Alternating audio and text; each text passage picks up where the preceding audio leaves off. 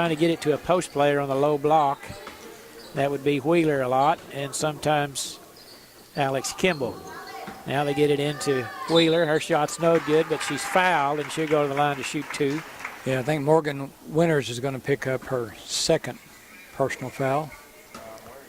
The Comets have got a pretty nice, they got 2 pretty good post players on either side of the lane. That would be Wheeler and Kimball makes the first.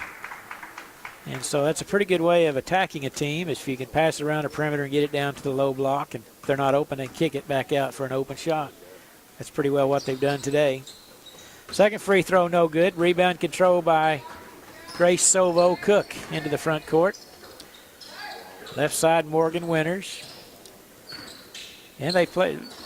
The Lady Comets have done a good job defensively. There's a pass, entry pass is intercepted by Wheeler. 2-on-1 break. Now they kick it out front. Right side 3 on the way by Allison Bristow's no good. And here comes Grace Sovo-Cook, or that's Quitone, I should say. Drives all the way down, layup good by Lakaya Quitone. Yes, good effort there. She got a little head start and just outran the defender and put it off the glass for 2. Yep, beautiful move. 1:36 to play in the third period. Hinton has led throughout. They've lead at 38-14. And there's a drive by Haley Combs. Kicks it out front now to Gomez. They swing it around the perimeter once again. They're trying to get it down low to Wheeler. Can't do it. Good defense by the Lady Tigers. And there's going to be an offensive foul away from the ball on Talon Wheeler as she was trying to create some space as the Lady Tigers defender were glued to her, and she created a little space with a forearm, the official said, and that'll be her first personal. And she's going to be replaced now by, I believe that's Gomez came back in. Alex Kimball. Okay. Came in. Three-pointer by Quitone won't go along the baseline. Comets with the basketball, racing down the floor. Good work by Quitone as she hustled down the floor, got her hand on the ball, knocked it out of bounds to save a layup. Excellent work by Makai Quitone. Yeah, and you could hear from here it was all ball, all ball, yeah. 50 seconds to play in the third. Comets get the ball inbounded. Over to Devani, holding way out front. Now Devani and Kimball are playing down on the low post. And they swing it left side to Gomez, holding. 33 seconds to play. Out front to Devani. Pops out way out front. Looks like they're trying to play for one shot here. 23 seconds to play. Playing catch with it out front now around the perimeter. Haley Combs holding. 13 seconds to play. They say now go. Devani starts the attack. 7 seconds to play. Haley Combs dribbling out front. Now down low to Kimball. Shot off the glass and good. You can't beat that. Alex Kimball with a shot at the buzzer. And after 3 quarters, the Lady Comets lead it 40-14. You're listening to KACO. 10-10 quarter. Yep.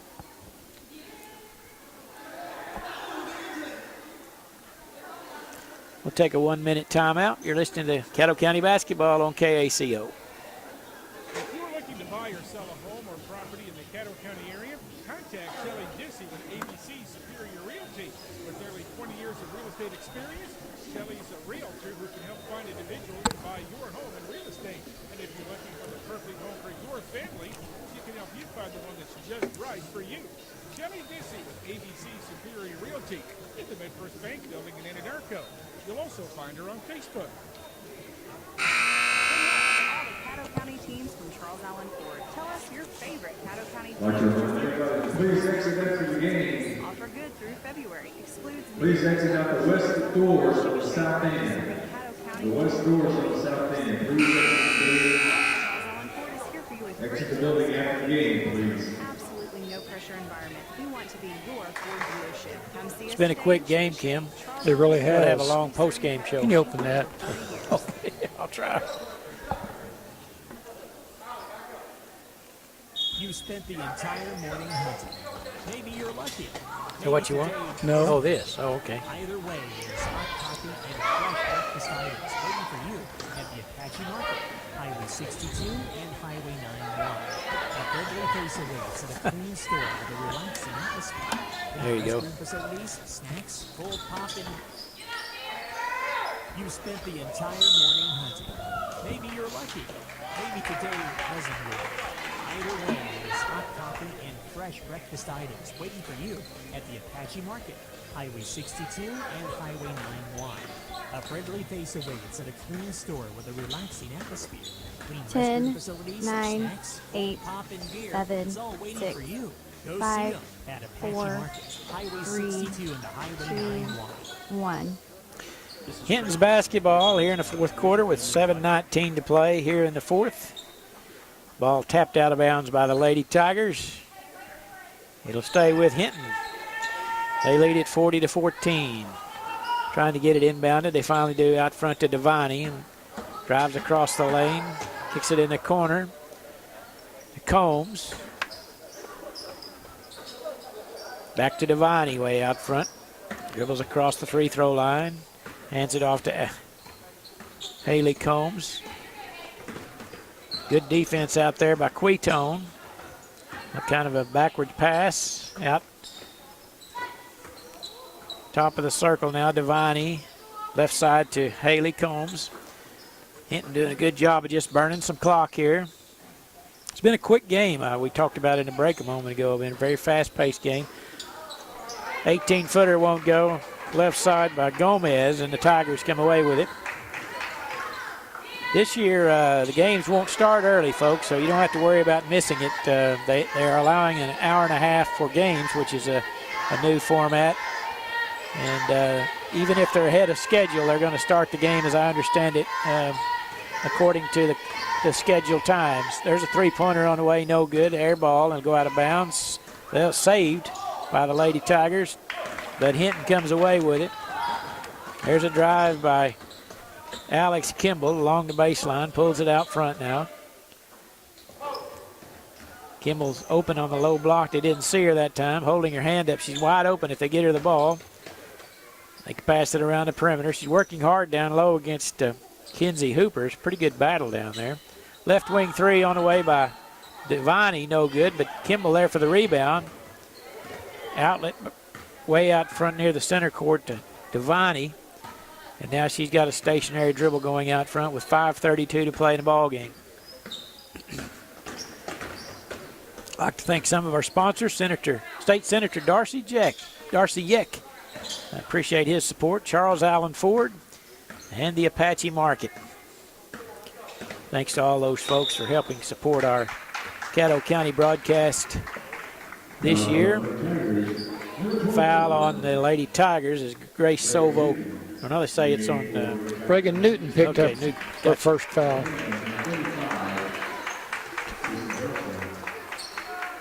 .5:14 to play in the ball game. And it will be the Lady Comets set to inbound. You know, Mountain View had a good third quarter. They after the first half, it was tough for them, but they evened the score for the third quarter 10-10 with Hinton. Yeah, they come out of the halftime locker room, look like a different ball club. But they were so far behind, it's hard to make it up. Shot no good by the Comets, but now Quetone braces into the front court. And out front will be Quetone, top of the key, left-handed dribble. And the ball's loose near the center line, and it's out of bounds, but they say it'll stay with the Lady Tigers. They're still hustling. That's what I like about it. You know, Coach Fletcher has got a good program. He knows what he's doing, and the girls won't quit. They keep hustling till the bitter end, playing hard. Yeah, you know, we'll take care of that. Morgan Winters misses a little shot inside, too hard off the board. But I remember Pat Jones talking about coaches are having a bad year or something, and said, guys, they didn't forget how to coach. Yeah, right. Yes.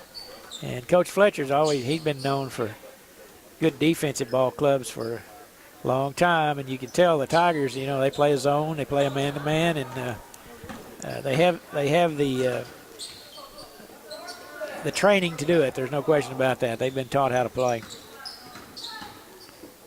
Just under 4 minutes to go here in the contest. There's Talon Wheeler. Left-handed shot good off the backboard. Talon's had a nice ball game today.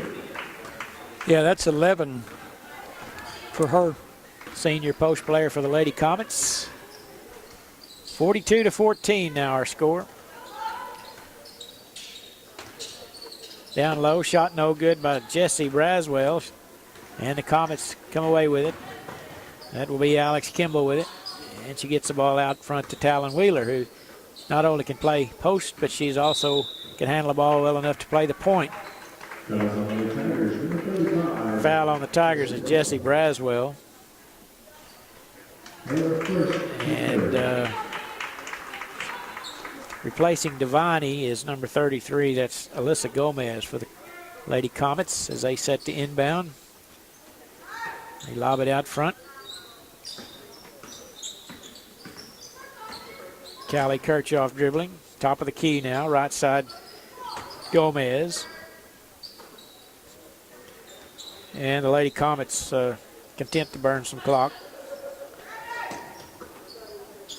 Now they get it down underneath the basket. Shot good by Alex Kimball, who's played well. She's played really well. She may be the leading scorer, I'm not sure. That's 13 for her. So we'll get our post-game report. Kim will bring us all the stats when the game's over. Shot is good by Micaiah Quitone. Count the basket, they say. And she was bumped and fouled by number 12, Allison Bristow, for her first personal. And in for the Lady Comets will be some substitutions. We got Haley Combs, Judith Garcia, and Jillian Gerard. Checking in for the Lady Comets. And at the line will be Micaiah Quitone with 2:39 to play. And free throw's good. 3-point play for Micaiah. yeah, it gives her 9 for the game.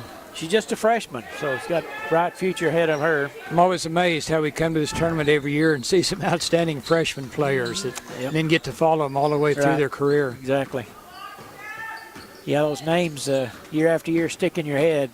We'll be seeing Quitone for 3 more seasons. That's after this. 2:17 to play in the ball game. The Tigers have a lot of freshmen on their team. Matter of fact, they've got 4 freshmen, and only 1 senior. Portia Jarvis, the only senior on the club. So they'll have experience next year. Left wing 3 on the way, no good. Rebounded by Judith Garcia along the baseline.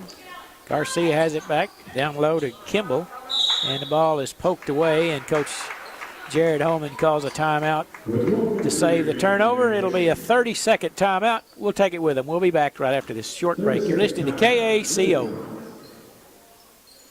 This is Trey Piercy with Piercy Angus Cattle. We as a family would like to invite you to our annual bull sale on Monday, March 1st at noon at our sale facility near Eakley, Oklahoma. We will be offering 85 registered Angus bulls, which include 32-year-olds, 30 18-month-olds, and 25-year-olds. And we have special lots of registered females. For more information or to request a sale book, you can call me at 405-510-0980 or visit us on Facebook, Instagram, or our website, Piercy Angus Cattle. Piercy Angus Cattle, for our family From livestock feed to fencing supplies, animal health products, the Apache Farmers Co-op has you covered. Don't forget, they specialize in custom fertilizer and chemical application. 10, 9, 8, 7, 6, 5, 4, 3, 2, and 1. All right, it's going to be Hinton's basketball after the timeout, and good defense by the Lady Tigers as they cause a 5-second violation. So it turned over to Mountain View as the Lady Comets couldn't get it inbounded in time. And the Tigers on the attack. 3-pointer won't go. Rebounded by Jessie Braswell. Outlet to Quitone. Dribbling down in the corner. Now she gets it out front. 3-pointer left wing off the backboard. No good by Payne, and the rebound by Hinton. 1:14 to play in the ball game. Checking in for the Lady Comets during the timeout was Brinley Holman. That's Jared's daughter. Glad to see her out there. And she has the ball holding high over her head. Garcia dribbles right side. Three-pointer on the way by her. No, Combs thought about it. Pass over to Holman. She'll try a three-pointer. Good! Brinley Holman with a three-pointer from the left wing. And she came in off the bench and delivers a long three-pointer. Bless her heart. Good job. Good shot there by Brinley. 30-point lead now for the Lady Tigers, and the answer on the other end by, I should say, the Comets on top. Now, the shot was made by the Tigers, makes it 47-19 with 28 seconds to play. Yeah, Kayla Payne made that last one. Okay. Comets with the basketball with 20 seconds to play. Looks like they're trying to dribble it out. Now Garcia along the baseline with 12 seconds. Pass out to Holman's tapped away. Kayla Payne all the way down. Layup is blocked. Good hustle by Haley Combs as she hustled down. Wasn't going to let her have the easy two. And it's out of bounds off of, let's see, off of the Comets, they say. So the Tigers will have the ball with 3 seconds to play. Inbound pass, shot no good. And that will do it. Your final score, the Hinton Lady Comets 47 and the Mountain View-Gotebo Tigers 19. You're listening to the Legacy Bank of Hinton and the Shamrock Bank of Mountain View post-game report. As congratulations to the Lady Comets as they will advance into tomorrow evening's contest at 5:30 against the Lookeba-Sickles Lady Panthers. We need to take a station ID break before we have our halftime report. We'll pause 10 seconds for station ID. You're listening to the Caddo County Basketball on 98.5. We got 30 minutes.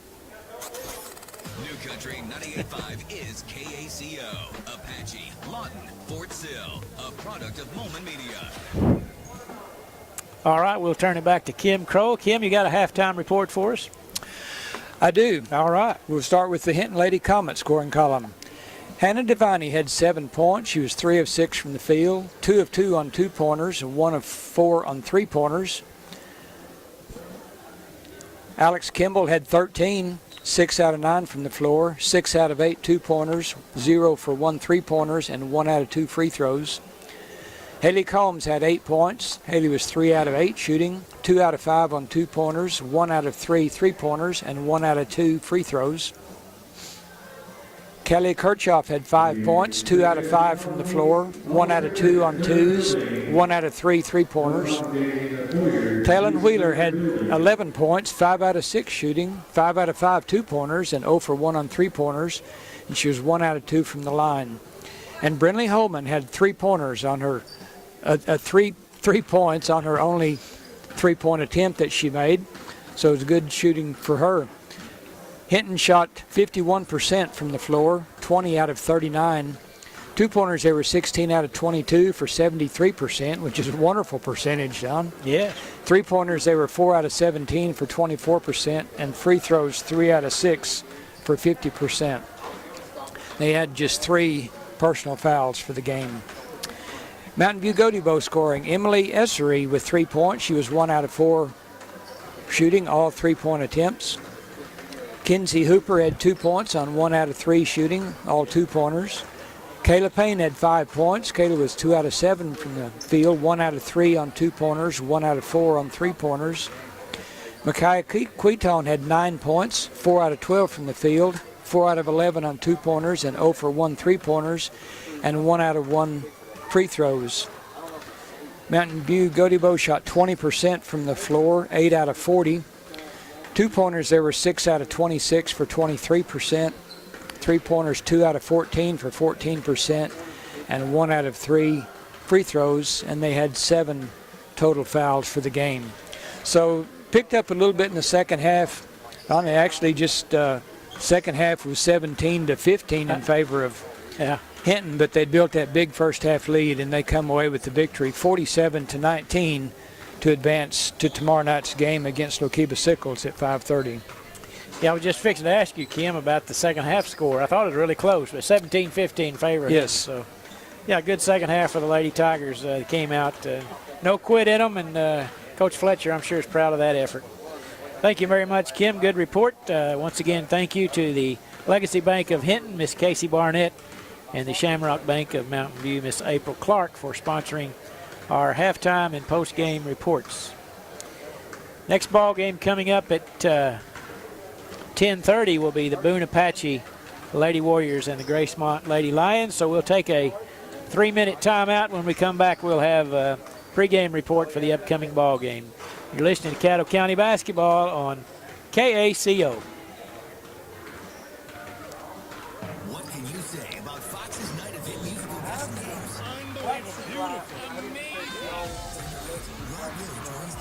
games? We're okay, I think. Yeah. This will be fine. So do 1 and 4 go to the main side, or 2 and 3?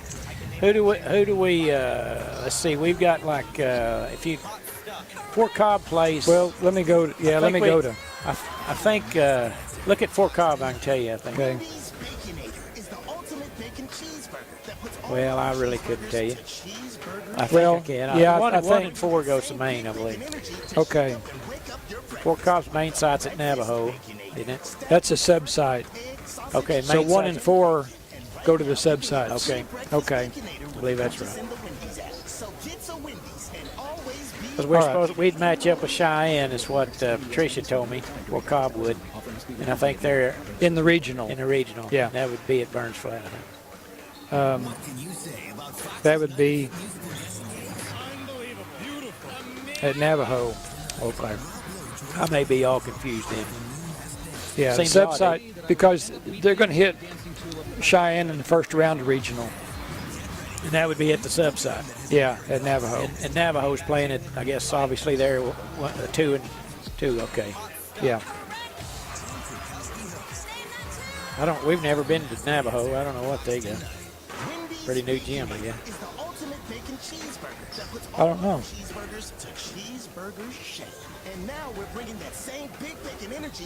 You'll have to talk slow in this next one. This Yeah, I know it. That's funny.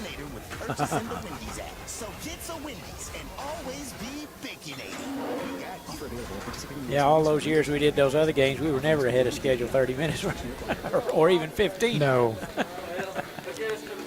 Yeah, it's funny how it works that way. Okay, Binger-Oney. This is so exciting! Pat's got a new job. I used my entire savings to open a cat cafe. New friends. Randy, when I die, this will all be yours. Oh, good. And millions of new fans. Want to grab some dinner? Yeah, I want to grab it by the meatballs. I'd like to buy that sentence back with an invisible dollar. An all-new Call Me Cat on its regular night, followed by... Today will be played according to the scheduled time, and so the next one will start at 10:30. Glad you're along with us. During the amount of time here, Kim and I have been talking about the playoff pairings, and he's got them listed here for the district's regional and area sites, and so we might talk about that here for a while. Kim, if you got those ready. Yeah, I've got a few of them here. We'll do a few of them when we can. Yeah. Let's look at Carnegie's schedule.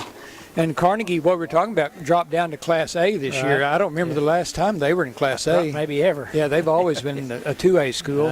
So anyway, they're in Class A this year. Their district tournament will be at Central High, which is down by Marlowe. Yep. The first round of regionals will also be at Central High. Then their main regional site will be at Alec, and then their area site is at Cache. We've been to Cache. That's a great facility down there. Very much so. Nice to have that. Let's look at Binger-Oney also. Their district tournament will be at Fletcher. Their regional will be at Burns Flat, hosted by the Burns Flat Deal City team, and then their area also will be at Cache. For Fort Cobb-Broxton, they'll be hosting a district, and all three of these schools are Class A schools. So Fort Cobb-Broxton will host their district. first round of regional will be at Navajo.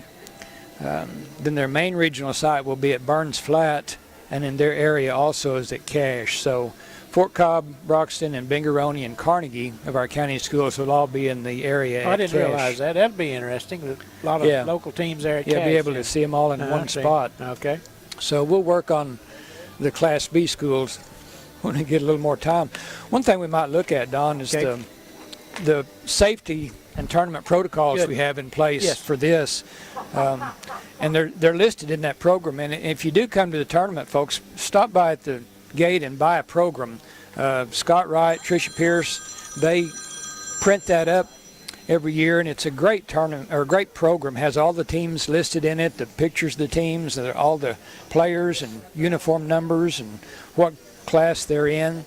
And then there's also a lot of other interesting things, some articles and pictures. But in there about page 4 or 5, it says all the tournament protocols.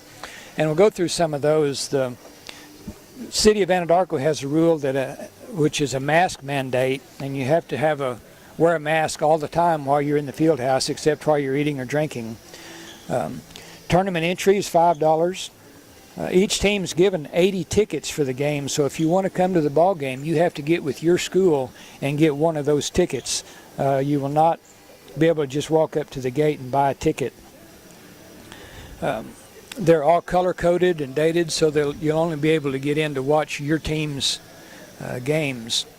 If you do have an OSSA pass, you're still going to have one of those tickets from a school to get in. And all the games we've talked about will be an hour and a half. They'll start on the hour or the half hour. The games won't start early, so you'll have to clear the gym after each game, and so we'll ask the fans to exit quickly as soon as the game's over.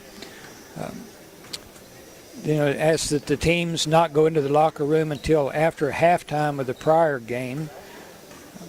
All the teams come through the main entrance on the south side of the field house.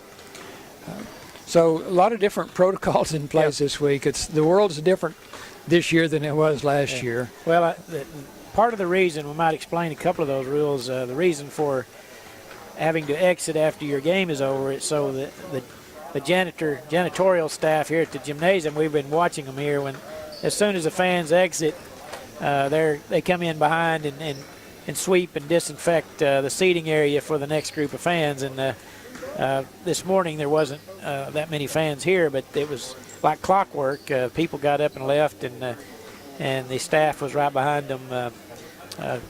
Just more duties for their staff. And they've always done a great job of cleaning the gym and getting ready, but this year just more duties with the sanitation part, but they're working on that right now. And time all the fans leave, it gives them a little time to get it cleaned up for the next ones to come in. Same thing with the locker room, so that's the purpose for not going into the locker rooms, so they can sanitize each locker room after the teams leave. So people have thought ahead here, it appears, to try to keep everyone as safe as possible, and we're thankful for that. Yeah, in the program they've got some, different pages are featured. Gracemont has a page, and they've got pictures of the team from I think 1973, and they've got some pictures from the 80s and some pictures you'll recognize of players from Gracemont back through the years. Then some of these pictures are old that I recognize some of them. Boy, and they're all black and white, too. Yeah, they are. Actually, you're right on that. But it's interesting to see some of these names and places on it. Players I competed against back there. There's Gracemont's teams with, I believe, John Hamilton was coach. Looks like probably a 1972 team, I guess, of the boys. And they've got the girls' teams in there, too. So a lot of interesting things on that. Got some pictures from last year's tournament. If you were here, you saw a lot of those. But it's just nice to have some reminders, pictures of the last year's all-tournament team. And they've got a program from the 1975, I think, tournament program that lists all the teams that were playing then and the brackets and everything. So it was, like I said, if you come, I think they're selling the programs for $1. They're certainly worth that, and they'll be updated throughout the week. Apache has a page in there that lists some of the accomplishments from Apache back through the years. So, I'll tell you what's impressive, Kim, about this program is Scott Wright and his crew over at the Tech Center at Fort Cobb puts this together, but it's high quality, and there's information in it. It's not just advertisement. You know, you go to the state tournament and you buy a $5 program, and about 80 pages of the 100 pages are advertisements of some sort. This is all information. That's what I like about it. Yeah, and about the only information from a business in the program is on Caddo or on CK Energy, because they are our tournament sponsor. Right. And this is probably, I don't know what, the 6th or 7th year, maybe more than that. It gets away from us that CK Energy has been the tournament sponsor, and it's great for them. They come in and have some goodies for the players, and they're around all week long to help with things and make a contribution to the tournament. And they've been a great sponsor for it. But there's a page of information on them, too, inside the program. So a lot of good information. And you're right, it's a high-quality color program. So pick one up. It'll be one of the best dollars you ever spent. Oh, absolutely. And the other part about that always amazes me is how these guys, Scott and his crew, they have jobs to do every day, but they update the program as we go all week long. And I think on the program it says first round, today's program. So each day of the tournament, I think they change some of the information. So you might not be in today's program, but tomorrow you may be. So if you played ball in Caddo County in the last 50 years, you may have a picture in here of it. So be good to come out if you can and get a program. Yeah, it's fun to look through these and see the things that have gone on in years before. And on the back page is the picture of last year's tournament champions, the Lookeba-Sickles Lady Panthers, and then the Fort Cobb-Broxton Mustangs. It's a great keepsake for families. It is. At home, I've still got programs from, and I don't know how many state tournaments, and then we've been this, our 15th year. I've still got all those county tournament programs, and it's fun to look through that and see the names you recognize. But the other thing that's impressive to me about this tournament is the number of teams that over the years that have played in this tournament and went on to have a lot of success at the state tournament. And I would guess, I don't know, I've not tracked this, you would know better than me probably, but there's probably been very few years in the last 20 or longer that there wasn't at least one team out of this county tournament in the state tournament in one class or the other. When you you're right. Through time, and, you know, in some years we've had 3 or 4. Yes, oh yeah. You know, when, I know, of course, Fort Cobb-Broxton's had a great run at the state tournament several years in a row. Surreal's been there 2 or 3 years now. And, of course, Surreal girls had that 3-year run where they made it to the state finals 3 years in a row. Lookeba-Sickles girls had a great run last year, and Lookeba-Sickles boys have been in the state tournament. So, back Carnegie boys, they had a long run back in you know, it wasn't that many years ago. Gracemont boys were in the state tournament and had a good run. So, you're right. You come to the county tournament, you're going to see some of the best teams in the state. That's right. Well, let's take another time out, Kim, and we'll come back. We'll have some more discussion before this next game starts. But we'll take a 3-minute break. You're listening to Caddo County Basketball on 98.5. This is Trey Piercy with Piercy Angus Cattle. We as a family would like to invite you to our annual bull sale on Monday, March 1st at noon at our sale facility near Eakley, Oklahoma. We will be offering 85 registered Angus bulls, which include 32-year-olds, 30 18-month-olds, and 25-year-olds, as well as 25 or 6 to 4. For more information or to request a I can play the bass to that. On what? On the bass guitar. Can you? Oh yeah. I didn't know that. I'm not a musician, but even a novice like me could play that. Well, I wouldn't go that far. Well, that's pretty good. We'll have to have a concert one of these nights. What do you play? So are you the second fiddle? Yeah, usually. First out.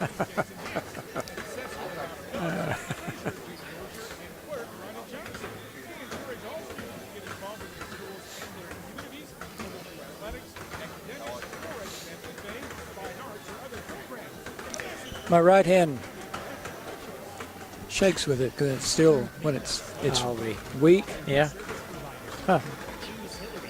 Maybe it'll help my putting. Is this the first time you had your brace off for a long time? No. I take it off usually around the house and put it on if I'm doing something or at night. I've been wearing. I didn't wear it last night. It's the first night I haven't put it on. Yeah. So. Sign up today by calling 580-529-5000 or visit hillcom.net. Hillary Communications wishes good luck to all the teams at the Caddo County Tournament. Good luck to all the Caddo County I got a teams. question for you whenever we Tell us your favorite we Caddo start County back teams receiving in a little while. I guess we can talk about it. We got a lot to talk about. I watch these NBA games on TV. Yeah. I don't watch them much, but there's no fans in the stands. Can you explain why they introduced the players? 10, Introduce what? The players. 9, 8, TV. 6, 5, 4, 3, 2, 1. Welcome back to the Anadarko Warrior Fieldhouse. Got about 10 minutes to go before the tip-off of the Boone-Apache Lady Warriors and the Gracemont Lady Lions, who will be playing their first contest this morning. If you're just joining us, earlier this morning the Hinton Lady Comets defeated Mountain View-Gotebo 47-19, and so Hinton will play tomorrow evening against the number 1 seeded Lookeba-Sickles Lady Panthers at 5:30. This, as we talked about earlier today, we have 4 girls contests today, and then tonight we'll have 4 boys contests. And the first game went by awfully quick. They allow an hour and a half for each contest, and they finished that one in about an hour. So we've had a lot of time to talk about various issues. And One of the things we usually can talk about, since Don's a big OU fan and I tend to gravitate toward the orange and black, is the Bedlam game was called off. Yeah. So we can still both think our teams won. You know, I was reading in the paper this morning about the Big 12 and how many, Barry Trammell had an article today about how many games had been postponed so far.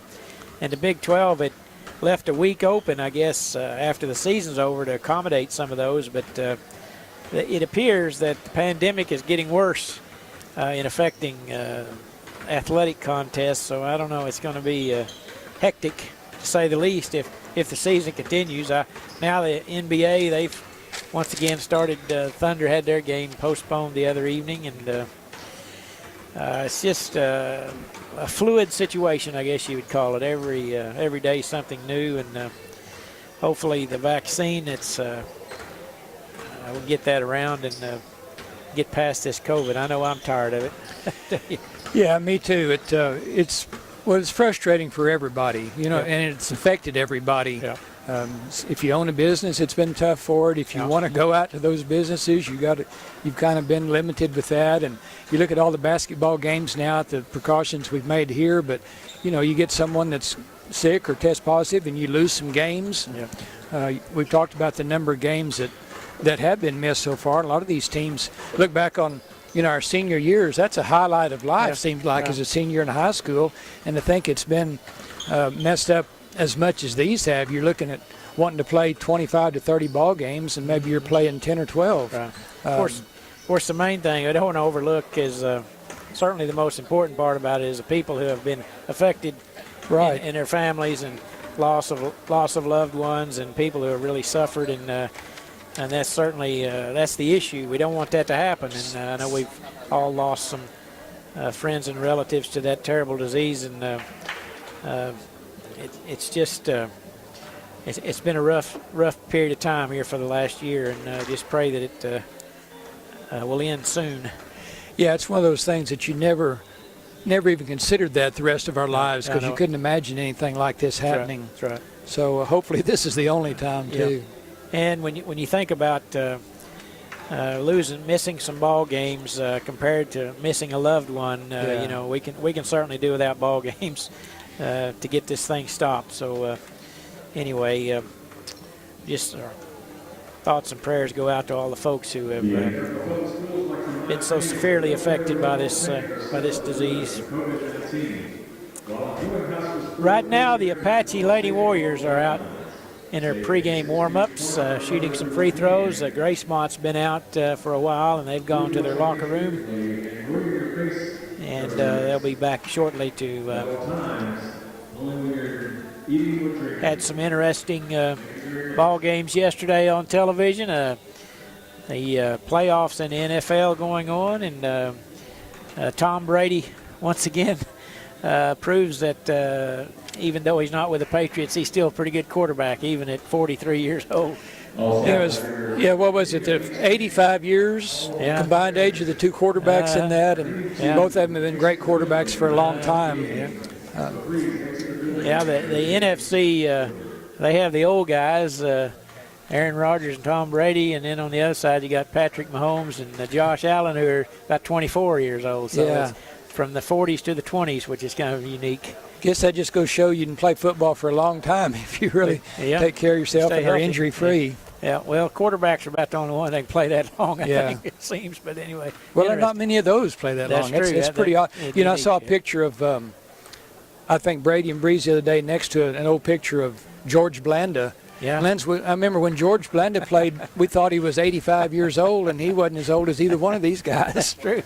Yeah, he had a pretty remarkable career for the Raiders, didn't he?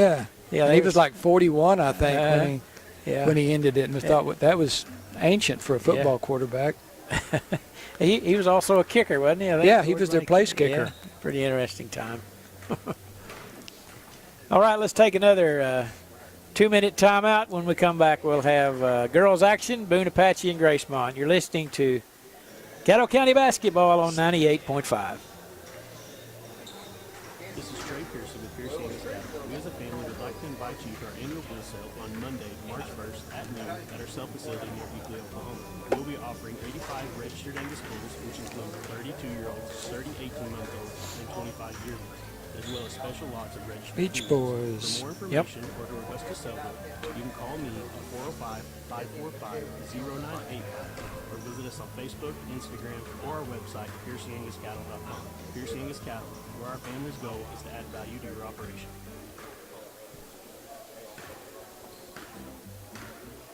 Try and get all these playoff things down. The Youth Tour Scholarship Program is alive and well. This year, the 4 winning high school juniors will receive $1,000 scholarships. They're not consistent on this. Why is that? Because here, like in this Class B cement, or no, Chattanooga goes to a district at Lookeba-Sickles, but then they're hosting a sub-site. Don't you think they would play there? Yeah. So they're a 6. They should be in the sub-site, but that didn't make sense, does it? No, you'd have to play at your own location. Yeah. So the middle two are sub there, and then maybe we're wrong on the other, right? Well, We want to be your Ford dealership. Come see us today in Chickasha. Charles Allen Ford, proudly serving Caddo County for over 40 years.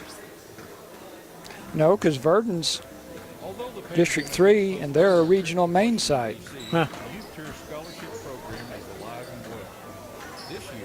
So the two middle ones have been the main site, but Chattanooga's one of the middle two, and yet they're a sub-site. Well, I guess you can't go by that. They just have their own bracket. I'll just give main sites. There you go. Probably a good idea. Yeah. Yeah. I wonder what the protocols will be for the playoffs, if they allow everybody or nobody, or haven't heard that. I wish they'd introduce players here for my benefit. Definitely, me too. It takes 5 minutes to get them in. 9, I know it. 8, 7, 6, 5, 4, 3, 2, 1. All right, we're a couple of minutes away from tip-off of our second girls contest. We might thank some of our sponsors while we have the opportunity. The Caddo County elected officials, Piercy Cattle Company, and Central Appliance Furniture and Bedding, located here in Anadarko. I'd like to thank those folks. Once again, I'd like to thank the Caddo Kiowa Technology Center for all their work this week. Once again, for the webcasting, we have Scott Wright and J.R. Oswald here, and Tricia Pierce from the school, webcasting around the world, every contest, and they put in a lot of work in the last week or 2 or 3 or longer, printing programs in setting up our broadcasting perch here. It's a new location for us, and they put in all the time and effort to prepare that, and we thank those 5 guys. Blake Perryman here, high school student, one of their students is operating the camera, so it's a good opportunity for students to go to school there and learn some cutting-edge technology, Kim, on as far as broadcasting and printing and various aspects of game production. Yeah, it's amazing. Some of the things you go out there in that classroom, and it's like, I'm totally lost. Yeah. It's way past me, but it's some neat stuff. All right, we're about set to go. The Gracemont Lady Lions today, and they will be wearing their road blue uniforms, and the Boone-Apache Lady Warriors in their home white trimmed in orange and black. They didn't introduce the starters the first time, the first game. I don't know whether they're going to do that this game or not. It would be helpful to us, and they are. That's good. First for Gracemont. We'll see who their starting lineup will be. They have five players suited up, so we ought to be able to guess who they are. Junior number 4, Kimmy Birch. A junior number 5, Candace Reynolds. A number 10, the junior Riley Weathers. A senior number 25, Callie Jones. And a junior number 11, Carly Addington. The Lady Lions are coached by Mr. Patrick Finney. For the Boone-Apache Lady Warriors, they started junior number 2, Lily Edwards. A senior number 3, Alexa Farrell. A senior number 10, Lauren Blackstar. A junior number 21, Precious Killsfirst. And a senior number 22. Kim, did you get her name? I don't have 22. I don't have a 22 on my roster. I've got a whole bunch of numbers, but I don't have 22. Yeah, there's not in the program either, so. We'll try to find out her name for the young lady. They're coached by Harlan House, Class 2A program with a 1-6 record, and they're taking on a Class B program in Gracemont, which looking for their first win. Gracemont has taken the floor. Jumping center will be number 25, Callie Jones for the Lady Lions. And now Apache will take the floor. And looks like jumping center for Apache will be number 21, Precious Killsfirst. And we're about set to go. Apache going right to left on your radio dial, and here we go. Ball is in the air, and the tap is controlled by Gracemont in the back court. Gracemont will be handling the ball first, and it looks like Apache comes out in a tight man-to-man defense. And there's the ball batted away and out of bounds by Apache number 10, Lauren Blackstar, but it'll stay with Gracemont. Now it looks like they've gone to a 2-1-2 zone, perhaps. Kind of a matchup type zone. Dribble along the sideline. Knocked away by Blackstar again, but it'll stay with Gracemont. Very aggressive defense, whatever it is, Kim. It's they're tight on their man, but I believe it's a zone. And we'll see how Gracemont attacks it. Kimmy Birch on the drive. Kicks it in the corner. It is a very aggressive 2-3 zone. Get it into the post to Callie Jones. Back out front. It goes out of bounds. Turnover to the Lady Warriors. With 7:25 to play opening period. Apache the first time with the basketball. Left side, Lily Edwards. Gracemont in a 2-1-2 zone. They get it into Killsfirst, just left elbow, back out to Edwards. Bounce pass to Edwards. Good defense by Gracemont. They're kind of plugging the lane here. The ball kicked along through the lane, picked up by Gracemont. So a turnover to both teams here on their opening possessions. We played a minute in the opening period, no score. Gracemont with the basketball. Long cross-court pass is intercepted by Blackstar. It's ill-advised pass as she was trying to throw it across the paint, and Blackstar was there to intercept it. Black Star, a couple of dribbles, trying to get it through the lane, picks up her dribble over to number 22, layup good. Sorry I don't have the young lady's name, but she makes the first basket of the game. And she'll go to the line for the three-point play attempt. The foul was charged to Candace Reynolds. I couldn't really understand. Maybe we can understand the public address announcer's call of her. She makes the free throw. It's 3-0. And Apache comes out in a 2-2-1 three-quarter court press. We'll see how Gracemont handles this pressure. And not very well as they throw it backwards and out of bounds. It'll be turned over to Apache. 2 turnovers early for Gracemont. Alexa Farrell faked the three-point shot, dribbled around her defender. Shot won't go, but it's controlled by Gracemont. Carly Addington with it.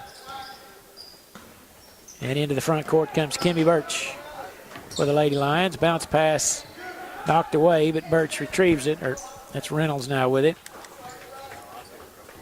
In the corner to Weathers, and she's going to be fouled. We'll see who the foul is charged to. It's going to be Black Star. Her first personal. And Gracemont will inbound.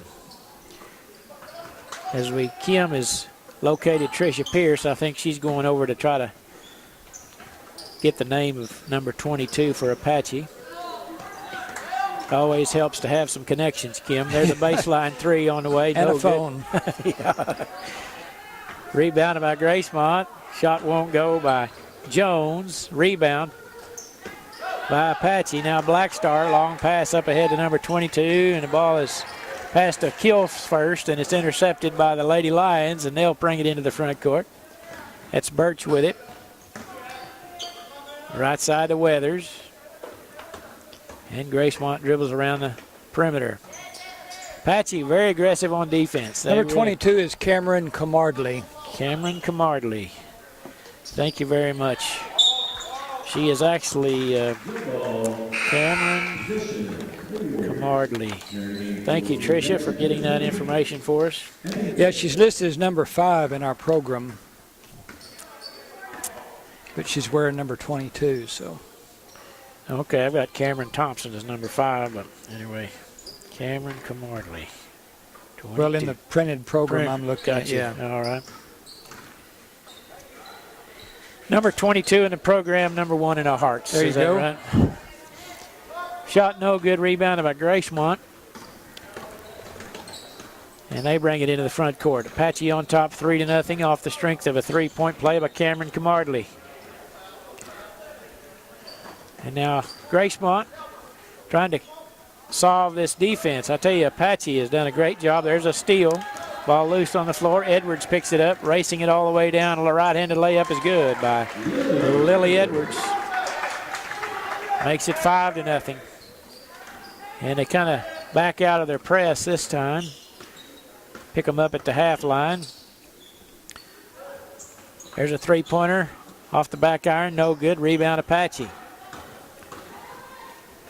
Edwards. Long pass up ahead to Alexa Farrell, and she lays it in for 2. And we're going to have a quick 30-second timeout taken by Gracemont. We'll take it with them. You're listening to 98.5 KACO.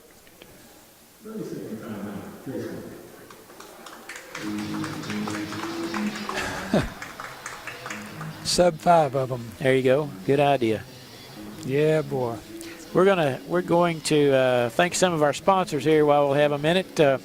Hillary Communications, ABC Superior Realty, Jay's Jewelry, Southern Plains Medical Clinic of Anadarko. So I'd like to thank all those folks for sponsoring our broadcast this week, along with our title sponsor, the CK Energy, located up in Binger, Oklahoma. I appreciate those folks for putting us on the air once again this year for not sure how many years. The time gets away, but it's been at least 5. I know that CK has been here sponsoring the radio portion of the broadcast, and of course the Caddo Kiowa Technology Center from Fort Cobb, webcasting our event around the world, and we appreciate those people.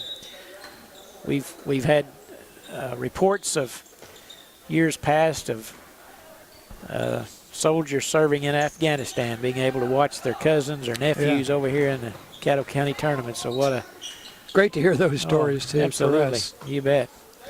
Apache did some wholesale substitutions. They put in Matty Vale, Taylor Wariakwe, Brennan Price, and Jasha Taya into the ball game. All right, thank you, Kim. There's a tie-up, and it will stay with Gracemont on the alternating possessions with 3:31 to play, opening period, and Apache on top 7-0.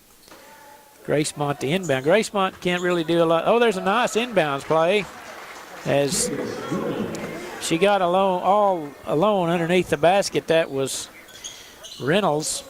Yeah, we won't be talking about the substitutions for Gracemont any. They only have 5 girls. That was what I meant to say. Yeah, there's no substitution for Gracemont today. Turnover, back to Gracemont.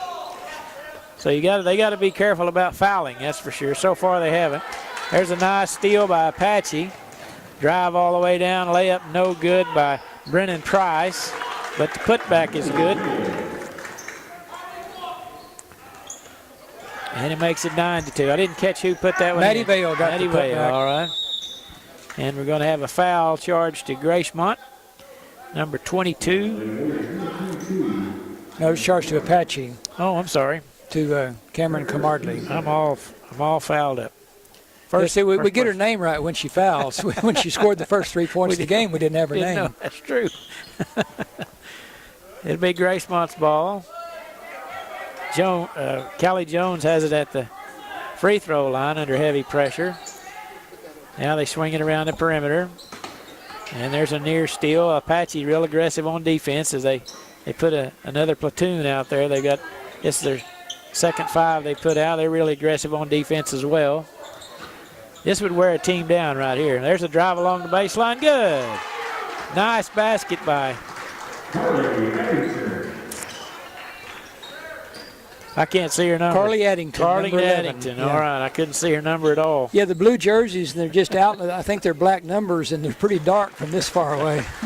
Taisha Taya with a basket for Apache. Well, I'm having more trouble with the ponytails than anything. Yeah. Gracemont they have 5 girls, and they have 4 long ponytails that cover up their number. I apologize for that. But maybe by the end of the game, I'll know these girls that they don't substitute any, so a guy ought to remember them. Now we got 5 more back out there for Apache. As looks like we've got our starting 5 back out for Apache.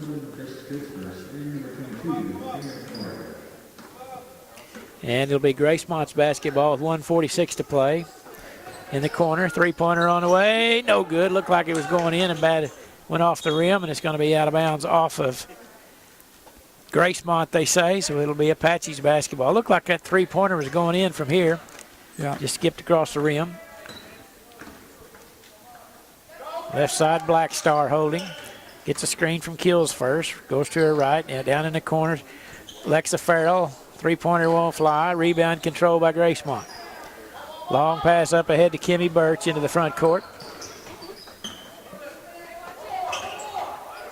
Right side to Reynolds. Back to Weathers. Ball knocked away. Picked up by Kills first. Up ahead to Edwards. Head of the pack. A layup is good by Lily Edwards. It's Lily's second basket of the game. Minute to play in opening period. Pressure once again in the backcourt.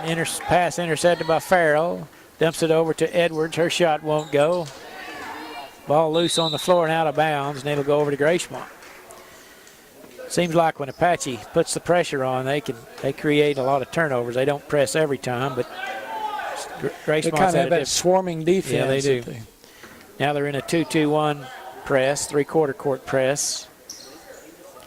And Gracemont once again having trouble. Still in the backcourt, ball loose, picked up by Apache, 3-on-1. 15-footer off the backboard, no good. Probably could have had a layup there, but they tried a 15-foot jumper. And we're going to have a tie-up, and it'll stay with,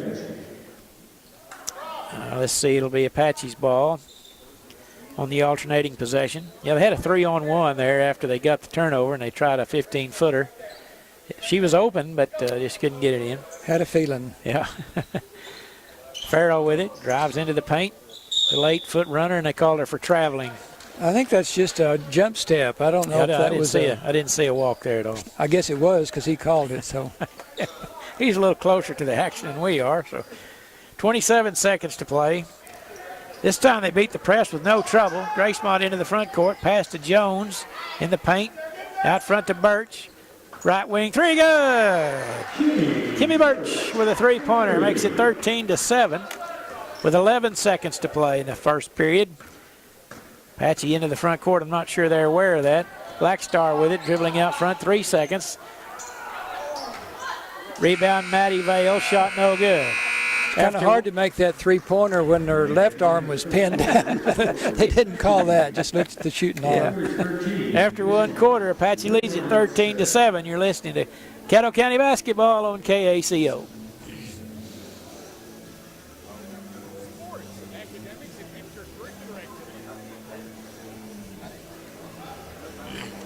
Can't get away from these people wanted to tell me about my warranty on my car. Oh, yeah.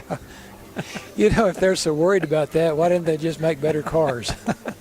I get one call a day for a car warranty, and it always has a pretty local, like today was Holdenville, the other day is Washington, and it's every day somebody there. It's almost got the point, if it's not a number I know, or you can't even use Fort Cobb numbers anymore. They get so many of those that they just buy up the numbers. So. Also, please exit after the game. Please exit out the west door. Wait till you get close to 65. Everybody on earth knows your phone number then. Want to say some Medicare supplements? Yes, sir. Yeah.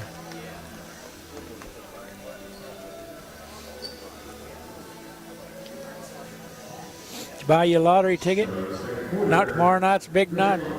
800 million. That just caused me problems. I can help you relieve some of both those my problems. friends would be wanting part of that. I can tell. Exactly. Pebble Beach, here we come. Here, you're right. And take both friends. I'd be Jim Nance's neighbor. Hello, Jim. Yeah, that would be pretty sweet out there. It would take most of it to get you a place out there. Too. Yeah, probably would.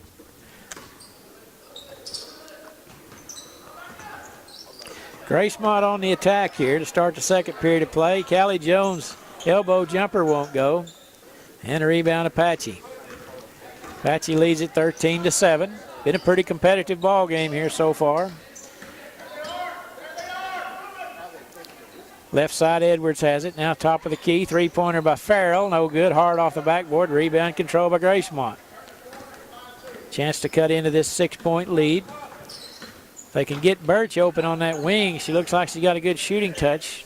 Jones at the free throw line. Here's Birch, the right side. They cover out. Vale comes out on her. Birch trying to get free.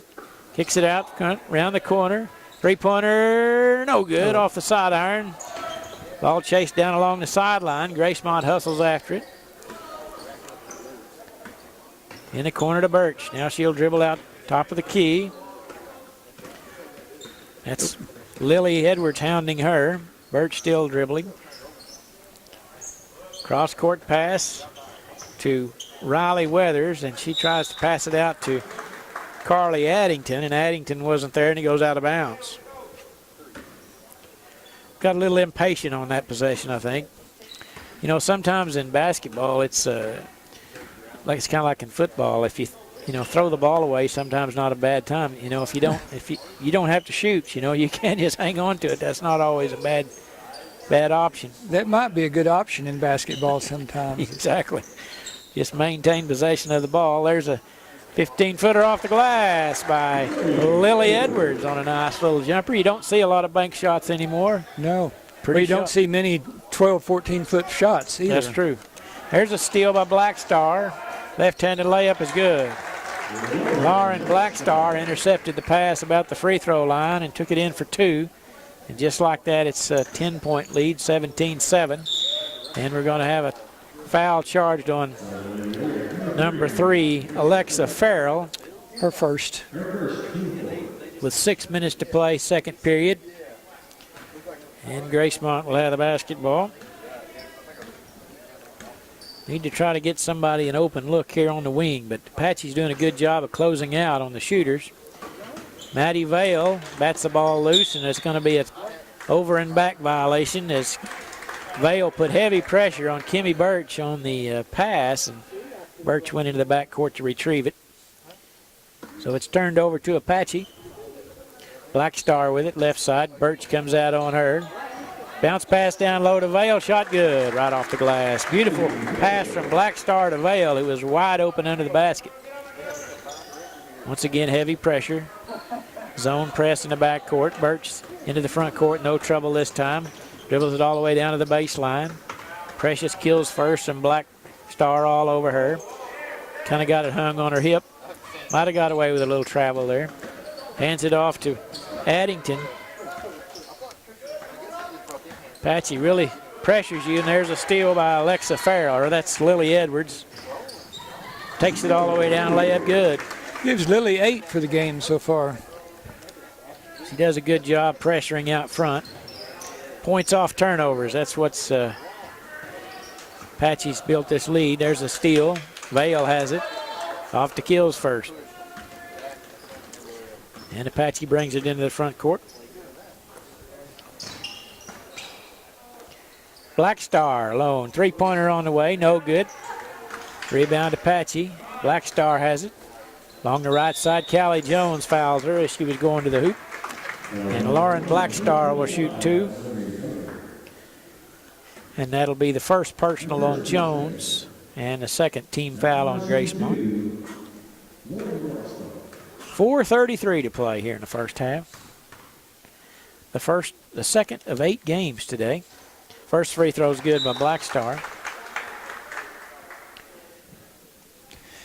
And we're going to have a timeout taken. It'll be a full timeout taken by Gracemont.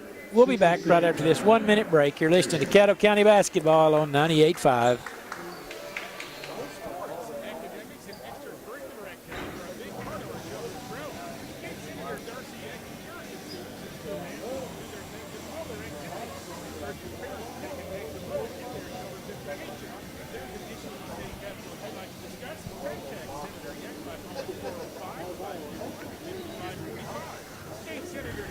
Got a bank exam starting tomorrow, Kim. Won't that be fun? A bank exam. Those people won't leave you alone, will they? Every 18 months they come like to visit. But it's virtual. They won't actually come there. Oh, really? Yeah, that's a good thing, I think. Well, as a customer, I appreciate them coming, Don. Well, good. We want to keep everything good shape. Yeah. Not that concerned. What can they do with $8? Anadarko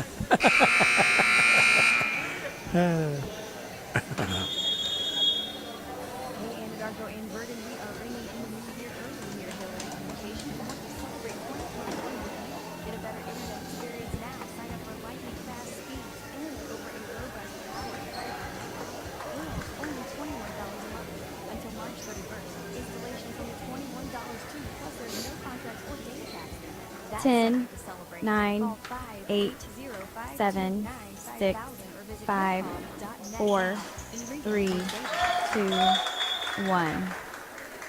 Lauren Blackstar makes the free throw, makes it 23-7. Apache on top. And Apache will pull out of the press this time and go back to their zone half-court defense. And the ball is loose on the floor. Jones picks it up. Cross-court pass is intercepted by Apache. Ball taken away, though, immediately at the center line. And we're going to have a travel called on Gracemont as Carly Addington had the ball and went to her knees, and they called a travel. Apache had 5 substitutes come in during the timeout. We have Maddie Vale, Taylor Wariaki, Wakwe. Number 22 is Cameron Camartley. Number 34 is J.C. Taya. All in. Number 15 is, I got her. So 23 is the other one. Brennan Price for Apache as they put in their second wave here during the timeout. So they can really play aggressive on defense. They don't get tired when they can put in 5 at a time. Jones has it, right elbow, hard off the backboard, no good. Good rebound by Addington. She'll try a left wing 3, no good. Jones there with the rebound, put back is no good, rattled out. But Gracemont is there to lay it in. Good basket that time by Candace Reynolds got the put Candace, back. All right. 23-9 now, 3:18 to play. And there's going to be an offensive foul charged to Brennan Price for Apache. Kind of leaned into the pick, and the official was looking right at it. That'll be the 5th team foul on Apache, her first. And the ball is batted away by Apache. That's Cameron Camardley. Knocked it away. It'll stay with Gracemont. That's Carly Addington to inbound. Gets it into Birch.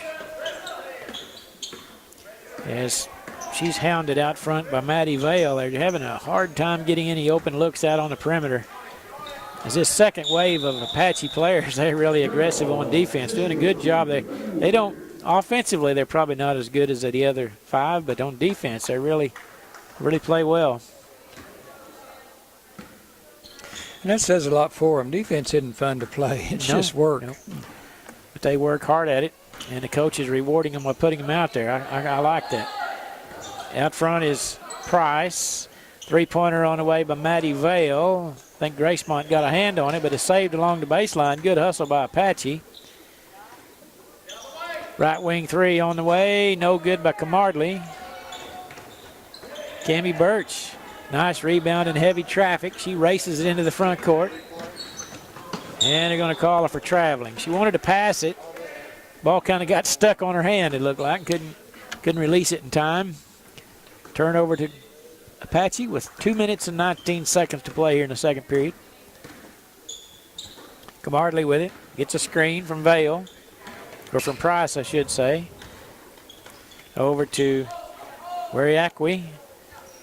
Shot good by J.C. Taya, sophomore forward for the Warriors, and she makes it 25-9. On a 12-2 run here in the second period. Right side to Addington.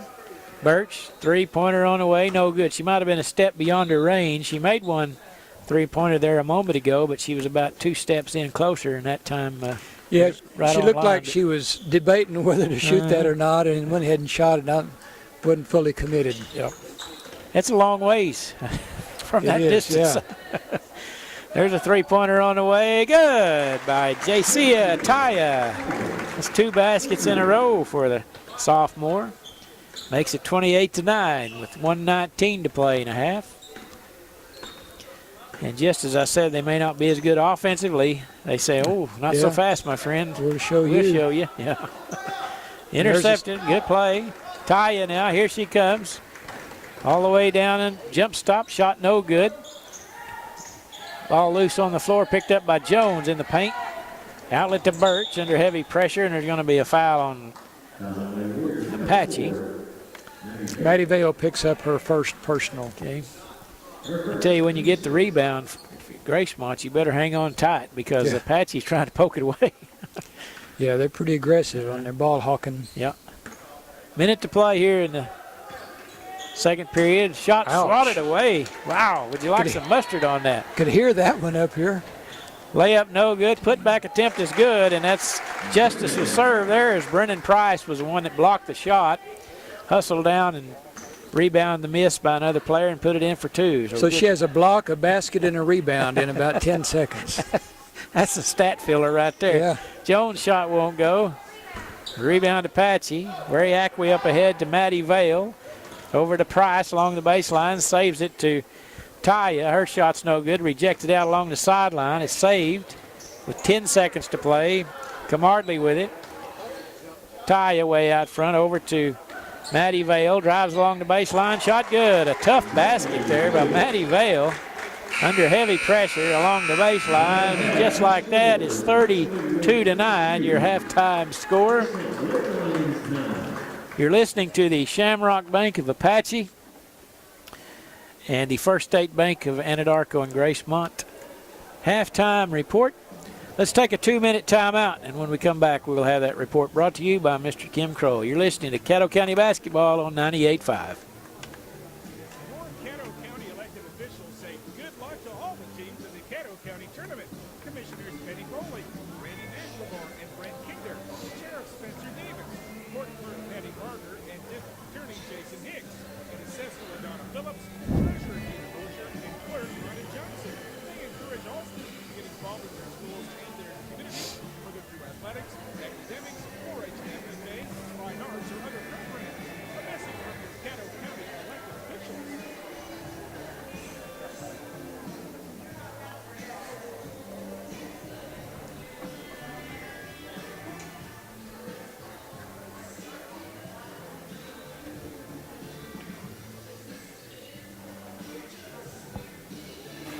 Make a slam dunk with your internet service provider. Choose Hillary Communications, your local solution for internet, phone, and TV. Hillary Communications brings high-speed internet to you in Anadarko, Surreal, and Siemens. No phone required, no data caps. Sign up today by calling 580-529-5000 or visit hillcom.net. Hillary Communications wishes good luck to all the teams in the Caddo County Tournament. If you're looking to buy or sell a home or property in the Caddo County area, contact Shelley Dissy with ABC Superior Realty. With nearly 20 years of real estate experience, Shelley's a realtor who can help find individuals to buy your home in real estate. And if you're looking for the perfect home for your family, she can help you find the one that's just right for you. Shelley Dissy with ABC Superior Realty in the Midwest Bank Building in Anadarko. You'll also find her on Facebook. Carmen's startup found an angel investor, but now they're asking for a miracle from her development team. Hello, this is Carmen. That's exciting news. I guess we could launch early. It's time to hire. I need Indeed. Indeed you do. The moment you sponsor a job on Indeed, you get a short list of quality candidates from our resume database. Indeed delivers 2.5 times more hires than the other branded job sites combined, according to Breezy HR 2019. Visit Indeed.com/credit and get a $75 credit for your first job post. Terms and conditions apply. Panera's new flatbread pizzas are here, but to our new chef, Klaus, they're not just pizzas, they're masterpieces. Because it's not just cheese, it's hard-melted mozzarella from clinches.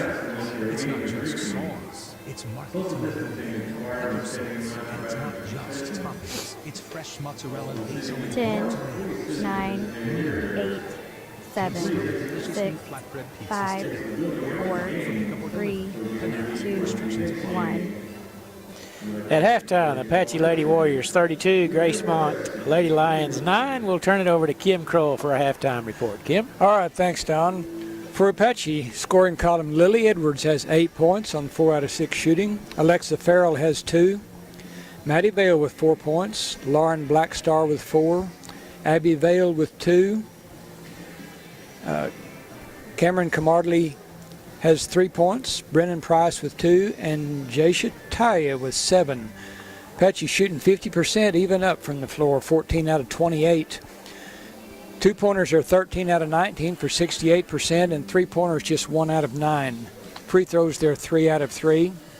And they have 6 personal fouls, nobody with more than 1. For Gracemont, Kimmy Birch has 3 points. Candace Reynolds with 4. And Carly Addington with 2. Gracemont's 28% shooting, 4 out of 14. 2-pointers are 3 out of 8, and 3-pointers they're 1 for 6, and they have not attempted a free throw. They only have 2 personal fouls. Reynolds and Jones each have 1. So Gracemont was hanging around there in the first quarter, down 13-7, but then Apache went on a 19-2 second quarter to pull away to a big lead at halftime, 32-9. So we'll see. In the first game, the Mountain View came back with a little bit of a run in the third quarter, and we'll see if Gracemont can do the same when they come back in a little over 3 minutes and get started in the second half. I would think fatigue might be a little problem for Gracemont. they only have 5 players, and Apache has been playing 10. They put in 5 at a time, so it would be kind of demoralizing when you see that new wave come out, and they're full of energy. Yeah, just when we're wearing them down, and then they put the new ones out there. Yeah, Gracemont's playing hard. It's tough with 5 people. Yeah. You don't want to get overly aggressive with fouls and realize you get in foul trouble and you have no substitute. And something should happen. Yeah. Yeah, makes it kind of difficult. The winner of this game will play tomorrow evening at 4 against the number 2 seeded Surreal Lady Pirates. The loser of this contest will play Thursday afternoon at 4 in the consolation bracket. So that's what they're looking forward to the rest of the week. You know, I've got a couple of differences in the classes this year. You know, like we talked before, Carnegie dropped down to Class A, first time we ever remember that. Right. But also this year, Surreal dropped back down to Class B. So, you know, they've been in Class A for a few years, and of course Carnegie's been 2A for years and years. So, you know, that might be their only meeting here in the county tournament, like Fort Cobb and Surreal, if they should pair up, because they're not going to. The last few years seem like they've met at the state tournament or at least in the playoffs somewhere, and won't be doing that. So that's changed a little bit. And if you look at the rankings in the state, Fort Cobb boys are still ranked number 1, but I mean they're 7-0. Yeah. You know, you think when you come into a county tournament, you think they're probably going to be 14-0. Yeah, 14, 15, somewhere like that. But they're 7-0. So not very many games. And in Class B, Surreal is ranked number 9 at 9-3.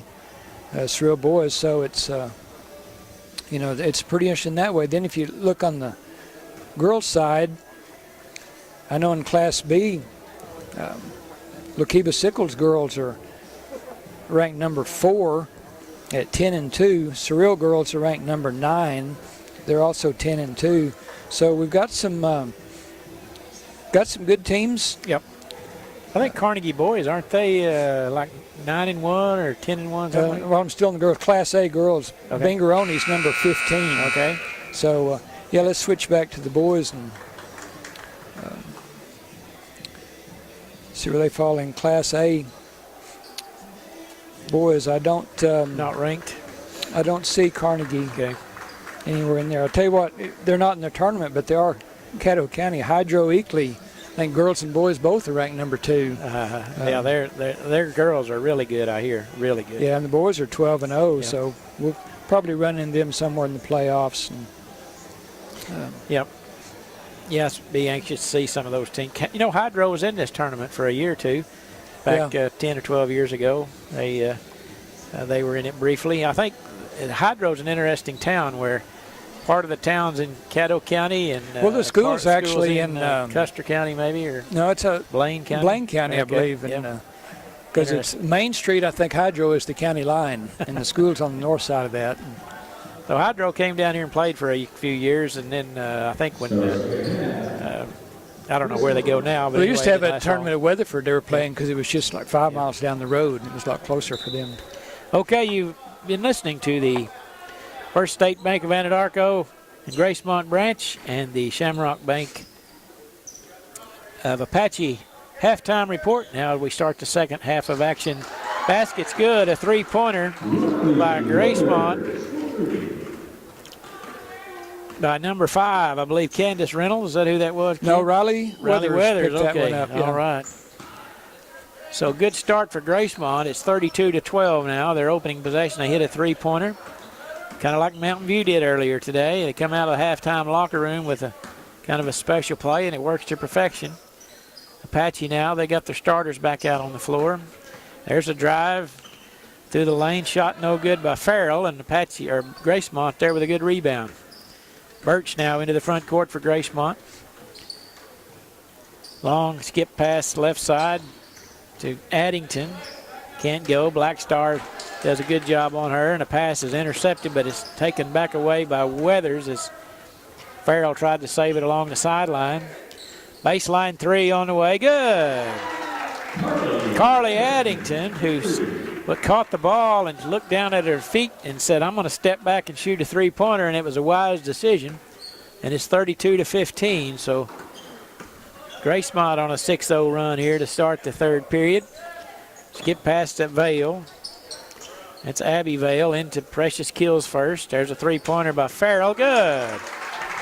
Or Lily Edwards, I should say. Lily with a nice three-pointer. Yeah, Lily's got 11 for the game. Good outside shooter. Gracemont beats the press, but then they get into the front court and they fumble it away. And they say it's off Apache on the sideline, so it'll go to Gracemont. Must have been a fingertip. Looked like Weathers knocked it out from Gracemont. From here, it sure looked that way. Well, he had a 50-50 shot. Yeah, yeah. Nobody seemed to argue. And we're not but a half a mile from the action, so it could have been us. We've got an injured player, and they're going to stop it here as one of the Lady Warriors, I think, maybe sprained her ankle. That's Lily Edwards. Yeah. Having trouble. She's going to be helped to off the floor as coach comes out to visit with her, see what the issue might be. Not one to put any weight on her left leg, that's for sure. Mm-hmm. Yeah, probably twisted her ankle. She's going to hobble to the bench, gets a nice hand from the crowd that's here. And she is going to be, she was replaced already by Taylor Wariakwi for the Lady Warriors, and it'll be Gracemont's basketball. And we're going to have a foul on Vale as Abby fouled Addington, and that'll be her first personal. Jones with the right elbow jumper won't go. Gets her own rebound. Three-pointer on the way, short by Carly Addington, and it'll sail out of bounds. Once again, one of those shots that they're probably just a little far beyond their range on the three-point line. Once again, we talk about it every year, but the size of this court is kind of a difference maker for some of these girls. The court's regulation size 98 feet or 94 feet, I guess it is. There's it really Kills is. First. Yeah, no good. College court size. Yeah. High school is normally 84 by 50, and this one's 94 by 50, so it'll be the biggest court they play on all year. The biggest difference you'll see is between the top of the three-point line and the half-court line. That's where the main difference comes in. It's about 5 feet longer on each end. And there's a travel called on Gracemont, and it'll be turned over to Apache. With 5:04 to play in the third, 20-point lead for Apache.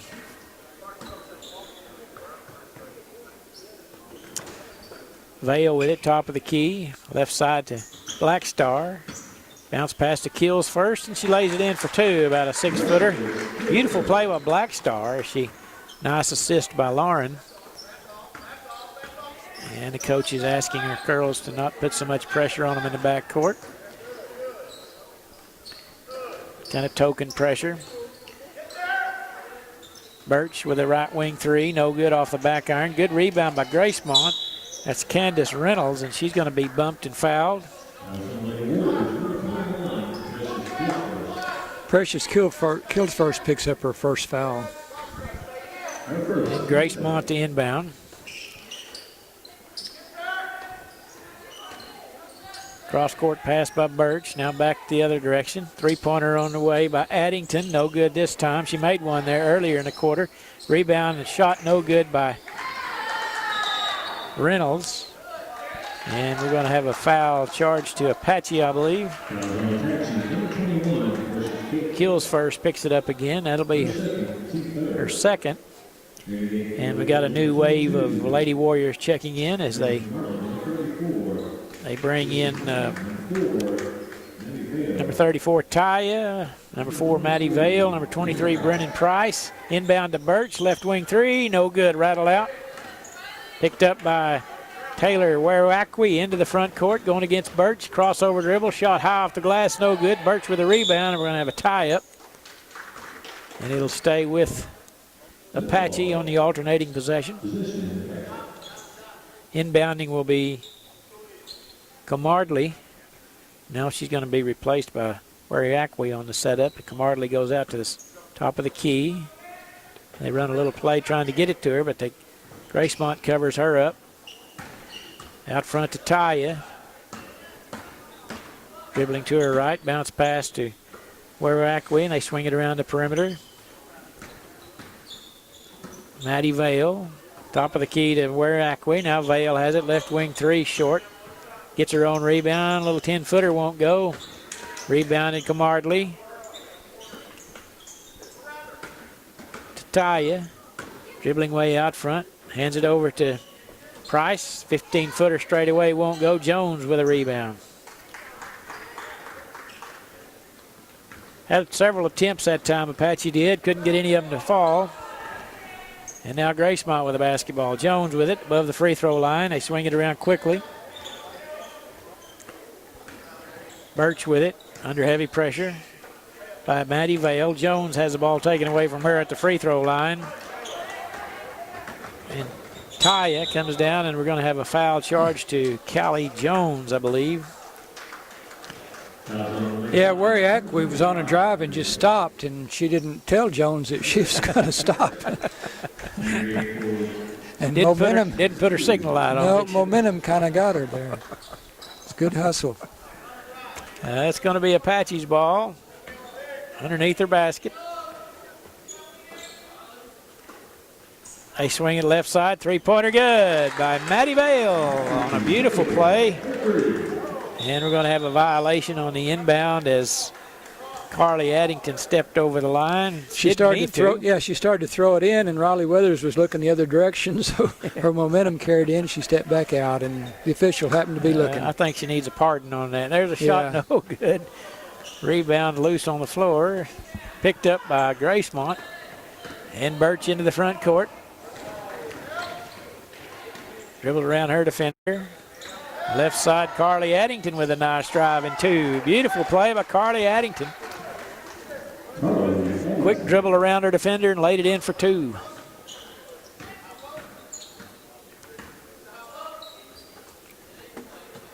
Three-pointer on the way. Camardley won't go. Put back no good. Put back good again by Tasia Taya.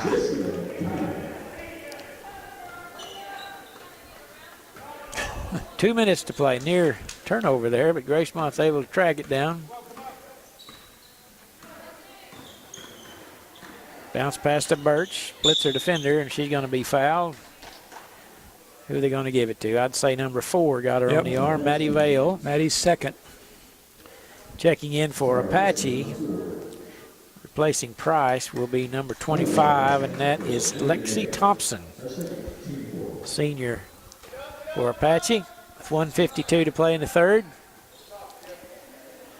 And they get the ball, try to get it inbound, but it's knocked away by Camardley out of bounds. And inbounding will be Carly Addington.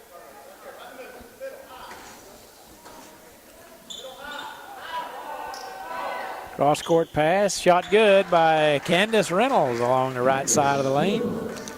Yeah, she got in there and got a good pass and a quick little 8-footer. She found the bottom of the net. Good looking shot that time.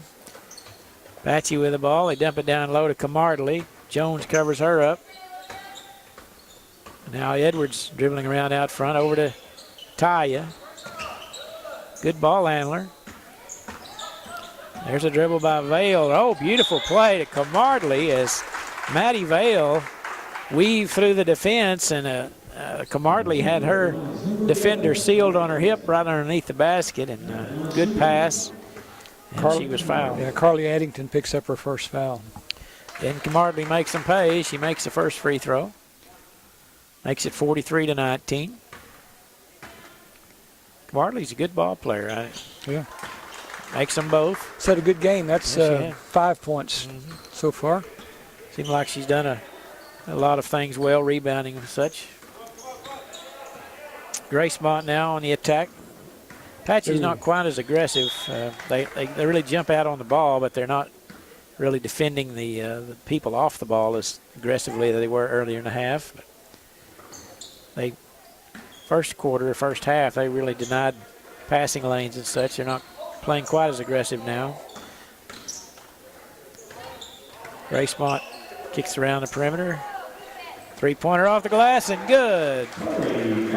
Carly Addington with a nice three-pointer. With 48 seconds to play here, third period. Camardley with it, gets a screen. Goes right side to Edwards. Right wing three, no good, too strong. Taya with a rebound. Put back, no good, hard off the back iron. Rebound Jones, and she's going to be fouled. Lexi Thompson fouled her, they said. And entering for Apache's Abby Craig, number 32, replacing Camardley with 35 seconds to play. Third period. Apache's got them doubled up, 44-22. Birch with it. Couple of dribbles over to Jones. Ball intercepted by Taya. Dribbling down the floor. Cross-court pass. Layup is good. Nice fast break that time by Taya as she laid it over to Lily Edwards for the easy two with 6 seconds to play. Birch into the front court. Dribbles all the way down. They just let her go. Left-handed layup's no good. And that will do it. After 3 periods of play, 46 for Apache, 22 for Gracemont. We'll be back after this 1-minute timeout. You're listening to Caddo County Basketball on 98.5. If you're looking to buy or sell a home or property in the Caddo County area, contact Shelley Dissy with ABC Superior Realty. With nearly 20 years of real estate experience, Shelley's a realtor who can help find individuals to buy your home in real estate. And if you're looking for the perfect home for your family, she can help you find the one that's just right for you. Shelley Dissy with ABC Superior Realty in the Midfirst Bank Building in Anadarko. You'll also find her on Facebook.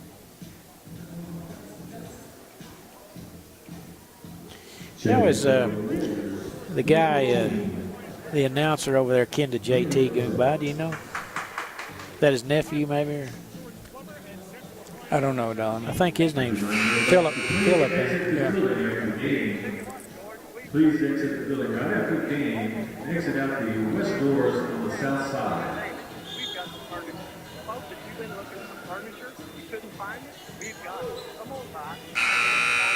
10, 9, 8, 7, 6, 5, 4, 3, 2, 1. It'll be Apache's, or Gracemont's basketball, pardon me, to start the 4th period of play. Apache leads at 46-22. And we're set to go. Second ball game of 8 today scheduled. There's a drive by Carly Addington, and she's going to go to the line to shoot 2 as she was fouled on the shot. One of the difficulties I have from here at this angle is seeing who the fouls are charged to. Yeah, Corinna Rosette came in the ball game and picked up her first foul on that one. First free throw is good. Addington, she'll have one more. And she makes them both cleanly. 46-24.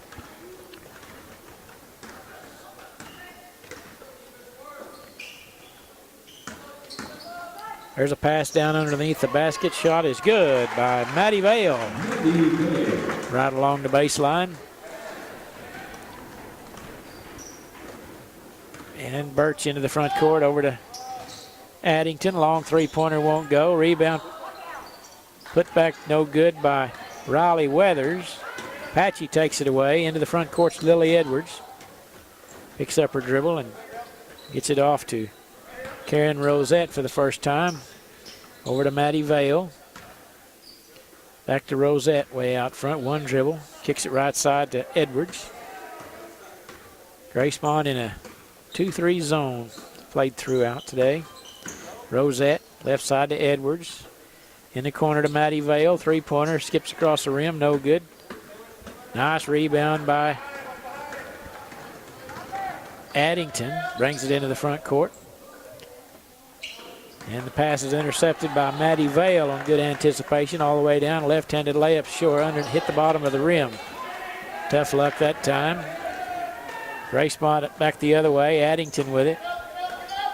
Underneath the basket. Now she'll dribble out for a three. And she makes Carly Addington, that's a good move there, Kim. You got a shot under the goal. No, I believe I'll try for a 3. Should have higher percentage shot. That gives her 15 for the game. Is that a good ball game? Yeah, we need a bunch of 3s to catch up here. Now Apache on the attack. Edwards with it.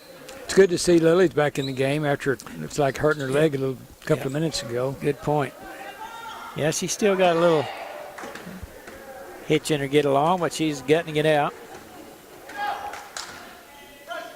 Cross court pass to Birch. Now Birch has it again. Right wing 3 off the glass and good. Kimmy Birch. The bank is open. Beautiful shot. Makes it 48-30. As Apache has 4 players at the score table set to check in. Craig with it. Now out front to Lily Edwards. To Rosette. Edwards, one dribble, tries to get it down low to Vale, but Gracemont not going to have that. Ball taken away by Addington into the front court to Birch, cutting into the paint, and her passes went through Warriors into the hands of Addington.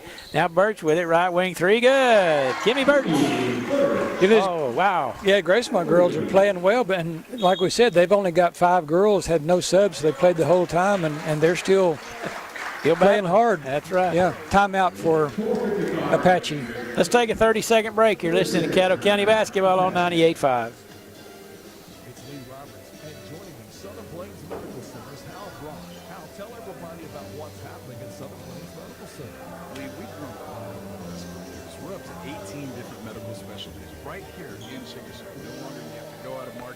Wait 6 weeks for a dermatologist. Our quick care still open Monday through Friday. 10, 9, 8, 7, 6, 5, 4, 3, 2, 1. Gracemont has gone on a 11-2 run here, Kim, to start the 4th quarter, and they've got back in the ball game sort of 48-33. So tip your caps to the Lady Lions, as you talked about before the break. Still hustling, and those 3-pointers will make a few of them. Makes a difference. Yeah, and they played hard on defense, but not too aggressive, and they have nobody in foul trouble. Jones is the only one with 2 fouls, and you think for the ball game, Gracemont's had 4 fouls. Yeah. So they got to use your head in a foul situation. You just can't get too aggressive when you don't have any substitutes to put in. There's a shot along the baseline, no good. And the putback is good by Precious Kills first. Kind of stops the rally for Gracemont, and now Apache goes back to this 3-quarter court press. Gracemont handles it with no trouble. Addington all the way down, layup partially blocked by Kills first. Black Star long pass up ahead to Alexa Farrell. Shot off the glass and good. So 2 quick baskets by Apache to stem the tide here and take the momentum back once again in that pressure. And the ball is intercepted just as a interception was made. It was the greatest called timeout I've ever seen, Kim. Knew what was going to happen, didn't he? Coach Arlen House takes a full timeout. We'll be back right after this 1-minute break.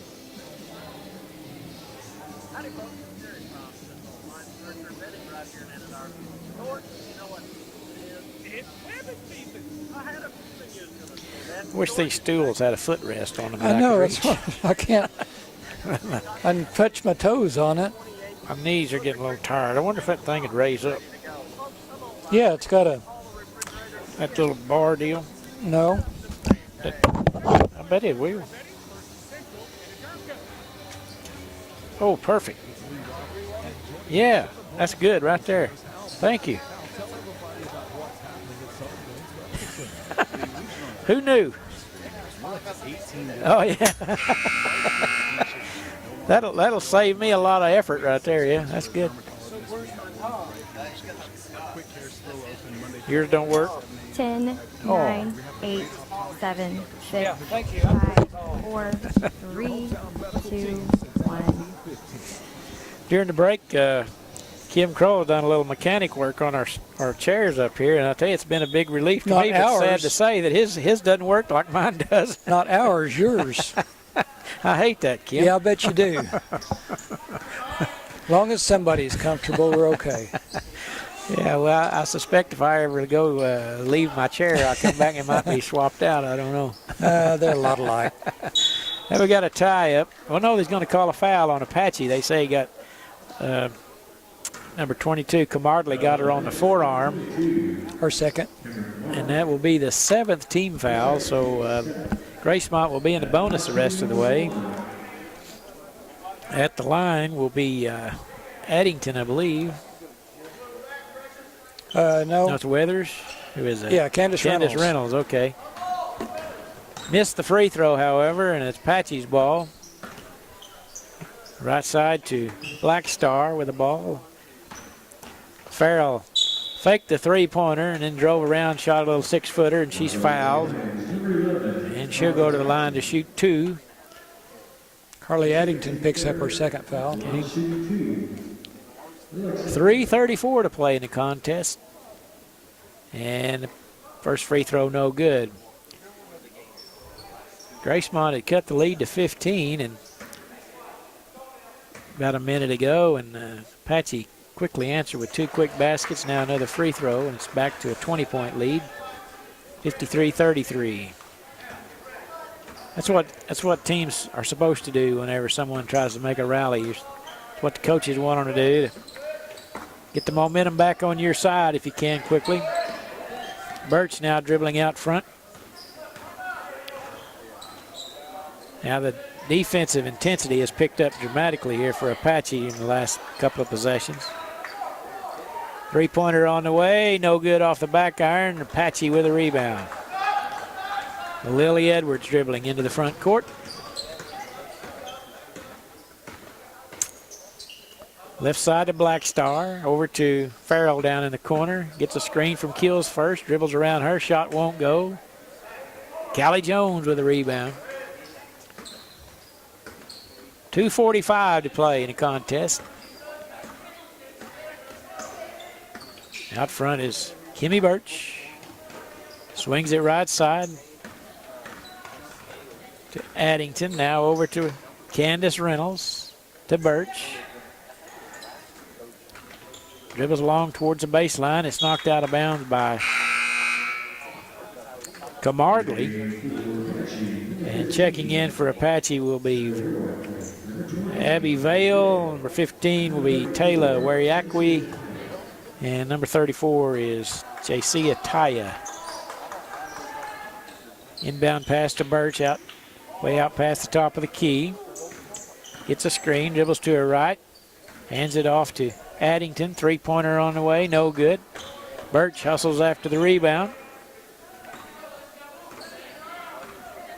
Dribbling out front, directing traffic. She gets a screen. Goes to her right. All the way to the baseline. Kills first, cuts her off. And the ball is taken away by J.C. Ataya. They double-teamed her and took the ball away with 1:53 to play. Ataya into the front court. Three-pointer straight away, no good. Along the baseline and out of bounds. Abby Craig will check in, replacing Precious Kills first for Apache. 1:42 to play in the ball game. Stay tuned for our post-game report today, folks. Brought to you by the Shamrock Bank of Apache and the First State Bank of Anadarko and Gracemont. Going to have a whistle and a timeout taken by Coach Harlan House of Gracemont. It'll be a 30-second timeout. We'll be back right after this short break.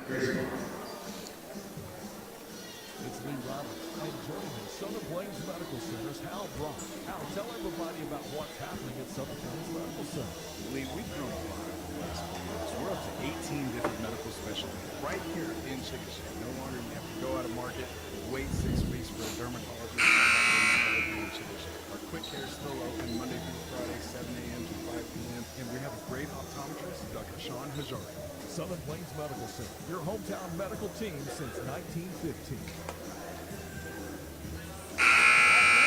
Plumber here, a lot going on at Central Appliance Furniture and Bedding in Anadarko. Let's check in with Terry. That's right, George. Let me tell you what we've got in the line today. also got refrigerators, washers, dryers, ranges, dishwashers too.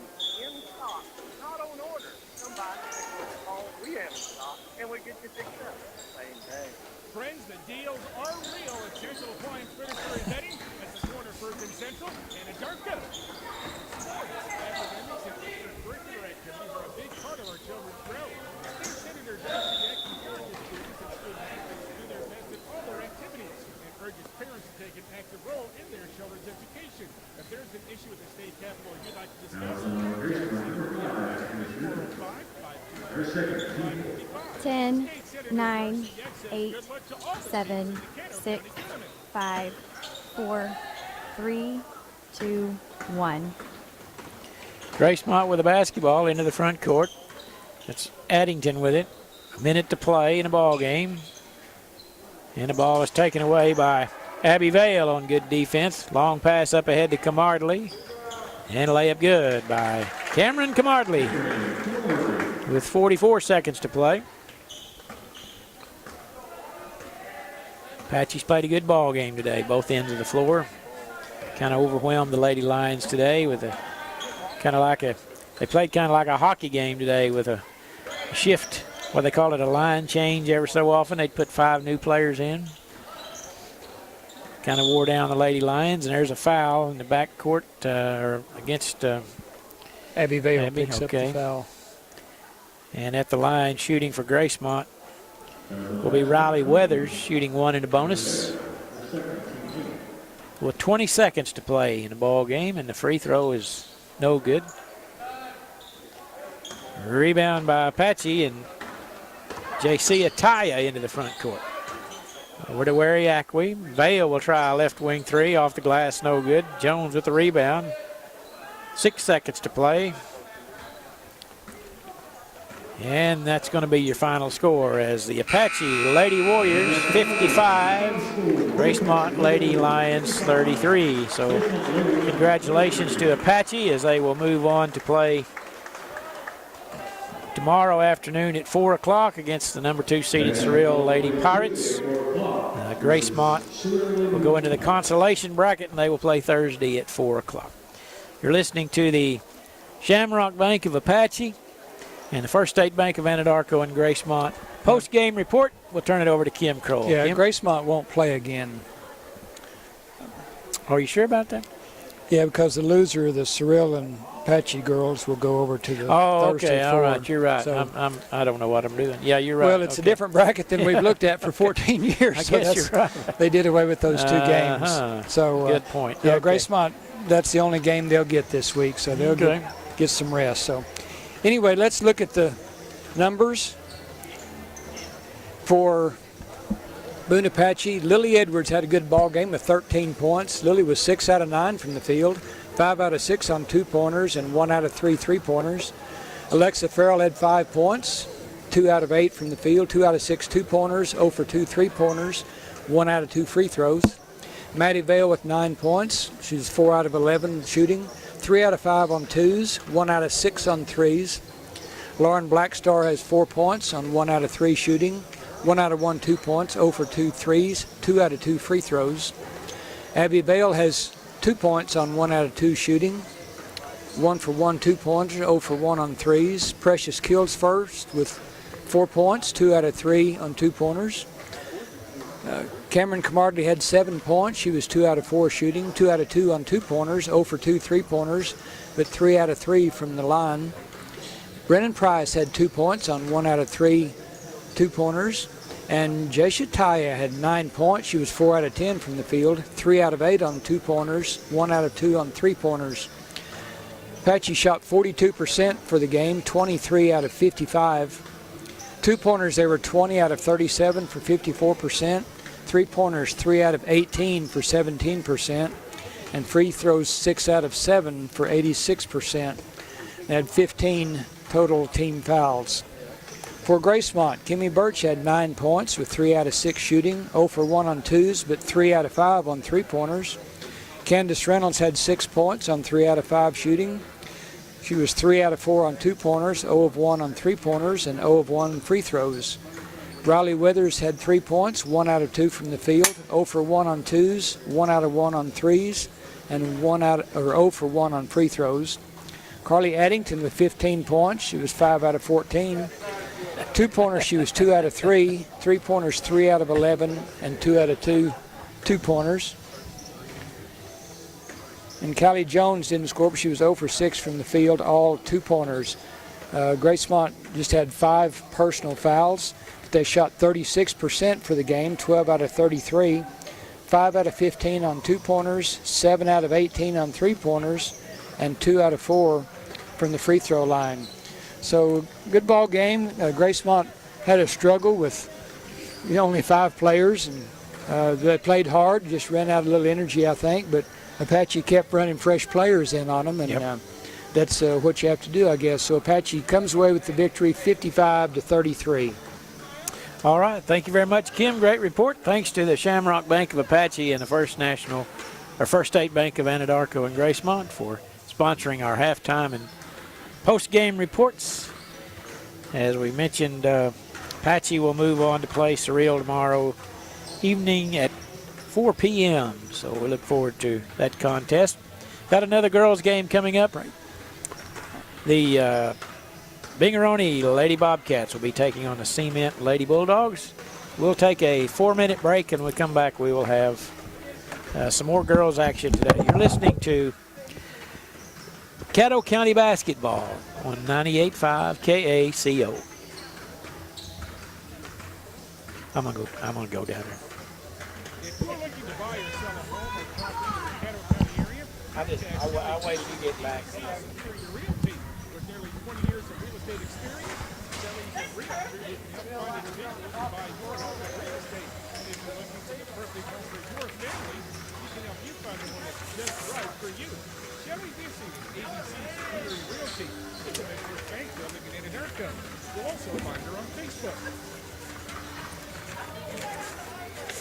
Good luck to all the Caddo County teams from Charles Allen Ford. Tell us your favorite Caddo County team to receive a 2% discount on parts and service. Offer good through February. Excludes menu price items. Charles Allen Ford in Chickasha, proudly serving Caddo County for over 40 years.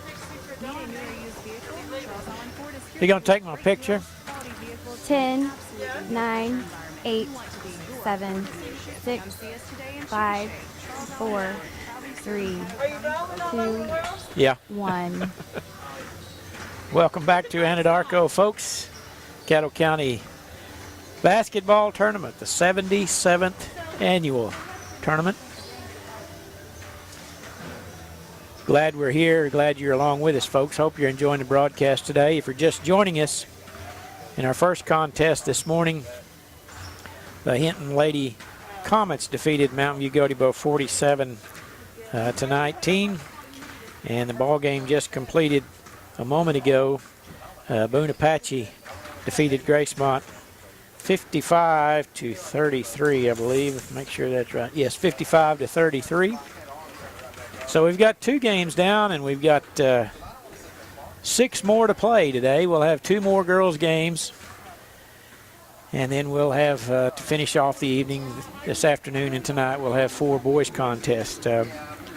This game will be Binger-Oney Lady Bobcats taking on Cement, and that will be followed by Fort Cobb-Broxton taking on Carnegie girls. Then this afternoon at 3 o'clock, Cement plays Apache boys, to be followed by Binger-Oney and Gracemont at 4:30. 6 o'clock, Mountain View-Gotebo taking on Hinton, and our nightcap today, Carnegie and Lookeba-Sickles boys. If you're just joining us, we might repeat the reason. Due to the COVID issues, they have changed some of the format of the tournament this year, and each session, each game, the gym is cleared after the game's over. Everyone is asked to leave, and so that being the case, they didn't want. Like the school of whatever particular school, the girls and boys playing back-to-back, so the fans would stay. The fans have to leave, and give some time to disinfect the gym and sanitize the seating area. All the fans are asked to sit in the lower bleacher section, and When they leave, then the cleaning crew comes along and sanitizes the seating area, and so they're trying to limit the passing of the COVID germs. And so anyway, that's kind of the format. That's the reason they're playing girls games back to back and boys games back to back. Tomorrow evening, I believe the first 2 contests will be girls games, and then 2 boys games to finish. And then on Thursday night, it'll be all 4 girls games, and then on Friday night it'll be 4 boys games on Friday night. And then Saturday, they have eliminated the 7th and 8th place games, and they will have consolation games beginning at 10 o'clock on Saturday morning. We'll have consolation girls and boys. Then we'll have 3rd place games, and then the championship games will be set for the girls 5 o'clock Saturday and the boys at 6:45. So Saturday we'll have a little earlier finish time on Saturday, the way it's brought up. Each game they allow an hour and a half, and the purpose for that is it gives time between games for folks to exit the gym and get it cleaned up before the next game starts. So we're right on schedule. The games won't start early. They'll be unless they're a little late, I suppose, but they will not start early in case you want to join us for the rest of the week. So anyway, we got Kim back in the broadcast booth. Had a little time for a breakage, and yeah, it's. Did you get you a ham sandwich while you was down there? You know, I missed out on that. Well, it's. Well, we may take you up on that after a while. I think I will. That sounds pretty tasty. Yeah. Okay. Yeah, Tricia Pierce has been good to provide us hospitality here. Had some moose munch. Oh, cool. That'll be good. That's one of my favorite things. And Kim's always good to bring snacks along wherever we play golf or wherever. He's always got some energy bars or something, and we're going to need some today, I think. All right, let's take another 3-minute timeout. When we come back, we will have some more discussion about the tournament this week.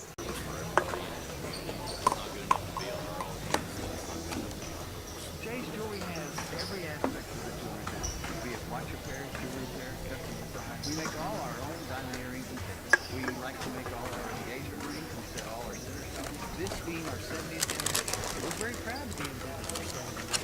I think Jay's Jewelry's biggest and best motto has always been quality merchandise, the most competitive price, and service at a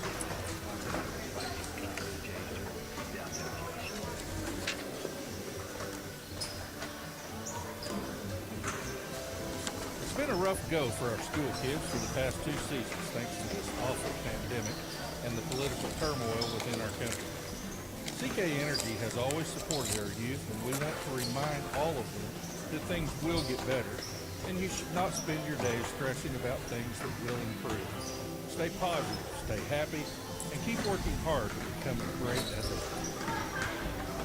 30, 18-month-olds, and 25 years old, as well as special lots of registered females. For more information or to request a survey, you can call me at 405-545-0985 or visit us on Facebook, Instagram, or our website, piercingandscattle.com. Piercing is Cattle, where our family's goal is to add value to your operation. Make a slam dunk with your internet service provider. Choose Hillary Communications, your local solution for internet, phone, and TV. Hillary Communications brings high-speed internet to you in Anadarko, Cyril, and Siemens. No phone required, no data caps. Sign up today by calling 580-529-5000 or visit Hillcom.net. Hillary Communications wishes good luck to all the teams at the Caddo County Tournament. Good luck to all the Caddo County teams from Charles Allen Ford. Tell us your favorite Caddo County team to receive a 10% discount on parts and service. Offer good through February. Excludes menu priced items. Charles Allen Ford in Chickasha, proudly serving Caddo County for over 40 years. Need a new or used vehicle? Charles Allen Ford is here for you with great deals, quality vehicles, and an absolutely no-pressure environment. 10, we want to be your 9, Ford 8, dealership. Come see us 7, today in Chickasha. 6, Charles Allen Ford, 5, proudly serving 4, Caddo County for over 3, 40 years. 2, 1. All right, folks, welcome back to the Caddo County Tournament. We're getting ready for a girls' game just a little bit between the Binger-Oney Lady Bobcats and the Cement Lady Bulldogs, coming up in about 12 minutes till tip time. We might look a little bit at the playoffs. We talked some earlier, but we'll look at as few schools as we go and see what Chickasha.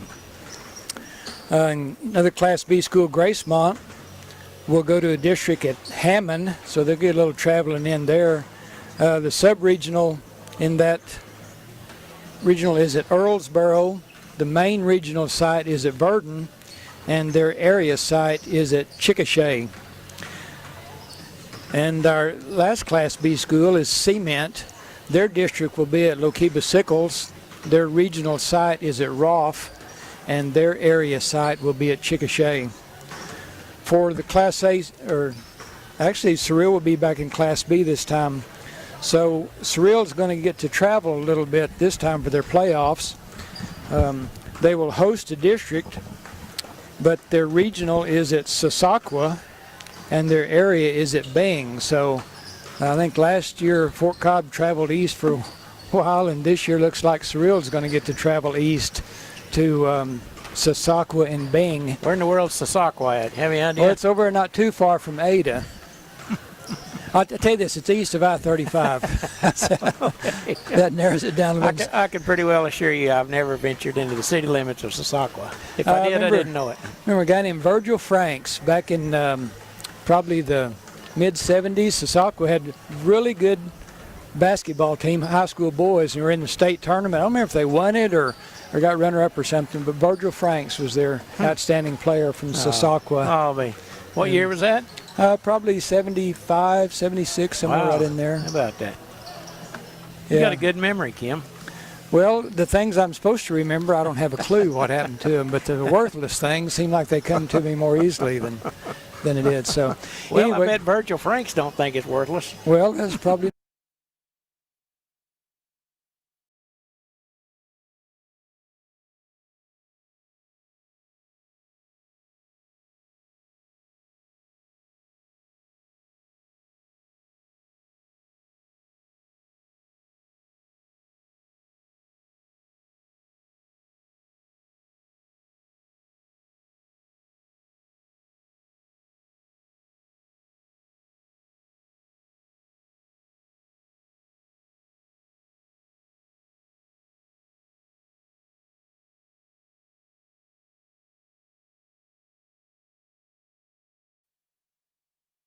It's about Thursday of county tournament week, but they came out, I think, last Friday. Yeah, so. I was surprised to see that last week. I believe they are earlier than normal, maybe a week. And maybe that's because of trying to get things lined up for the possible changes that might come about or something because of COVID. But yeah, there's a little leeway for changes if they have to. Could be. The people have cleared out. It doesn't take long to clear out. People are really careful. We don't. I mean, the fans are a great thing at the Caddo County Tournament. It's always fun to come here and see people that, really some of them I don't see but once a year, and it's a tournament. And a lot of those are staying away this time to be safe. We've not had very many fans, come in the gym. There's probably Apache had several. They had a pretty good turnout down here, but there's probably not 20 fans on either side right now. Of course, we still got 8 minutes till game time, but it'll get better later in the week. And a lot of them probably haven't figured out how to get a ticket yet. And like we've said, you have to go to your own school and get a ticket from them because they are all labeled and color-coded to get in that way. So, you have any idea what this gym will hold, Kim, seating wise? I figured it out one time, but I don't remember.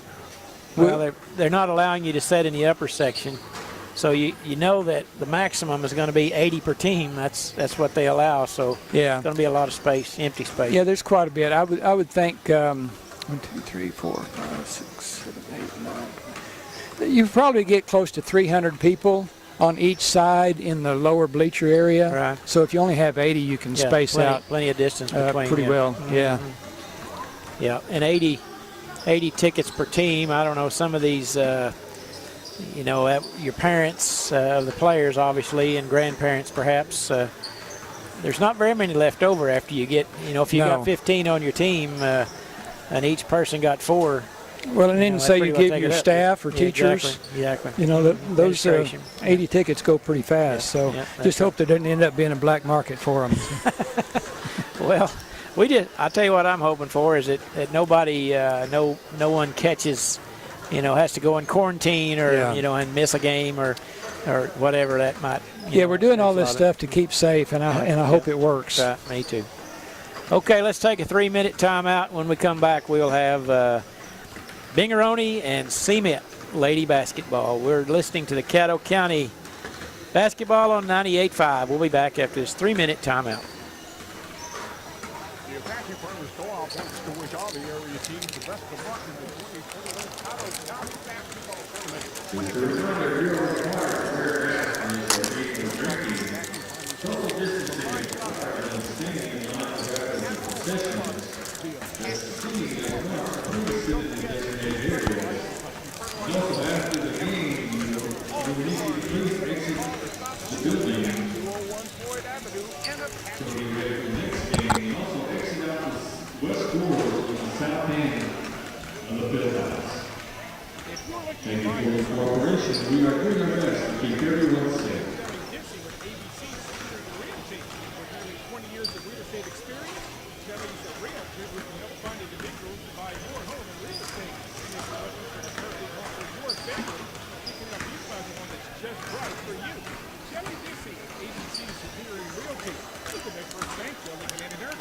You'll also find her on Facebook. Your Caddo County elected officials say good luck to all the teams in the Caddo County Tournament. Commissioners Betty Foley, Randy McNamara, and Frank Kinder, Sheriff Spencer Davis, Court Clerk Patty Barker, and District Attorney Jason Hicks, Assessor LaDonna Phillips, Treasurer Jim Mosier, and of course Rhonda Johnson. They encourage all students to get involved in their schools and their community, whether through athletics, academics, 4-H FFA, fine arts, or other programs. A message from your Caddo County elected officials.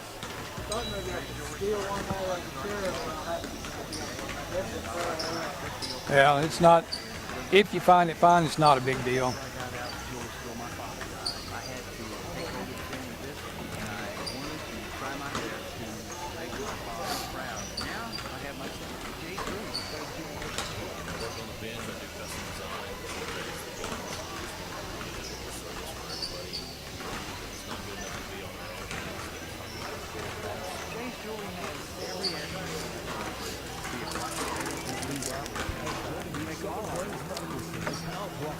Tell everybody about what's happening at Southern Plains Medical Center. I mean, we've grown a lot over the last 4 years. We're up to 18 different medical specialties right here in Chicago. No longer you have to go out of market, wait 6 weeks for a dermatologist. We have one right here in Chicago. Our quick hair stuff. 10, 9, 8, 7, 6, 5, 4, 3, 2, 1. All right, welcome back to the 2021 Caddo County Tournament, folks. We're getting ready for a ball game between Binger-Oney and Cement girls. Like tip time in about 3 minutes. Binger-Oney will be the home team and Cement will be visiting. So we're getting the fans pretty well settled in, like we talked before. Limit on fans, but they seem to have come in and got pretty well settled down. We're just kind of waiting around to get tip off. Everybody's ready to go. It's been a great facility here to host ball games, and I think last year they got new scoreboards that truly has helped out. They look great. Got one on each end, and the facility here in Anadarko is perfect for the county tournament. It's the biggest gym in the county, and then with plenty of room for everybody to space out, especially this year when we're trying to keep social distancing and everything. So it's going to work out pretty good, I think. So anyway, we just a couple of minutes for tip-off, and we'll get ready for this next girls' game. Yeah, we're certainly we've applauded Anadarko High School for a number of years. Time gets away, but yeah, I don't remember how long it's been here. For them willingness to host this tournament every year with their gym, it takes all of their administration and a lot of their support staff.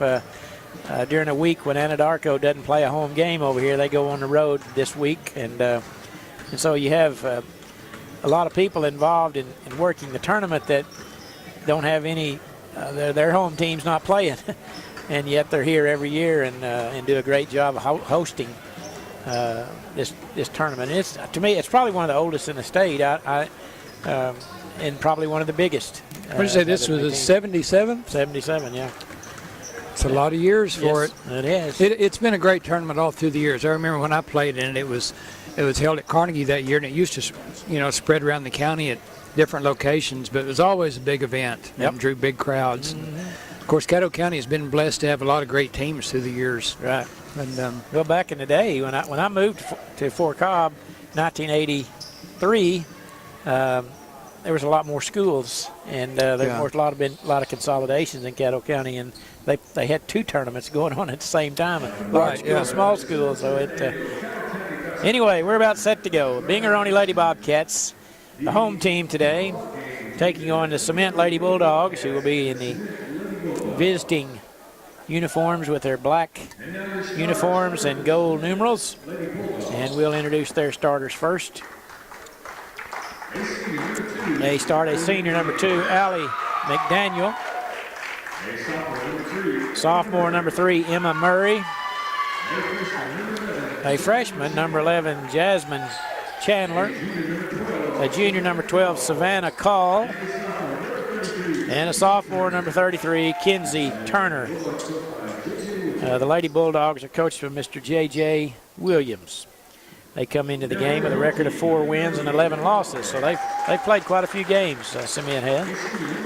For the Binger-Oney Lady Bobcats, they start a senior number 2, Lane Smith, a senior number 11, Corbin Skipworth, a 15. Okay, that would be a sophomore, senior number 15, Addison Wilson, 25, Jaden Goucher, a sophomore. And the final starter is number 33, Reagan Brock, a senior. And the Lady Bobcats are coached by Mr. Taylor Raines.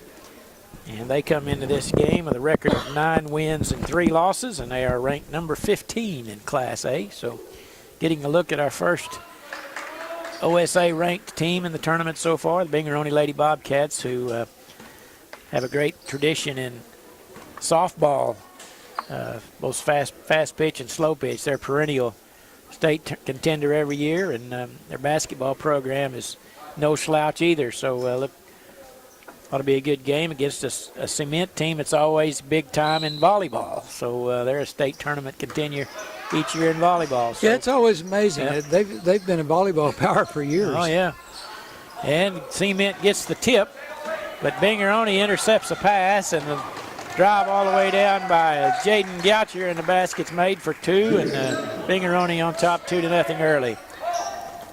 Man pressure in the backcourt by the Lady Bobcats, and we're going to have a quick turnover on Allie McDaniel as she was about to cross the center line, and she drug her pivot foot and was turned over to Binger-Oney, just underway. Binger-Oney on top 2-0. Lane Smith, left wing, gets it into the paint to Goucher. Outside to Reagan Brock. 14-footer along the baseline is good. And just like that, it's 4-0. Now pressure in the backcourt, another turnover. They get the ball into Brock. Shot under the glass, no good. Good defense that time by Allie McDaniel, and she comes away with it. Looked like they were going to have another easy 2, but McDaniel came in to deflect the shot.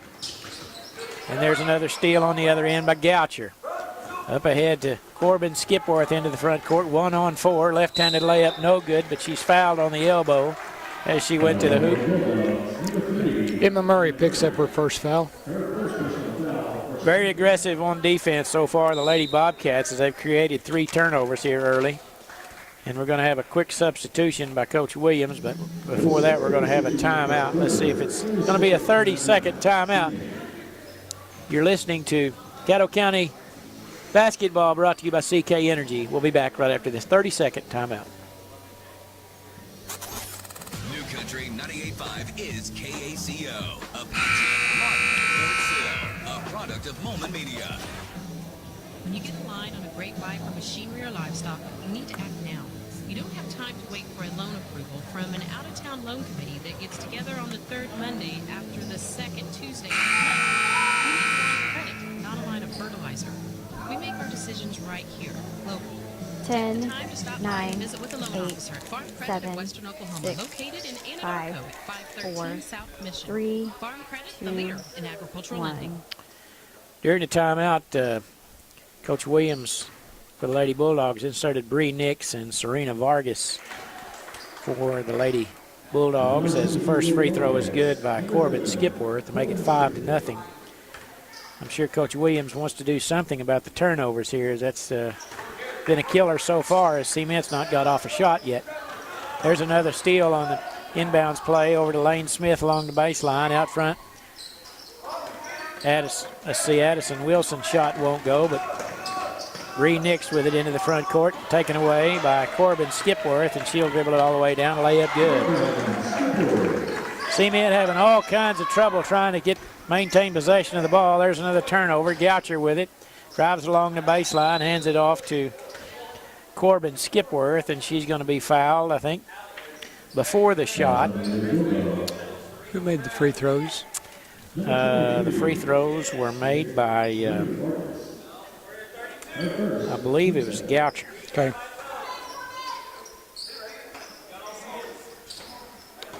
Binger-Oney with a basketball. Three-pointer good. Jaden Goucher with a long three. 11-0 our score. And the ball is tapped away on the sideline by Reagan Brock. And it'll be Cement's ball at the center line. Bree Nix to inbound.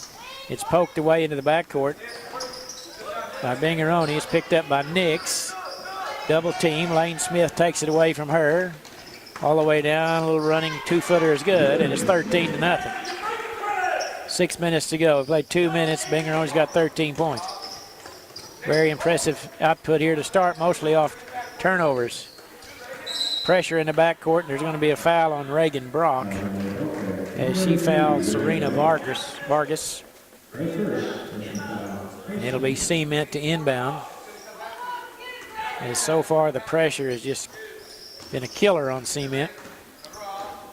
Bree Nix into the front court, double team by Brock and Skipworth. Get it to Vargas, swing it over right side to McDaniel. She'll try a right wing three, no good.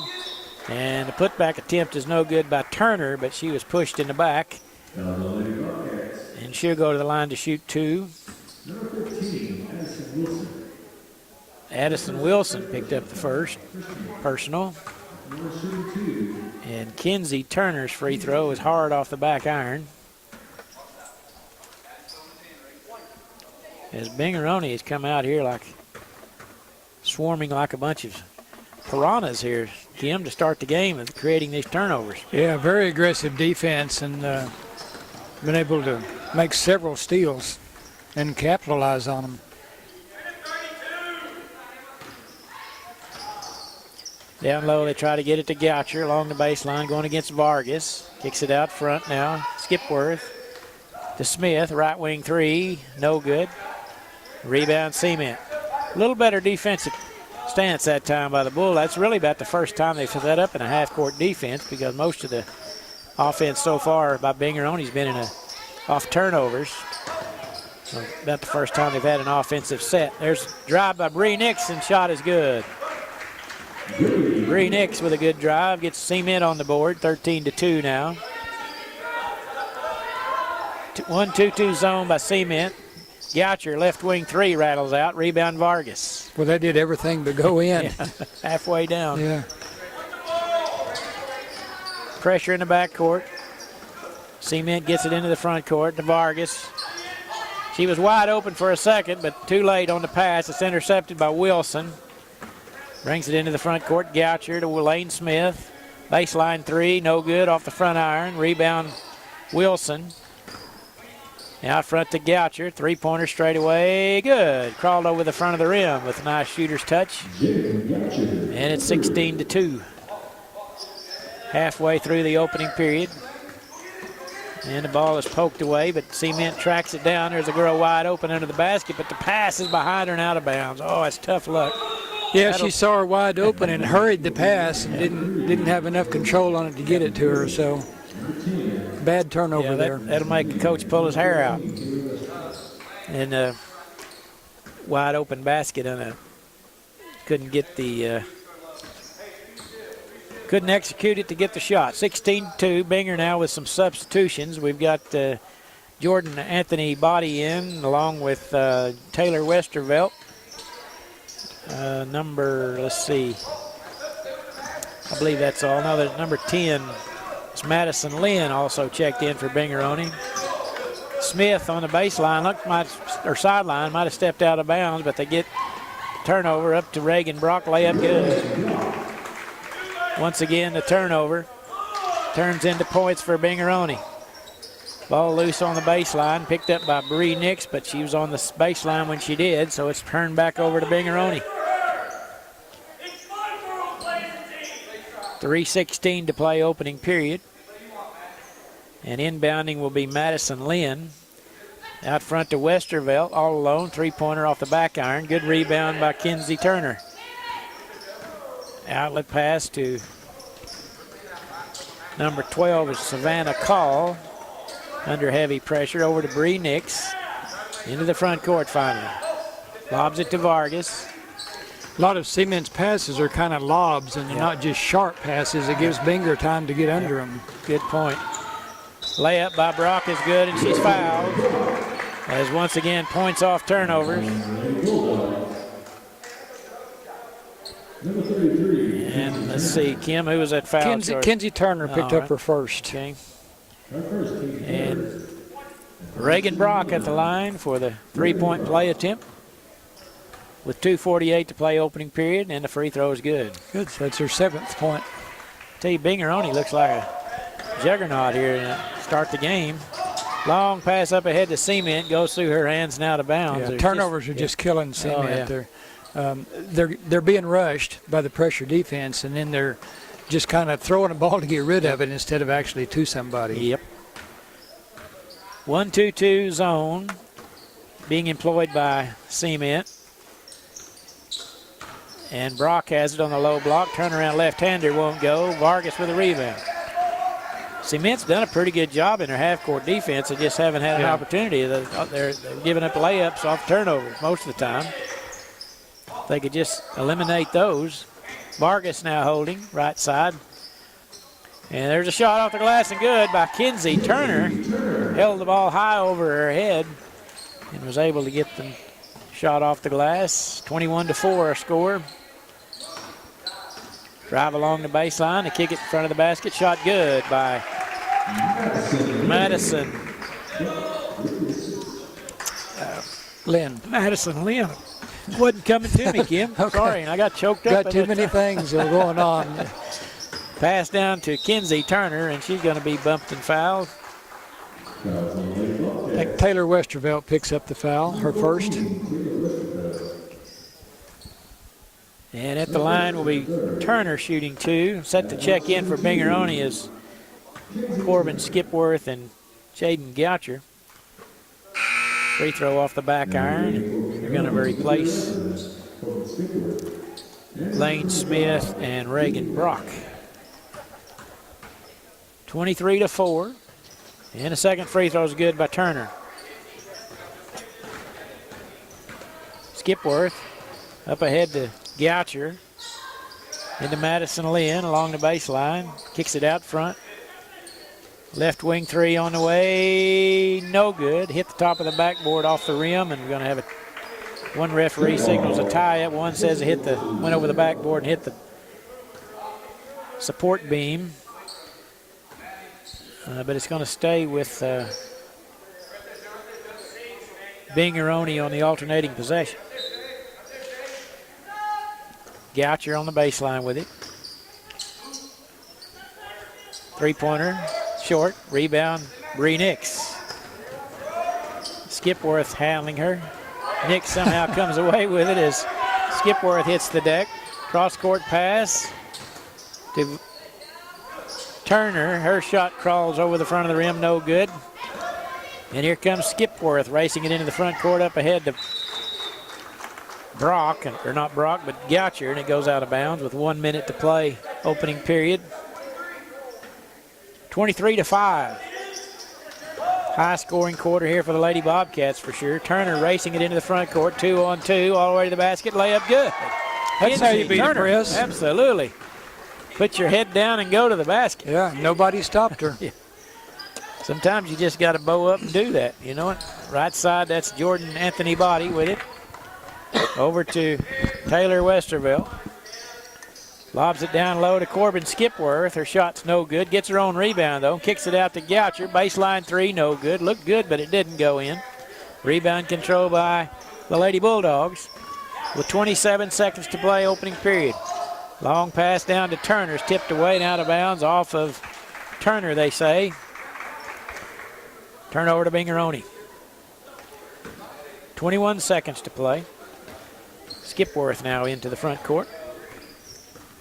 And I believe Coach Taylor Raines is going to call a play here for the final shot of the quarter.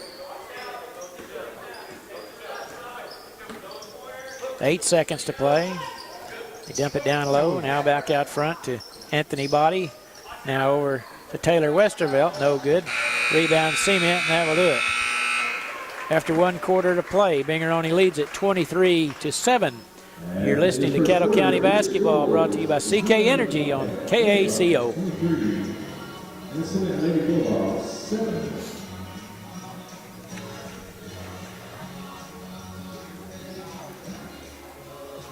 And we'll have a 1-minute timeout for the first quarter. The Apache Farmers Co-op wants to wish all the area teams the best of luck in the 2021 Caddo County Basketball Tournament. When it comes to basketball, Anadarko schools are hard to beat, just like the Apache Farmers Co-op. From livestock feed to fencing supplies, animal health products, the Apache Farmers Co-op has you covered. Don't forget, they specialize in custom fertilizer and chemical application. All your farm needs, give them a call or stop to see them. Saw the Beach Boys at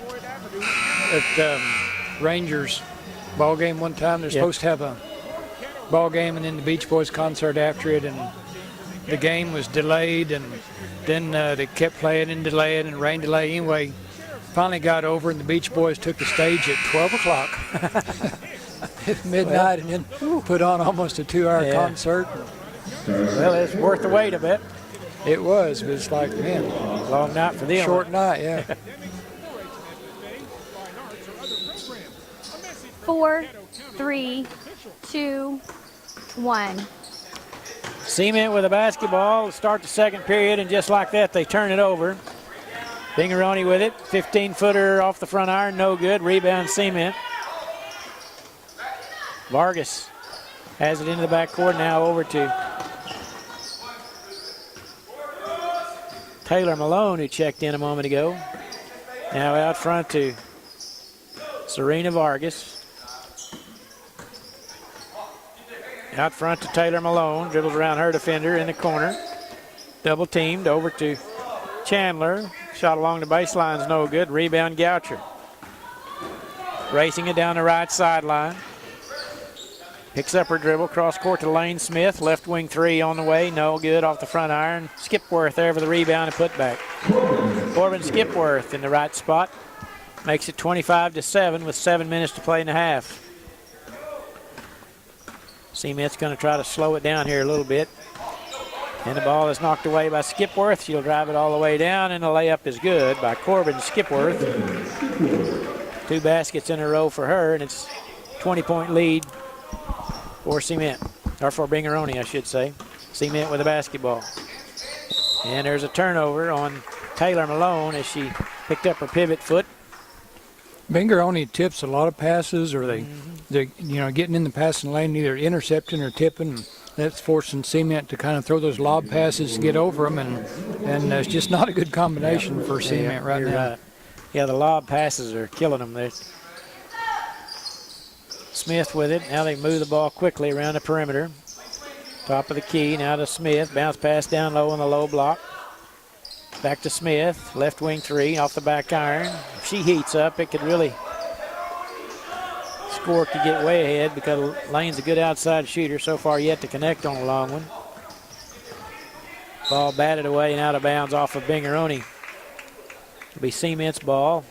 And checking in will be Kinsey Turner replacing Taylor Malone. for the Lady Bulldogs. Allie McDaniel with it. McDaniel, left wing, down in the corner to. They try to pass it to Nix. The ball is intercepted. And in the corner, Smith dribbles to the goal. Shot no good, but she's fouled on the drive. Savannah Call picks up her first personal. And at the line will be Lane Smith. Just noticing, Kim, some free throw good. Fellow by the name of John Raymond Cole, born in Cement, Oklahoma. Yeah. He was an aeronautical engineer for NASA, and he was a chief designer of the first Apollo mission. That's pretty Is impressive. that right? From Cement, Oklahoma, yes. Some smart people in Caddo County. I'm telling you, you're right about that. 29-7, Binger-Oney on top. Lob pass down to Vargas. They kick it back out front. Left wing three, no good. I thought it was in, rattled out. Binger-Oney with a rebound. That's Goucher with it.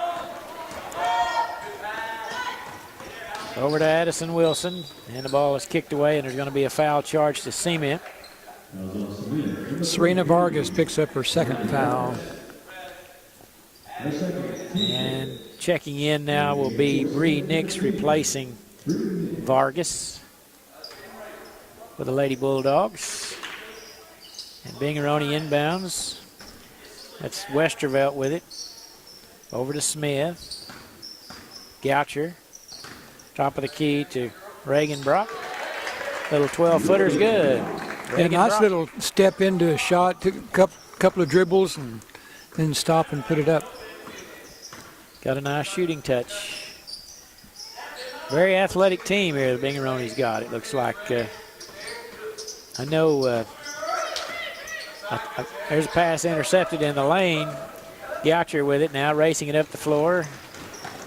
Goes by a defender, and she's going to be fouled on the arm by Emma Murray. Friend of mine, Coach Gerald Wall, is assist with their softball program over there at Binger-Oney, and I've talked to him the last few years about their conditioning program, their off-season program, and they spent a lot of time with weight training and that type of thing. And I'm going to tell you, when you get your body in shape to do those type of things, it works in softball, it works in basketball, whatever it is. That training that they do in the off season improves your athleticism. There's no question about it. And you can see it here on the floor today. Yeah. Plus, they've got a lot of players. You know, they got a 10 over there on the bench. Looks like. Yeah, it makes a difference. I think people are in so much better shape now than they Oh yeah, no question. used to be, because there's a lot more effort at it. Steal and turnover.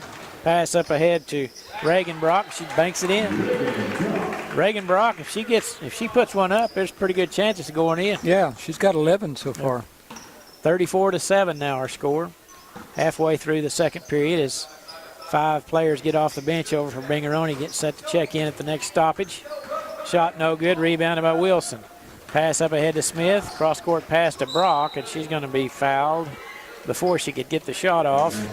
Emma Murray picked up her third foul. Uh-oh. Well, I guess they say she was in the act. No, they say she was not in the act. That's what I was thinking. And 5 players will come in for Binger-Oney. Are they going to shoot a free throw? And I thought he was going to give them the ball out of bounds. Well, it's a one-and-one now, I guess. Okay, gotcha. I'm the only one that has no idea what's going on. well, when they're substituting 7 people now, it's like kind of hard to keep up with everything. Brock's free throw is good. Checking in for Binger-Oney was Madison Lynn, Corbin Skipworth. Number 20 is Briley Hedrick. And the second free throw is good. And there's 2 numbers I can't hardly read. Number 3 is Jordan Anthony Body, and number 20, I believe, is, I got her. 30? 30 is the one I can't see. That's Carly Jennings. Okay, thank you, Kim. Three-pointer on the way by McDaniel. It won't go. Battle for the rebound, and we're going to have a tie-up. 2 girls hit the deck. And it's going to go over to Cement on the Binger-Oney on the alternating possession. With 3:40 to play. First half. It's been all Binger-Oney so far. They led 23-7 after one, and it's 36-7 now with 3:33 to play in the half. Three-pointer on the way, no good by Hedrick. Rebound, Kinsey Turner. McDaniel brings it into the front court. Over to Bree Nix. To Vargas. Skip past to McDaniel. Left, right wing three off the front iron. Rebound, Binger-Oney. They race it down the floor. That's Skipworth all the way down. Layup good. Corbin Skipworth with a nice drive. Yeah. Got 8 so far. 38-7. Binger-Oney in a trapping top 2-1-2 zone defense. Trying to really deny the ball to the post. Turner's able to get it, and she's going to be fouled as she drove to the hoop. And the foul is charged to Madison Lynn, her first. And Cement set to inbound. Bree Nix will do the honors. Lobs it out front to McDaniel. Floats across to the top of the key. Three-pointer on the way, and that's another one of those chances where it was just a step beyond her range and went out of bounds. Didn't look like she was really committed to that shot that time, but she was open anyway. Mountain Binger-Oney now on the other end, shot no good by Jordan Anthony Bod, but chased down by Skipworth. Left side to Briley Hedrick. Back to Skipworth. Straightaway three won't fly. Rebound control by Kinsey Turner. Off to Bree Nix into the front court. Pass in the corner to Vargas. Back out front to McDaniel. Thought about a three. Instead, she passes to Turner, and it's batted away. Probably should have shot that one. Up ahead to Skipworth. No good. She missed a wide open layup. Ball loose on the floor. Skipworth tracks it down, and she called her for double dribble. I think she's probably frustrated over missing that layup. Probably so, yeah. And she's going to be replaced by number 45, Jessica Stevenson. And in for Cement will be number 12, Savannah Call, replacing. Emma Murray's in the game, too. Okay, good. All right. Nix into the front court. 1:44 to play. Emma Murray with it. Cross-court pass to Vargas is tipped away by Stevenson. And it'll stay with Cement. Murray with it, top of the key. Back to Bree Nix. In the corner, right side to Carl. Tries to pass it to Nix. Ball loose on the floor. Nix comes away with it. They try to lob it down to the low block. Shot pass to Turner is good, but her shot hit the bottom of the rim. Tough luck that time, as that was a good play. Had her defender sealed. Baseline three on the way. Stevenson won't go. Vargas with the rebound. 1:03 to play. First half of action. Vargas with it. Right side, Savannah Call. Three-pointer won't go. Rebound controlled, Jordan Anthony Body. She races into the front court. Being battled there by Savannah Call. Shot no good. And we're going to have a foul on the rebound by Turner, I believe. 42 seconds to play. And that will be free throws coming up now for Binger-Oney. As checking in will be number 24, Zoe Anglin. First time she's been in, replacing Madison Lynn. Yeah, and that was Turner's second foul. And who is this at the line, Kim? She made the first. It's just sideways. We can't see numbers. They need numbers on their sleeves, don't they? Yeah. It looks like Goucher, but I don't think she's in the game. No, she's not in the game. Yeah. That would be number 30. Is that Carly Jennings. There we go. Carly makes them both. 37 seconds to play. They try to get it to the post. It's batted away by Binger-Oney. Oh. Bree Nix will try a three-pointer straight away. It's good. Bree Nix with a big basket. That's their first one of the quarter. 40-10 now with 20 seconds to play. And Cement will back out of their pressure, and Binger-Oney standing at the stationary dribble now that she's moved to her right with 10 seconds to play. She'll start the offense. Left wing three by Hedrick is good. Briley Hedrick with a left wing three. Your halftime score, Binger-Oney Lady Bobcats 43, Cement Lady Bulldogs 10. Now let's have our halftime report brought to you by the Legacy Bank of Binger and the First National Bank and Trust of Cement. Kim, let's turn it over to you for a halftime report. All right, thanks, Don. Let's look at Binger-Oney's scoring. Lane Smith has 4 points. She's 1 out of 5 from the field. Madison Lynn has 2 points. Corbin Skipworth with 8. Briley Hedrick with 3 points. Jaden Goucher, good first half with 12. Carly Jennings with 2. And Reagan Brock also with 12. Binger was 15 out of 35, 43%. Two-pointers are 12 out of 19, three-pointers 3 out of 16. And free throws are 10 out of 11. They have 5 personal fouls, nobody with more than 1. For Cement, Bree Nix has 5 points, and Kenzie Turner has 5 for their 10. They're shooting 4 out of 13 from the field, 31%. They're 0 for 5 on the three-pointers, 2 out of 5 free throws, and they have 8 personal fouls. Emma Murray has 3. And Vargas and Turner each have 2. So Binger-Oney shooting 43%, Cement shooting 31, and Binger put up 35 shots compared to 13 for Cement. Wow. So that's why we have a 43-10 game. Cement just had, I didn't have a count on turnovers, but a lot. Way too many, yeah. Their passes are getting intercepted or tipped or something. Binger's doing a good job on their defense, and they're just having a hard time getting the ball up the court and getting a decent shot. So maybe they'll work on that at halftime and get some better plans out and come back and make a little run. Seemed like the first 2 games, the teams that have been way down at halftime have come out in the third quarter, made a little run, and got back in it a little bit. So we'll see what happens. But right now, 43-10, Binger-Oney ahead. All right, thank you, Kim, for that report. I'd like to thank First National Bank and Trust over at Cement and Chickasha, and for the Legacy Bank of Binger for sponsoring our halftime and post-game report.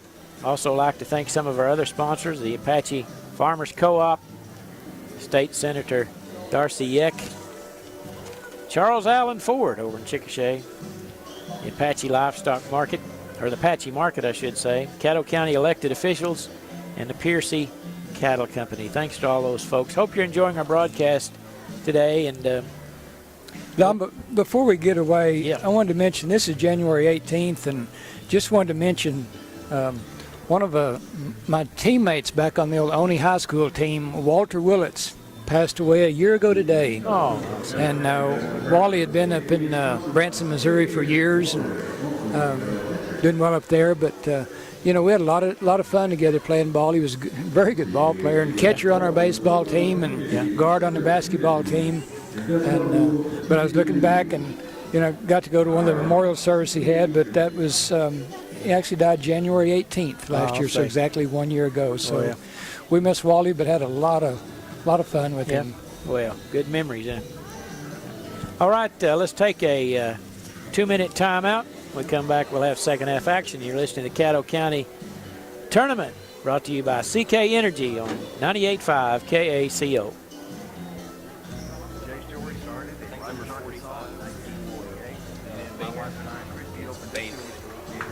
Bailey, Jessica Bailey.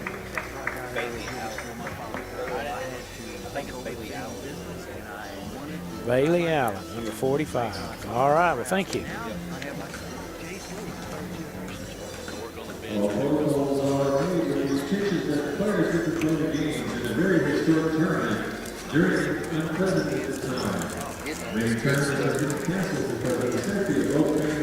So 45's not Jessica? He says Bailey Allen. Bailey? Bailey Allen. Okay.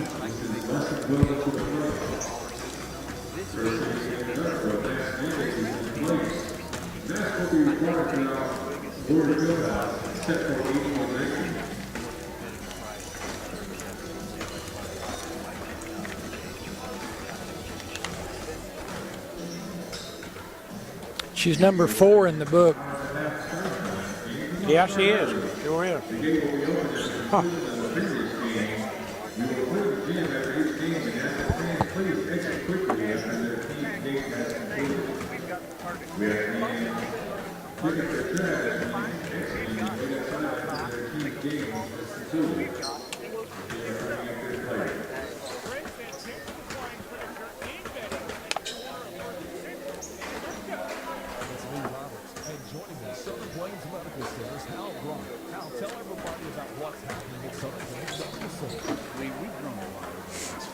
We're up to 18 different medical specialties right here in Chickasha. No longer have to go out of market, wait 6 weeks for a dermatologist. We have one right here in Chickasha. Our quick hair 10, 9, 8, 7, 6, 5, 4, 3, 2, 1.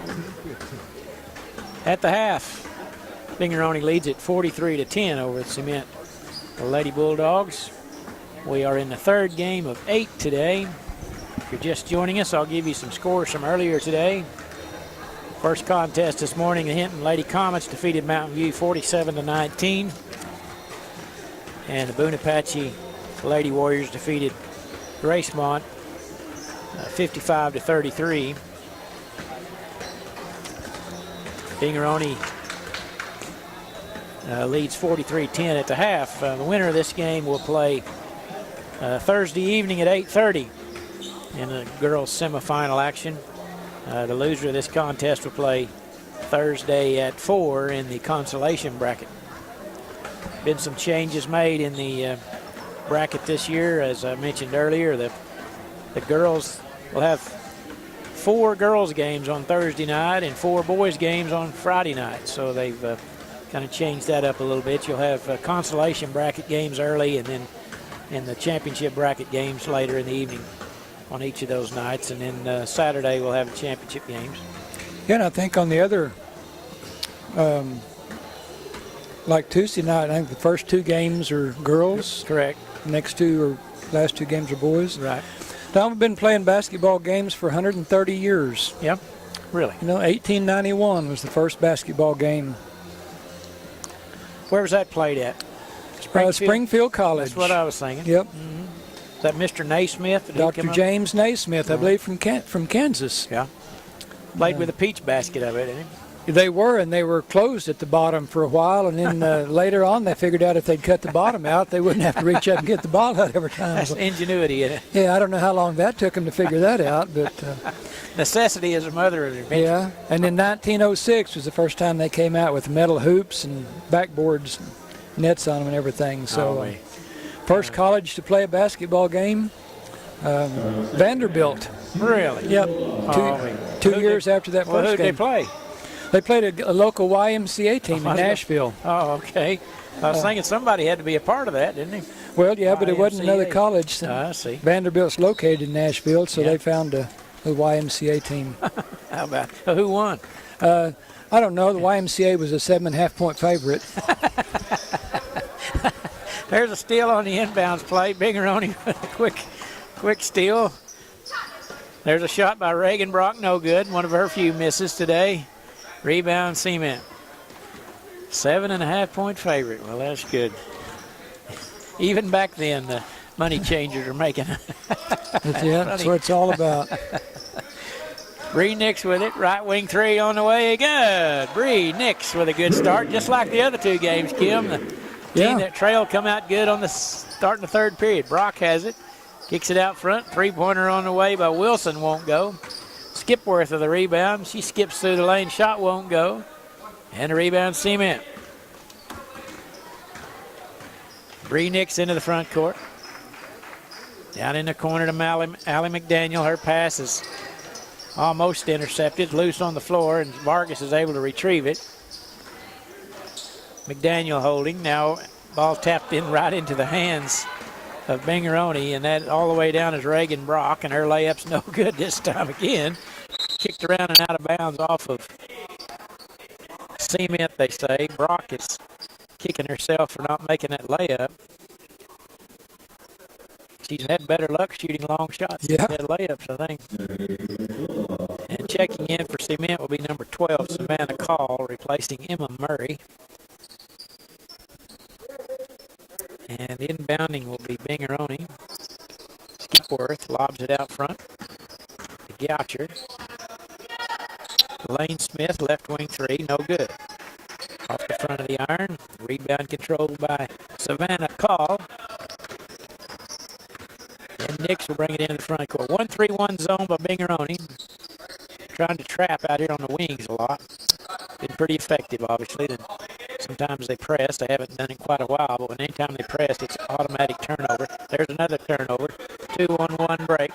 Corbin Skipworth over to Goucher. Jump stop good. Little 2-foot jumper left to the lane, and it's 45-13. Goucher's played well today. She has. She's got 14 points. Yeah, she had a really good first quarter. Yeah. There's a three-pointer on the way by Vargas. Skipworth hustles after the rebound. Hands it off to Addison Wilson, up ahead to Smith, right side. Goes against Vargas. Shot won't go. Rebound, Savannah Call.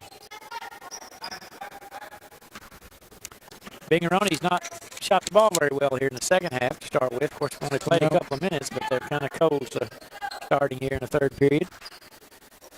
Vargas with it. Out to Bree Nix, double team. Cross-court pass to Savannah Call. Over to Bree Nix. In the corner to Vargas. Skip pass over to McDaniel. And the ball's bounced along the baseline. It's picked up by Goucher. All the way down, and the layup is good. Jaden Goucher picked up the loose change and took it all the way to the hoop. 47-13. Now our score. Long pass to Turner. Yeah, goes off several hands. That pass didn't have a chance. Nope. Kind of a high arcing pass, but had to clear two Binger defenders and didn't have enough room to get over them. Even if she would have caught that, it'd have been hard to do much with it. Next inbound, it stays with Cement.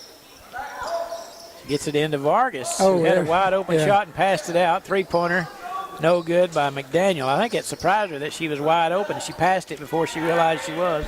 Pass up ahead to Brock, left-handed layup good. Reagan Brock made that one look easy. Well, I don't believe she's left-handed, but she made a left-handed shot. Well, she hasn't been the rest of the night or the day, so they may change on us. She may be like you. She bats right and puts left or something like that. Confused is how that is. McDaniel, three-pointer, no good, off the back iron. And it goes off of Cement. It'll go to Binger-Oney. There's three substitutes set to check in. Taylor Westervelt, Jordan Anthony Body. And the other one was number 10, I believe, Madison Lynn, checking in for Binger-Oney with a 36-point lead. Three-pointer won't go. Rebound Vargas. Westervelt's shot wouldn't drop halfway through the third. Vargas left side.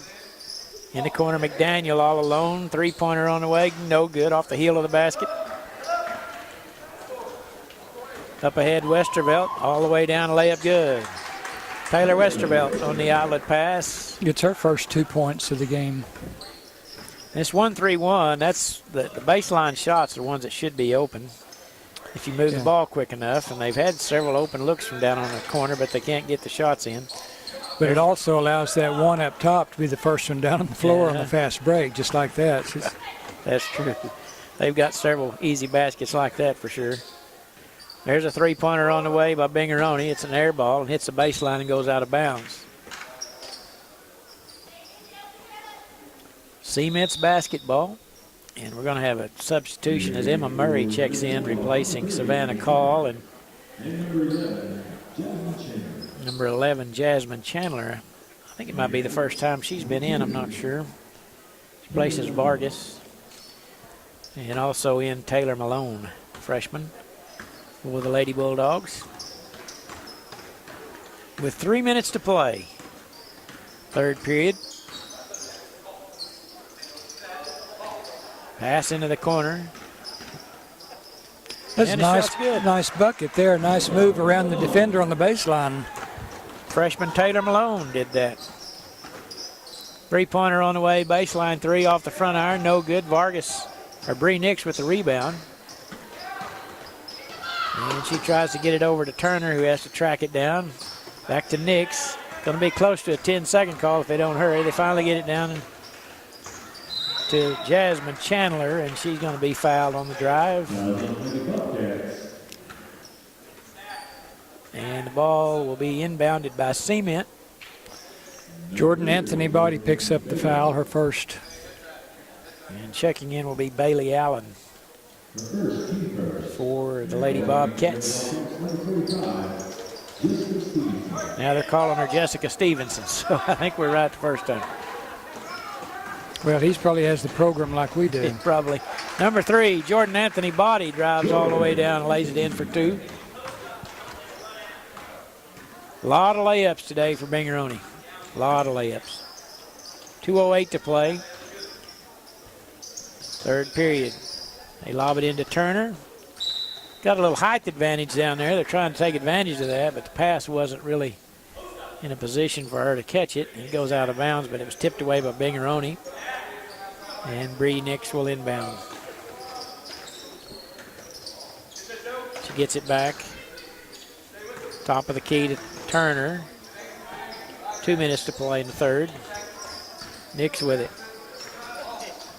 To Turner, left side of the lane. Awkward shot off the backboard, no good. And Addison Wilson is bumped and fouled as she headed up the floor. And the foul is charged to Emma Murray, her fourth. And she's going to be replaced by Savannah Call. And Addison Wilson is replaced by Madison Lynn. Addison for Madison. There you go. How am I supposed to remember that? Three-pointer on the way by Taylor Westervelt is good. And it's 56-15. Lob pass to Turner. Good basket by Kinsey Turner. That's using your height to your advantage right there. Hold the ball high over your head. Knock it in. Binger-Oney moving it quickly when there's a turnover. Savannah Call intercepts the pass. Back to Bree Nix with a minute to play in the third. Into Turner. 2 dribbles in front of the basket. Turnaround shot. Good. How about that? That's another good Turner, move, yeah. 2 in a row. The light bulb went off right there, I think. That was 2 nice plays in a row. I think I'm bigger than everybody else on the floor. I'll just shoot over them. That's right. Three-pointer on the way by Westervelt's no good. Rebound Binger-Oney by, I believe that's Briley Hedrick, and her shot's no good, but she's fouled. And that's the second personal on Turner. And Hedrick will be shooting 2 with 36 seconds to play. You know, sometimes, Kim, I think that's really true about that light bulb deal. First free throws good. Sometimes you playing ball or whatever it is, and you struggle and you do this or that, and then all of a sudden you have a little success and you think, wow, you know, and it just changes from there on, whatever it is you're doing. That worked. I'll try it again. Yeah, that's right. Yep, that's right. Cement with the basketball. 28 seconds to play to Turner. Makes a move into the paint. Over to Jasmine Chandler. Her drive. Shot no good. And we're going to have a tie-up. And it'll go over to Binger-Oney. 17 seconds to play. And Cement will go back and play in her 2-1-2 zone. And Bailey Allen brings it into the front court for the Bobcats. Three-pointer on the way by Hedrick is no good. And Turner skies for the rebound. 4 seconds to play. Nix at the half line. Spin move, long shot, no good. After 3 quarters, Binger-Oney 58, Cement 19. You're listening to the Caddo County Basketball Tournament brought to you by CK Energy on 98.5 KACO.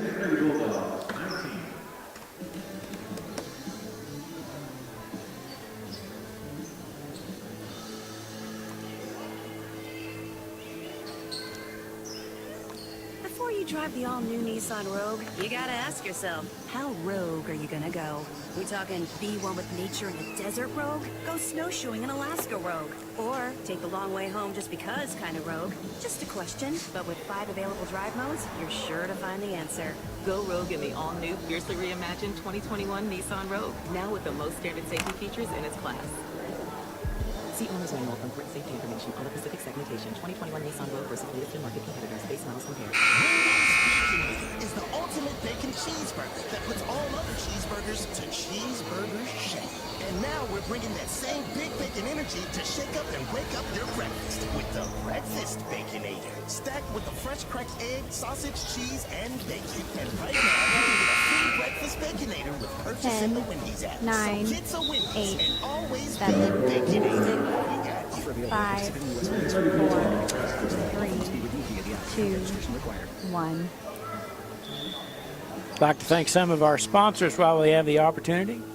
Central Appliance Furniture and Bedding, Hillary Communications, and ABC Superior Realty. Thanks to all those folks for helping us with our broadcast this week. Cement will have the ball to start the 4th period of play. They trail 58-19. Pass out front to McDaniel. Left wing 3 won't go. And the ball will go out of bounds along the baseline. Got some new players in for Binger-Oney we'll try to get to right now. We have Bailey Allen. She's in there. Then we have, let's see. 23.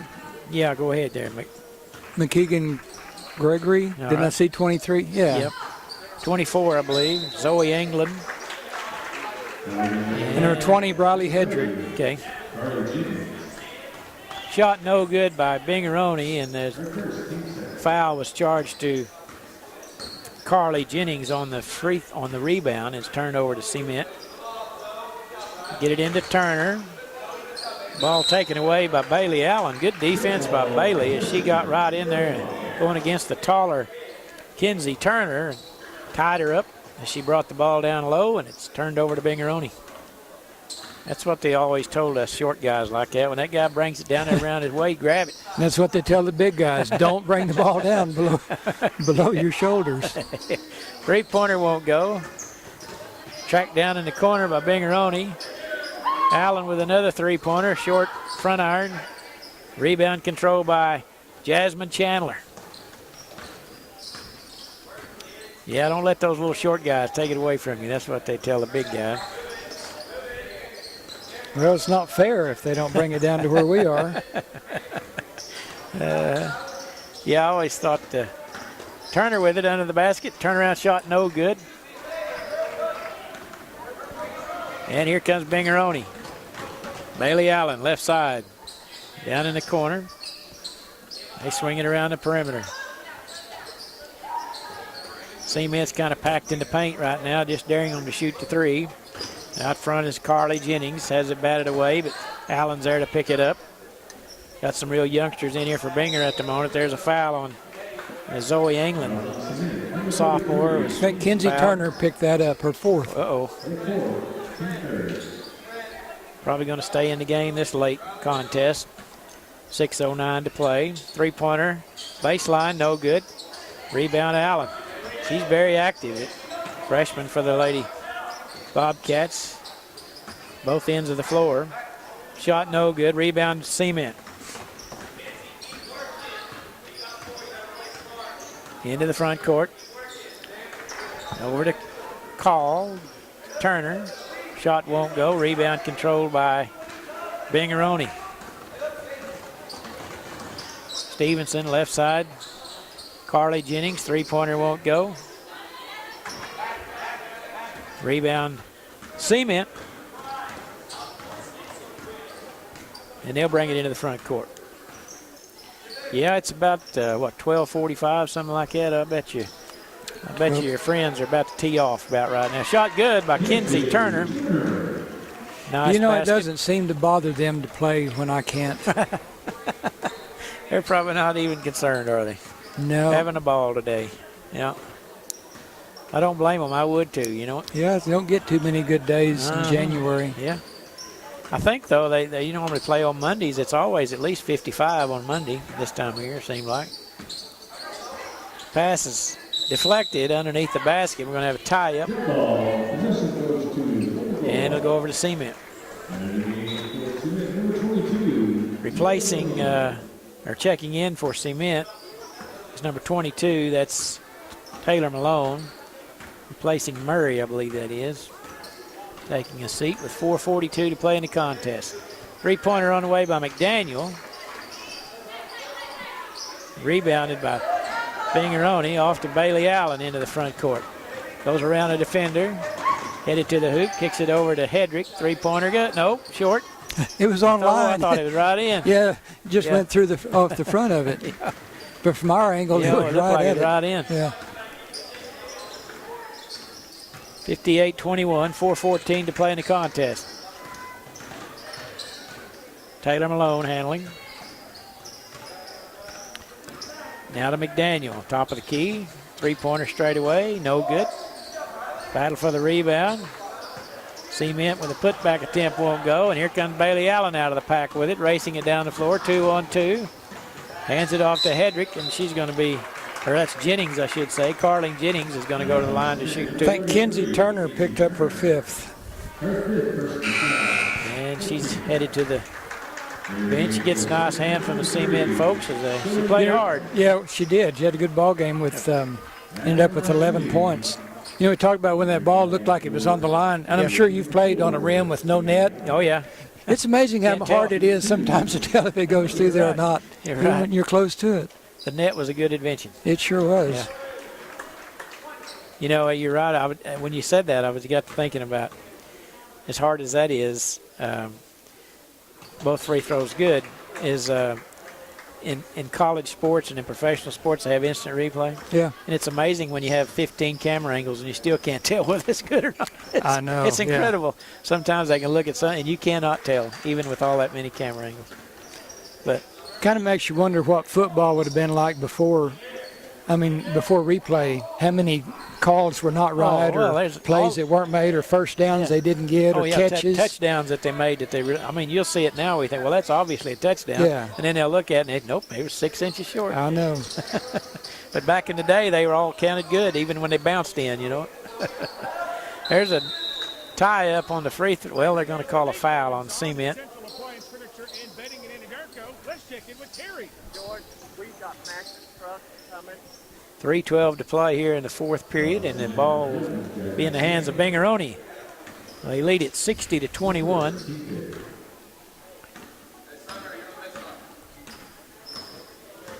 Bailey Allen dribbles up to the top of the key, kicks it left side, three-pointer on the way, no good. Rebound by Bree Nix. Racing it down the left side. Stops at the baseline, kicks it out. Three-pointer on the way by Chandler, won't go. Good hustle there by Cement to get the rebound. Three-pointer! Went around the rim and out. Tough luck. All the way around and came out. And we're going to have a foul on the rebound. Charged to number 24, Zoe Anglin, and that's her first personal. And free throw no good by Vargas.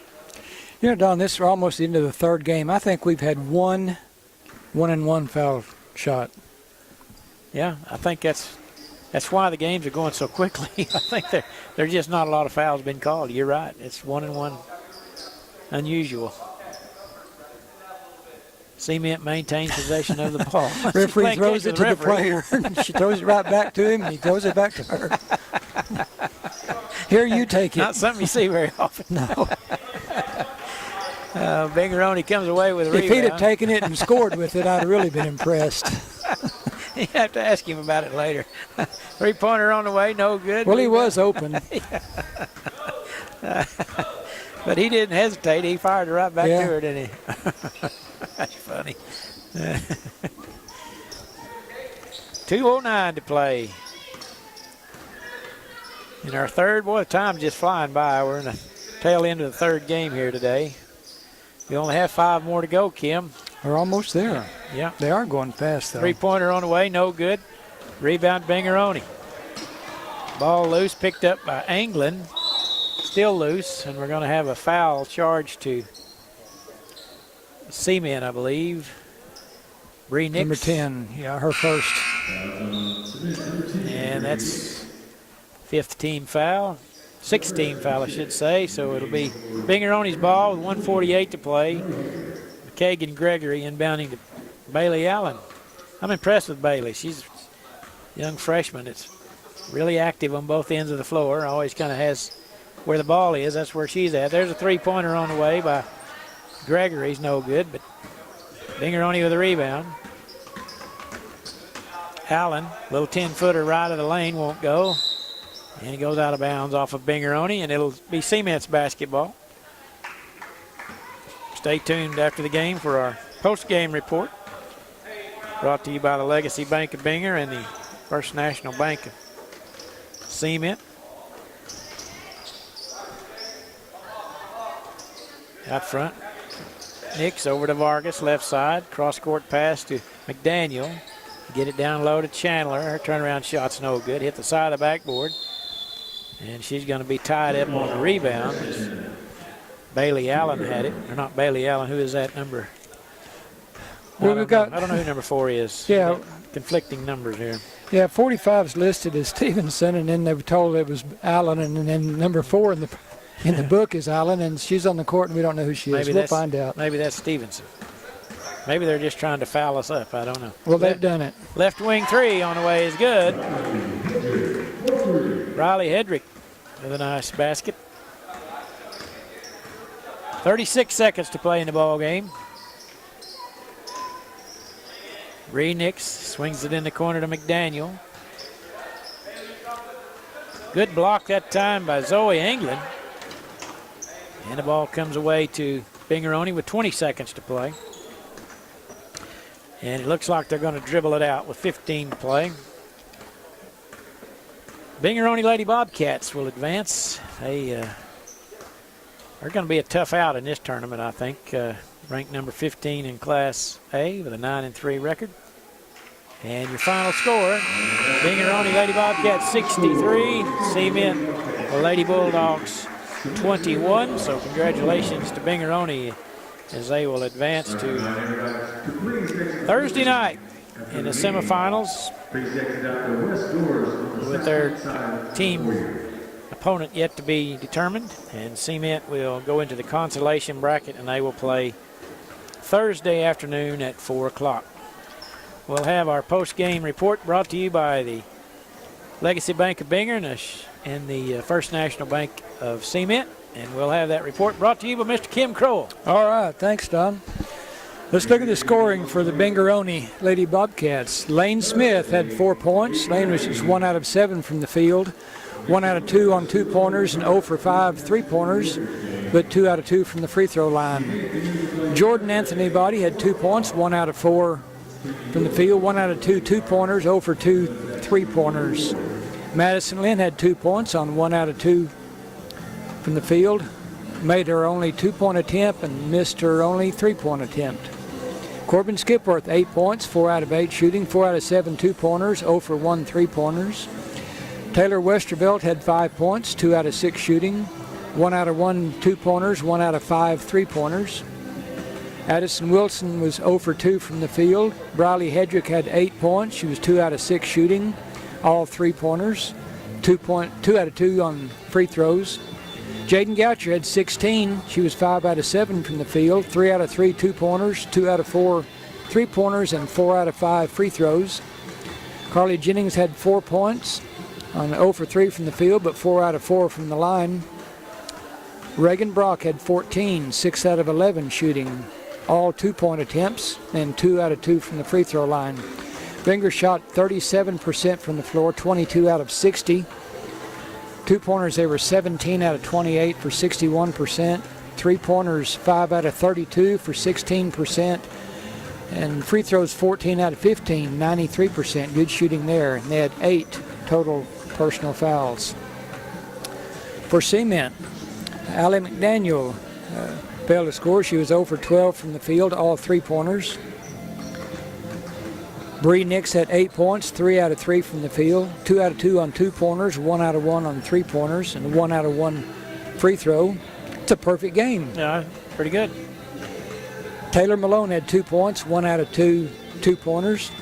And Kinsey Turner had 11 points. Kinsey was 5 out of 11 from the floor, all 2-point attempts, and she was 1 out of 4 from the free throw line. Cement shot 25% for the game, 9 out of 36. 2-pointers, they were 8 out of 19 for 42%. 3-pointers, 1 out of 17 for 6%. Free throws, 2 out of 7 for 29%, and they had 14 total fouls. So a tough shooting night for Cement, but they played hard all the way and played a little better the third quarter when they came out, but still they fall to Binger-Oney 63-21. All right, thank you very much, Kim. We need to take a station ID break. We'll pause 10 seconds for station ID. You're listening to Caddo County Basketball on 98.5. New Country 98.5 is KACO, Apache, Lawton, Fort Sill, a product of Moment Media.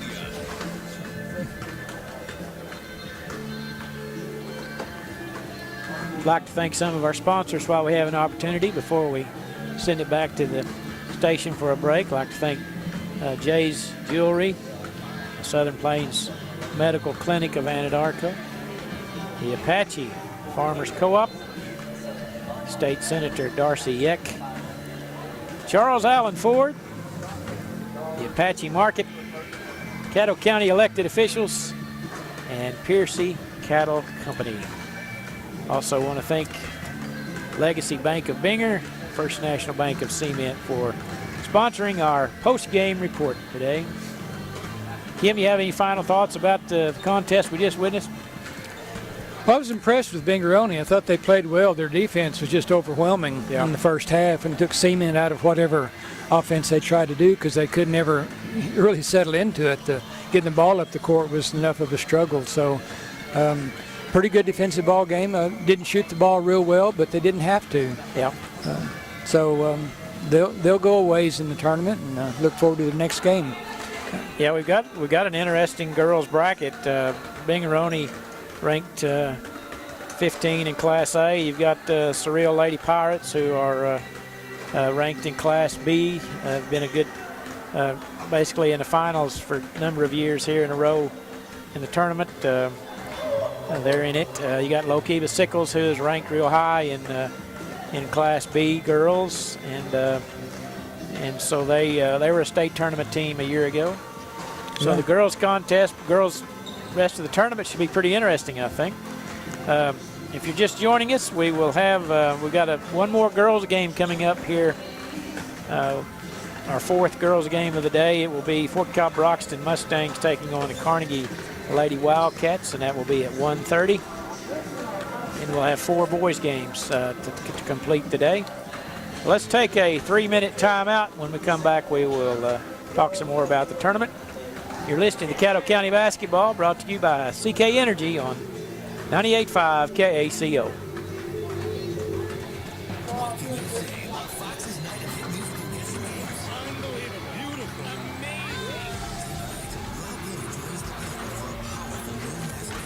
If you had told me that I would end up weeping to a dancing tulip, I would have said you're crazy.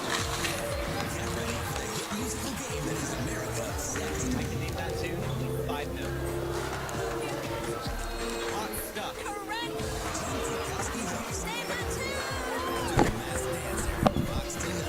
Wendy's Baconator is the ultimate bacon cheeseburger that puts all other cheeseburgers to cheeseburger shake.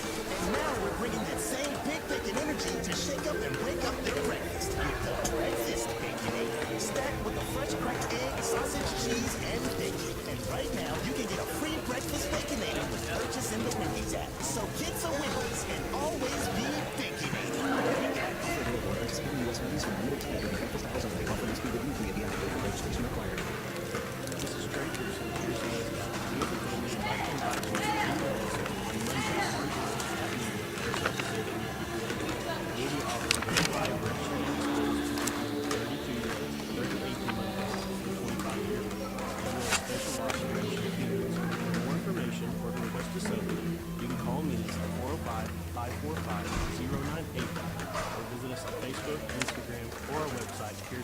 CCBTcattle.com. Piercing is cattle, where our family's goal is to add value to your operation.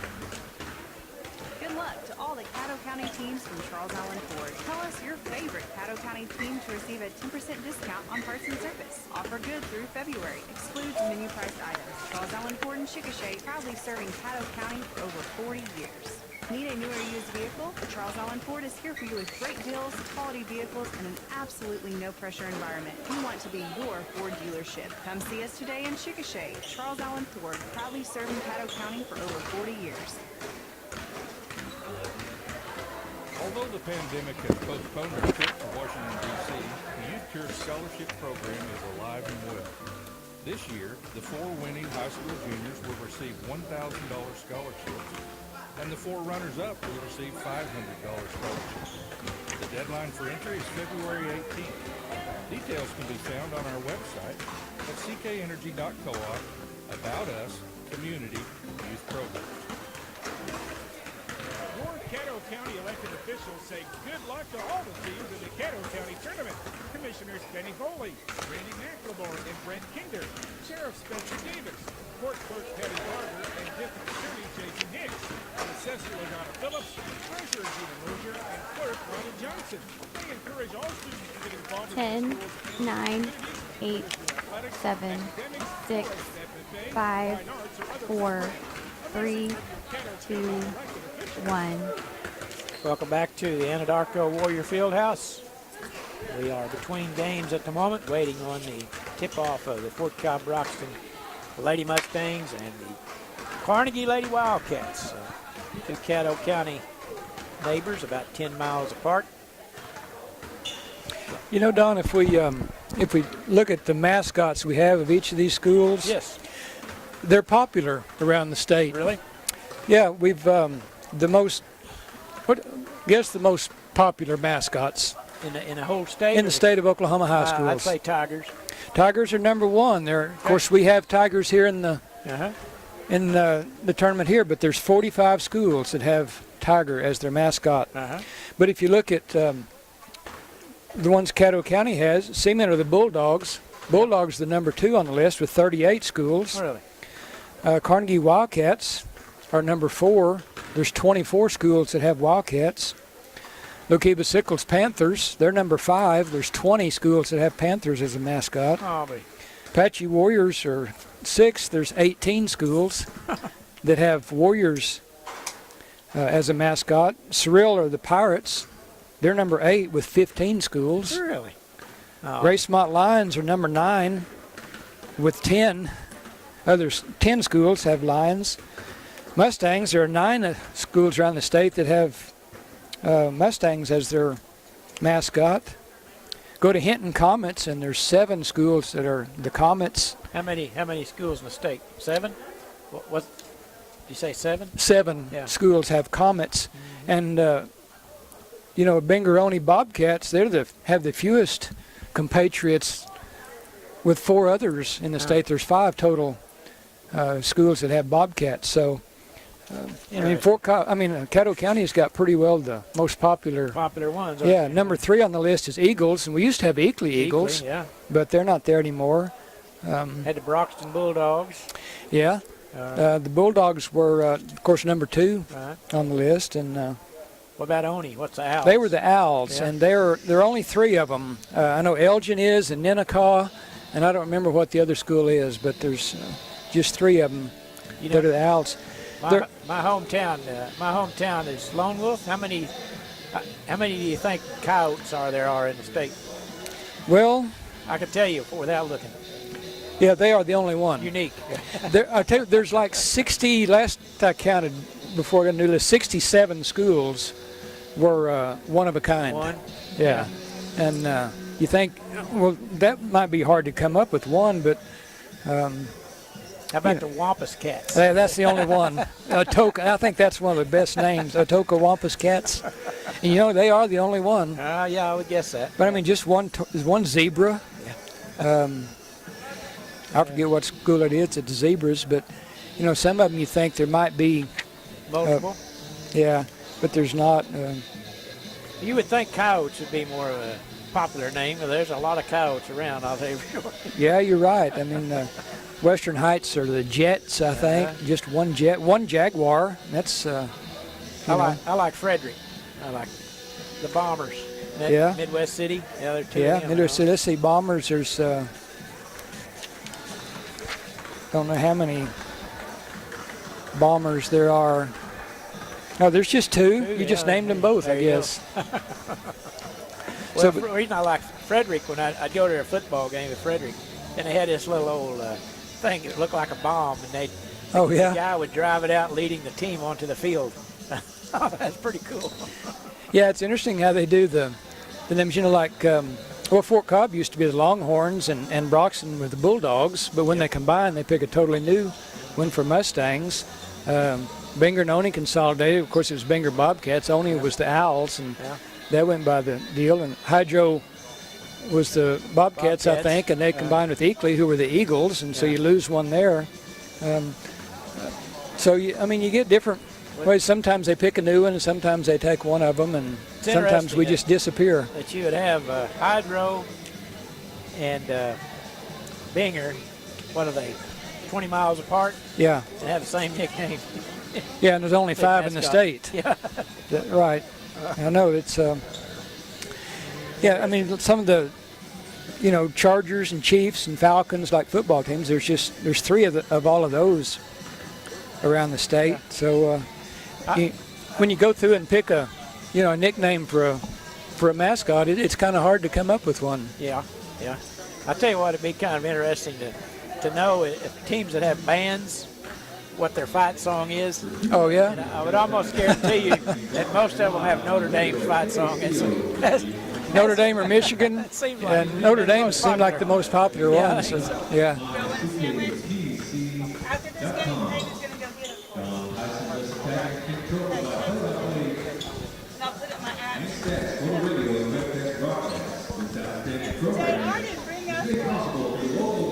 All right, let's take a 3-minute timeout. When we come back, we'll have some more very important information to you. You're listening to the Caddo County Basketball Tournament, brought to you by CK Energy on 98.5 KACO.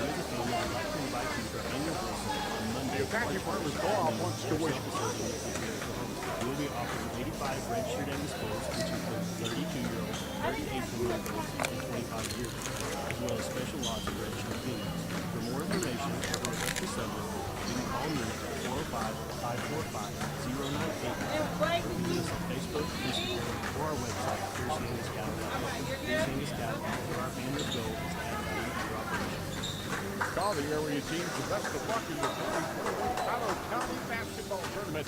When it comes to basketball, Anadarko schools are hard to beat. Just like the Caddo County Basketball Tournament is sponsored by CK Energy Cooperative. While the town felt like COVID-19 has been dying, we are hard to see how everyone comes together. CK Energy Cooperative is built by the community to serve the community. That's what we'll continue to do. Power on CK Energy. Offer good through February. Excludes menu price items. Charles Ford and Chickasha proudly serving Caddo County for over 40 years. Write your what kind of sandwich you want, and I'll send it to her. Wait, Subway? I don't know, just a ham and cheese, or what do you want on? Although the pandemic has postponed our trip, mayonnaise, lettuce, pickle. That's enough. I'm pretty plain. All right. What kind of bread? White. and the 4 runners-up will receive $500 scholarship. The deadline for entry is February 18th. Details can be found on our website at ckenergy.coop, About Us, Community, Youth Program. Caddo County elected officials say good luck to all the teams at the Caddo County Tournament. Commissioner Benny Foley. All protocols were made with the intention that the players get to play the games in a very historic tournament during an unprecedented time.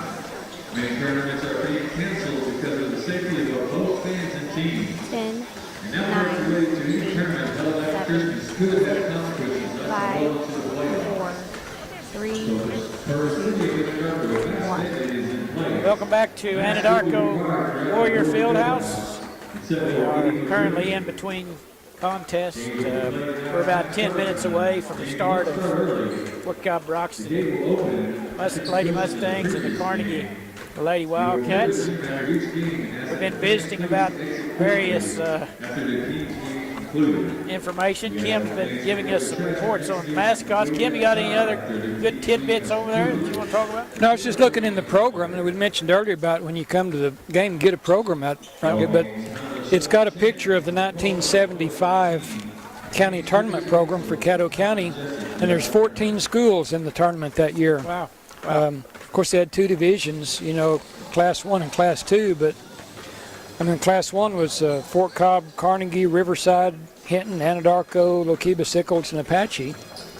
And in the Class 2 part was Oney, Broxton, Cement, Binger, Surreal, Eakley, and Gracemont. So times have changed a little bit, but you know, you go from 14 schools, and now we're, I guess, down to 10.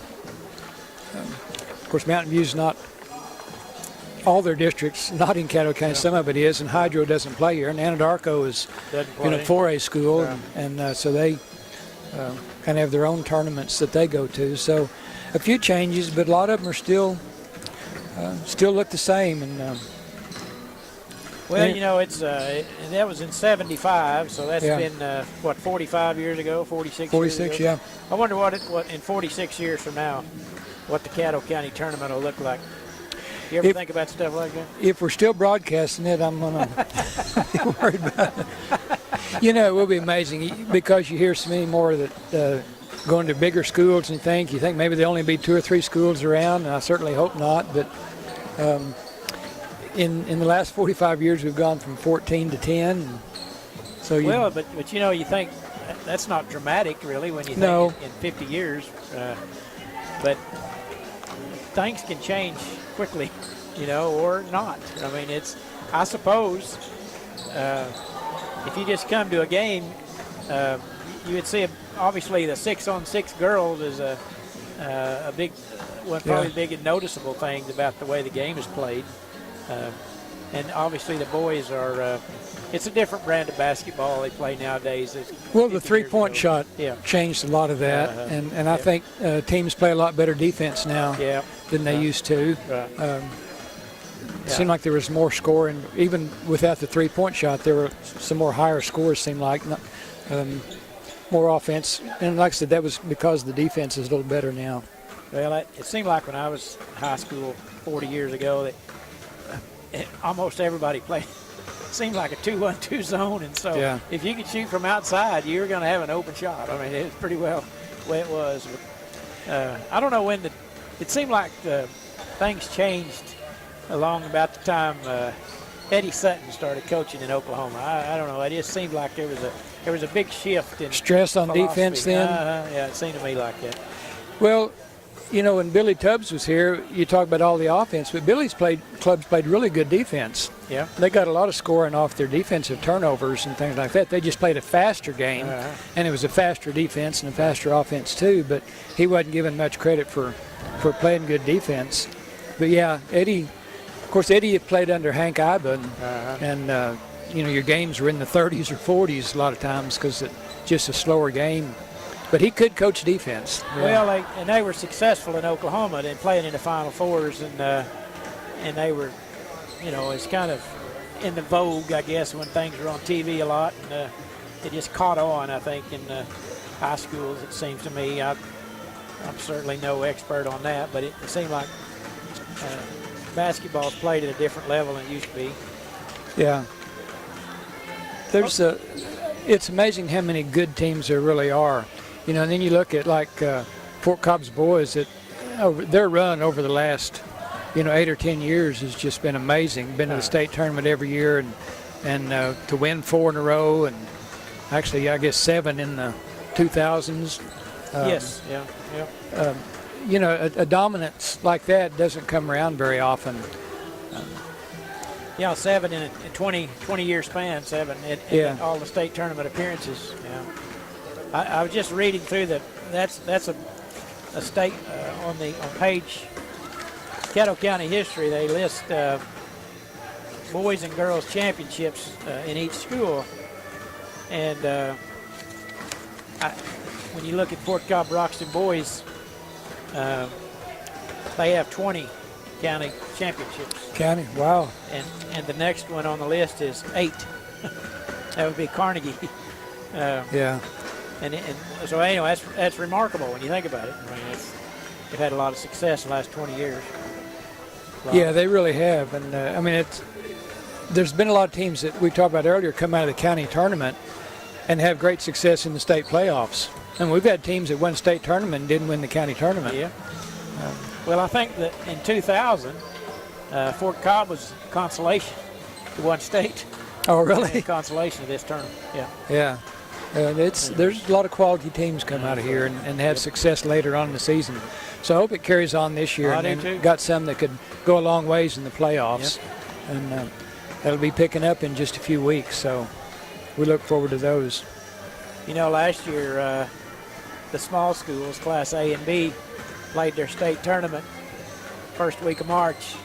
And the very next week, COVID struck and everything changed. Yeah, I have good friends from Hooker, and they were on their way down to watch Hooker play in the 2A state tournament, and they got out somewhere around Kingfish or something like that and got a call and said it's been canceled. Yeah. So hard to believe it. Yeah, it really is, all the things that have happened since then. Okay, let's take one more time out. Take a 2-minute break this time. We come back, we'll have Fort Cobb-Broxton Lady Mustangs and the Carnegie Lady Wildcats. You're listening to Caddo County Tournament, brought to you by CK Energy on KACO 98.5. Geothermal, the most efficient heating and cooling system in existence, costs $25,000 plus on most utility systems, but only $10,000 to $12,000 if you're a CK Energy member. Even less. You want yours toasted? Yes. Okay. 6-inch. CK Energy ends up costing less than even medium efficiency conventional systems. And unlike solar, it runs at night. Call us for more details at 405-656-2322.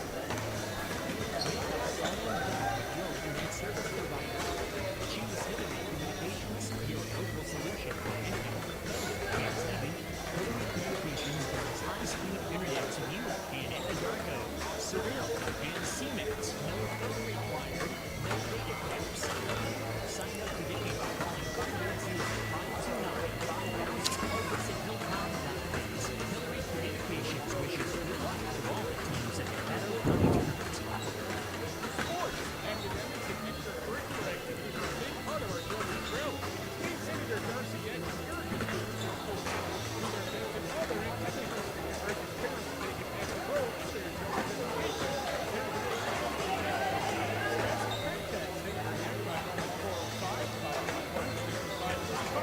State Senator Darcy X says good luck to all the teams in the Caddo County Tournament. If you're looking to buy or sell a home or property in the Caddo County area, contact Shelley Dissy with ABC Superior Realty. With nearly 20 years of real estate experience, Shelley is a realtor who can help find individuals to buy your home and real estate. And if you're looking for the perfect home for your family, we can help you find the one just right for you. Shelley Dissy with ABC Superior Realty at the Midwest Bank Building in Anadarko. You'll also find her on Facebook. Hi friends, George Plummer here. A lot going on in Central Flying Furniture Bedding in Anadarko. Let's check in with Terry. That's right. Let me tell you what we've got to find. Also got refrigerators, washers, dryers, ranges, dishwashers, too. In stock, not on order. Somebody 10, 9, 8, 7, 6, 5, 4, 3, 2, 1. All right, we're about set to go. Fort Cobb-Broxton Lady Mustangs taking on the Carnegie Lady Wildcats. What should be a pretty good ball game. Carnegie The Lady Wildcats will be the visiting team on the scoreboard. They come into this game with a record of 6 wins and 4 losses. They're coached by Mr. David Rosenberg. The winner of this contest will play Thursday evening at 7 o'clock in the semifinals, and the loser will play in the consolation bracket Thursday at 5:30. For the starting lineups, first for the visiting Carnegie Lady Wildcats, we'll have a junior number 0, Gracie Ronaugh, a senior number 4, Kennedy Keesaw, a junior number 14, Kimmeray Hodges, a senior number 21, Tristan Ware, and a senior number 22, Alyssa Poffiker. As I mentioned, the Lady Wildcats are coached by Mr. David Rosenberg. With the Fort Cobb-Broxton Lady Mustangs, who will be the home team on the scoreboard in their white home uniforms. Their starters will be a sophomore, number 3, Autumn Hawkins, a freshman, number 10, Kalia Silverhorn, a junior, number 14, Riley Rip, a senior, number 21, Jill Stinson, and a senior, number 32, Kelby Edge. Lady Mustangs have 6 players on the roster, so kind of like Gracemont, they don't have too many substitutes. They have 1 substitute today, so could be a depth issue today for the Lady Mustangs. We'll see how that pans out. The Lady Mustangs are coached by first-year coach Kelsey Shumpert, and they come into the game with a record of 4 wins and 4 losses. Both of these teams are in Class A. As Kim mentioned earlier this morning, that this first time Carnegie's been in Class A in quite a number of years, if ever, and so it'd be interesting. This teams could possibly meet in the playoffs at some point, perhaps. I think they're in different areas, though. So anyway, jumping center will be Tristan Ware and Kelby Edge, and the tap is controlled by the Lady Mustangs. Going right to left on your radio dial, and here we go. Jill Stinson into the front court, the Lady Mustangs. Carnegie comes out in a 2-3 zone. Silverhorn to Edge, to Hawkins out front. Left side to Silverhorn, to Stinson, who's a good 3-point shooter, also a good driver. She drives around post defender, lays it up, shot's no good, but Tristan Ware, I believe, caught her on the elbow. That's kind of what Stinson likes to do. She's a good 3-point shooter, but if you come out on her, she likes to take it to the goal. And her first free throw is good. Mustangs on top, 1-0. Stinson, a senior guard for the Lady Mustangs. Second free throw, no good. Rebound, Kimmeray Hodges. Racing it into the front court. Kennedy Keesaw, baseline 3 off the heel of the basket. Ball tapped around. Silverhorn picks it up. And they get Stinson, and she'll bring it into the front court. Dribbles up to the top of the key to Silverhorn, holding. Now to Hawkins, top of the key. Left side, Silverhorn penetrates in the paint. Has the ball batted away, picks it up on the floor, picks it up to Rep, over to Stinson, drives, steps around a defender, shot good by Jill Stinson. And she's got the first 3 points of the contest. Into the front court comes Carnegie. Right side, Keesaw with it.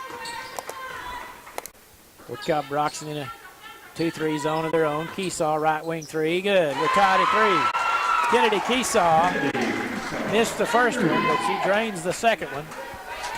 And we're tied at 3. 6:36 to play, opening period.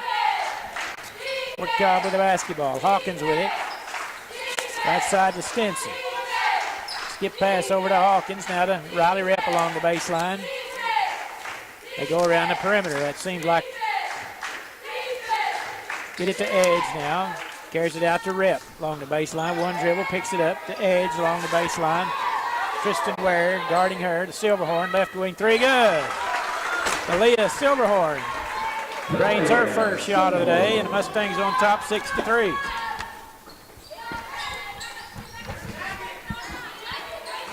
Gracie Bronaugh with it. She'll back it back out near the center circle over to Alyssa Toffaker. You know, Fort Cobb's at a pretty severe height disadvantage. You're right. Good point. Bronaugh with an easy two as she got along the baseline. Yeah, the Mustangs and Edge. Now, she'll match up height-wise, but the rest of them yeah, at every other position, they're giving up some size. Yep. Stinson with it out front. Couple of dribbles will set up the offense, trying to be pretty deliberate here, take care of the ball. Edge now with it below the free throw line. Should have shot that one. Passed it down to Rep, and the heavy traffic is taken away. Looked like Edge had an open 14-footer. Carnegie with a takeaway. Three-pointer on the way, left wing off the heel of the basket. Stinson with a rebound. And the Mustangs bring it into the front court. Left side to Silverhorn. To Hawkins. Silverhorn, who hit a three there a moment ago. Now back to Stinson. Very patient on offense so far. Edge now with it. Along the baseline, one dribble. Tries to get a cutting. Riley Rep was cutting to the basket. Would have been an excellent opportunity for two, but the ball was tapped away by Toffaker out of bounds to save an easy basket. And Rep trying to inbound, finally does, gets it into Hawkins along the baseline. Heavy traffic, and it goes through Edge's legs and out of bounds. Tough pass there for her to handle it, right at her feet. And that's a turnover.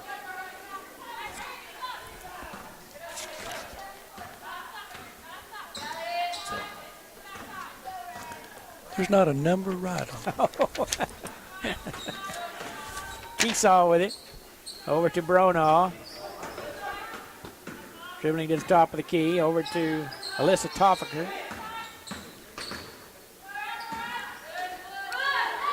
Mustangs have gone to a man here on this trip. Shot no good.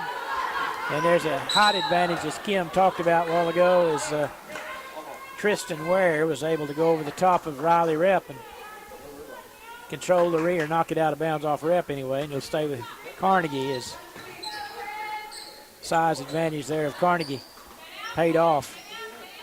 Now out front, Bronaugh with it, halfway through the first period.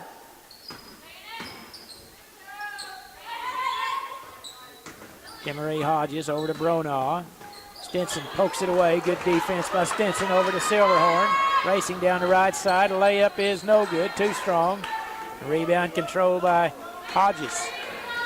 Off to Bronaugh. Up ahead to Keesaw all alone. Right wing three on the way. Good. You can see that one coming. Kennedy Keesaw with two long-range bombs, and the Lady Wildcats take an 8-6 lead, and Coach Shumpert wants to take a 30-second timeout. You're listening to Caddo County Basketball on 98.5 KACO. Yeah, that's what they sent. Really? That's not even close. No, not even close. Where'd they get that at, I wonder? Well, I know, but that's the one they sent like a week ago. Right. That they had. Well, that's the program. I didn't even look at ours because I already had them, but 10, anyway, I didn't notice 9, 8, 7, 6, That's crazy. 5, 4, 3, 2, 1. Good start here to this contest. Both teams shooting it pretty well from deep. Kalia Silverhorn with a three-pointer for Fort Cobb-Broxton. Kennedy Keesaw 2 out of 3 from deep as they take an 8-6 lead. 3:27 to play, opening period. Zoe Brown checked into the lineup for the Lady Mustangs for Silverhorn during the timeout. Zoe's a pretty good ball handler. Mustangs, Coach Shumpert's got to do some things to kind of give the girls a break. They, like you say, only have one sub, and sometimes they can get fatigued, so you got to use your timeouts judiciously, I should say. Ball poked away, pass over to Brown, and you got to go towards those passes like that. Stand there and wait on them, they get knocked away sometimes. Rep to inbound. No one popping open. Finally, Edge does. Comes to the rescue. Over to Stinson. Left-handed dribble.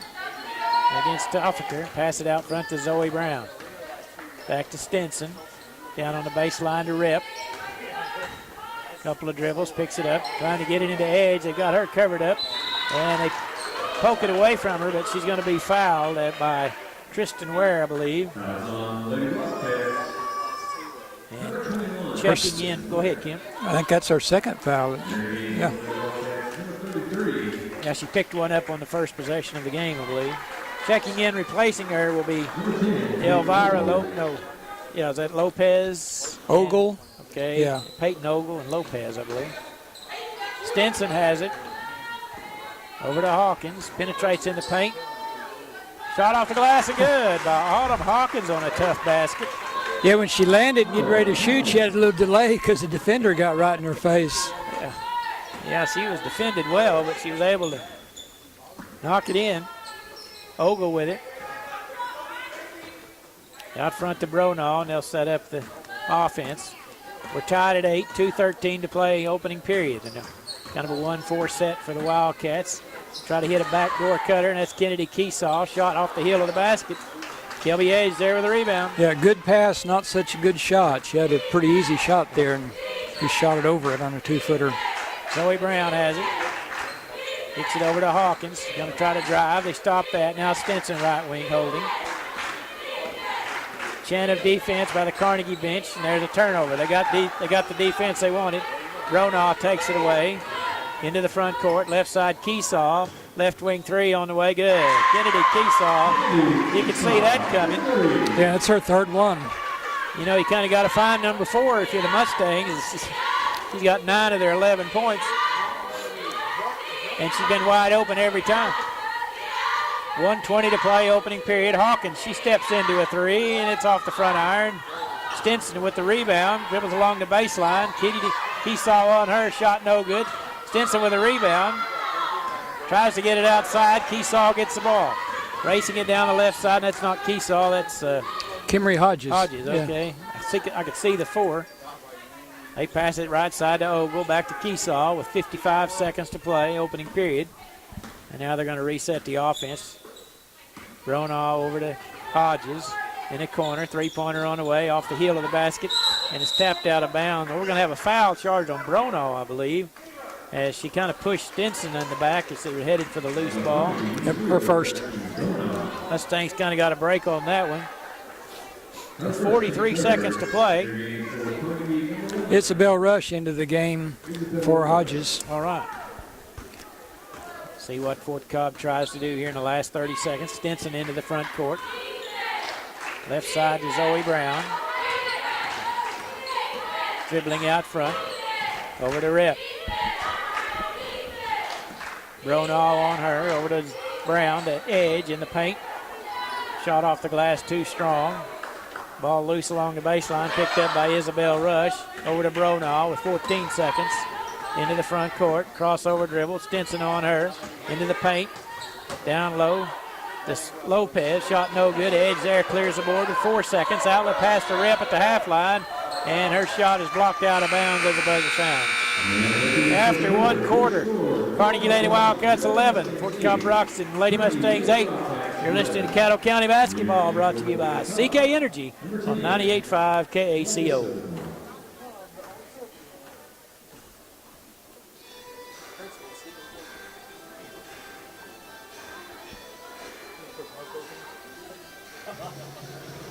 Apache Farmers Co-op wants to wish all the area teams the best of luck in the 2021 Caddo County Basketball Tournament.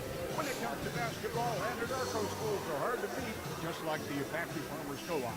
From livestock feed to fencing supplies, animal health products, the Apache Farmers Co-op has you covered. Don't forget, they specialize in custom fertilizer and chemical 10, applications. 9, All your 8, farm needs, give them a call 7, or stop to see them 6, at 201 5, Avenue in 4, Apache. 3, 2, 1. I'd like to thank some of our sponsors while we have the opportunity. Central Appliance Furniture and Bedding, Hillary Communications, and ABC Superior Realty. Kim, we had a good first quarter there. It was, yeah. It's been close. They got some three-pointers. I think we've had 3 3-pointers made. Fort Cobb made 2, or Fort Cobb made 1, and Carnegie actually has made 3, so we've had 4 of them. Keesaw's got, I guess, 3 3-pointers, hasn't she? Yeah, she missed her first one. Has made 3 in a row, I Yeah. think. It'll be Carnegie's ball to start the second period. It's been Keesaw's been their offense so far. She's got 9 out of the 11, but there's a nice interception by Kelby Edge as they were trying to get the ball down low to Keesaw, cutting to the back door, and Edge was anticipated that well. Zoe Brown right side to Stinson. Bounce pass to Edge at the free throw line. Skips it left side to Brown. Over to Hawkins along the baseline. Splits the defender. Her shot's no good. Rebound by Lopez. Keesaw thought about a 3. Is Brown on her? Probably need to get a little closer than that, I would think. Mustangs in a 2-1-2 zone now to start the second period. Oh, that was too easy. Lopez got free from Edge and laid it in. You're right, Kim. 13-8, uncontested shot. Biggest lead of the game now. Carnegie on top by 5. Brown with it. Backs it out over to Stinson, left side Silverhorn. It's really hard for Fort Cobb to get anything inside with Carnegie's size. And Silverhorn penetrates in, just like that. yeah, they dribble in there and the defense just collapses on them. They have nowhere to go. Yeah, you're going to have to make some outside shots, it appears, if Fort Cobb, you're going to stay with them. As they probably not going to get a lot underneath the basket. They try to lob it in. Edge there once again, fronting the post. Good defensive work by Edge. Is able to jump up and intercept it. Stinson now, top of the key, left side Silverhorn, who hit a 3 from that spot early in the game. If they'll pass it right back to her quickly, she could have another opportunity. Yeah. Silverhorn, right side to Stinson. A quick ball movement over to Silverhorn. Stinson on the drive. Awkward shot, and it goes out of bounds off of Stinson. And Riley Rep will check in, replacing Edge. Now, this could be interesting here if Carnegie takes advantage of the post presence here with Edge on the bench for a breather. Yeah, they've got a lot smaller team now. Yeah, if they try to lob it to the post now, they might have some success, and that's what they do immediately. They kick it back out. Three-pointer on the way. They call it a 2. Peyton Ogle's foot was on the line, but she drains a long one, and it's 15-8. Now, Carnegie's starting to stretch out the lead a little bit here. Mustangs haven't looked real crisp on offense the last 2 or 3 trips.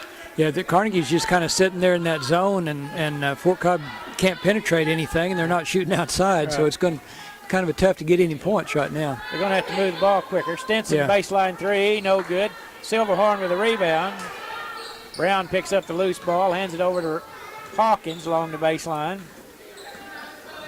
Penetrates in the paint, kicks it over to Silverhorn in the corner to Rep. Dribbles around her defender. Gets in heavy traffic, batted away. Silverhorn, one dribble, 3-pointer, no good. Had a good look at it for a change. Yeah. Kennedy Keesaw got the rebound. He had a couple of good shots that time, but didn't get either one of them to go. It's going to take quicker ball movement. Get that zone off of them a little bit. Passes are not quick enough. Out front, Bronaugh going against Stinson. Over to Isabel Rush, now in the corner to Keesaw. Silverhorn doing a good job on her. Out to Bronaugh. Going against Stinson, behind the back dribble in the paint. Shot over Stinson's no good. Rush with the rebound. Keesaw on the drive around Silverhorn, and a little running shot's no good, but they say Silverhorn bumped her with a body. And Keesaw will go to the line to shoot 2. And checking in for Carnegie will be Kimmeray Hodges. And number 22 is Alicia Tockefer after the free throw. If she makes them again. Keesaw's free throw's good. I think that's 10 points for Keesaw, if I'm not mistaken. It is. And she'll have another free throw. Kennedy's a senior. Remember her from years past. She's always played well for Carnegie. 16-8. Lady Mustangs need a basket here. Kind of keep it into single-digit deficit. Silverhorn with it. Over to Rep, now to Hawkins.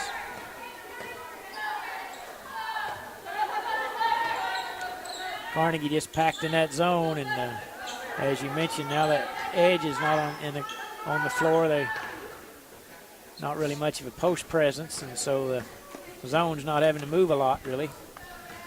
3:28 to play in a half. Zoe Brown out front dribbling. Carnegie's content to let her do that. Yeah, they're it's kind of a matchup zone, but they still got that one person right in the middle that's not allowing anything. Stinson on the drive, and she's going to be fouled way away from the basket. They're probably going to have to just force some action there. Stinson's pretty good on the drive, but it's hard to drive against a zone that's packed in there like that. So yeah, it is. Penetrate in, kick it out. You don't have a post player, and they've got a post defender, so she's just able to roam in there. Zoe Brown, three-pointer straight away. Looked good, but it didn't go in. Stinson with a rebound to Rep along the baseline. Her six-footer won't go. Rebound, Carnegie. That's Keesaw with it, top of the key. Rep closes out on her. They swing it around to Hodges. Baseline three, good. Kimmeray Hodges. Just like that, it's 19-8. Yeah, 2:45 left in the quarter, and Fort Cobb hasn't scored this time. There's a timeout for Fort Cobb. 30-second. All right, let's take a 30-second break. We'll be back right after this short break. And joining me, Southern Plains Medical Center's Hal Brock. Hal, tell everybody about what's happening at Southern Plains Medical Center. Lee, we've grown a lot over the last 4 years. We're up to 18 different medical specialties right here in Chickasha. No longer do you have to go out of market, wait 6 weeks for a dermatologist. We have one right here in Chickasha. Our quick 10, 9, 8, 7, 6, 5, 4, 3, 2, 1. Yeah, the game's kind of gotten away from Fort Cobb here, Kim, in the first 5 minutes of this quarter. They can't score. No, they're having a difficult time getting any open looks, and if you get one, you're going to have to make it because it's this zone, like you say, the height advantage Carnegie has right now, it just seems like they tower over all the Fort Cobb players. Edge will check in. Replacing Hawkins now as we go back, as Edge got a little breather for a couple of minutes. See if that'll help Fort Cobb in their offensive attack. Brown with it out front, over to Stinson. Silverhorn back to Stinson. Just not able to, her strength is to be able to drive, and when you got 3 girls between you and the goal, that's pretty difficult to do. There's Rep at the free throw line. Her 14-footer won't go, but Edge there with a putback won't go. Second attempt's no good. 2-point blankers there for Edge. Couldn't get them in, but Zoe Brown still poked it away, but she stepped on the sideline as she did. So yeah, that's the best looks they've had at it in quite a while. So. Yeah. Got to make those when you get a chance. That's probably about their best hope here, is try to just pound it into Edge and see if she can't make something good happen there, get a foul or something. They bump it down low to Tockefer, and it's going to go out of bounds.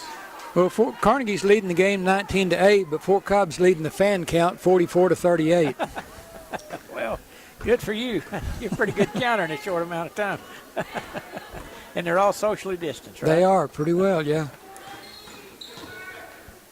1:41 to play in a half. Ball batted away. They tried to get it to Rep at the high post and knocked away by Carnegie on good defense. Keesaw. Brown out on her. They couldn't get the shot off. Now she'll go to Bronaugh. They've adjusted pretty well to Keesaw's three-point shooting. She hasn't had an attempt in a while, but she did the damage early. Now she has it. Down low, all alone. Basket good by Alyssa Toffer. Right under the basket. That's another easy one for her, and it's 21-8. Yeah, somehow she got into there with Zoe Brown defending her, and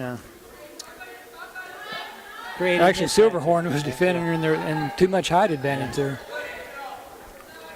Mustangs yet to score in the period, and there's less than a minute to play. Brown with it. just have no shot attempt here hardly. They can't penetrate that zone. Stinson now with it. Running the play called head tap here. And the ball is intercepted. Pass. Don't run that again. Over Rep's head and Bronaugh into her hands with 30 seconds to play. Stinson comes out on her, trying to pressure her a little bit. 22 seconds to play. Keesaw on the drive around Silverhorn all the way to the basket, kicks it in the corner. Close out on Hodges. Bronaugh with it. 10 seconds to play. And we're going to have a foul. Charged to Stinson, I believe. With 8 seconds to play. It's her first. Okay. Stinson's first. Foul's not an issue. That's the only 2 team fouls so far on Fort Cobb. Might try to do that again here so they don't get a shot off. They inbound it. 5 seconds. 3-pointer on the way. Lopez no good. Battle for the rebound. Still loose, and that'll do it. You couldn't get the handle on the ball, and they'd had a good shot attempt at the basket. At the half, Carnegie Lady Wildcats 21, Fort Cobb-Broxton, the Lady Mustangs 8. You're listening to the halftime report brought to you by the Ouachita Valley Bank of Fort Cobb and the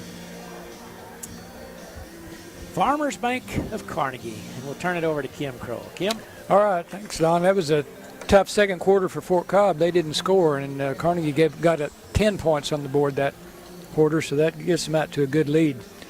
Let's look at the scoring for Fort Cobb-Broxton. Jillian Stinson had 3 points. She was 1 out of 4 from the field. Clea Silverhorn with 3 points. She's 1 out of 3. And Autumn Hawkins had 2 points on 1 out of 3 shooting. Zoe Brown was 0 for 1. Riley Rep 0 for 2. Kelby Edge 0 for 3.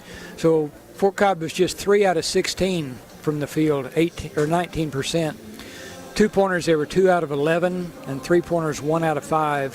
Free throws, 1 out of 2. They only committed 2 personal fouls. Stinson and Silverhorn each have 1. For Carnegie, Gracie Bronaugh with 2 points. Kennedy Keesow with 10 on 3 out of 5 3-pointers. Peyton Ogle has 2 points. Kimmery Hodges with 3. Lissa Tockefer with 2, and Elvira Lopez with 2. Carnegie shot 8 out of 16 from the field for 50%, 4 out of 8 on 2-pointers, 4 out of 8 on 3-pointers, 1 out of 2 on free throws. That's 50% on everything. That's pretty consistent, and even a guy like me can figure that in my head. Yeah, and 4 personal fouls. So Ware has 2, and nobody else with more than 1. So anyway, tough shooting half for Fort Cobb-Broxton that first half. Like I said, they shoot 3 out of 16 for the half and don't score in the second quarter. So they're going to have to come up with some offense to get back in the ball game. Luckily, they played that poorly on offense, and they're only down 21-8. Yeah. So they're certainly not out of the ball game. They get a few, baskets to go. Each team put up 16 shots. So difference is Carnegie's made half of theirs, and Fort Cobb hasn't got very many. So, and like we've seen the other 3 games, the team behind comes out with a little run in the third quarter. So we'll see if that happens here. But Carnegie played pretty well, took advantage of their size, and they built up a 21-8 lead. All right, thank you very much, Kim. Good report as always. I'd like to take the opportunity to thank some of our sponsors: Jay's Jewelry, Southern Plains Medical Clinic of Anadarko, and Apache Farmers Co-op. Thanks to those folks for helping with the broadcast this week. Also like to thank the Caddo County Technology Center for webcasting again. Got Scott Wright, J.R. Oswald, Tricia Pierce here today, along with Blake Perryman doing the camera work and doing an outstanding job bringing us the webcast. So we appreciate those folks. Yeah, and if we do have people listen on the radio that would like to watch it and don't know about that, again, they can go to mycktc.com/CCBT for Caddo County Basketball Tournament and hook up on there'll be a link on that site, and they can watch the game and listen at the same time. So it's a good picture, quality camera they got, and it's a great way to watch the game and listen to it. So hope people enjoy it, no matter where they are. It's great to have it this year since they've limited the number of people that can come in the gym. So it's more people, I suspect, will be tuning into that this year than ever before, locally anyway. some scores from earlier today. If you're just joining us, Hinton Lady Comets defeated Mountain View 47-19. Boone-Apache defeated Gracemont 55-33. These are all girls' scores. And Binger-Oney defeated Cement 63-21. This will be our 4th girls' game of the day, and after this contest is over, we'll have 4 boys' games. Next, we'll have Cement and Apache boys, followed by Binger-Oney and Gracemont. After that will be Mountain View-Gotebo and Hinton. And our nightcap tonight, the Carnegie Lookeba-Sickles boys. All right, let's take a 2-minute timeout. When we come back, we'll have second half action. You're listening to the Caddo County Basketball Tournament, brought to you by CK Energy on KACO 98.5.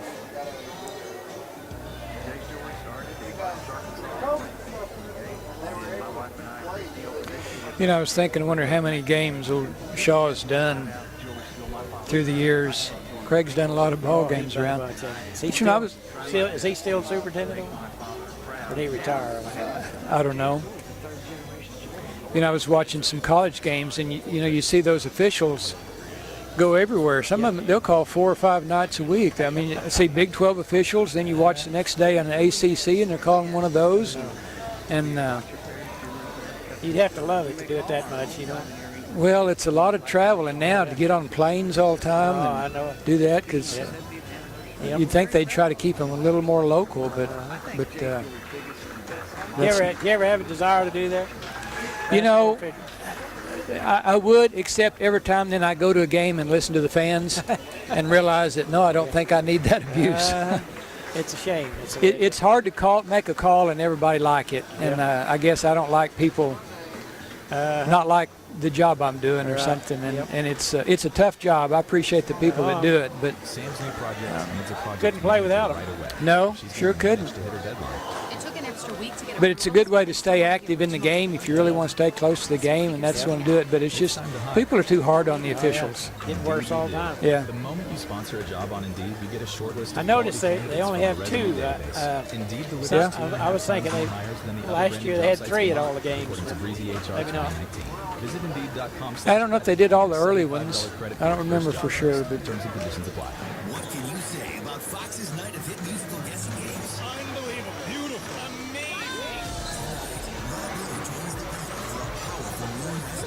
If you had told me that I would end up weeping to a dancing tulip, I would have said, you're crazy. Get ready for the hit musical game that has America obsessed. I can name that tune in 5 notes. Hot stuff. Correct. Team Krakowski hosts. Name that tune. After the Masked Dancer. Rise tonight. The Apache Farmers Co-op wants to wish all the area teams the best of luck in the 2021 Caddo County Basketball Tournament. When it comes to basketball, Anadarko schools are hard to beat, just like the Apache Farmers Co-op. From livestock feed to fencing supplies, animal health products, the Apache Farmers Co-op has you covered. Don't forget, they specialize in fertilizer and chemical application. All of your farm needs. Reminder, you're required to wear a mask when you're drinking. Social distancing is required when taking monitored by official positions. Also, the city is marked for please to the designated area. Know that after the game, please exit the building and exit out the west side doors of the south end of the gymnasium. As well as special offers for extra fees. For more information or to request a sub work, you can call me at 405-545-0885. 10, 9, 8, 7, 6, 5, 4, 3, 2, 1. All right, it will be Fort Cobb's ball to start the 3rd period of play. I'd like to give a shout out to Kristen back at the station, doing a great job keeping us on the air so far today. Appreciate her and all the folks back at the station. All right, we're set to go. And Rep with it. Trying to get it to Edge. Heavy pressure over to Silverhorn. Left wing 3 on the way. No good. Rep with a rebound. Put back is good. Riley Rep with a big basket for the Mustangs. That's the first one they've had since the first quarter. They had an open shot that time. Silverhorn had a good open look. They actually penetrated the zone a little bit. To create some shots, you're going to have to do that, I think. Kenny Keesaw straightaway three off the heel of the basket. And we're going to have a tie-up as Edge was able to tie up Tristan Ware, who had checked back in. She had those 2 early fouls. So she's checked back in the lineup here for the Lady Wildcats in the third quarter. It's Lopez on the baseline out front. Ball loose, tracked down by Keesaw near the center line. Mustangs in a man-to-man defense. Bronaugh, left side, Ware. The Keesaw trying to drive. Now she kicks it out to Kimmeray Hodges. Shot no good. Edge with a rebound, and she's inadvertently poked in the eye there. Foul is on Kimmeray Hodges. Her second. Pretty good start here. Second half for the Mustangs. They scored a 2 right off the bat and got a stop there on the defensive end. Bounce pass to Edge. The elbow. In the corner to Rep. Back to Edge. Going to use her a little more effectively here in the second half, it appears. Now, Stinson drives in the paint through the defender. Awkward shot off the backboard. Gets her own rebound. Outlet pass to Hawkins. Good alert play by Stinson that time to save the possession. Silverhorn, right side, Hawkins. Rep trying to post up against the taller defender. Now Edge has it working. High post. Shot no good. Good defense that time by Tristan Ware, who got a hand on it. And Keesaw races it into the front court. Now Carnegie will run a little weave out front. Keesaw in the corners. Silverhorn on her. To Ware. They dump it down low to Lopez. Shot good. Tossed to her, I should say. She got her defender sealed that time, and a good lob pass into her for the easy 2. Back to a 13-point lead. Keesaw pokes it away. And Rep will inbound along the sideline.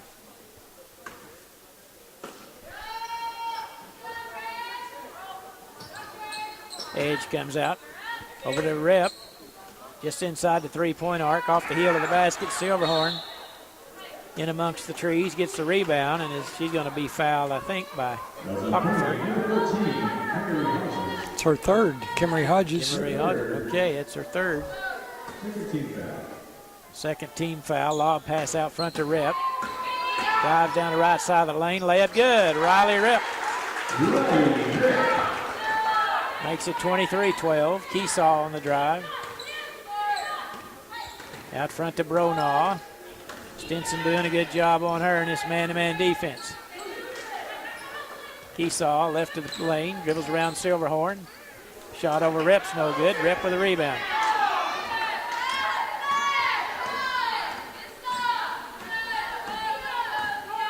Fort Cobb with a chance to get the lead under 10 here with a basket. Out front, Stinson. Straightaway 3, good. Jillian Stinson. That was a big basket. Now it's 23-15, down to an 8-point lead. Bounce pass in the corner. Hodges 3-pointer off the heel of the basket. Rebound and putback's no good by Tristan Ware, but she was fouled by Edge. And so at the line will be Tristan Ware. Probably a good foul there by Edge. Save the easy 2, make her earn it at the line. Yeah, she was in pretty good position to score. And she makes the first cleanly. 24-15, she'll have one more. Off the back iron, no good. Ware with the rebound. Wildcats with a 9-point lead. 4:40 to play in the third. Right side, Hawkins to Stinson. Back to Hawkins. Trying to get to Edge. She does. Cross court to Rep. Stinson, left wing 3 on the way. No good this time. Edge with the rebound. Shot no good against Ware. Short. Hodges with a rebound. Up ahead to Keesaw. Bronaugh with a crossover dribble. Back to Keesaw. Silverhorn glued to her. Now Hodges over to Bronaugh. In the corner to Ware. They try to lob it down low. It's too high and take it away by Hawkins. Pretty good defense that time. They forced her with a high pass. And Hawkins came from behind to take it away. Yeah, she was fronted really well. There wasn't any way getting to her unless they threw it over everybody, and they just threw it over everything. Tough pass there. Hawkins, the close out on her. Stinson had a brief look at a three, now to Rep. One dribble, skip pass to Hawkins down the corner to Silverhorn. Back to Hawkins. Seemed like there's a few more openings this half for the Mustangs on defense. You know, if they would shoot as soon as they touch the ball, they have some shots, but they delay just a little bit, and they allow the defense to come out on them. Yeah, that's a good point. Silverhorn dribbles up to the three-point line, over to Stinson. Yeah, when they stand and hold, there's a nice drive by Stinson. A tough one-hander. Jill Stinson was able to get the basket, and it's a 7-point lead, closest they've been in a while. 3:02 to play in the third.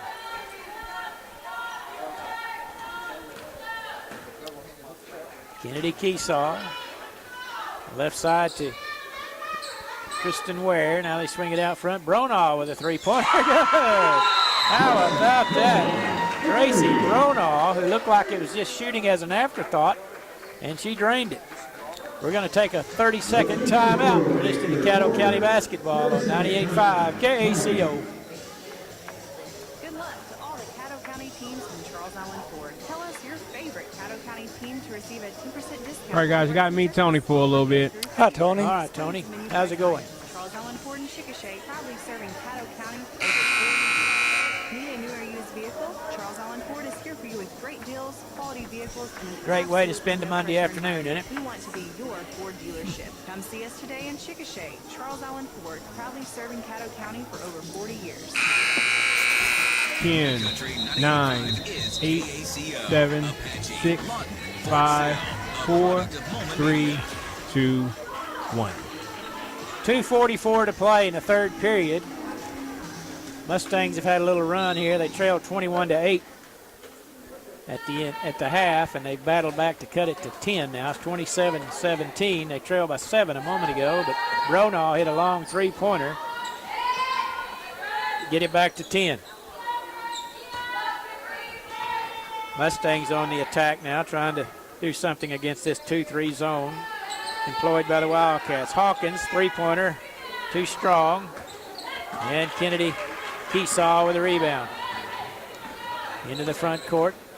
Drives by Silverhorn all the way to the basket. Shot over Reps, no good, but she got her own rebound. Outlet to Bronaugh. Over to Tockefer. Alyssa Tockefer drains the three-pointer straight away. Just like that, it's back to 13. 30-17. I bet that wasn't the shot they set up in the timeout, but it worked out good for them. I've got them for 6 3-pointers so far in the ball game. That's a pretty good number. Yeah. In 2.5 quarters. There's Stinson, right wing three. There's the answer, Jill Stinson. That's 2 trays on the night for her. 30-20 our score. Tell you that scoreless second period for the Lady Mustangs coming back to haunt them here. They played pretty close other than that. Yeah, they really have. 1:22 to play in the third. They try to lob it down low, and it's tapped away out of bounds by Stinson. They're covering up that play pretty good. The Wildcats trying to use their height advantage. Isabel Rush into the game for Carnegie for Hodges. Let's see, Silverhorn's going to take a and seat. Zoe Brown in for Fort Cobb. There's a pass you don't see very often. Bounced it off Reps back. And it's going to pay off for them. As Kennedy Keesaw got the 12-footer. Bounced it off Riley Reps back when she wasn't looking. Yeah, you get all the defenders looking for out toward the court, and that inbounds pass just bounces off of them and pick it right up and shoot it. But luckily they got to defend it in time. Yeah, they missed that shot, but they got the rebound, put it in. Yeah. 12-point lead, 50 seconds to play. Rep in the paint. Shot good over Tristan Ware. 10-point lead, 41 seconds to play. Carnegie with a basketball. And the lead. Bronaugh dribbling out near the center circle. Stinson on her in the corner to Keesaw. Trying to lob the ball down low to Tockefer. Instead to go to Rush. Now right side Keesaw. She hit 3 3-pointers in the first quarter. They've done a pretty good job on her since then. And once again, they try to lob it down to Tockefer. And it's tapped out of bounds. And checking in for the Lady Wildcats is number 33. I don't have a 33. I don't know if that's Piwo or Lopez. I'm not sure. Mustangs come away with the ball. 8 seconds to go. 7 seconds. Stinson with it. 5 seconds through the lane. Kicks it out front. Three-pointer on the way off the back iron. No good, and that'll do it. After 3 quarters of play. Carnegie Lady Wildcats 32, Fort Cobb 22. You're listening to Caddo County Basketball, brought to you by CK Energy on 98.5 KACO.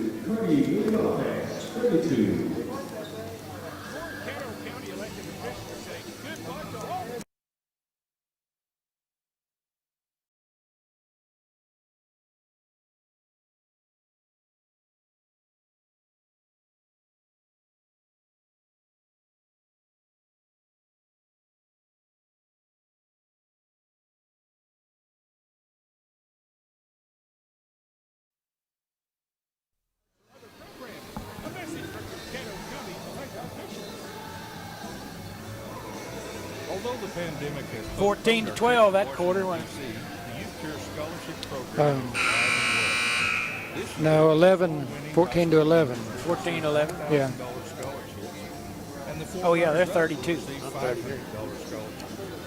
The deadline for entry is February 10, 18th. 9, Details 8, can be found on our 7, website. 6, CK 5, 4, About Us 3, Community 2, Youth Program. 1. As we get set to start the 4th period of play, Fort Cobb made a little comeback there. They outscored them 14 to 11 in the 3rd period, but they still trailed by 10 as the Lady Wildcats lead it 32 to 22 with 8 minutes to play, and it'll be Fort Cobb's basketball at the half line as Rep set to inbound to Stinson. Had a difficult time going against this Carnegie 2-3 zone. It's quite a height advantage for Carnegie, and they've used it well today. Stinson now with it on the right side. Out to Rep. Over to Zoe Brown, now to Hawkins. Trying to get their offense spaced out properly. Now Rep with it along the baseline. A couple of dribbles against Keesaw to Edge. To Zoe Brown. Brown really doesn't look to shoot that much. She's just mostly a ball handler. Edge now to Stinson. Right wing 3, good. Jillian Stinson. Pretty good attack right there, and it's a 7-point ball game, 32-25. Yeah, it's 14 for Stinson. Rush with it over to Keesaw, back to Rush. Now Bronaugh in the corner. They lob it down low, and they double team her. Good defense by the Lady Mustangs that time as they had Tockefer surrounded, and Edge takes away. 6:51 to play in the 4th period. Chance to draw a little closer here. Carnegie's led by as many as 13. It's currently 7, 32 to 25. Stinson dribbles to her right. Edge just down on that low block. They've had more success when she comes up on the high post. They dump it to her. There's a near steal as Rush almost got it, but Brown's there. Over to Stinson. Hawkins dribbles around a defender, kicks it out front to Rep. Left wing 3 is blocked, and the ball was taken out of the air by Carnegie. Off to Bronaugh. Good defense that time by the Lady Wildcats. Keesaw, left wing 3, good. You can see that one coming. First really open look she's had since the 1st quarter. Yeah, when she made those 3 early ones, they pretty well defended her till then. Didn't take much of an opening for her. And that's back to a 10-point lead. 5:49 to play in the ball game. Hawkins with it right side. To Stinson now. They've got Edge down on that low block once again. Stinson drives through the paint. Got the ball hung on her knee, and it'll be a travel. Somebody poked it loose from her and calls the turnover. These games are kind of interesting. Just when one team looks like they've got some momentum, gets within striking distance, goes the other way. I'll tell you what, you make a 3 or something, and it just turns things around in a hurry. I mean, Fort Cobb looked like they were getting close to 7 points and playing pretty well, and then Keyshaw makes a 3, and all of a sudden it's 10 points again. I know it. 5:17 to play in the contest, and the Mustang is going to get the turnover as it went out of bounds. See if they can take advantage of it here. I'd like to thank State Senator Darcy Yeck, Charles Allen Ford, and the Apache Market for sponsoring our broadcast this week. Edge left wing to Stinson, dribbles around her defender, and she's going to be fouled before the shot, they say. She has the ability to make some awkward shots. You know, it's she gets into heavy traffic and missed that one, but she was bumped pretty hard. Substitutions coming in for Carnegie will be Peyton Ogle and Gracie Bronall. Shot good. Riley Rep makes it 35-27 now. Rep got free on the inbounds play, knocked it in. Almost halfway through the fourth period. Out front dribbling is Kimmeray Hodges, who checked in a moment ago. Over to Peyton Ogle. And Rep has the ball after it's batted away. Another good defensive stand that time by Fort Cobb-Broxton. Stinson now into the front court. Over to Zoe Brown. Trying to get it down to Edge, and they're going to call her for traveling or carrying the ball. Another unforced error there that you can't afford. You know, Fort Cobb's done a good job on Carnegie about defending that low post. They fronted them, and Carnegie's having a hard time getting that ball over the defender to an open player underneath. They've tried that on numerous occasions here. Most of them have ended up in turnovers. Great pass and move there. Keesaw cuts to the back door. They were overplaying her, and she got loose along the baseline for a wide open 2. Back to a 10-point lead. That's a big basket right there. And then we turn it over right there. The ball goes through Hawkins' hands and out of bounds. Yeah, Keesaw's got 17 for the game. She's played awfully well. Brown checks out, replaced by Silverhorn. And looks like Carnegie has an opportunity to build that lead back up again. It's kind of yo-yoed between 10 and 7 here in the second half. Now it's a chance to increase it by a little bit more. We're going to have a foul away from the ball. Moving screen, they say. Kimmeray Hodges. That's her 4th personal. And the Mustangs will get the ball on the turnover. Big possession here, it seems to me. Edge at the right elbow has it knocked away. Loose on the floor, battle for it, and they say it's off of Kennedy Keesaw, I think. It'll stay with Fort Cobb. Along the sideline, Rep to inbound.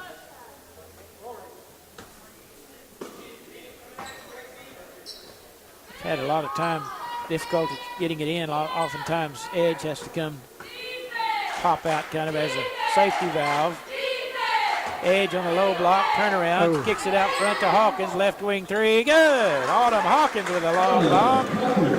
That was a big basket, and it's 37-30 now. Yeah, I thought Edge was in pretty good shape underneath and then kicked it out for the open 3. She knew something I didn't. Keesaw now with it. Silverhorn guarding her. And it goes off someone's foot and out of bounds. It must have been Silverhorn because they say it'll stay with Carnegie. And checking in, replacing Ogle is Tockefer.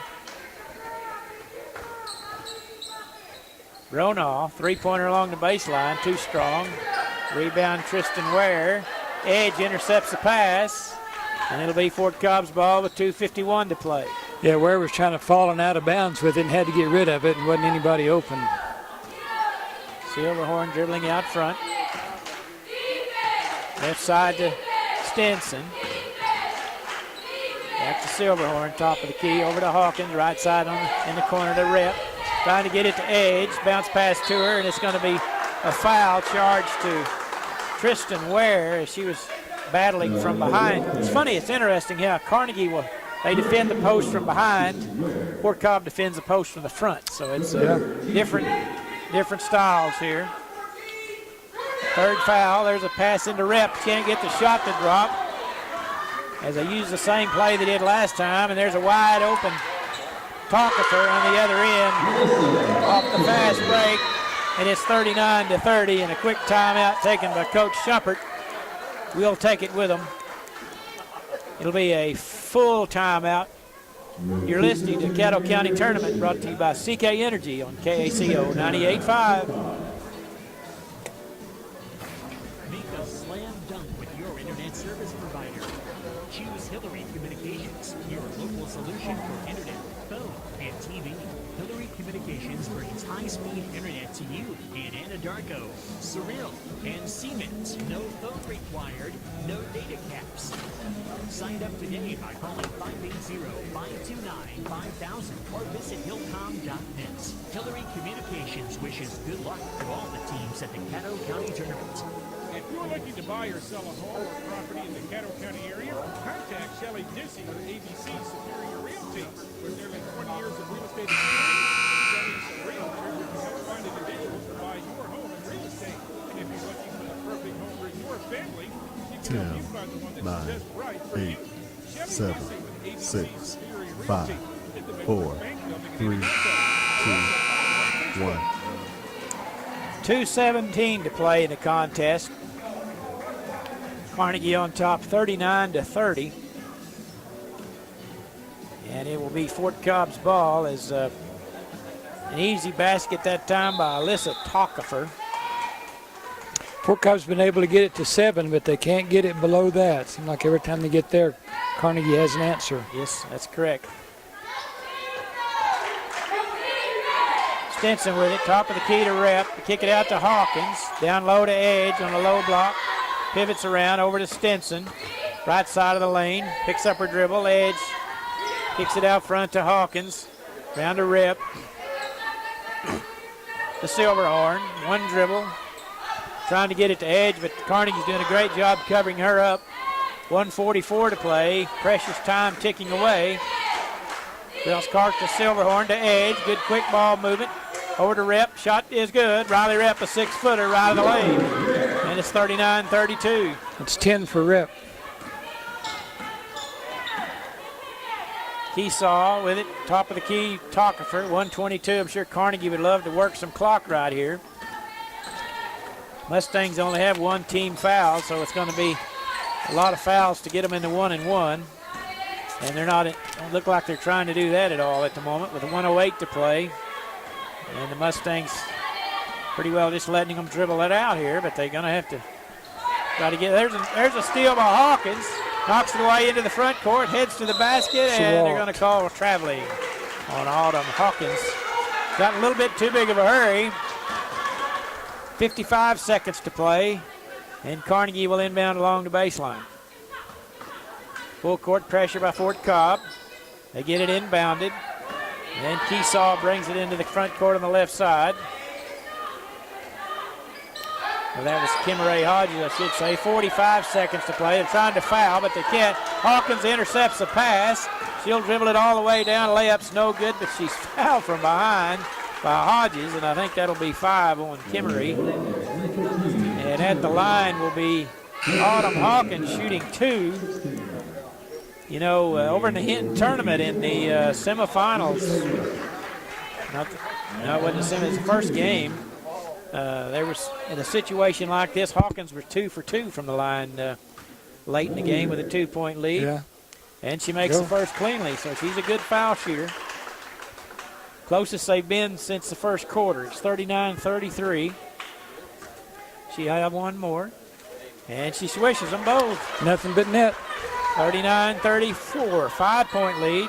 Carnegie breaks the press. Tockefer all the way down, lobs it left side.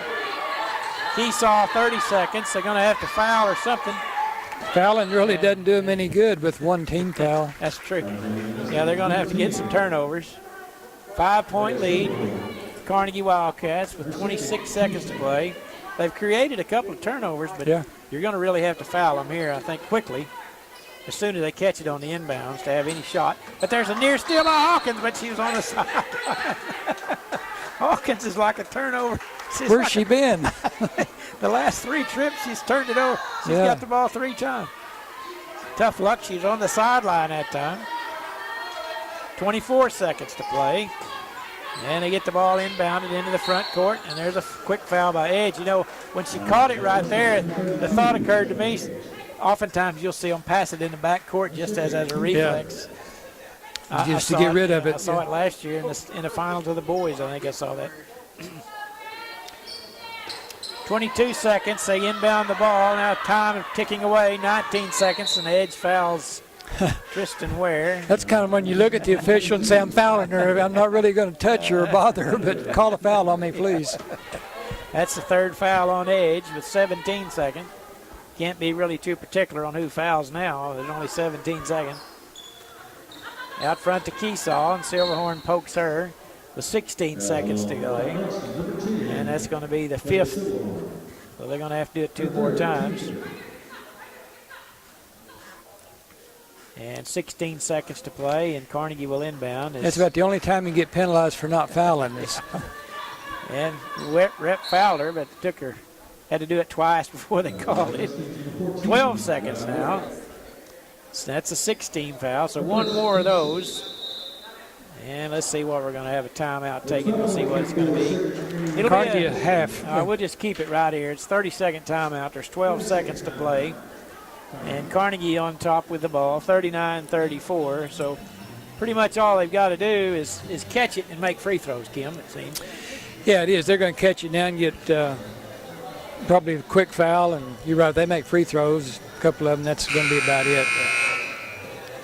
But you never know if Fort Cobb could clamp down on the defense and make them get a 5-second violation.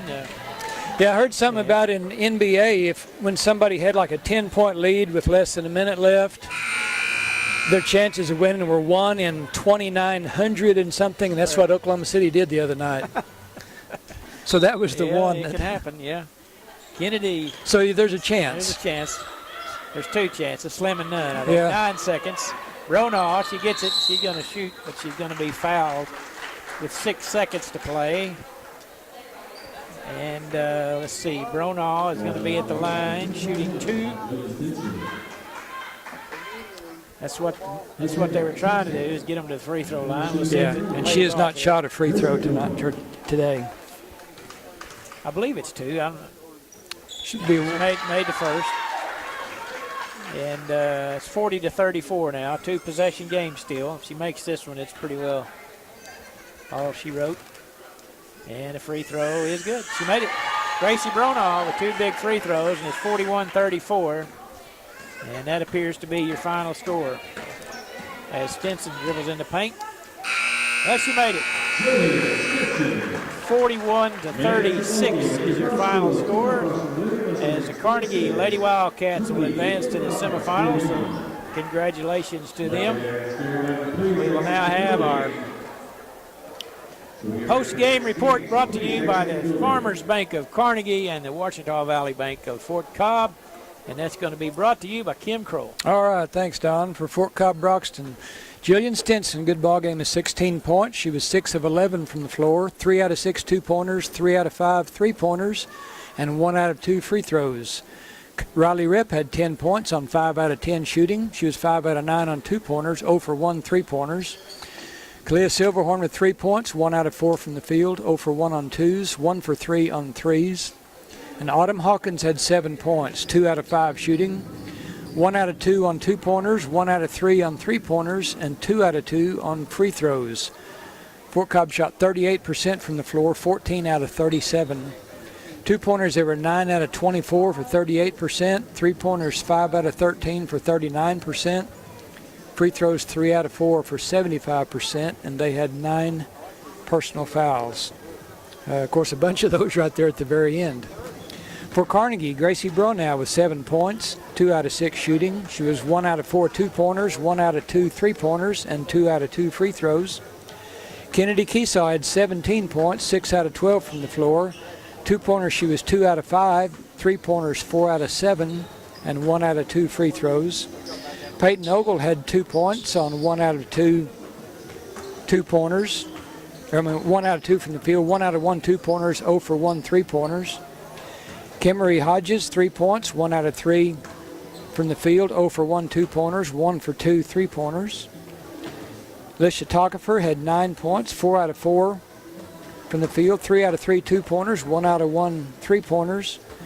And Elvira Lopez had 2 points on 1 out of 3 shooting, 1 out of 2 two-pointers, 0 for 1 three-pointers. Carnegie shot an even up 50% from the floor, 15 out of 30. Two-pointers, they were 8 out of 16 for 50%. Three-pointers, 7 out of 14 for 50%. Free throws, 4 out of 6 for 67%, and they also had 9 personal fouls. So Fort Cobb gets up 37 shots, but Carnegie only gets up 30 shots, but makes 1 more than Fort Cobb and made some more free throws too. So ended up being a pretty close ball game. 5 points. That's as close as it was since the first quarter. Yep. And Carnegie hangs on to get the win, 41-36, and they will play at 7 o'clock Thursday night, and Fort Cobb will play at 5:30 Thursday night. All right, thank you very much, Kim. I was just sitting here looking at the quarterly scores. That second quarter when Fort Cobb scored 0, obviously a huge difference when you go on an 8-minute scoring drought, because Fort Cobb outscored them the second half 28-20.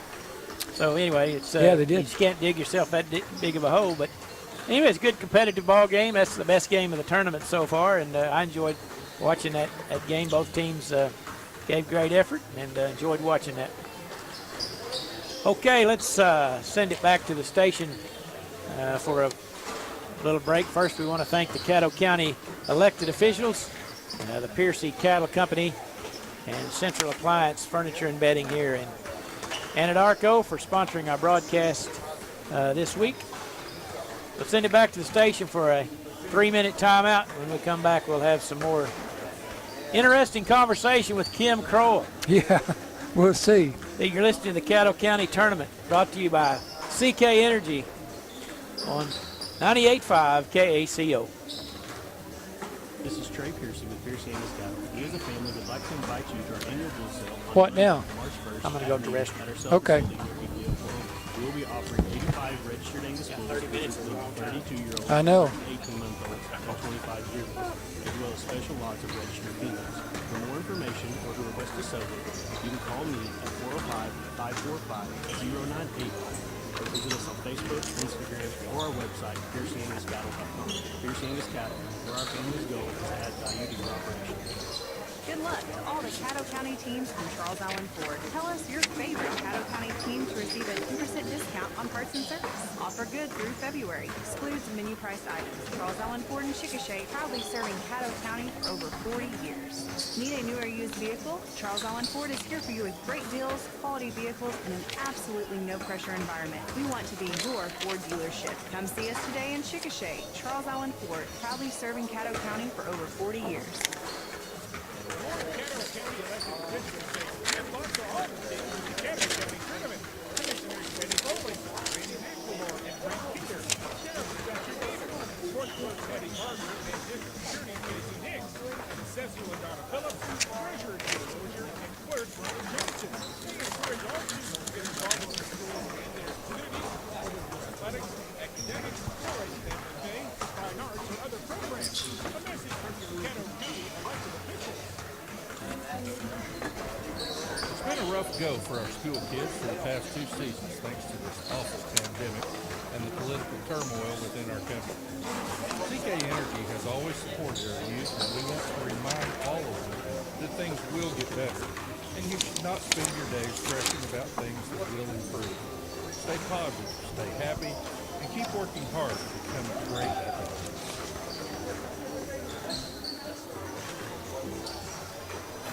Make a slam dunk with your internet service provider. Choose Hillary Communications, your local solution for internet, phone, and TV.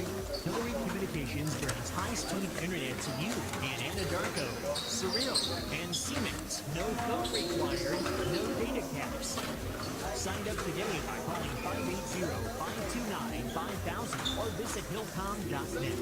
Hillary Communications wishes good luck to all the teams at the Caddo County Tournament. If you're looking to buy or sell a home or property in the Caddo County area, contact Shelley Dissy with ABC Superior Realty. With nearly 20 years of real estate experience, Shelley's a realtor who can help find individuals to buy your home and real estate. And if you're looking for the perfect home for your family, she can help you find the one that's just right for you. 8, 7, 6, 5, 4, 3, 2, 1.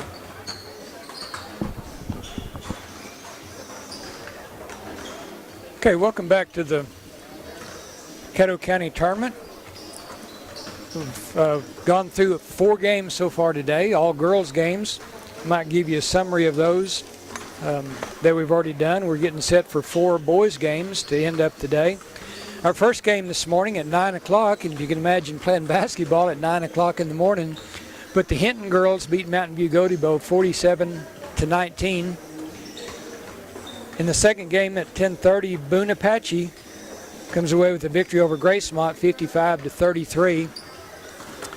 Game after that was Binger-Oney defeating Cement 63-21.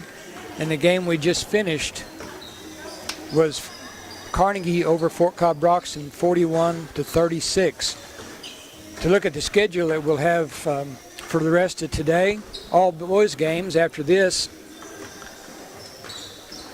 Looking at right now, we've got a boys game with, find the bracket, with Cement and Apache. That will be followed by Binger-Oney and Gracemont. After that will be Mountain View-Gotebo versus Hinton. And our last game tonight will be Carnegie and Lookeba-Sickles. So a little different format this year. Monday was all 4 girls games this morning, and finish up with 4 boys games this afternoon. Tomorrow night we'll kick off at 4 o'clock with Surreal and Boone-Apache girls. That will be followed at 5:30 with Lookeba-Sickles and Hinton girls. So the first 2 games are girls. Tomorrow night the late games are boys. The 7 o'clock game will be Fort Cobb-Broxton and the winner of this Cement-Apache game. And the late game tomorrow night will be Surreal versus the winner of Binger-Oney Gracemont, which will be coming up in a little bit. So a little different format, but a lot of good ball games, and hope you get a chance to come out. If you do, remember there's a few safety protocols we've got to have. Everybody must wear a mask while they're inside the building. If you need a ticket, you need to go through your school to get it, because each school is only allotted so many tickets, and they are admitted that way, and then they sit down in the lower area all together, and then when the game's over they must exit and make way for the next game's participants and their fans to come in. So lots different, but so far it seems to have gone pretty well. After the games, when the fans leave, the workers from here at Anadarko clean up the area real well and sanitize it again. So we're trying to keep it as clean as we can, and hope everybody understands the things that are necessary and the changes that have been made.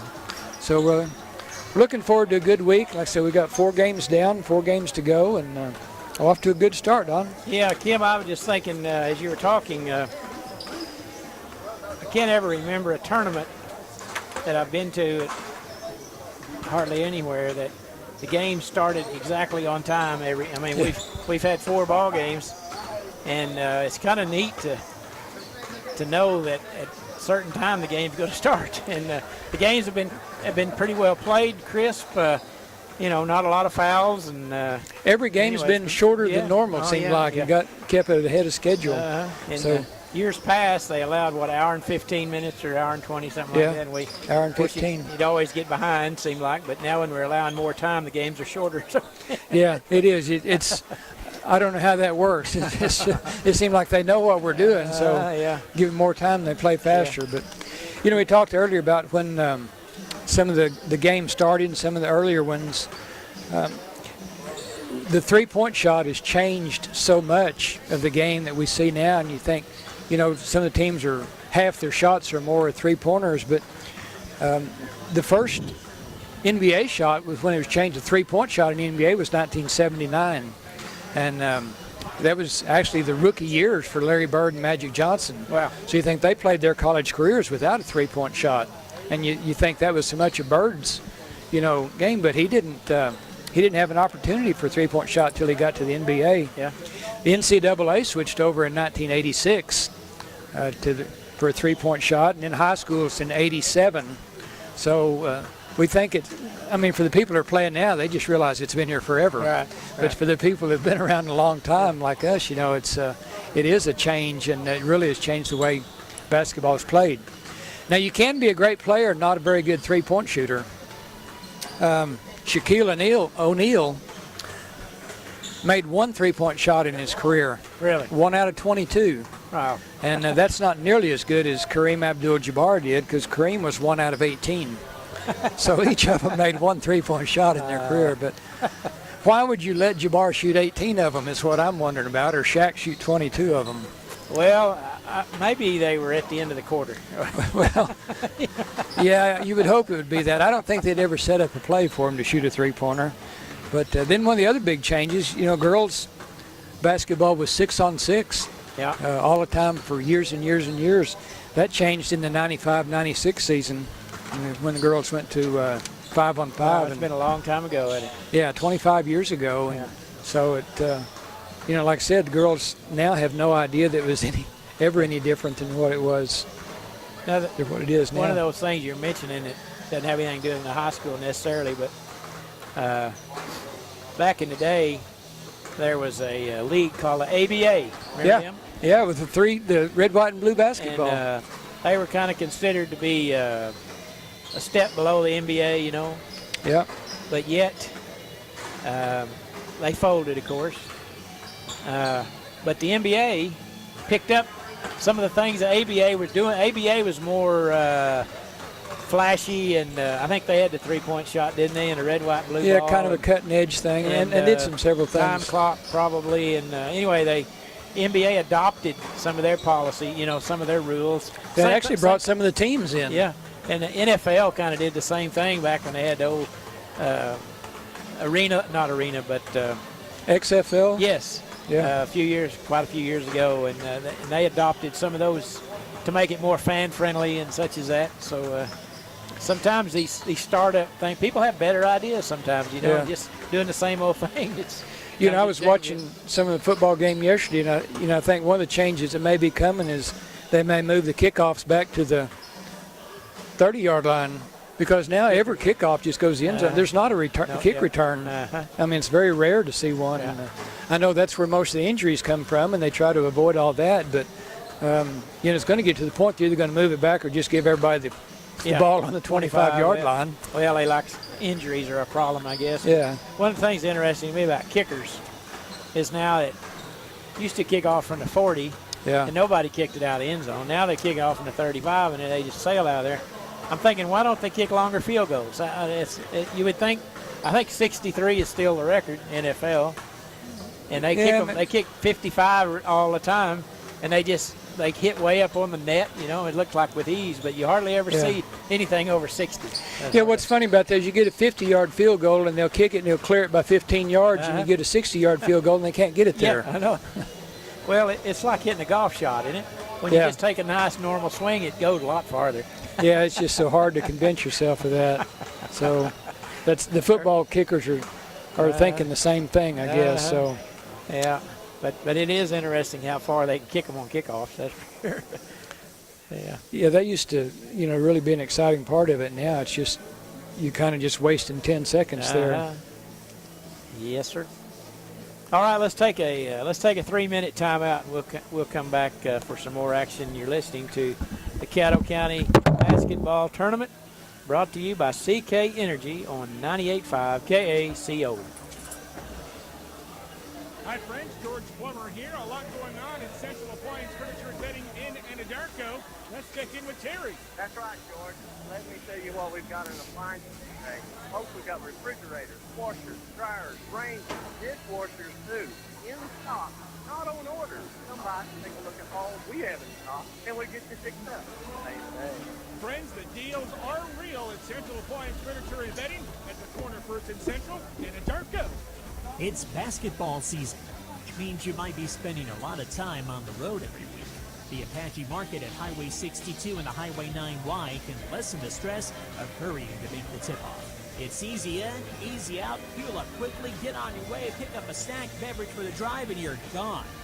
If you need a quick bathroom break, well, the Apache Market offers clean restrooms too. Morning, noon, or night. Visit the Apache Market, Highway 62 and the Highway 9Y. They're here for you. Sports, academics, and extracurricular activities are a big part of our children's growth.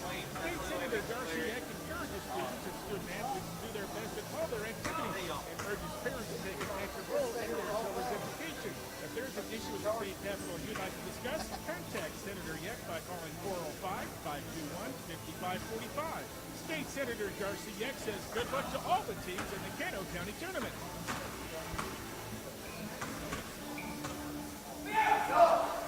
The Apache Farmers Co-op wants to wish all the area teams the best of luck in the 2021 Caddo County Basketball Tournament. When it comes to basketball, Anadarko schools are hard to beat, just like the Apache Farmers Co-op. From livestock feed to fencing supplies, animal health products, the Apache Farmers Co-op has you covered. Don't forget, they specialize in custom fertilizer and chemical applications. All your farm needs, give them a call or stop and see them at 201 Floyd Avenue in Apache. Jay's Jewelry started in Rogers, Arkansas in 1948, and then my wife and I, Christy, opened this jewelry store in November of 1982. 2 weeks after I got out of jewelry school, my father died. I had to take over the family business, and I wanted to try my best to make my father proud. Now, I have my son. Jay's Jewelry is a third-generation jewelry. I work on the bench. I do custom design. Forte is the guns. We just want to create a service for everybody in the community. If it's not good enough to be on our own hands, then it's not good enough. 30 seconds. Jay's Jewelry has Alrighty. every aspect of the jewelry business. Be it watch repair, jewelry repair, custom design. We make all our own diamond earrings and pendants. We like to make all our engagement rings. We set all our center stones. This being our 70th anniversary, we're very proud to be in business for 70 years. I think Jay's Jewelry's biggest and best motto has always been quality merchandise, 9, competitive price, 8, and service 7, after sale. That's why we like 6, to invite you 5, to Jay's Jewelry 4, down in 3, 2, 1. Welcome back to Anadarko Warrior Fieldhouse. We are about 9 minutes away from tip-off of our first boys contest of the day. The Boone-Apache Warriors getting set to take on the Cement Bulldogs, two Caddo County neighbors. Not sure that, I know they haven't played each other this year, as Apache is a 2A school, Cement is a Class B school. So that's a good thing about the tournament is you have A, B, and 2A schools in the tournament, and so oftentimes these teams, even though they're in the same county, don't often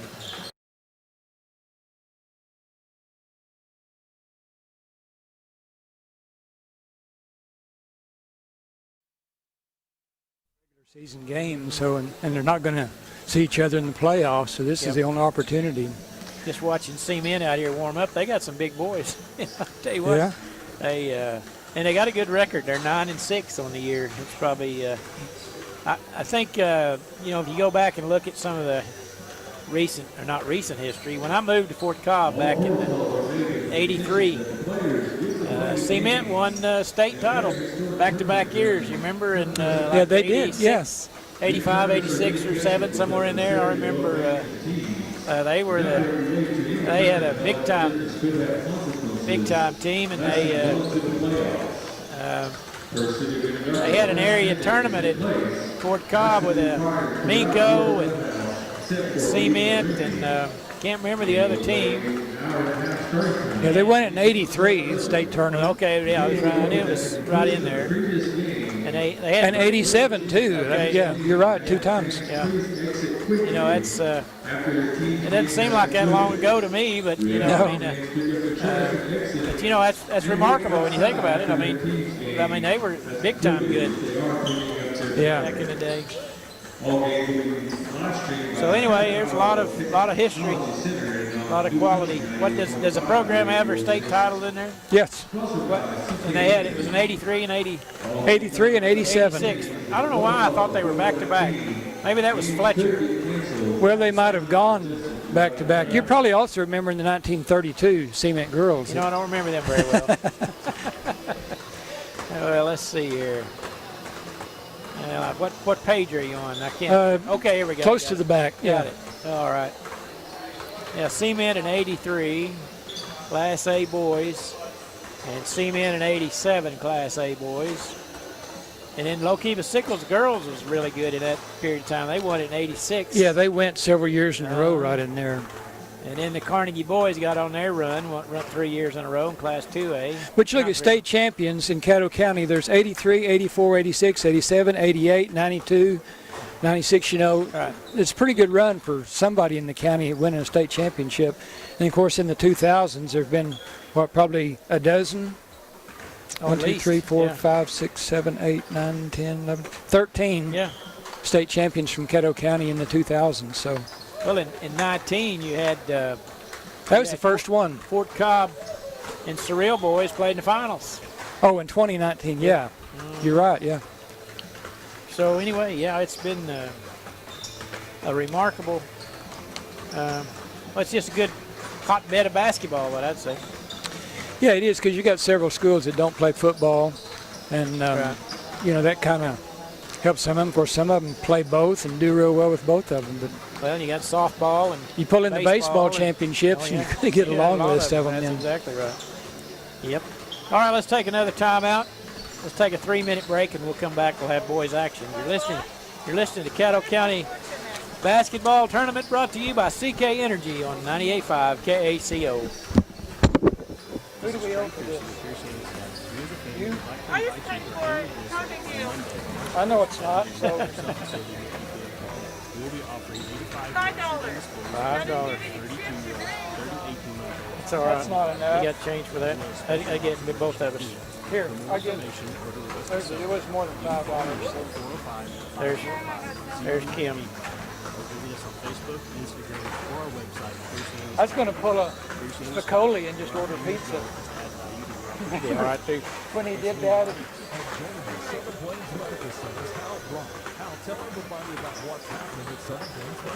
that'll work.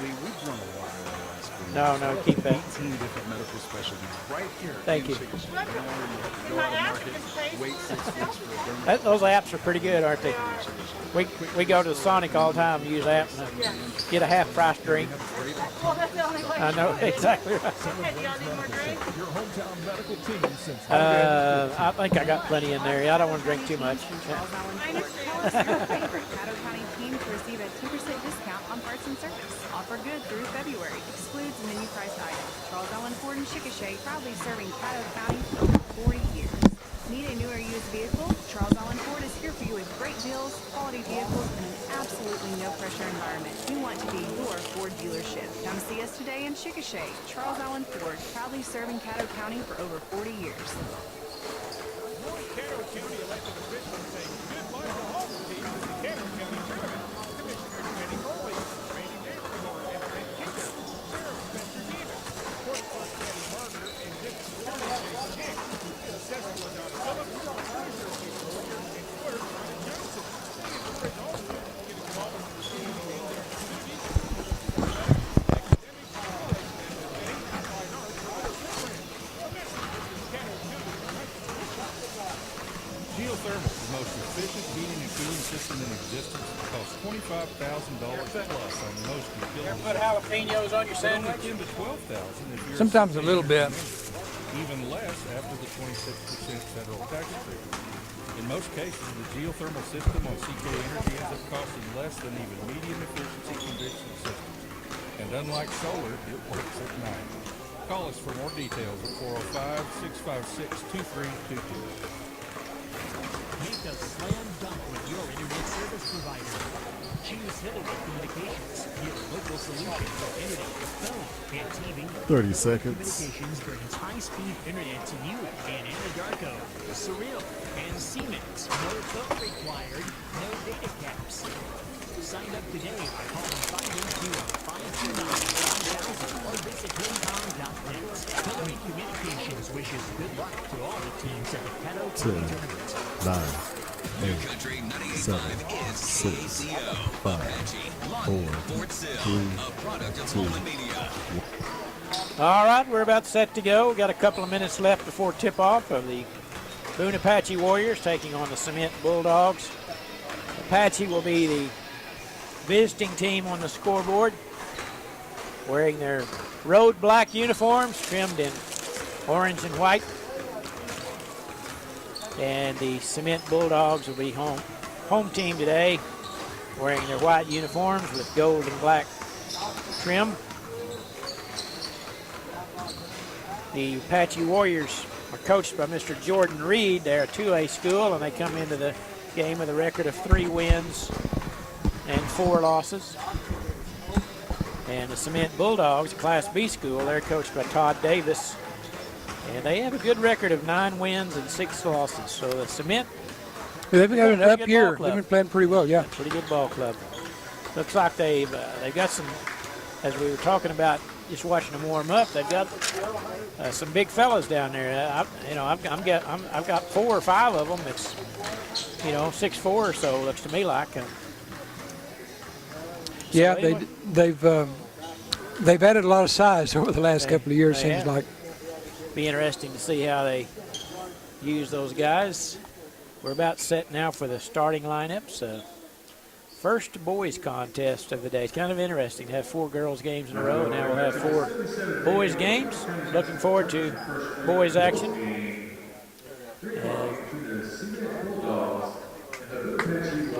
Apache starting lineup.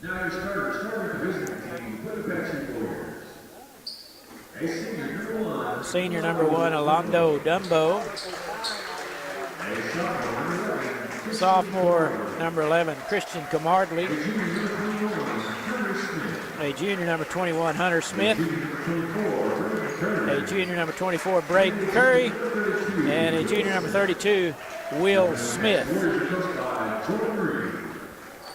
Will Smith, the post player, looks like for the Warriors, as they start as senior, 3 juniors and a sophomore. For the Cement Bulldogs, a senior number 1, Gavin Seibold.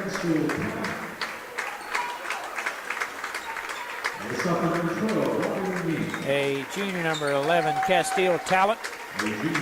A sophomore number 12, Riley Mink. A junior number 20, Ethan Bailey. And a senior, Ashton Hufford. As the team's now taking the floor. Jumping center for Apache.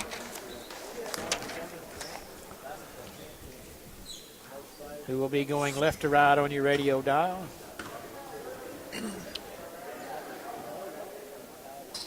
Will be number 11, Kristen Camardley, and jumping for Cement will be Ashton Hufford. So we're about set to go. And everybody's set, and the ball is in the air, and it's controlled by the Bulldogs. That's Talent with it into the front court. Man-to-man defense by the Warriors. Hufford now dribbles to the top of the key. Long three-pointer by Seibold won't go. Good rebound by the Bulldogs. That's Riley Mink. Got the rebound, stuck it back in. That was a nice-looking play right there. He's a long, lanky fella. Good rebound. Now Apache on the attack. Looks like they're going to play a 2-2-1 defense, it appears. Some form of that. Three-pointer on the way by Dumbo. It's too strong. Rebound control by Seibold, and here come the Bulldogs. Into the front court, between the legs dribble. Left side Talent, drives around a defender. Right-handed scoop shot's good, but he was charged. They called a charge on him. Looked like the player was moving. Yeah, it looked to me like he was too. But yeah, he slid over there late, and Seibold made a tough bucket to no avail. Apache now on the attack. The Bulldogs have their zone pushed way out near the center line. It's a long three-pointer. Goes through the arms of several players. Picked up by Apache. Drives no good. Shot by Braden Curry. Wouldn't go, and his ball is controlled by Talent now into the front court. Over to Seibold. Dribbles around the defender. Gets it into, trying to get it into Mink, but the ball is intercepted by Christian Camardley. Hands it off to Hunter Smith, and he lays it in for 2. Good fast break that time by the Warriors, and we're tied at 2. Just underway here, opening period. Talent holding high over his head. Cybo lets fly a long 3 off the heel of the basket. Rebound Apache. Londo Dumbo with it into the front court. Left-handed dribble. Left side to Curry. Now Dumbo, right wing 3, no good. Cement with a rebound. That's Riley Mink with it. Over to Talent. Castile Talent.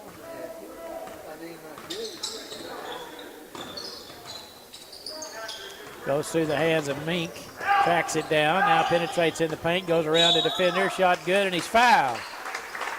You're not supposed to just be able to go right down the middle of the lane like that. Nobody stopped him. Had some nice moves that time.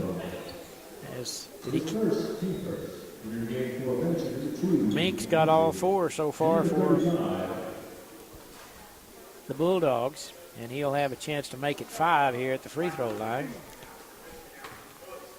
Interesting collection of shoe colors out there on the floor. Yeah, I noticed that. We got a green pair and a couple of orange pairs. There's a pink and blue pair too. Yeah, there you go.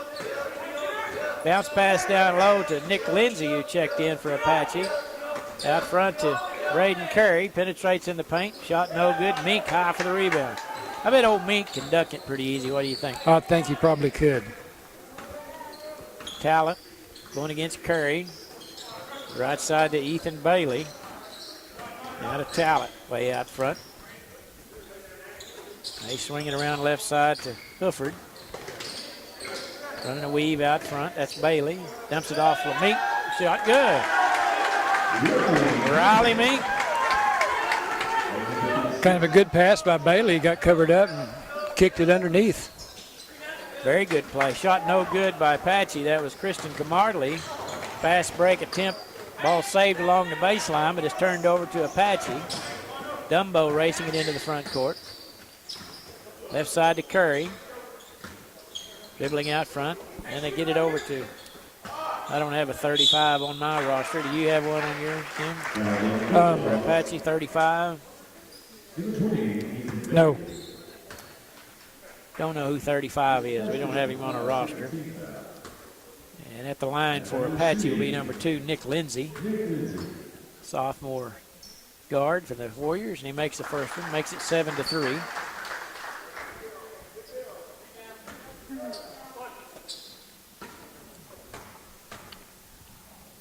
And a second free throw is no good. Good rebound by the Warriors. Good work that time on the offensive glass. Dumbo has it over to Curry. Back to Dumbo. He shot a couple of threes from there. Now he'll penetrate in the paint. Ball deflected. He picks it up. Gets it over to Camardley. His shot in front of the basket's good. Christian Camardley with a nice basket. Makes it 7-5. Cement with a basketball in the lead. Behind the back dribble by Cybo. Over to Hufford. Layup good as he went right through the paint. Ashton Hufford with a nice move. I tell you, these Bulldogs, they like to drive to the goal. So far been very effective at it.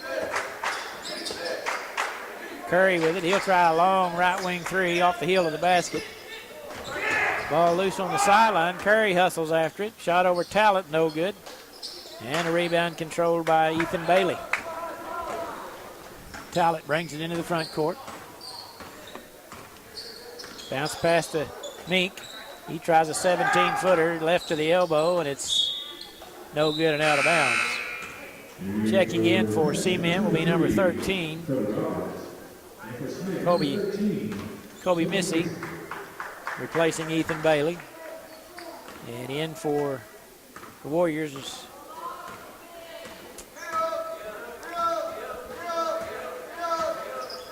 number 23, Dakota Roberts. There's a drive by Dumbo, and they're going to call him for an offensive foul as he crashed into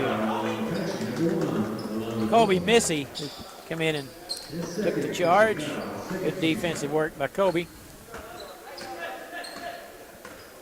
And Cement trying to build on a 4-point lead.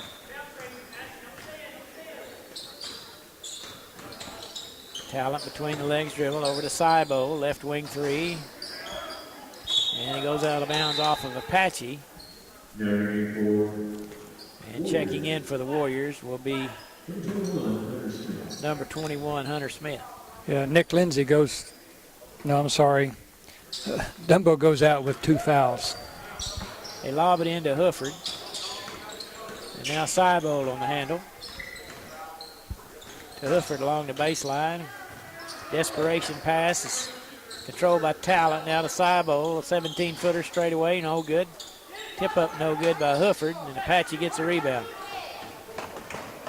2 minutes to play in the first period.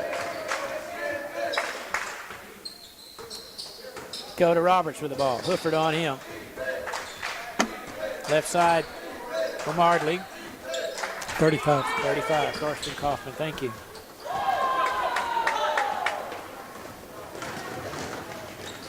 Layup good by Hufford. He took it all the way down and laid it in for his 4th point. 6-point lead for the Bulldogs. Shot through the middle of the lane, no good. Rebound putback's no good by Lindsay. Good hustle that time by Castile Talent, but it'll stay with Apache. Inbounding along the baseline will be Dakota Roberts.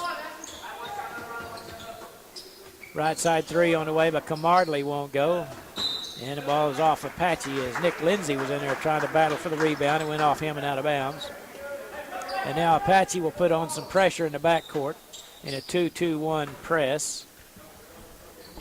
And Talent breaks it easily down the right side. Out front to Cybo. Crossover dribble into paint. Bounce passes to Hufford. Get back to Cybo. Lays it in for 2. Kind of an inadvertent deal. It went off Hufford's shin and right back to Cybo, and he laid it in for the easy 2. It's 13-5 now. Right place, right time. Yeah, good way to put it. There's Nick Lindsay under the basket. Won't go. Talent with a rebound. Racing it into the floor. 2-on-3. Now he'll pull it back out with 43 seconds. Gets it over to Mink. No good. Too strong. And the ball is poked out of bounds. It will stay with Cement. And inbounding will be Riley Mink, who scored 7, what I've got him for. Out front to Talent. Yeah, me too. 7. Dribbling out top of the key. Cybold on the drive, and he's going to be fouled as a defender put out the stop sign there. Nick Lindsay picked it up. His first. Second team foul. Inbounding will be Mink. Having trouble finding anybody, and Coach Todd Davis is going to call a timeout. It'll be a 30-second variety. We'll be back right after this short break. You're listening to Caddo County Tournament on KACO 98.5. If you're looking to buy or sell a home or property in the Caddo County area, contact Shelley Dissy with ABC Superior Realty. With nearly 20 years of real estate experience, Shelley's a realtor who can help find individuals to buy your home and real estate. If you're looking for your family, she can help you find the one that's just right for you. 8, Shelley Dissy, 7, ABC 6, Realty, 5, Bank, 4, Anadarko. 3, You'll also find her on 2, Facebook. 1. Cement was struggling to get the ball inbounded, and alertly Coach Todd Davis took a timeout to avoid the turnover. With 32 seconds to play here in the opening period. Cement playing well, leading 13-5. Cybo with it. Right wing 3 on the way. Good. Gavin Cybo drains a 3-pointer as he was wide open. 10-point lead for the Bulldogs. Right side, Camardley. Shot off the glass and good. Nice basket by Camardley. 12 seconds to go. Pressure in the backcourt, and we're going to have a travel called on the Bulldogs. They were a little bit too big of a hurry. Yeah, that wasn't a very good turnover, but it saved him from getting a foul. Yeah, it would have been an offensive foul, wouldn't it?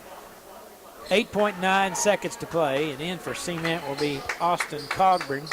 There's been a Cogburn in the lineup many years as I've been here. 7 seconds to play. Camardley dribbles along the baseline, 3 seconds, and the ball's tapped away. It's loose on the floor, and it's picked up, and that'll do it. After 1 period of play, Cement 16, Apache 7. You're listening to the Caddo County Tournament, brought to you by CK Energy, 98.5 KACO. Friends, there's big goings on at Central Appliance Furniture and Bedding in Anadarko. Let's check in with Terry. George, we've got mattress trucks coming almost every day. That's right. The Serta factory is putting out mattresses, and we got them. Folks, we got from the twin all the way up to the king-size mattress in stock, ready to go. Folks, come on by. Sandwich is going to last a long time. I know. And we'll get you Bite at a time. That's Central Appliance Furniture and Bedding, corner of First and Central, Anadarko. The Apache Farmers Co-op wants to wish all the area teams the best of luck in the 2021 Caddo County Basketball Tournament. When it comes to basketball, Anadarko schools are hard to beat, just like the Apache Farmers Co-op. From livestock feed to fencing supplies. How you like this seat up here? The Apache Farmers Co-op. I like the privacy, but it's a lot better seat down there. I like the chairs. Yeah. 7, 6, 5, 4, 3, 2, 1. It'll be Apache's ball to start the second period of play. Cement had a good first quarter there. They lead at 16-7.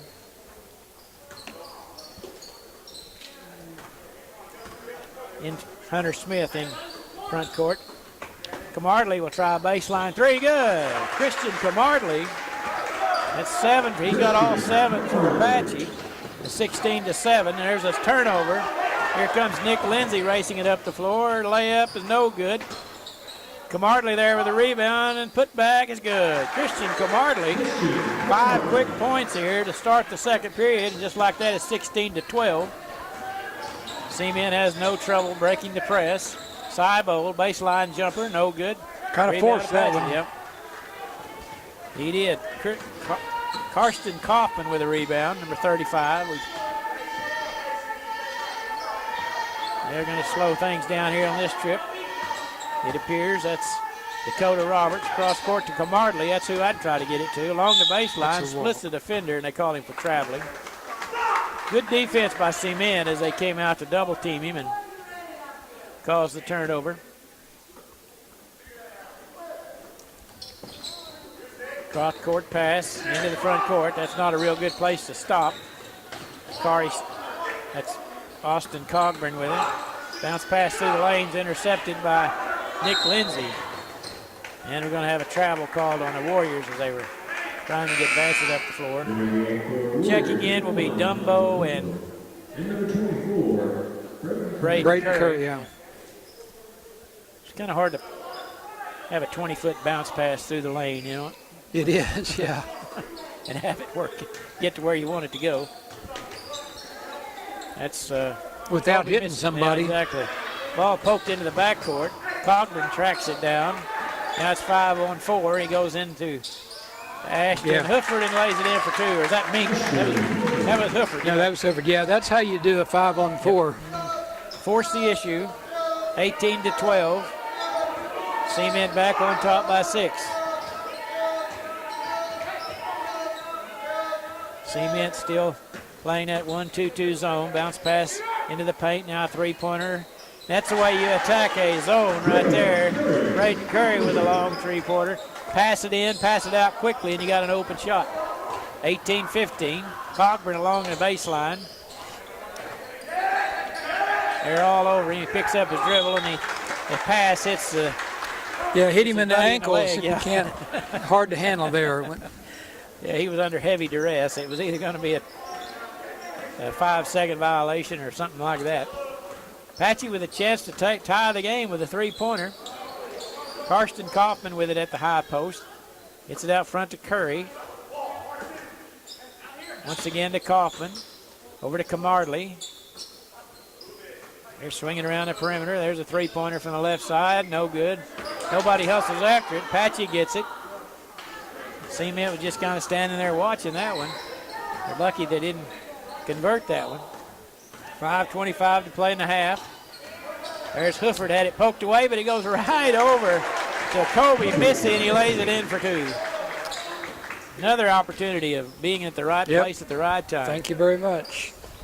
There's a long three-pointer off the back iron, no good. Side bowl high for the rebound. He races it into the front court, up ahead to Hufford. Layup good. Two quick baskets by Cement, back to a 7-point lead. Apache had cut it to 3 a moment ago and had the ball.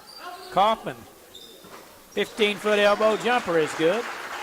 Karsten Kaufman makes it 22-17. Mink into the front court quickly to Hufford. Oh, missed him. Kind of helter-skelter right at the moment. Ball taken away by Apache. Braden Curry forcing him in through the lane. Little running shot, a floater, and it's good. 22-19, back to a 3-point lead as Apache scored 4 straight. That looked like one that just kind of went up in the general direction and happened to get a bounce and go in. He wasn't even looking at it when he shot it. But it counts. It's kind of like centering the puck in hockey. Yeah, I think that's what he was doing. And we have a substitution for Apache. That's Hunter Smith checking in for Braden Curry. And Apache now with the ball, trailing by 3 with 4:20 to play in a very entertaining game so far. Right side to Hunter Smith. Down in the corner, Camartley. Baseline three's good, and we're tied. Christian Camartley with his second tray of the night ties the game at 22. And we're going to have a foul against Apache as they fouled Mink at the center line. Halfway through the second period. And Curry will replace Dakota Roberts for Apache. And Cement on the attack. Cybo with it, crossover dribble, 14-foot jumper. Good. Gavin Cybo with a nice little jumper. Yeah, that's 7 for him. Back to a 2-point lead for Cement. Curry with the ball. Over to Dumbo. He'll dribble out top of the key. Gonna set up a play. Kaufman left wing 3, won't go. Rebound control by Kobe Missy. Had a good open look at it that time. Cybo going against Camartley. Behind the back dribble, lost his footing. Ball loose on the floor. We're going to have a tie-up. And it's going to stay with Cement. And checking in for Apache is Nick Lindsay replacing Kaufman.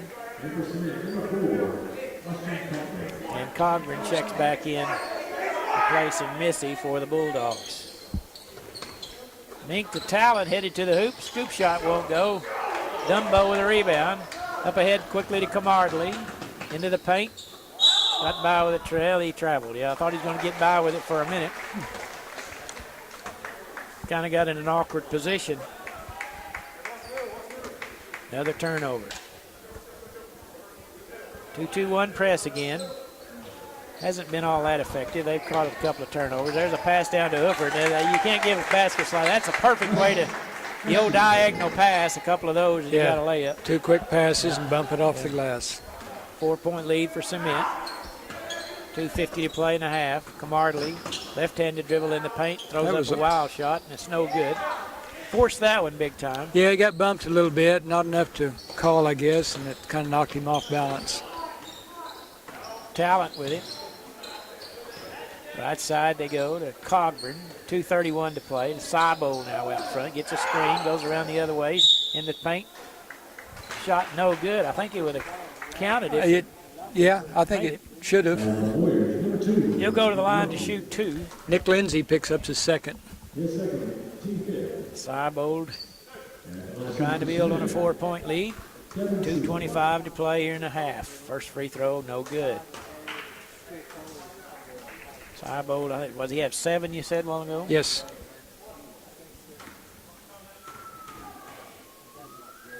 He's been playing for 4 years for these Bulldogs. He makes the second. 5-point lead. They've led by as many as 9.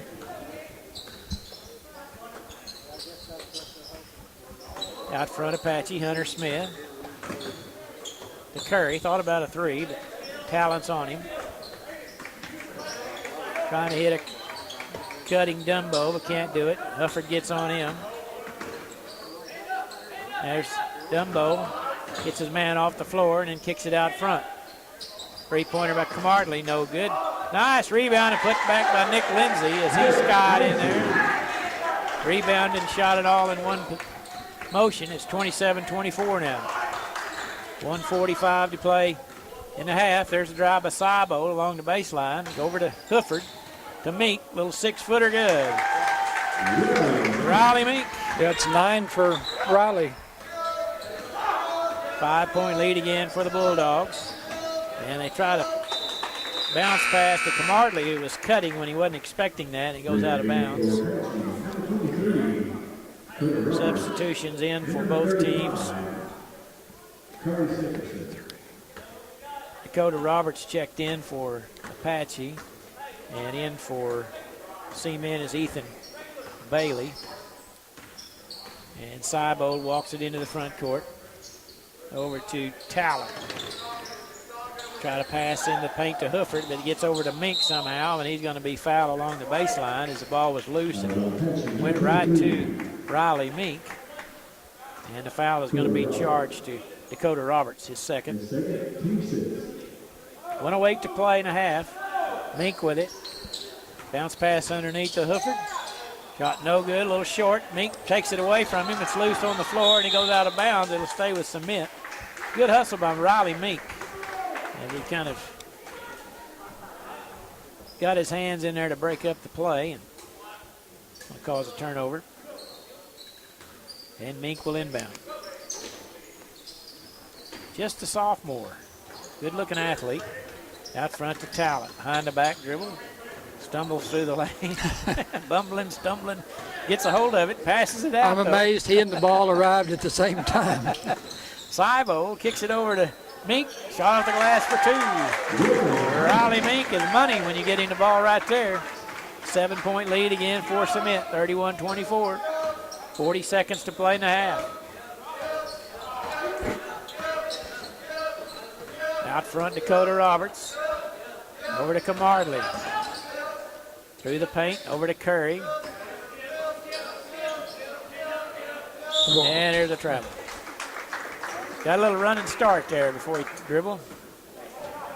And it'll be turned over to the Bulldogs. 23 seconds. I'd probably hold for one here if it was me. Hufford, long pass up ahead. Maybe not if you're that close. Shot no good. Good defense by Karsten Kaufman as he caused him to miss it. 9 seconds to play. Hufford comes away with it. 7 seconds. Got 2 on 1. Ball poked away by Kaufman on good defensive work. Up ahead, Roberts, three-pointer, no good at the buzzer. I'll tell you what, both teams had 2 good chances to score there, and neither one could get it done. Yeah. Your halftime score, Cement Bulldogs 31, Apache 24.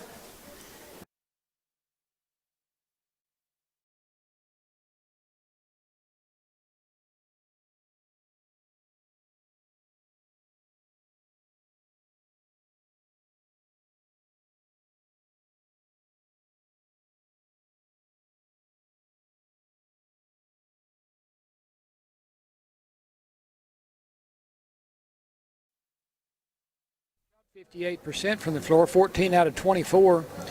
2-pointers are 13 out of 20, and 3-pointers are just 1 out of 4.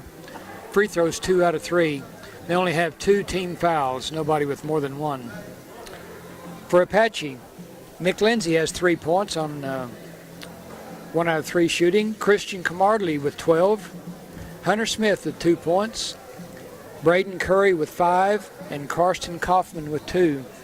Apache shot 37% from the floor, 10 out of 27. 2-pointers are 7 out of 14. 3-pointers 3 out of 13. Free throws 1 out of 2. And they have 6 personal fouls. Roberts, Lindsay, and Dumbo each have 2. So not very good 3-point shooting. I mean, 1 out of 4 for Cement, 3 out of 13 for Apache, which is, not unusual, I guess. But Cement's looked pretty good. They've been able to get the better shots inside and seem like worked it better and got more what they were looking for. Apache's depending more on the outside shots. Made a pretty good run there, got to within, I think, 3. But Yep. Cement pulls it back to a 31-24 halftime lead. All right, thank you, Kim. Yeah, it seemed to me like when Cement would take their time on working the ball down against the press, they would get an easy shot every time. When they got in too big of a hurry and tried to dribble through it instead of pass through it, they would turn it over. And Yeah, the last couple of possessions, just a few seconds left, they got rushed. You could see it, and had good opportunities to get a couple of buckets there. But But against that zone, Lost it looked control. like they could just 2 quick passes and they got an easy shot if they just slow down a little bit. yeah, because it doesn't matter who's down there. They're all good players and good shooters, and they're pretty well interchangeable on that. Yeah, it looked to me like in a Class B district, I don't know who they play, but Cement will give some fits to somebody. I promise. Yeah, I agree. Yeah, Cement's, well, they're at Lookeba-Sickles for their district. So that's going to be... Well, is there a chance they might match up this week? Let's see what side of the bracket they're on. They are on the opposite side of the bracket, so they would have to meet in the finals, I guess, or in the or both of them get beat or third something. place or something like that. Yeah. So anyway, could be interesting how it goes. All right, let's take a 3-minute timeout. When we come back, we'll have second half action. You're listening to Caddo County Tournament, brought to you by CK Energy on 98.5 KACO. It's Lee Roberts, and joining me, Southern Plains Medical Center's Hal Brock. Hal, tell everybody about what's happening at Southern Plains Medical Center. Lee, we've grown a lot over the last 4 years. We're up to 18 different medical specialties right here in Chickasha. No longer do you have to go out of market, wait 6 weeks for a dermatologist. We have one right here in Chickasha. Our quick care is still open Monday through Friday, 7 a.m. to 5 p.m. And we have a great optometrist, Dr. Sean Hajori. Southern Plains Medical Center, your hometown medical team since 1915. The Apache Farmers Co-op wants to wish all the area teams the best of luck in the 2021 Caddo County Basketball Tournament. When it comes to basketball, Anadarko schools are hard to beat, just like the Apache Farmers Co-op. From livestock feed to fencing supplies, animal health products, the Apache Farmers Co-op has you covered. Don't forget, they specialize in custom fertilizer and chemical application. All your farm needs, give them a call or stop and see them at 201 Floyd Avenue in Apache.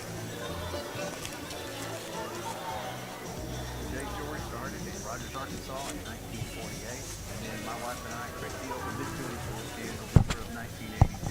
2 weeks after I got out of jewelry school, my father died. I had to take over the family business, and I wanted to try my best to make my father proud. Now I have my son, Jay's Jewelry, the 3rd generation jewelry. I work on the bench, I do custom design, forte is the guns. We just want to create a service for everybody in the community. It's not good enough to be on our own hands. The Anadarko High School announced that we all play a role in protecting ourselves and others from COVID-19. While enjoying possible sports, please remember to follow state and local guidelines. Stay 6 feet apart from others if you can.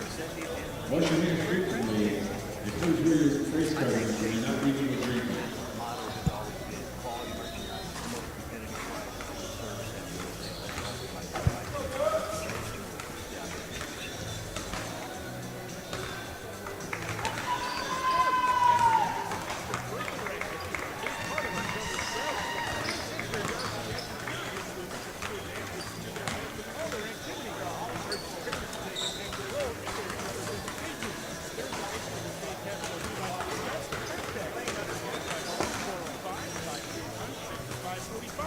State Senator Darcy Nick says good luck to all the teams in the Caddo County Tournament.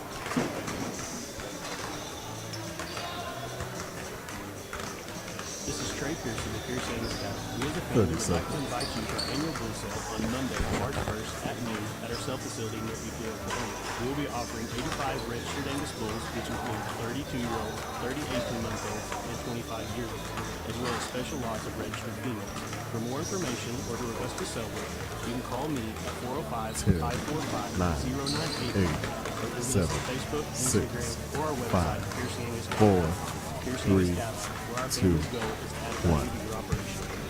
At the half, Cement Bulldogs on top of Apache 31-24 in our first boys contest. The winner of this game will play tomorrow evening at 7 o'clock against number 1 seeded Cobb-Broxton Mustangs. Cements look good first half so far? Yeah, I was impressed that. I've been seeing some of the scores on the ball games they've had, and they've won several ball games. Like I said, the record's 9-3 or 9-6. 9-6, yeah. That's a lot of ball games. Yeah, it is. They played more games than most teams. But they've been pretty impressive. Yeah, they have. Got a few more people here, and as we get later in the day, this morning at 9 o'clock, wasn't too many for the first couple of ball games, but now that people are kind of getting off work, I don't know even what time it is, 4 o'clock or something.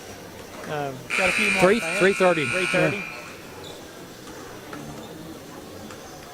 So I appreciate you joining us on the radio or on the web. It's wouldn't be any fun if there wasn't anybody listening, Kim. You know it. We assume they're out there. We hope. We hope they are. Somebody can figure out what's going on. All right. I'd like to thank Hillary Communications, ABC Superior Realty, and Jay's Jewelry, just some of our sponsors this week. Appreciate those folks. And it's going to be Apache's basketball as we start the third period of play. Cement's led by as many as 9. It's currently at 7, 31-24. There's a set play for the Warriors to start the half, and Braden Curry's three-pointer won't go, and Talent with a rebound. That was a good-looking play that time, a wide-open shot. And Cement with a basketball. Gavin Seibold dribbling against this.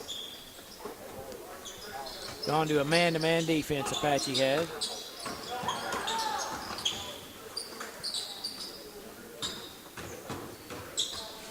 Karsten Kaufman covering Riley Mink, and there's the ball taken away. Dumbo with it, racing it up the floor and through the paint. Round Hooford, layup no good. Nice rebound by Hunter Smith. Kicks it out front, three-pointer won't go. Talent there with a rebound. Two pretty good opportunities for Apache, but couldn't convert on either one. Talent's layup no good. And we're going to have a foul on Riley Mink as he came over the back of Karsten Kaufman, who's done a good job since checking into the ball game. Yeah, Mink's first foul. Both teams have had decent opportunities on their offensive possessions, not yet able to score here in the half. There's a drive through the lane. Dumbo thought about a three. Now he'll try to go drive against Hooford, kicks it out front. Right side Kaufman. To Dumbo, between the legs dribble. Over to Hunter Smith. To Karsten Kaufman on the drive, and there's going to be fouled away from the basket by Ethan Bailey. Ethan's second foul. And Apache to set the inbound. Curry will inbound. Played a minute and a half here in the third period. No one scored yet. Camardley shot no good, and he's going to be fouled by Seibold as Camardley got loose. Yeah, and that's Seibold's first foul. So they only had 2 at halftime, I think. Now they've got 5 for the team. So you know, that's so far in all these ball games, there hasn't been very many fouls called on anybody. No, and very few. And it's not because they're playing good ball, but it's not rough. Not a lot of people slapping at things. And it's different than I've seen before. Rebound by Mink. Long pass up ahead. Shot won't go. Hit the rim twice. Fell away. Kind of got too far under it and couldn't get back to shoot the right angle. Camardley had it batted away by Seibold, but it'll stay with Apache. Both teams struggling to score here in the third period. Curry inbounds out to Dumbo.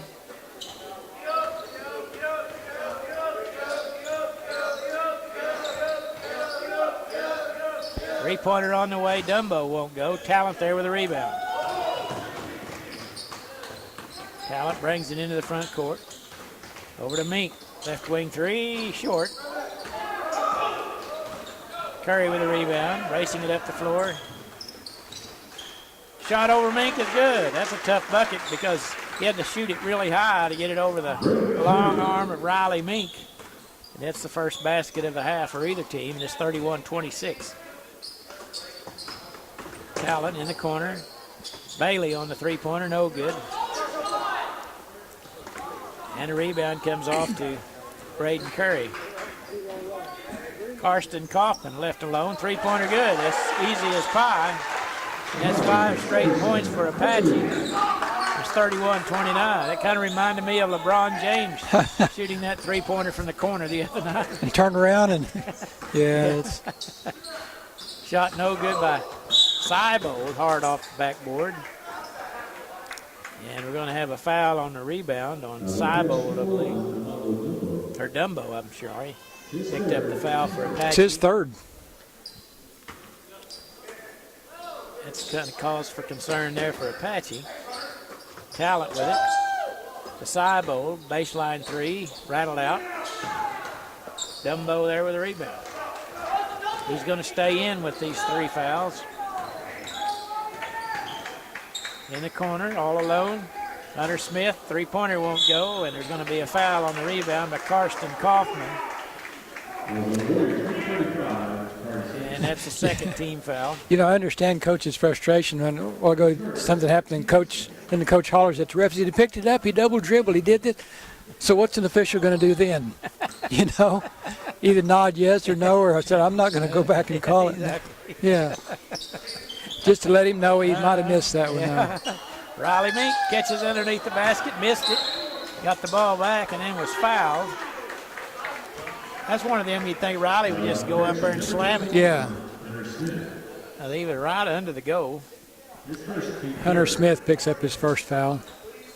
He's going to give him a shooting foul on that. Oh, okay. Rebounded his own miss and got fouled, tried to put it back up. Got a chance to do it all here, as Yeah. Somebody did earlier today. And he does, makes the first one. How many points Riley got so far? That's 12. 12. Checking in, replacing Dumbo for Apache will be Dakota Roberts. And Mink makes them both. Back to a 4-point lead for the Bulldogs. Camardley dribbles right side. What a move there, but he missed the layup. Hunter Smith took his defender free, missed the layup. Seibold passes to no one, and it goes across the lane into Dakota Roberts or Braden Curry's hands. Now Kaufman drives along the baseline, basket's good, and he's fouled by Riley Mink. Tell you, I like old Karsten Kaufman. He's done some good things here. Yeah. Both ends. Yeah, he does. Picked up his 7th point, and Mink picked up his 2nd foul. He's big. I don't know. I'm guessing he's 6'4", probably close to it. And free throw good. I don't have his grade. I'm wondering if he might be a sophomore. You know, I mean, he doesn't look like he's a senior for sure. Young fella. There's a foul by Hunter Smith as he fouled Seibold on the drive. Down to a 1-point lead here for Cement. They pretty well controlled the ball game. They've led throughout. But Apache's as close as they've been since the opening minutes. Seibold, pull-up jumper, no good. Rebound, Dakota Roberts. Left side, Hunter Smith all alone. Three-pointer won't go. Mink with the rebound. Had a wide open look at it. Seibold dribbling out front, stationary dribble, right side to Colby Missy. Shot to Hufford and lays it in to Ashton Hufford. Long pass up ahead to Roberts, and he's going to be tripped and fouled. We've kind of lost track of organized basketball here for a little bit. It's kind of a free-for-all the last couple of minutes. Karsten Kaufman to check it out, replaced by Nick Lindsay. And Apache inbounds out front to Roberts. 3:09 to play in the third period. Chance to tie with a three-pointer. Coach resetting the offense. Everybody shifts around. Now Camardley, he'll drive. The 8-foot runner, good. Christian Camardley cuts the lead to 1, 35-34. Bulldogs have only scored 4 points this quarter, while Apache scored 10. Cybo, three-pointer won't fly. Rebound, Camardley. Racing it up the floor, 2-on-2, goes around Hufford. Oh, he got a ball. hand on it, and he was Yeah. out of bounds when he took off with it. It's a good block. Tough luck by Hufford because his foot was on the baseline as he picked it up to head the other way. So it'll stay with Apache. Yeah, it looked like it's going to be an easy basket. Hufford was able to get a hand on it. Pass the ball inside, it goes outside, and it's turned over by Hunter Smith, as they called him, for traveling. Yeah, he kind of got to step in before he dribbled. So timeout, Cement. All right, we'll take it with them. You're listening to Caddo County Tournament, brought to you by CK Energy. We'll be back after this 1-minute break. Good luck to all the Caddo County teams from Charles Allen Ford. Tell us your favorite Caddo County team to receive a 2% discount on parts and service. Offer good through February. Excludes menu priced items. Charles Allen Ford and Chickasha, proudly serving Caddo County for over 40 years. Need a new or used vehicle? Charles Allen Ford is here for you with great deals, quality vehicles, and an absolutely no-pressure environment. We want to be your Ford dealership. Come see us today in Chickasha. Charles Allen Ford, proudly serving Caddo County for over 40 years. 30 Caddo seconds. County elected officials say good luck to all the teams in the Caddo County Tournament. Commissioners Betty Foley, Randy McLemore, and Brent Kinder. Sheriff Spencer Davis. Court Clerk Patty Barker, and District Attorney Jason Hicks. Philip Hall, Treasurer Dean Rozier, and Clerk Rhonda Johnson. They encourage all students 10, 9, 8, 7, 6, 5, 4, 3, 2, 1. 2:32 to play in the third period. Cement on top, clinging to a 1-point lead, 35-34. And it will be the Bulldogs basketball. In the backcourt, Apache's going to set up in their 2-2-1 press.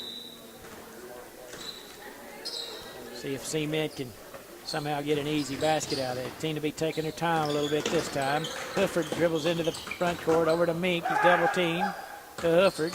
Right down the middle of the lane. Shot off the back iron and good. Ashton Hufford got that easy basket that we were talking about. Back to a 3-point lead.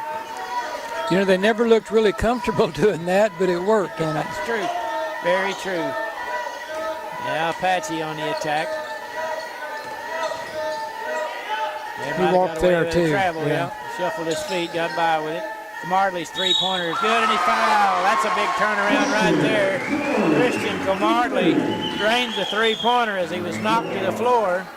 And that'll give Apache, or tie the game, and he'll have a chance to give them a lead here. First one of the night, I believe, if he makes this. Yep. And the free throw is good. Apache on top, 38-37. Off of a 4-point play by Christian Camardley. And checking in for the first time for Apache will be number 12. I don't have a 12. I don't have a 12 either. Post player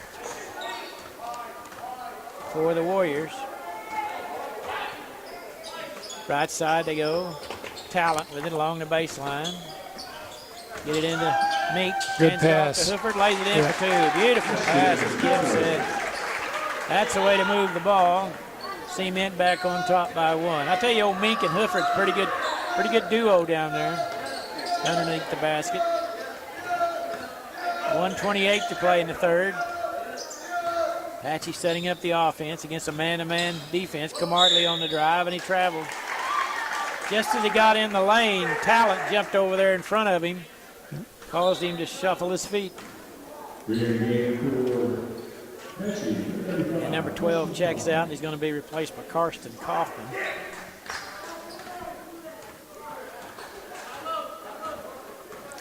And 1:15 to play in the third. Cement with the ball and a 1-point lead. Talent with it. Cybo, straightaway three short. He was open. Long ways out there. 1:02 to play in the third. Curry with it. Picks up his dribble. Right side to Roberts. Karsten Kaufman. Right side they go to Camardley. Might have got away with a walk again. This time he drives, and he's going to be fouled from behind by Steele Talent. Yeah, Talent's second foul. Yeah, the last few possessions seem like Apache players are getting a step in before they start dribble. They've called it once, but the others look like the same as they called. So, yeah, they got by with it last time, and they got a 4-point play just after that. Yeah. Free throw is short. Talent with the rebound. He races it into the front court. It's taken away from him at the half line, and we're going to have a timeout taken by Coach Todd Davis. As they say, they had a possession, so there's a 30-second timeout. We'll be back right after this short break. Although the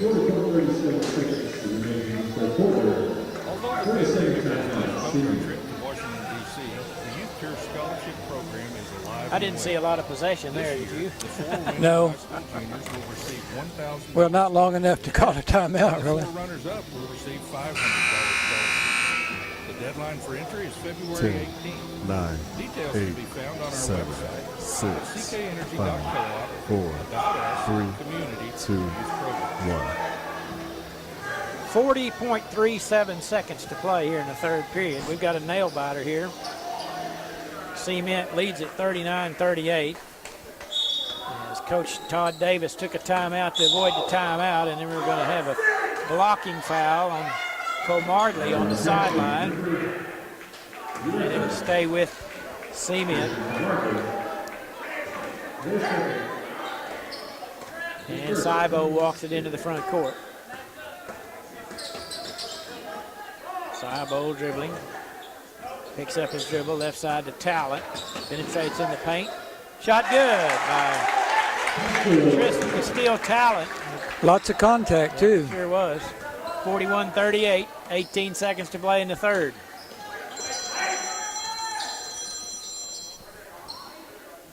There's my warranty people calling me. Sorry to bother you. Yeah. They call me regularly. Pass through the lane, and it goes off the hands to Hunter Smith and out of bounds with 3.9 seconds to play. Cement will inbound. And see if they get a shot off. Yeah, and they'll get the ball at the next quarter, too. Cybold crosses half line. Three-pointer on the way. No good. After 3 quarters of play, Cement 41, Apache 38. You're listening to Caddo County Basketball, brought to you by CK Energy, 98.5 KACO. Make a slam dunk with your internet service provider. Choose Hillary Communications, your local solution. Hillary Communications brings high-speed internet to you in Anadarko, Surreal, and Cement. No phone required, no data caps. Hey, Tony. Sign up today by calling 1-800-400-1000 or visit hillcom.net. Hillary Communications wishes good luck to all the teams at the Caddo County Tournament. If you're looking to buy or sell a home or property in the Caddo County area, contact Shelley Dissy with ABC Superior Realty. With nearly 20 years of real estate experience, Shelley's a realtor who can help find individuals to buy your home in real estate. And if you're looking for the perfect home for your family, she can help you find the one that's just 2, right for you. 9, Shelley Dissy, 8, ABC 7, Superior Realty. 6, 5, 4, 3, 2, 1. I'd like to thank some more of our sponsors while we have the opportunity. Southern Plains Medical Clinic of Anadarko, Apache Farmers Co-op, and State Senator Darcy Eck. Appreciate all those folks for helping this week in the broadcast. Cement's basketball. We start the fourth period of play. Mink with it. Passes it back out front to Hooford. Now over to Cybo. Been a pretty close ball game throughout. Meek right on a low block. Turnaround shot, no good. Quick turnaround. Looked like Wayman Tisdale on the shot, but a little too strong off the backboard. And Apache with a rebound.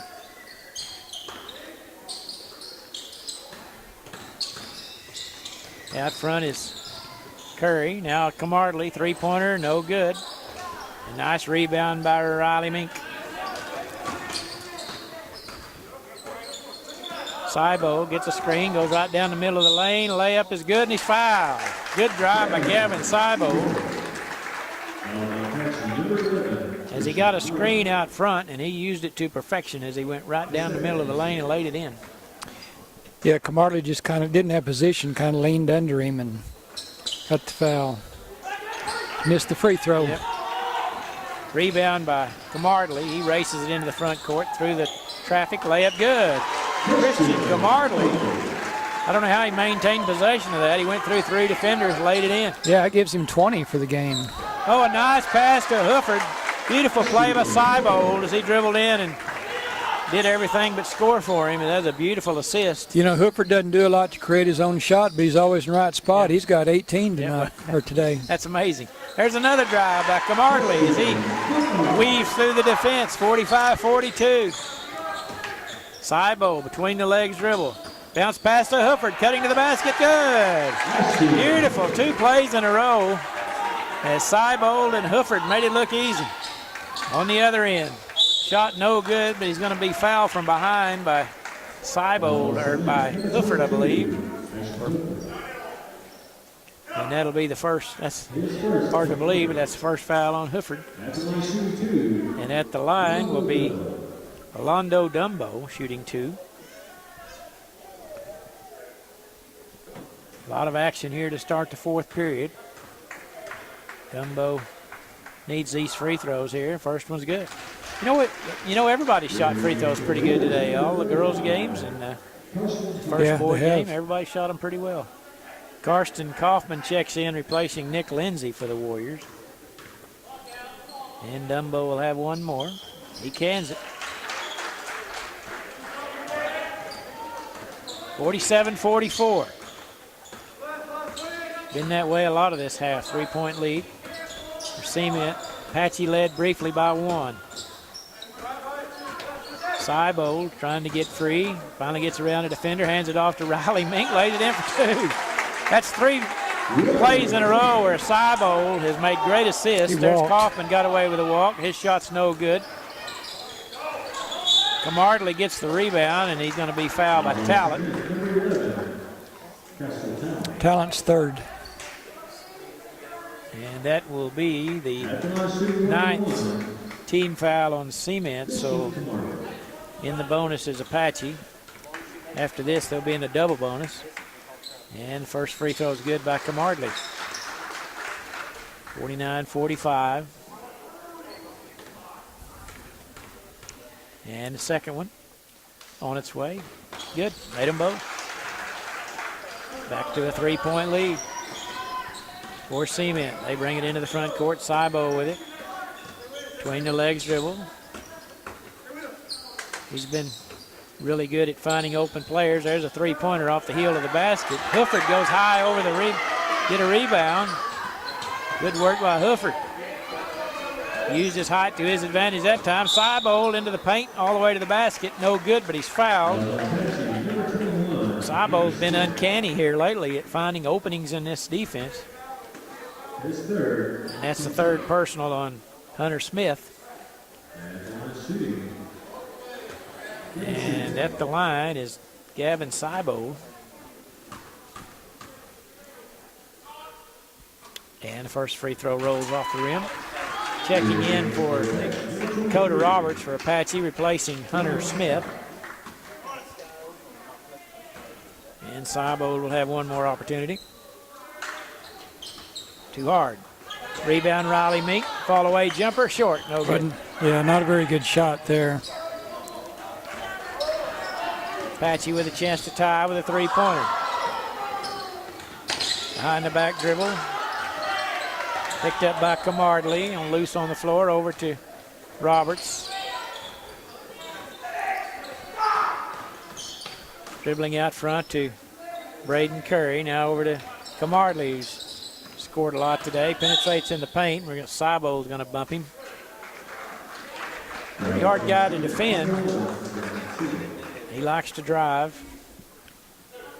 And he'll have 2 shots this time, as that's the 10th team foul on the Bulldogs. And so the rest of the way, Apache will have 2 shots at the free throw line every time. Yeah, Cement's fouled a lot, but they still don't have anybody with more than 3 fouls. So First free throw good by Camardley. Made him look easy. Yeah, that's 26 for Christian. Wow. 49-48. 1 point lead for the Bulldogs. Seibold, 15-footer straight away. No good. Rebound, Apache. Dumbo with it. That was a quick shot for the Bulldogs. It was an open one, just couldn't get it in. Camardley now with it.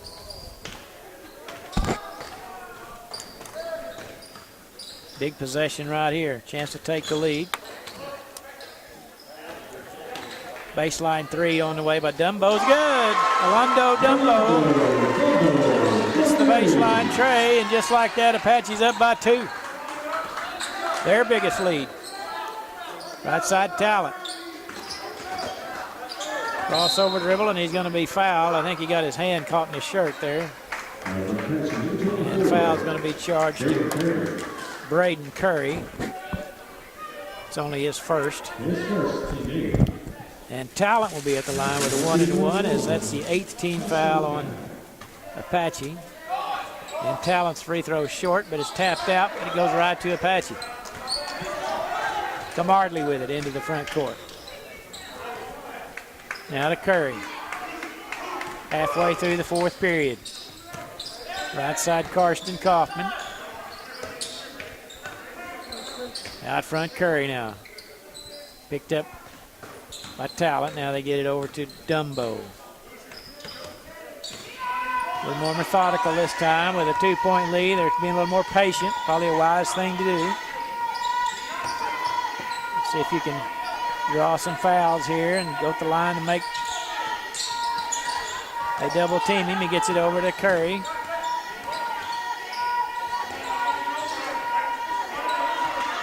Looks like Cement's getting a little impatient on defense here. They're trying to pick up their intensity. Dumbo goes over to Kaufman, who cuts to the basket, and they're just content to work the clock. 3:13 to play. Drives around his defender, now backs it back out.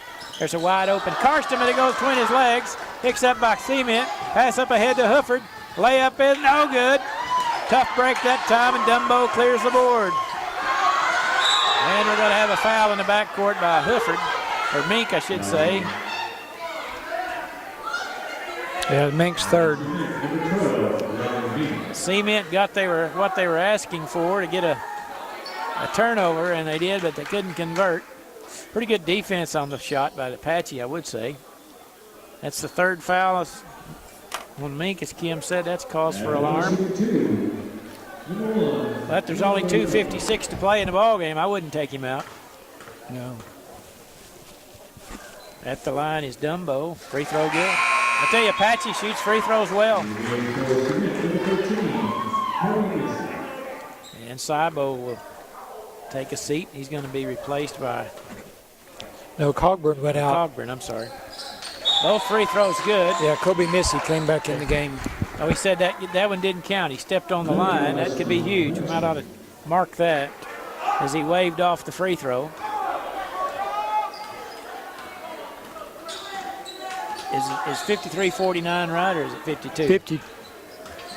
I have 52 because they didn't count that one. They haven't taken it off. Seibo dribbles along the baseline.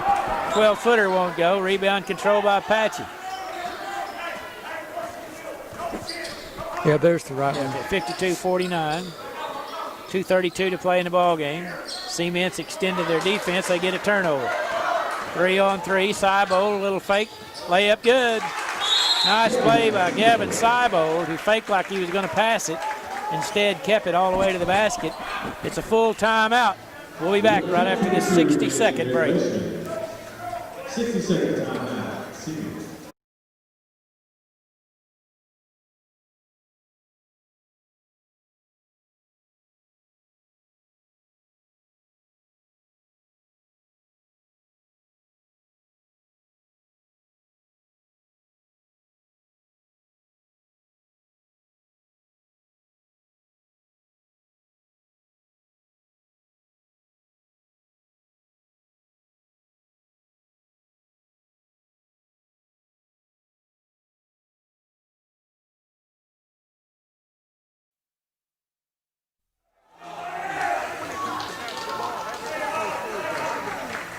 30 seconds. From livestock feed to animal health products to don't forget, they specialize in all your farm needs. Give them a call or stop and see them at 201 Floyd Avenue in Apache.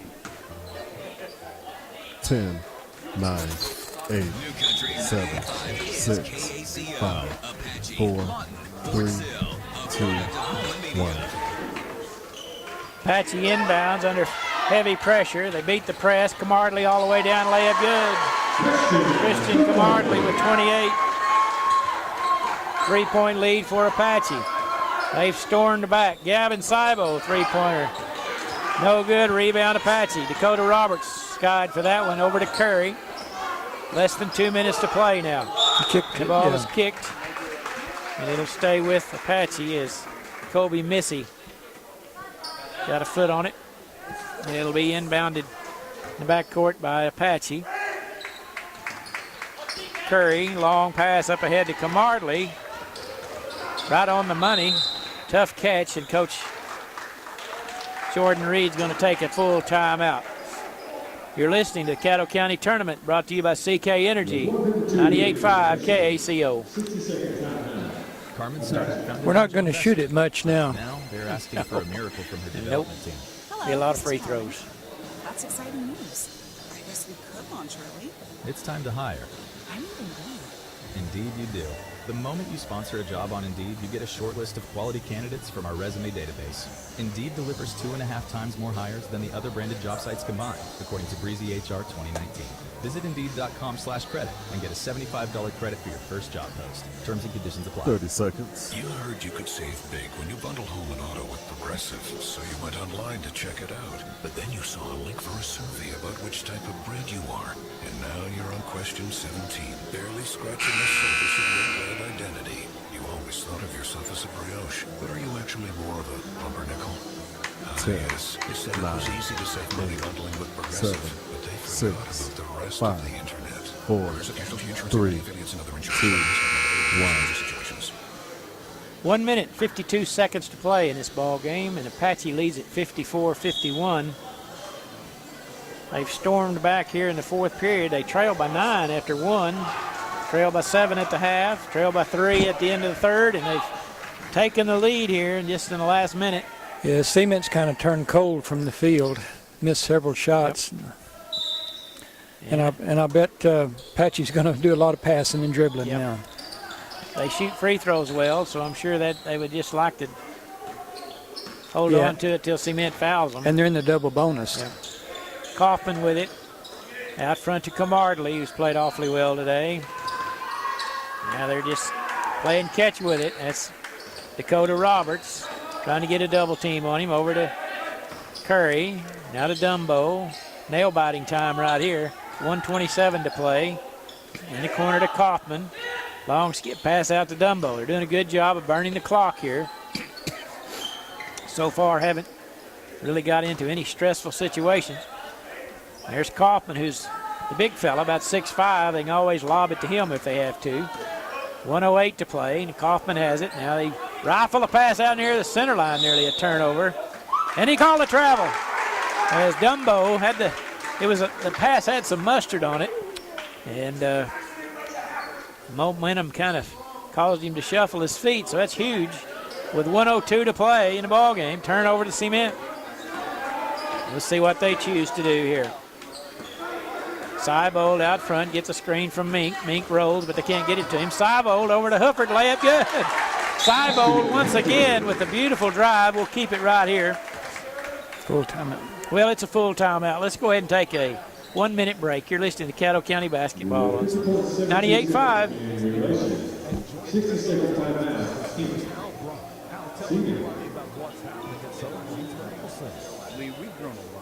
Hooford's learned how to position himself right there in the corner of the lane, and they penetrate and find him. He knows. I mean, he's got 22 and hadn't created a shot all been on his own. Grip shots.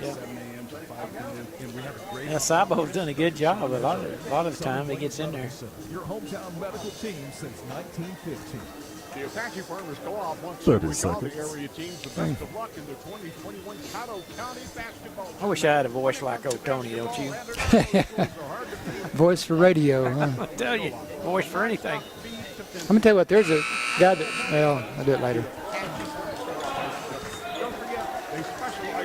10, 9, 8, 7, 6, 5, 4, 3, 2, 1. 50 seconds to play. Apache leading by 1, 54-53, and they'll inbound under full court pressure being applied by Cement. Curry gets the ball in to Camardley, and it's taken away. Ball loose on the floor. Talent picks it up and gets it to Riley Meek with 43 seconds. Cement with a chance to take the lead. Cybo with it, dribbling out front. 36 seconds to play, still dribbling. He'll take a 15-foot elbow jumper, good! Gavin Cybo puts him in on top by 1.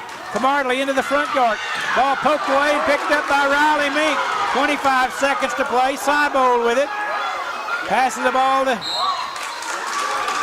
Talon, and he's fouled by number 23, Dakota Roberts. And at the line will be Talon with a 1-and-1.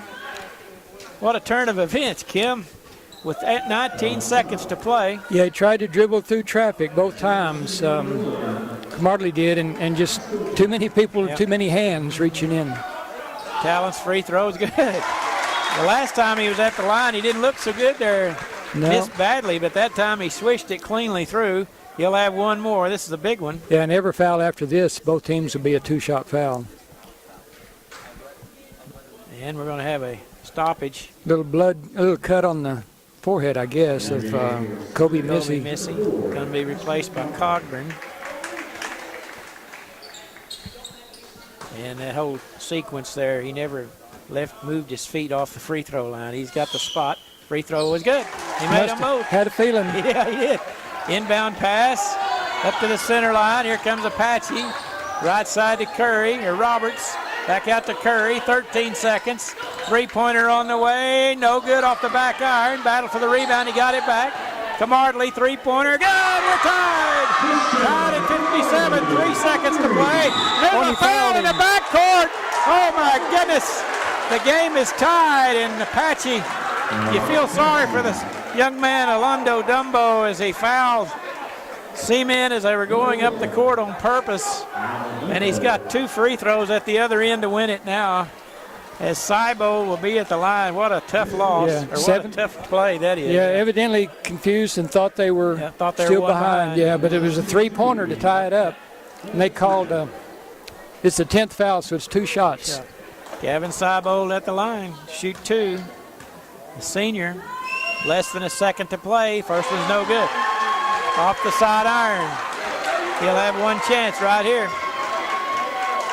You know the young man's nervous. I am for him. 3 dribbles, sets his knee, shot on the way, good! Yeah. That's the way to finish it off. Long pass up ahead, no good, and there's your ball game. The Cement Bulldogs with a dramatic 58-57 victory over Apache. And quite an ending there. I feel sorry for Alondo because he was just he thought they were a point behind, and he thought the only thing I've got to do here is foul on purpose. And as Cement was advancing up the floor, he reached around and grabbed. There's no doubt about the foul call either. You know, can't complain about that. Yeah. But, and it, you know, it might not have made a difference. That's true. Yeah. But it's a bad way to end it. So, but congratulations to Talent for making the free throw. Absolutely. There's a lot of pressure when you miss that first one. Yeah. A lot of pressure. Yeah, that rim shrinks quite a bit. But he didn't act like it bothered him, did he? Great ball game. Great ball game. Congratulations to both teams on a great effort. We're going to have our Shamrock Bank of Apache and the First National Bank and Trust of Cement post-game report. I'm really anxious to hear this report brought to you by Mr. Kim Crowell. All right, thanks, Don. Let's look at Cement Bulldog scoring. Gavin Seibold with 14 points. He was 6 out of 20 from the field. 5 out of 11 for 2-pointers, 1 out of 9 3-pointers, and 1 out of 5 free throws. Castle Talent had 5 points, 1 out of 3 from the field, 1 out of 3 2-pointers, 3 out of 5 free throws and one very big one at the end. Yes, sir. Riley Mink had 15 points. Riley was 6 out of 12 from the field, 6 out of 11 on 2-pointers, and 0 for 1 3-pointers, but 3 out of 3 free throws. Kobe Missy had 2 points on 1 out of 1 shooting, and Ashton Hooford had 22 points, 11 out of 14 from the field, all 2-point efforts. Cement shot 49% from the field, 25 out of 51. 2-pointers, they were 24 out of 41 for 59%. 3-pointers, 1 out of 10, 10%. And free throws, 7 out of 13 for 54%. I would have thought they shot better 3-pointers. I guess I would have too. Just didn't notice that through the game. And he had 13 personal fouls. For Apache, Yolando Dumbo had 6 points, 1 out of 6 from the field, 0 for 2 on 2-pointers, 1 out of 4 on 3-pointers, and 3 out of 4 free throws. Nick Lindsay, 1 for 3, had 3 points, 1 for 3 2-pointers, 1 for 2 free throws. Christian Camardley, good ball game with 31. He was 11 out of 16 from the floor, 7 out of 9 2-pointers, 4 out of 7 3-pointers, and 5 out of 7 from the free throw line. Hunter Smith had 2 points on 1 out of 3 field goals, 1 for 1 2-pointers, 0 for 2 3-pointers. Braden Curry was 7. He was 3 out of 13 from the field, 2 out of 7 on 2s, 1 out of 6 on 3s, and 0 for 1 on free throws. Karsten Kaufman, 8 points, 3 out of 5 shooting, 2 out of 3 2-pointers, 1 out of 2 3-pointers, and 1 for 1 on the free throw line. Apache had 15 total personal fouls. So Don, good ball game. Cement shot just a little bit better, 49%, 43% for Apache. You know, great back and forth in the fourth quarter and good effort on both. I mean, the fourth quarter was a 19-17 quarter for Apache, and they got right back in it, had a 3-point lead, and then made a couple of turnovers on the press, and Cement capitalized and then got a break at the end and pulled out a 1-point victory, 58-57. So we'll have a hard time getting a better ball game than that one. Right. I'll tell you a play that sticks out in my mind is the when Cement was behind 1 point, I believe, with about 20 seconds to go, maybe less. Cybo, they got the turnover. Cybo has the ball, and I didn't see him do this the whole game. He penetrated to the right side of the lane, and normally he would just keep going and try to dish it off. He pulled up with a jump shot about 15 feet and knocked it in. Yeah. And that set things in motion. Then they got the turnover on the ensuing possession. I think they were down, weren't they? I forget. Yeah, they were down 3, and then I think they were down 1 there. So it was a big bucket. Oh yeah. So anyway, great effort by both teams. I feel for the Apache Warriors. That's I've seen that happen in other games, in professional games, not just high school, where a team is a little confused about what the score actually is because things happen so fast. Well, and they were 3 down, and he made a shot, and he might have thought it was a 2-pointer or something. You don't know what they're thinking that way, and you hate it works out that way, but it's basketball. That's right. Great ball game. Thank you very much, Kim. Thanks to the Shamrock Bank of Apache and the First National Bank and Trust of Cement for sponsoring our post-game report. We are going to take a 3-minute timeout. When we come back, we'll update you on what lies in store for us for the rest of the night. You're listening to Caddo County Basketball, brought to you by CK Energy on 98.5 KACO.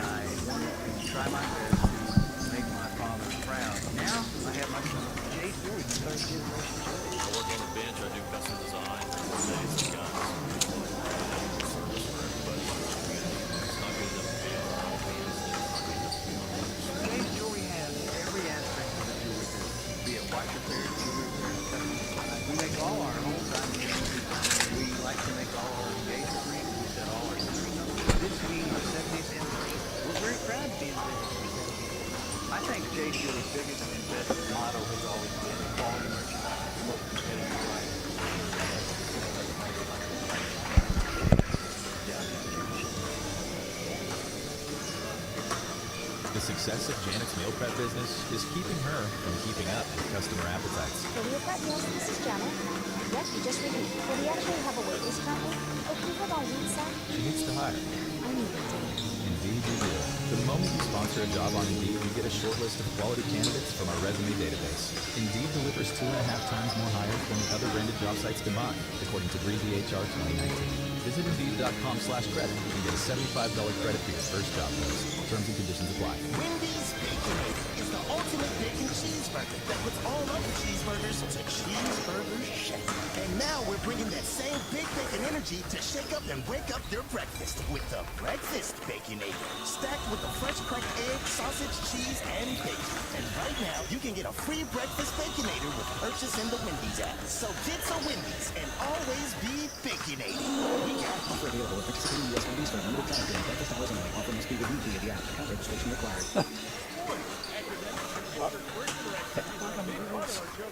State Senator Darcy encourages students and student athletes to do their best in all their activities and urges parents to take an active role in their children's education. If there's an issue in the state capitol you'd like to discuss, contact Senator Yes by calling 405-521-5535.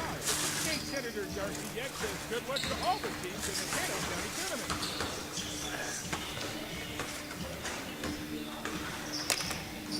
This is Trey Piercy with Pierce Amos Cattle. We as a family would like to invite you to our annual bull sale on Monday, March 1st at noon at our sale facility near Eaton, Oklahoma. We will be offering 85 registered Angus bulls, which include 32-year-olds, 30 18-month-olds, and 25-year-olds, as well as special lots of registered females. For more information or to request a sale book, you can call me at 405-545-0985 or visit us on Facebook, Instagram, or our website, PierceAngusCattle.com. Pierce Angus Cattle, where our family's goal is to add value to your operation. Welcome back to Anadarko, folks. Anadarko Warrior Fieldhouse. We're about 10 minutes away from tip-off of our second boys game today, which will be Binger-Oney Bobcats taking on the Gracemont Lions. And before we go any further, Kim, I'd just like to tell Tricia Pierce and whoever else was involved, that was as good a sandwich as I ever had. And matter of fact, that was as good a meal as I've ever had. That was, that was tasty as could be. Well, being up here alone and kind of isolated has something to do with that problem. You know, it's, but it was good, yeah. You're right. I appreciate all that. Thanks for running and getting that for us. And it's been my wife. She, you know, I'm real thankful for her. This morning, about 7:30, she got up and fixed me some pancakes and bacon before I came over. Oh yeah. Today, and a nice hot cup of coffee, and yeah, that was well appreciated. And then this sandwich just now was hit the spot. Well, if you can just find somebody to take care of you tonight. I think that'll probably tide me over till I get home. Yeah. I don't know. Is there any?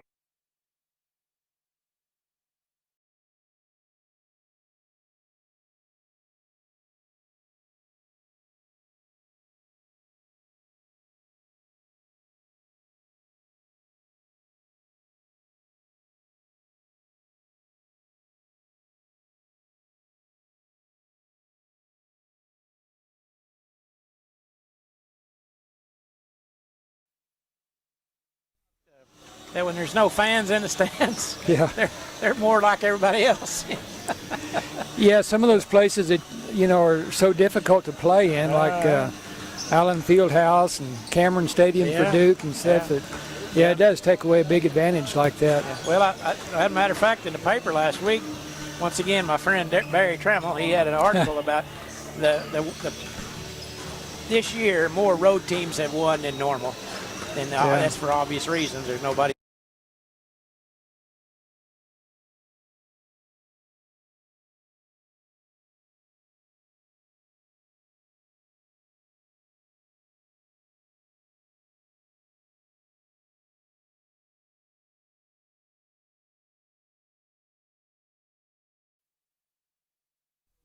Get beat by people. I watched them play OSU, and they weren't all that impressive, but OSU had a pretty good game that night too.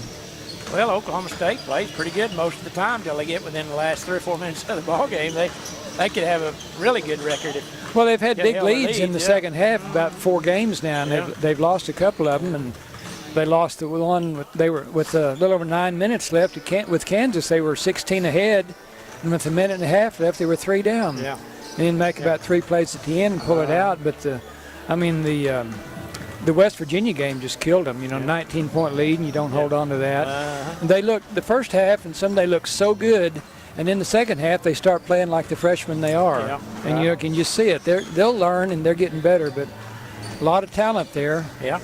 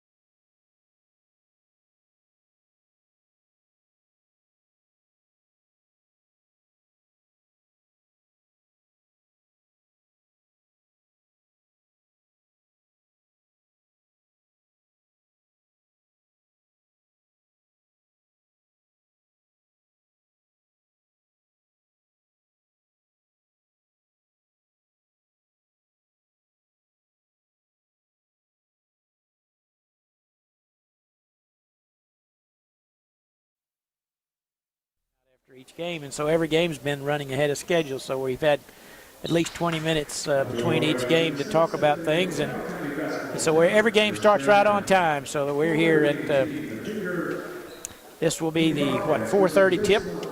Yep. Gracemont Lions will be the visiting team on the scoreboard. They have 6 players on their roster. We had a girls before Cobb-Broxton had 6, so repeat of that. They have a freshman starting number 3, Devin Edge. A senior number 4, Riley McCracken. Senior number 10, Cameron Reynolds. Senior number 11, Ricky Hagan. And a junior number 23, Isaac Brigman. The Lions are coached by Mr. Patrick Finney. And they are looking for their first win tonight. For the Binger-Oney Bobcats, they start as senior number 1, Hunter Allen. Senior number 11, Cody Craddock. Senior number 20, Tanner Ingram. Sophomore number 24, Jaden Wall. And a senior number 32, Joshua Morris. So 4 seniors and a sophomore for the Bobcats. They are coached by Mr. Taylor Raines, and they come into the game with a record of 6 wins and 6 losses. Both teams still huddled around their coaches. We're about set to go. Binger in their home white uniforms with red numerals, red trim around their shorts. And the Gracemont Lions in the road blue uniforms, black numerals, white trim. Binger-Oney will be going right to left on your radio dial as we are set to go. Cody Craddock jumping center against Isaac Brigman for the Lions. And I think everybody's ready to go. Whistle is blown, the ball is tapped, and in the backcourt controlled by the Bobcats. That will be Hunter Allen. Over to Joshua Morris, dumps it down low. Shot no good by Craddock. Putback is no good. And Gracemont comes away with a rebound. A couple of opportunities that time for the Bobcats to no avail.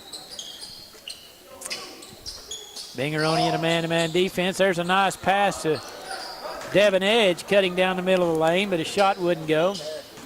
Beautiful pass. Bobcats now with it. Hunter Allen over to Joshua Morris, right wing 3, no good. And the ball is going to be knocked out of bounds by Craddock as he also fouled as he went over the back of one of the Lions. Who's 22? 22 for Gracemont. Gracemont. I don't have a 22. He's on the floor.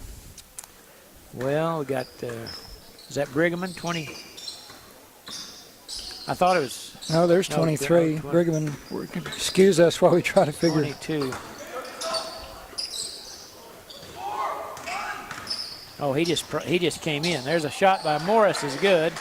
First basket of the game by Josh Morris. It's not Jordan Goombay. No, not him.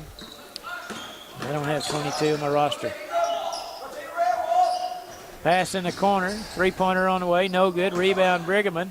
Putback's no good. Too strong. He goes out of bounds off of Riley McCracken. And it'll go over to Binger-Oney.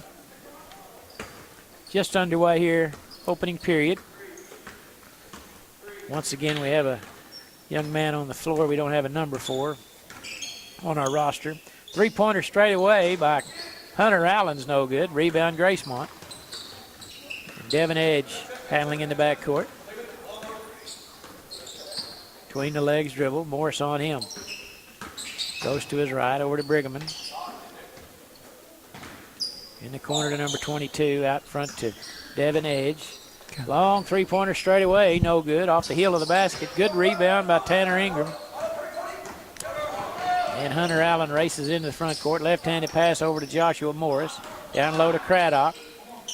Back to Morris. Dribbles around the defender. Hand off to Craddock. Layup good. Beautiful assist that time from Joshua Morris. They've handed off for Craddock for 2. And it's 4-0 Binger-Oney.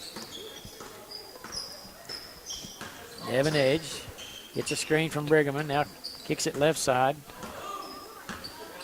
Out front, number 22's dribbling. Crossover dribble between the legs. Morris pokes it away, but then he fouled him with the body. That'll be the second team foul on Binger and the first foul on Morris.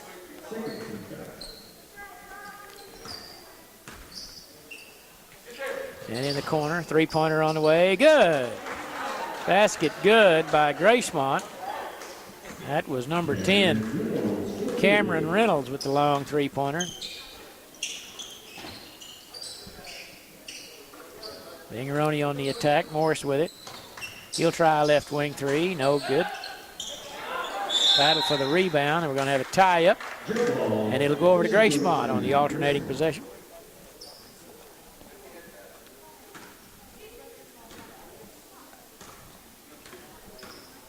I looked on the, thought maybe these two teams had played each other since they're located next to one another, but I didn't see that they had played each other. Another three-pointer by Cameron Reynolds, this time from the other side of the lane, and this gives Gracemont a 6-4 lead. He hit one from the other corner on the last possession. Now Binger-Oney. He tried to get the ball into Craddock, and he's going to be bumped and fouled. And inbound, that'll be the first foul on Reynolds, first team foul.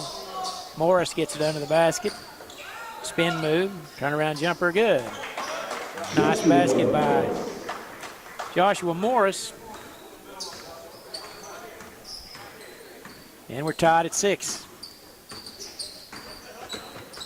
Devin Edge with it. Left-handed dribble, way out front.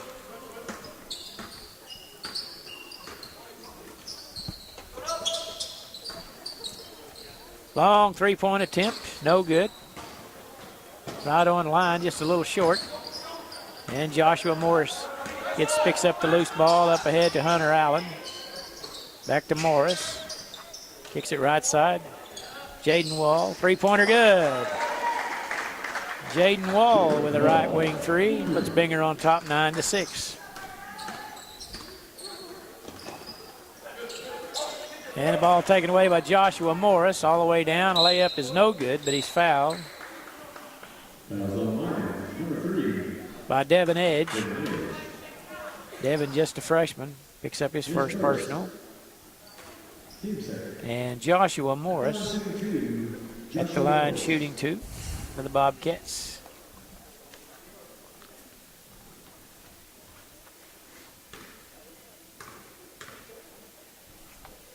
And first free throw by Morris is no good. And checking in for Binger will be 3 substitutes. We have number 14, Ethan Caldwell.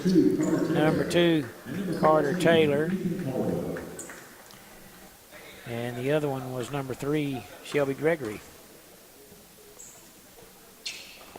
And the second free throw by Morris is good. And it's 10-6.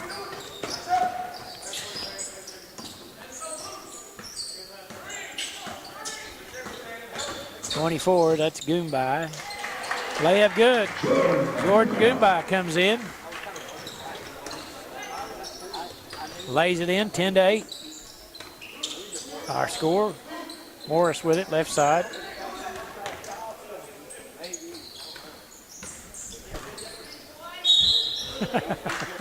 There's a drive by Tanner Ingram. They would call that a clothesline in football as he came through there. Stopped his forward progress. Certainly did. And it'll be a foul charge to Devin Edge, and that's 2 on Devin. Inbound play, shot no good. Rebound Gregory. Rebound his own miss. Now he got the ball back. Bounce pass out front to Tanner Ingram. Left side, Ethan Caldwell. Everybody just kind of standing flat-footed on this possession. Coach yelling to move it. Bounce pass to Morris through the lanes, intercepted by Isaac Brigham. Turnover to Binger. Chance to tie or take the lead here by Gracemont. Goombye. Backward pass to Edge. Left side to number 22. Between the legs dribble over to Goombye. Goombye, long 3 on the way. No good. Rebound Brigham. Put back good, and we're tied at 20-10. Isaac Brigham.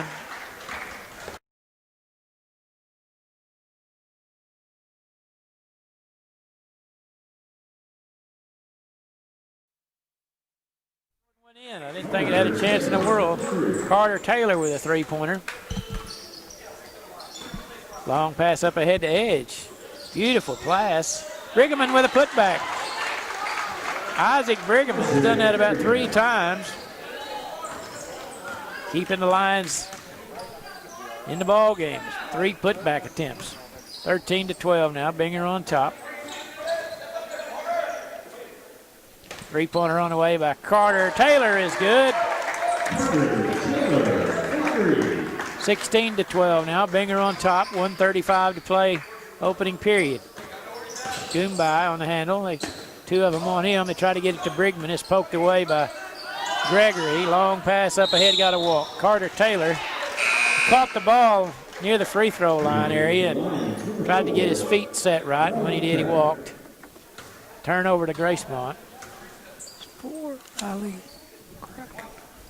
And checking in back for Gracemont's McCracken, replacing Devin Edge. Goombye, long 3-pointer, no good. Tanner Ingram with a rebound. 1:10 to play. Ingram all the way down. Gets it to Morris right in front of the basket. Shot good. Right in front of the basket.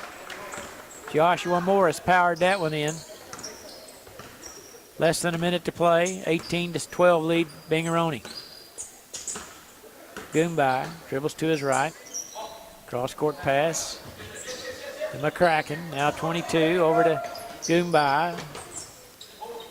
Reynolds' 3-pointer won't go this time. Morris high for the rebound. Crossing the timeline. Crossover dribble at the free throw line. Should have shot that one. McCracken got a hand on it, but now it swings around. Gregory's shot won't go. Morris with the rebound. And he forces one up, but he's fouled. And he'll go to the line to shoot 2. Number 23. Foul is charged to Brigham. And that's his first personal. And the 4th team foul on Gracemont. And Moore's first free throw good. And checking in will be Jaden Wall and Hunter Allen if he makes his free throw. And he does. So Allen will replace Morris with 24 seconds to play in the first quarter. Binger-Oney with their largest lead, 20-12.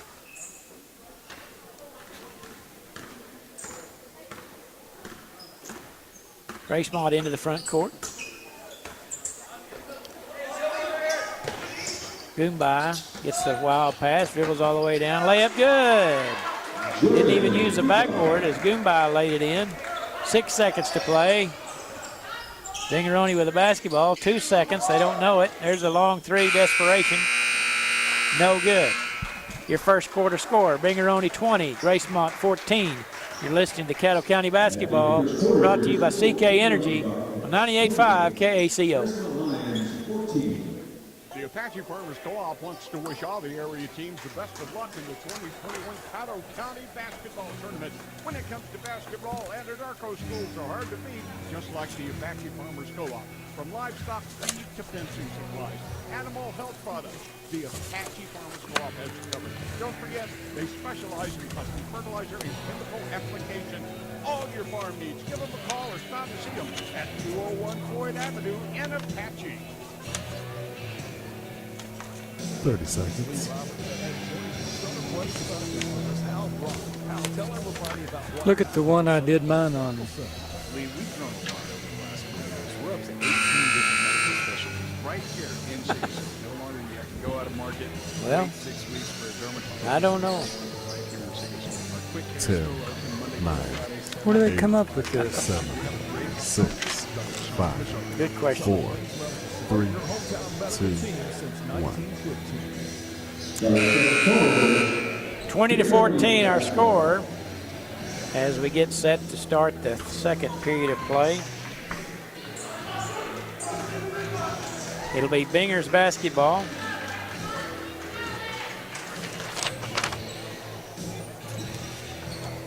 Ethan Caldwell will inbound to Hunter Allen.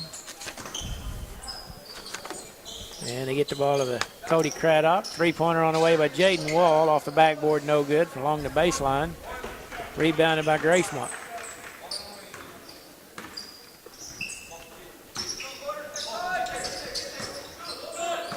Pass intercepted by Jaden Wall. He races it on the floor. Ball is knocked away by Goombay on good hustle. As Jordan hustled back and got a hand on the ball, knocked it away to save the 2. And Wall inbounds to Hunter Allen. Now Wall will try a baseline 3, no good, off the heel of the basket. And Brigham in there for the rebound for Gracemont.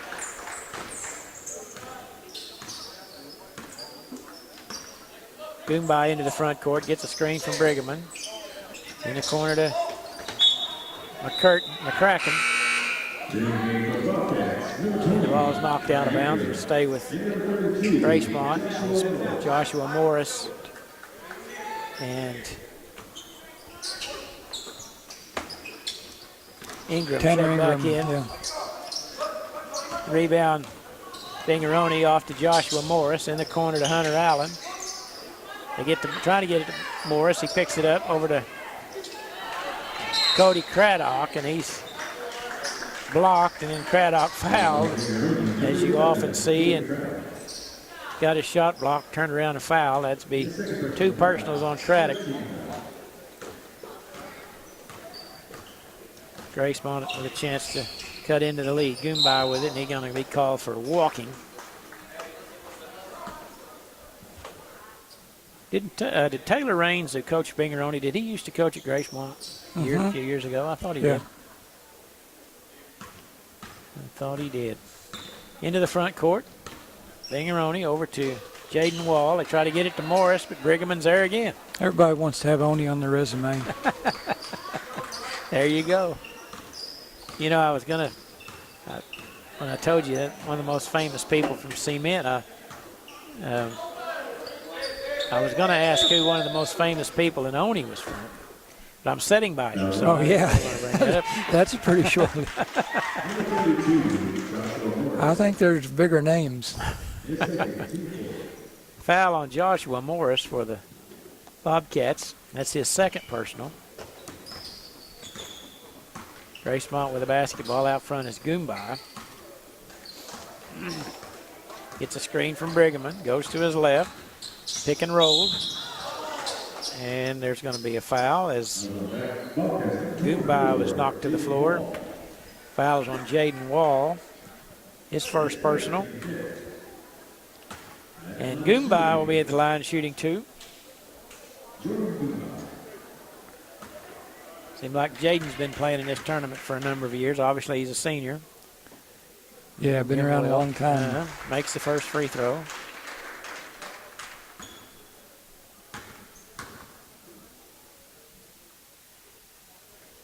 You could hear a pin drop in here. Yeah. Free throw goes out of bounds off of timeout. Who did Binger-Oney. Timeout Binger-Oney.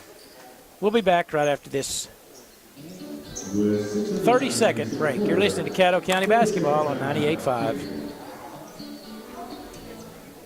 The Apache Farmers Co-op wants to wish all the area teams the best of luck in the 2021 Caddo County Basketball Tournament. When it comes to basketball, Anadarko schools are hard to beat, just like the Apache Farmers Co-op.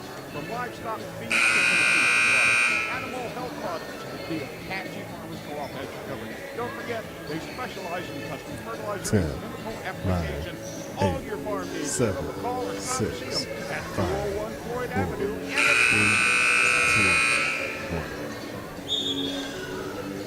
I believe it will be Grace.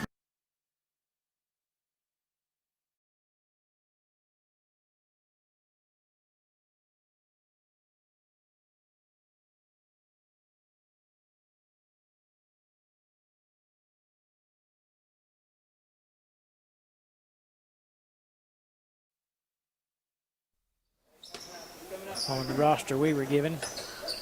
Goombay with it out front. Brigham's doing a good job of screening for him and trying to get Goombay loose, but the best play Gracemont's had is rebound and putbacks by Brigham. Ball is taken away. A Craddock all the way down, layup good. Good play by Ethan, or Cody Craddock. Was able to get the steal and the layup. 7-point lead for the Bobcats now, 22-15. And Goombye brings it into the front court. He'll try right wing three, no good. Brigman battling for the rebound, but it's controlled by the Bobcats. Up ahead, Craddock ahead of the pack, and it's no good. Morris with the rebound, and the putback is good. As Goombye hustled back and was able to defend the first shot, but he wasn't around for the second one. And we're going to have a stoppage by Coach Patrick Finney. It will be a full timeout. We'll be back after this 1 minute break. You're listening to Caddo County Tournament, brought to you by CK Energy.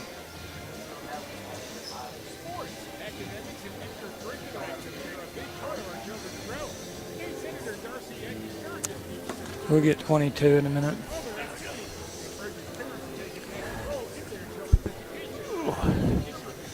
Feel like I've been riding on an airplane for 6 hours. You know? I know. In the middle seat.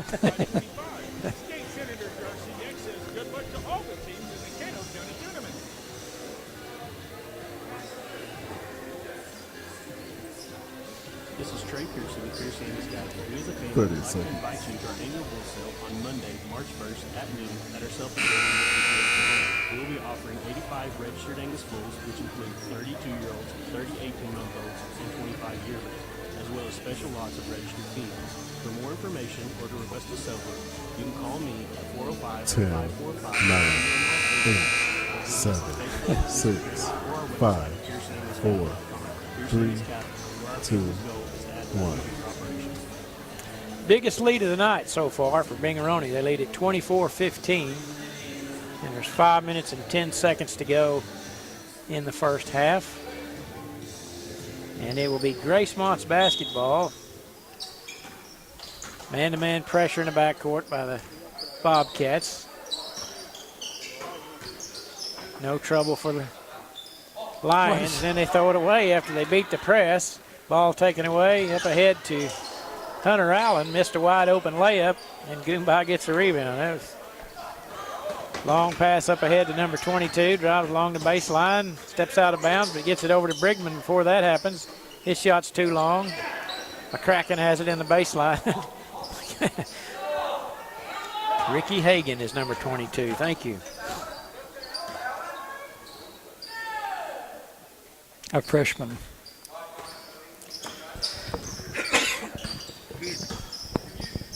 Ricky Hagan, a freshman, number 22. Glad to get that name on our list. Shot no good by Hagman, and the rebound controlled by Morris. Brings it into the front court. Right wing three, no good by Binger-Oney. And Hagman with a rebound. Hagan dribbling out front, between the legs dribble. Morris on him. And he trips him, trips and falls, but the ball rolls over to Brigman. He picks it up. No harm, no foul there, they say. And now Goombye with it. He'll try a left wing three, no good. Morris hustles in the corner to pick up the loose ball. He brings it into the court. Pass up ahead to Craddock. Nice move by Cody Craddock. Kind of caught the pass that was behind him and was able to catch it and lay it in. 11-point lead for the Bobcats. No pressure in the backcourt being applied by Tanner Ingram. And Goombye crosses the timeline between the legs dribble. Picks up his dribble right side to Ricky Hagan. Picks up his dribble. Now he skips it over to Goombye. I thought it was going to be an intercepted pass, but Goomba's three-pointer won't go. It sails out of bounds.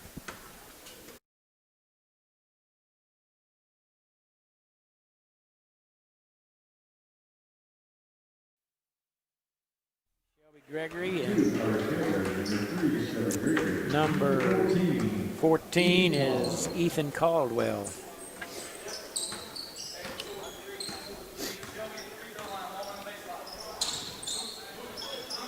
Hunter Allen swings it over to Caldwell.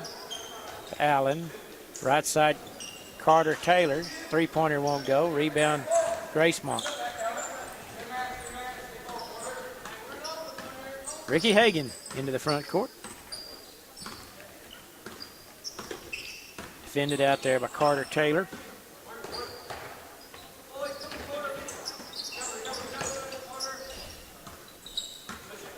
Binger-Oney playing a man-to-man defense. There's going to be a foul charge to Carter Taylor. And that'll be the 16 foul.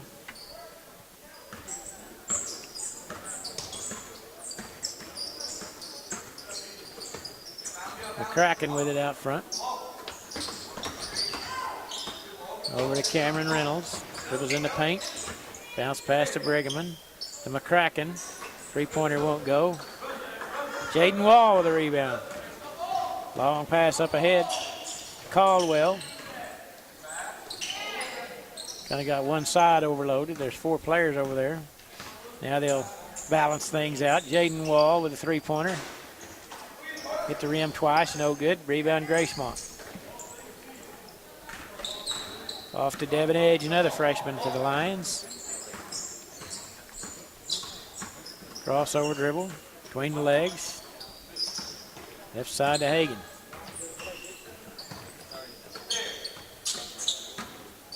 Keep wanting to call him Walter. Shot no. Don't get my Reynolds. It's a hard job. Sometimes ball goes out of bounds off Binger-Oney.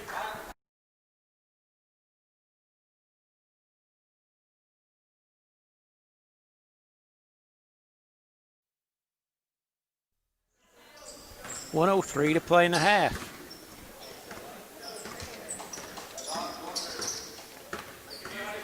Edge behind the back dribble. Over to McCracken. To Hagan.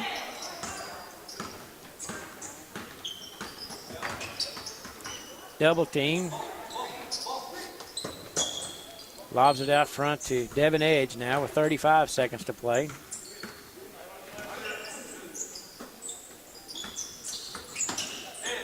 Ball batted away.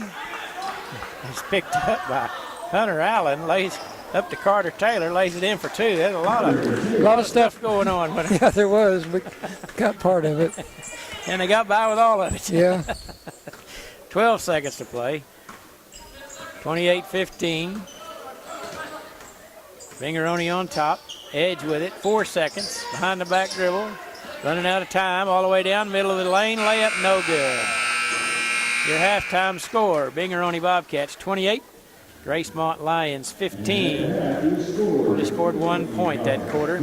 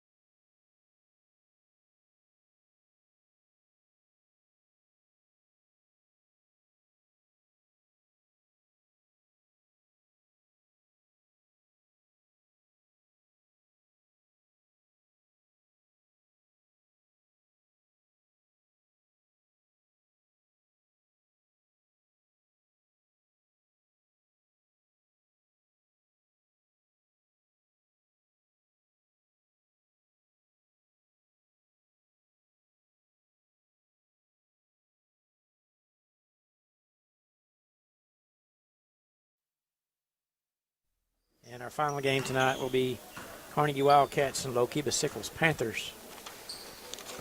Tomorrow evening we will have be back on the air at 4 o'clock. We'll have a couple of girls' games. It will be Surreal and Apache at 4, Lookeba-Sickles and Hinton at 5:30. And then we'll have 2 boys' games tomorrow evening. At 7, Fort Cobb will play Cement. And the boys' game will be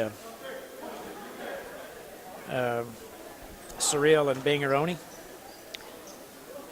And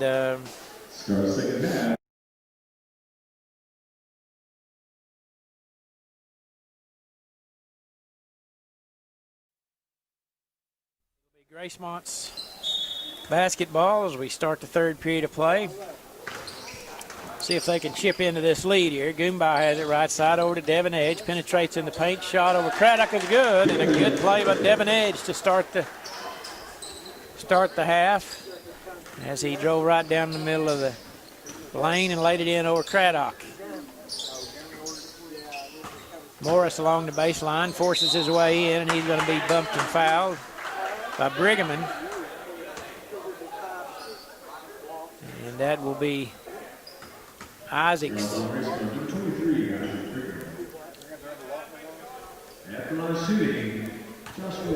That'll be his 2nd personal. And Morris' free throw is good.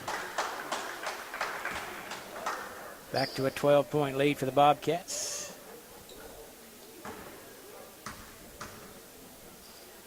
And Morris' 2nd free throw is hard off the back iron. Brigman there with a rebound. I like Isaac. Kind of a hard-nosed guy, not real fancy, but he does pretty effective in what he does. Good rebounder. And seems to be in the right spot a lot of times. He does a lot of the dirty work nobody else wants to do. He sets a lot of screens and rebounds. Another good drive by Goomba, and he lays it in for 2. 2 baskets in a row for Jordan Goomba, and it's 10-point lead for the Bobcats. There's Morris right in front of right in the middle of the lane, lays it in for 2. That's, can't let a guy catch it there and have that easy of a shot. Nobody really came to defend him. And Morris laid it in for a 12-point lead for Binger. Goomba now with it on the other end. Between the legs dribble. Gets in a corner. Nobody comes out to get him. He takes a 3-point shot, won't go. And the ball will go out of bounds. Off of Binger-Oney, they say. And Devin Edge will inbound it for the Lions. Ricky Hagan with it, dribbling along the baseline, gets around Morris. Morris might have got him with a body from behind, no call. Now he'll race it into the front court, 3-on-1, hands it off to Tanner Ingram, and he lays it in for 2. That's the way you run a fast break. He passed it off at the last second to Ingram, and he laid it in. And he avoided the charge when he did that. Goomba into the front court. Gregory on him. Pull up 3-pointer, no good. Rebound Wall, outlet to Morris. Long pass up ahead to Gregory. Back to Morris. The layup good. That's a good friend. He'll pass up a pretty easy shot like that to give it to you to lay it in. Yeah, he stopped at the free throw line to let him catch up. Yep. Edge is double teamed. He finally gets it over to Goomba. To Hagan, top of the key, holding. And he tries to pass it in to Devin Edge, and he goes in the backcourt, and that'll be a turnover. I think I've told you this story before. We played Hobart one time, and they had a guy named Cedric Crawford. He was really quick. And one time they threw it in the backcourt like that. One of our guys went down there to hustle down there and beat Cedric to it. Cedric kind of let him grab it. As soon as he grabbed it away from him. That wasn't very nice. We thought we had a turnover here, and we ended up giving it back to you. Yeah. Well, it wasn't supposed to work that way. No, we wasn't expecting that. Hagan with it into the front court. Cedric Crawford, he's quite an athlete for the Hobart Bearcats. There's a long shot by Ricky Hagan. 3-pointer is good. He had a cool name, too. I heard Cedric Crawford was a cool name. Bounce. Morris lays it into Cody Craddock, and he lays it in for 2. You ought to give old Morris a chocolate shake for that. Yeah. That was a nice assist. Hagan with it into the front court to Edge. Goes through the defenders, and we're going to have a foul. Charge to the Bobcats. And it's going to be charged to let's see, 23.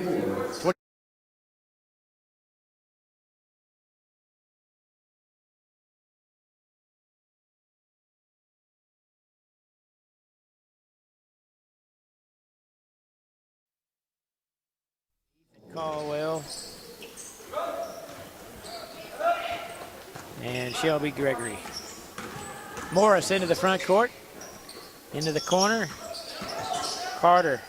Taylor back out to Ingram to Craddock. His shot won't go off the glass. Rebound Hagan. 15-point lead for the Bobcats. Hagan. Try a three-pointer straight away. Short this time as he was a couple of steps too far out, I think. And checking in for Binger-Oney, number 20, Tanner Ingram, replacing Craddock.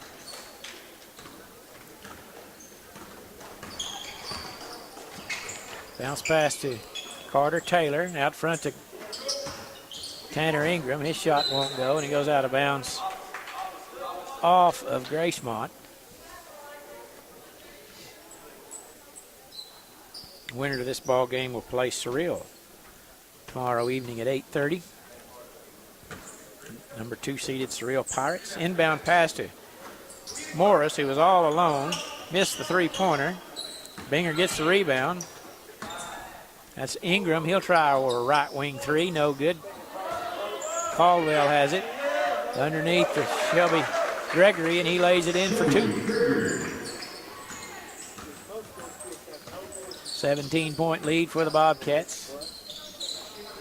Brigman with it. And we're going to have a timeout taken by Coach Patrick Finney. What are they going to do? We're going to have a 30-second timeout. We'll be back right after this short break.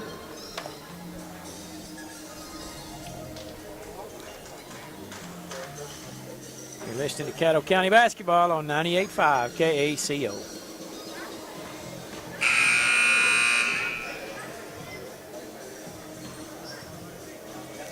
Touch this one a lot easier now. When I sort of couldn't touch that finger. Well, you're getting better then, huh? Yeah. I think you ought to make another batch or 2 of it and make sure you don't do that again.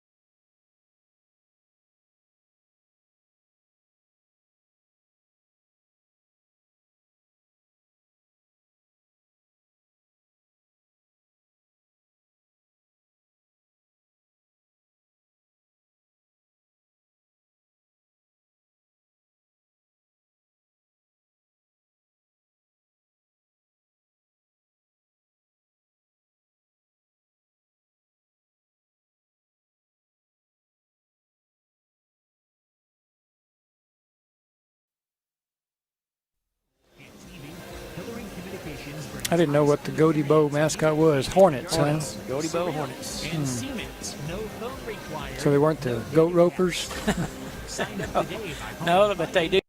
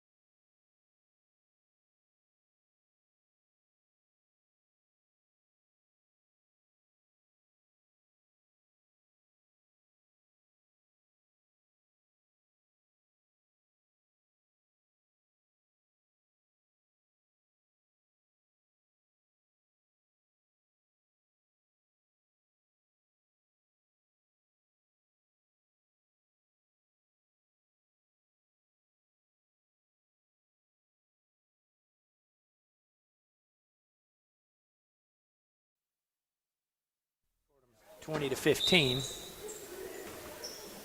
and it'll be Binger's ball as we start the fourth period. Quick pass into Craddock. Nice move by Cody Craddock. That's a good-looking jump shot right there. Good, strong move right in front of the basket. 20-point lead now for Binger. Devin Edge into the front court.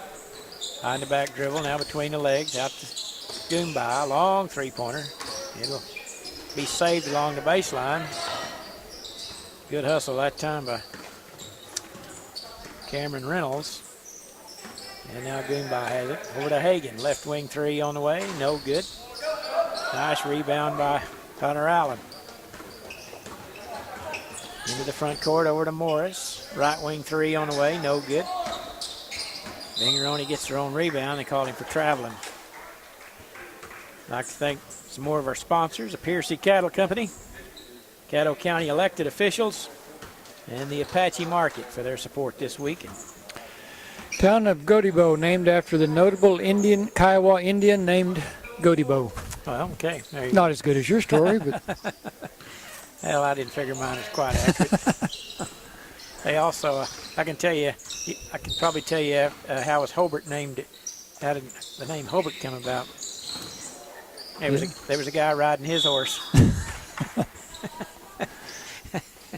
well, there were a lot of horses back in those days. Huh? Gracemont with a basketball. Hagan with it. Out front to Goomba. Long three straight away. No good. Rebound Binger-Oney. Goomba got his hand he was out of bounds into the stands. Good I guess hustle. that's okay, yeah. though. Over to Craddock, and he's going to be fouled by McCracken. And Cody Craddock will go to the line. Kiowa County.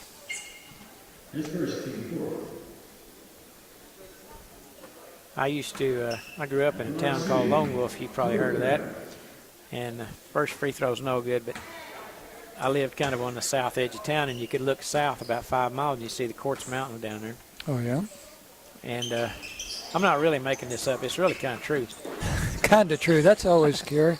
Well, it was at sunset. Those mountains were as purple as anything could be when the sun was setting. Yeah, And, I've seen that, yeah. It really is. They're not very big mountains, but they do turn purple at sunset. And I would always tell my kids, rebound by Morris, putback is good. After the kids got grown a little bit, we'd go down there to visit my parents, and I would tell them that there's a song we sing called America the Beautiful, and it talks about Purple Mountain Majesty, and that's where they got that verse out there looking out my window. Well, they could have, I'm sure. It is pretty down there. It really is. Yeah, during the day, they don't look so scenic, but when the sun sets, the colors change. It really is pretty. Goomba on the drive, tough bucket. He counted as he was fouled by Cody Craddock. Yeah, I think his third. And Goomba with a tough basket. And he'll go to the line to complete the three-point play attempt.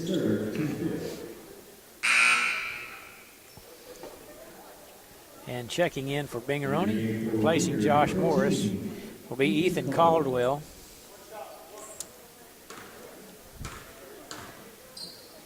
How many's Goomba I got tonight, Kim?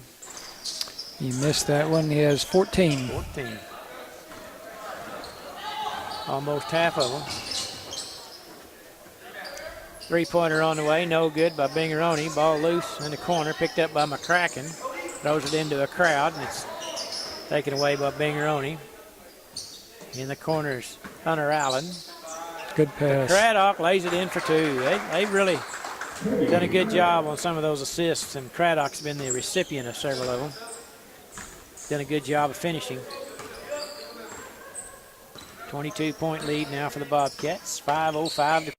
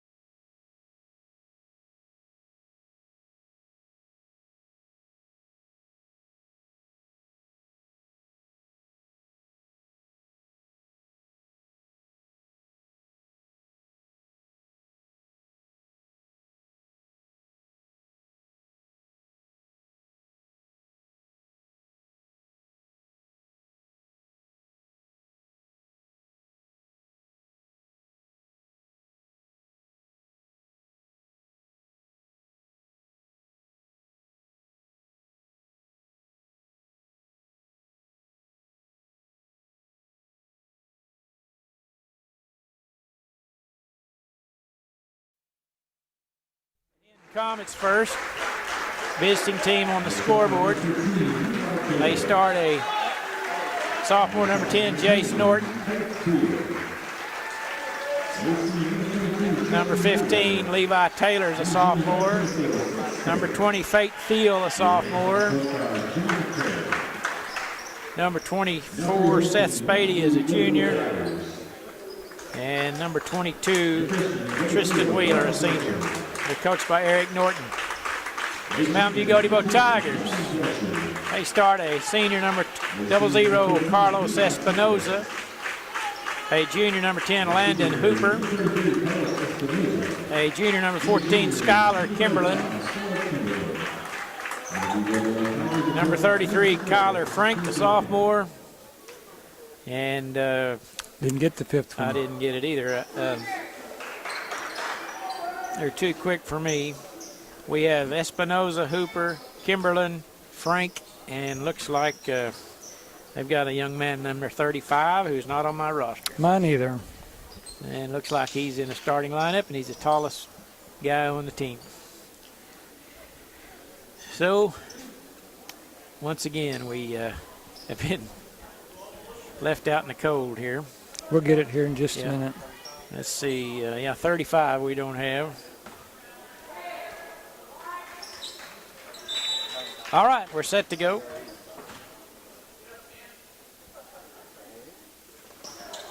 See, I was thinking number 10 was Belcher, but they've got him listed as number 2, and I don't see. I think we're all confused on what they've given us. Number 10 has it. There's a drive by Skylar Kimberlin. He passes back out for Kyler Frank. They'll set up the offense. The Comets in a man-to-man defense. There's a drive by Belcher. Kicks it out front to number 35. Passes out front. 00 is Carlos Espinoza. 35 shots no good. Rebound the Comets. They'll race it into the front court. 22. Tristan Wheeler over to Jace Norton. Straightaway three on the way by Tristan Wheeler's no good. And the ball goes out of bounds off of the Tigers, and it'll stay with the Comets. Inbounding will be Levi Taylor. Lob pass to Spady. They kick it out front. To Thiel, left-handed dribble. Tigers in a man-to-man. Bounce it down low to Spady. Going against Espinoza. Good defense by the Tigers. Three-pointer no good. Air ball saved by the Comets. It goes into Carlos Espinoza. And here come the Tigers racing ahead. And there's a pass knocked away by Jace Norton. It'll stay with the Tigers.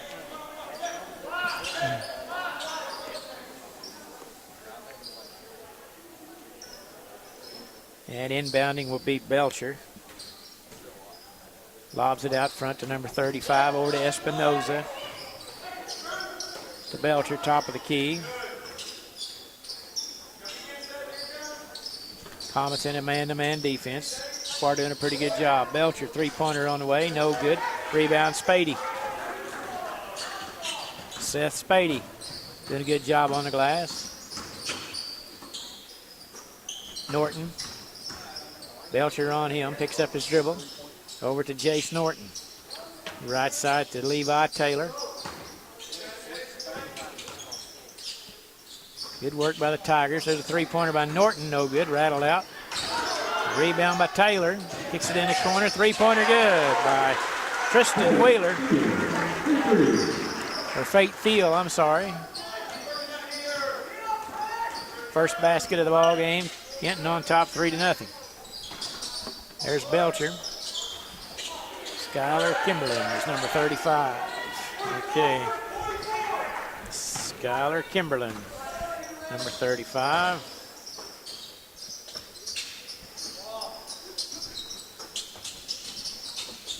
Comets with the basketball.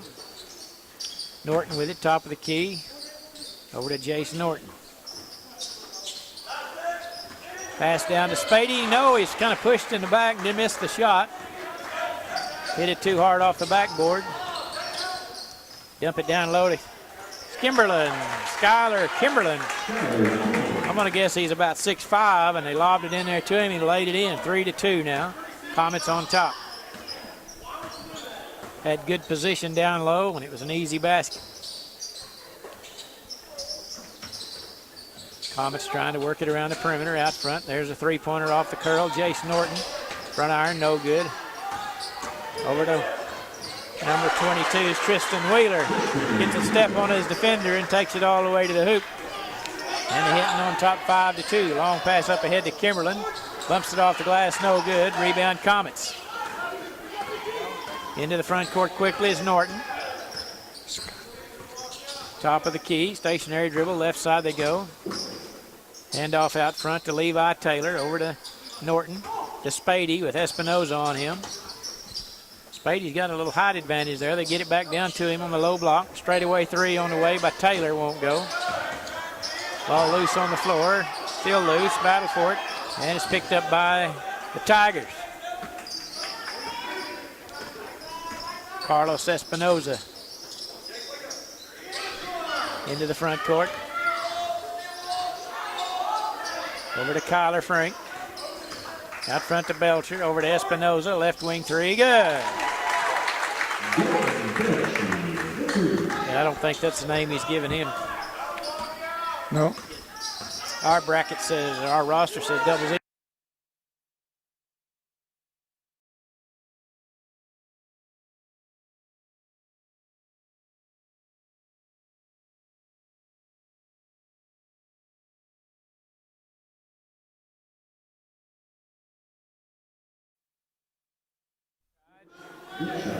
And Spady checks out along with Jace Norton, replaced by Jack Brookshire and Justice Thiel for the Comets. Double zero Belcher. I thought 10 was, but where am I? And we don't. Comets number 15, Levi Taylor picked it up.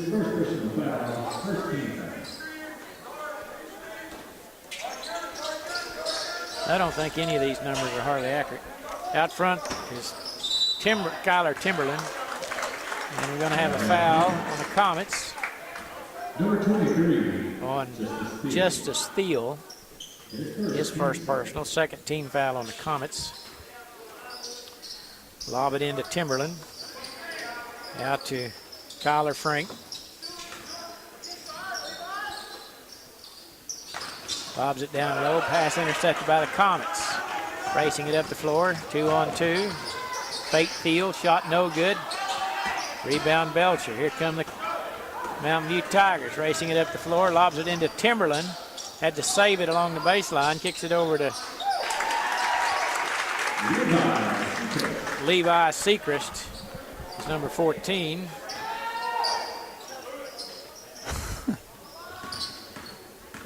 Makes it difficult, Kim. Well, the numbers they gave us aren't not anywhere near close. Yeah. Right. We apologize for all the confusion, but we don't have the right information. Going to have a stoppage here, and checking in for the Tigers will be number 30, which we don't even have him on the roster. Over to Rylan Belcher. Espinoza is what the brackets and the roster says. Timberland, shot no good, and he's going to go over the back of one of the Comets trying to get the rebound.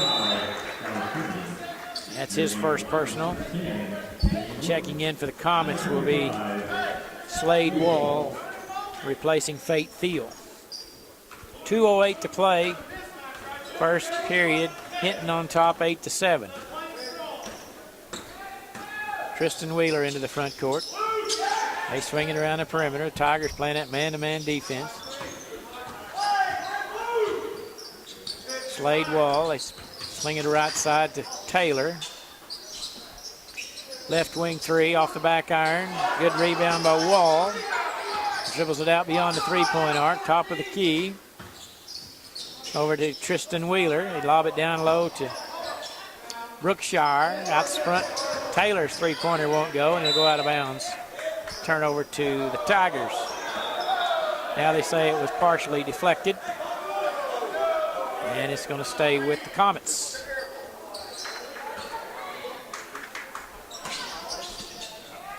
Wheeler to inbound. Finally gets it into Slade Wall, now in the corner to Wheeler. Top of the key to Norton. 1:20 to play, opening period. Brookshire pops out top of the key, passes right side to Slade Wall. Comets being very methodical here on this trip. Passing around the perimeter. Got Spady on the bench at the moment. He's their post presence. Nobody really to work under the basket too much against these Tigers. Just passing around the perimeter. 53 seconds to play, and we're going to have a foul away from the ball on Belcher. And checking in for the Tigers will be number 5. Aiden Kimberlin replacing Belcher.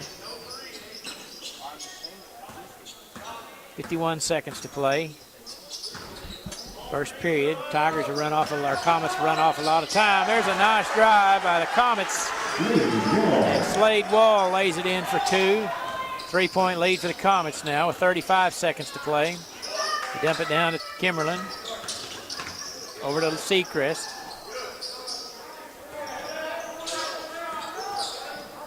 Dribbling out front is Seacrest, way out near the center line. 20 seconds to play. And now they're going to hold for 1 with 14 seconds. Holding out front. 0-0 Carlos Espinoza. To Seacrest. Dumps it down low to Kimberlin. Steps out at the three-point arc. Launches a three-pointer at the buzzer, and it's no good. Your first quarter score, Hinton Comets 10, Mountain View-Gotebo 7. You're listening to Caddo County Basketball, brought to you by CK Energy on 98.5 KACO. I don't have a number that's right. I know, I don't either. I don't have any idea That's where I got my numbers from right there. I don't know how they could be so off. Now, number 10 is Ryland Belcher, I know that. Okay. They got Landon Newton. I wonder if they don't have last year's. Well, they've got Frank Kimberlin listed as number 14, and they tell him he's 35. Yeah. Levi Seacrest is 14, I think. And I'm guessing 0-0 or 33 is Carlos Espinoza. That's what I'm guessing. But I don't know. We've got an appliance today. Folks, we've got refrigerators, washers, dryers, ranges, dishwashers too. In stock, not on order. 10, 9. We have no clue. 7, 6, 5. Sorry, but 3, 2, 1. All right, we're set to go for the second period of play. Comets on top 10-7. We're getting some adjustments here as Superintendent Mr. Belcher's over here. He's going to straighten us out on the roster that we have. We know. I'm sorry. We know they're not right, but we're lost. Hard to do on the fly here, but thankful to the superintendent that's coming over to help us out. 22 straight away for the Comets. Three-pointer won't go by Wheeler, and Kimberlin with the rebound. They dump it down low to Kimberlin. Turnaround shot good by Skylar Kimberlin. Bumped it off the glass. 10-9 now our score. Comets with a basketball. Out front, that's Jace Norton on the drive. Cut off there by the Tigers. Nice spin move by Fate Field, and he lays it in for 2 for the Comets on a good drive. Ryland Belcher now with it. Three-pointer on the way, no good. Battle for the rebound, and it's out of bounds off of the Comets, they say, and it'll stay with the Tigers. Yes, I can tell. I don't know. Thank you. I appreciate that. And it'll be Text messages left and right. okay. We didn't. We just knew we were lost. No telling who gave that roster. Okay. Thank you. Kimberlin with it. Free throw line. Over to Ryland Belcher. We've got the right numbers here, I think. Let's see if we can get a number 33 is That's what I thought. There's a shot under the basket. Good by Skylar Kimberlin with a nice basket. 14 is Sechrist. Thought I had that one right. 10 Ryland Belcher. Are saying during times when they really can't speak. She says her gums are irritated. Is there anything you can do? Absolutely. Long three-pointer. No good. Tristan Wheeler missed. Belcher with it. Ball loose on the floor. Picked up by, let's see who he's got, number 30. Landon Hooper is number 30. Thank you to Mr. Belcher Absolutely. for correcting some of Bailing these. us out. We were lost. Belcher on the drive, no good. Skylar Kimberlin there for the putback.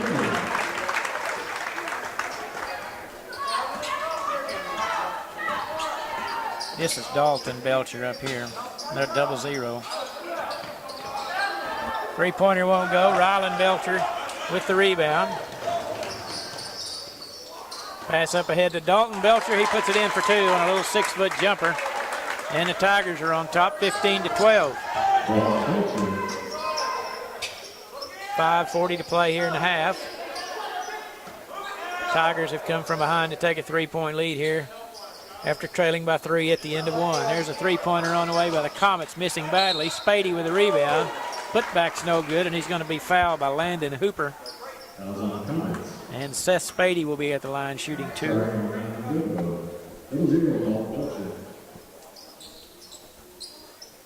the line shooting 8-24, Seth Spady.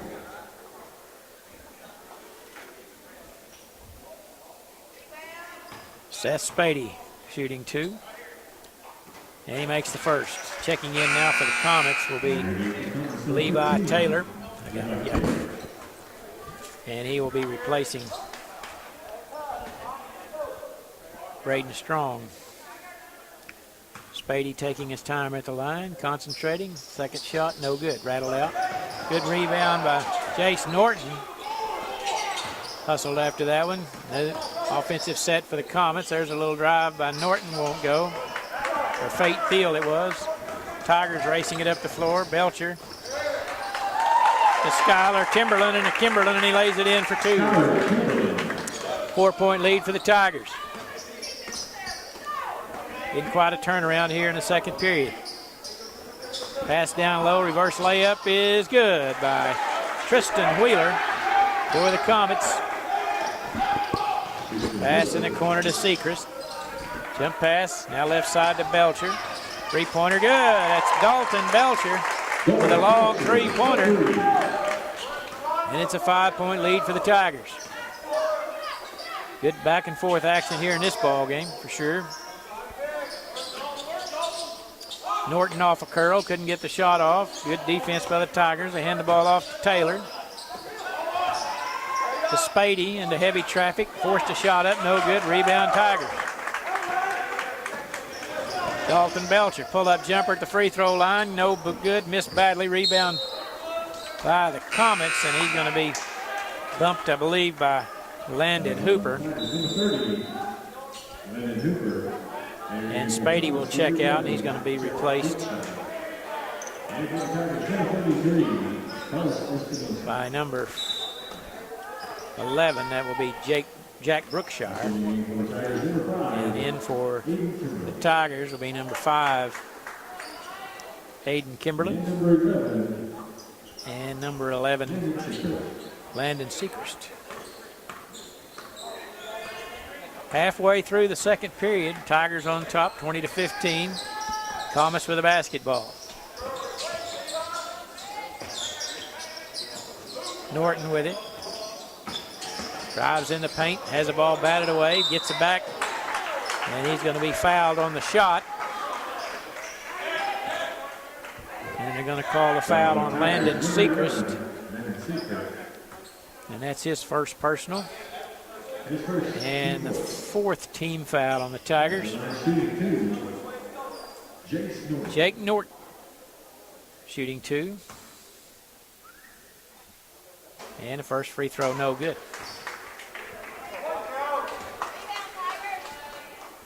Comets led it 10-7 after 1, but the Tigers have roared back here to take a 20-15 lead here in the second period. Free throw good this time by Norton. Cuts the lead to 4. Now Ryland Belcher facing a little pressure in the backcourt, trying a half-court trap, it looks like. Get the ball into the front court. And they try to get it to Espinoza, but pass was intercepted by Levi Taylor for the Comets. And they bring it into the front court. They get it down low. Brookshire passes back in the corner over to Tristan Wheeler. Levi Taylor holding, finally gets it over. A little bunny hop move by Fate Thiel, and we're going to have a foul on the Tigers. Espinoza. And shooting 2 will be Brookshire again. Free throw short. 3 Tigers.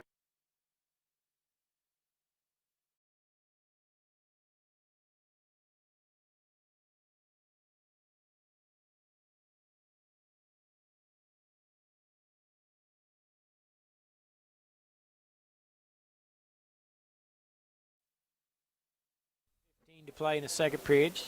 Hard off the back iron. Rebound Dalton Belcher. Up ahead to Kimberlin against the press. Over to Dalton Belcher. The ball's taken away by Tristan Wheeler. Dribbles into the front court. And there's a travel. As Fate Thiel kind of got a running start there. He wasn't really set when he caught the ball and turned it over to the Tigers. Cole Evans is checked in for the Tigers. Over to Belcher, still in the backcourt. 2-2-1 press by the Comets. Belcher's cross-court pass is intercepted. Levi Taylor all the way to the basket. Shot no good. Good defense that time by Belcher as he hustled back and got a hand on it. Kimberlin there with the rebound. Levi Sechrist over to Belcher. Left side to Dalton Belcher to Kimberlin. Sechrist with it to Kimberlin just below the free throw line. 14-foot good. Shot is good. He gives him 14 for the game. Skyler's pretty hard to stop. He's so tall and gets those long arms up, and it's a pretty hard shot to defend. He's got a good touch.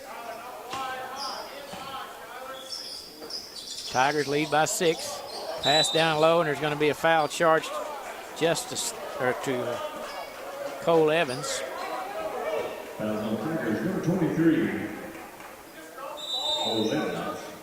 And it'll be the Comets basketball as Espinoza checks in, replacing Cole Evans. With 2:09 to play in half.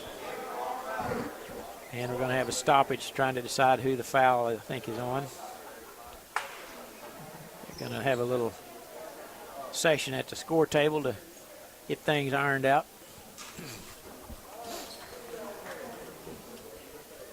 With 2:09 to play here in the third, or in the second, I should say.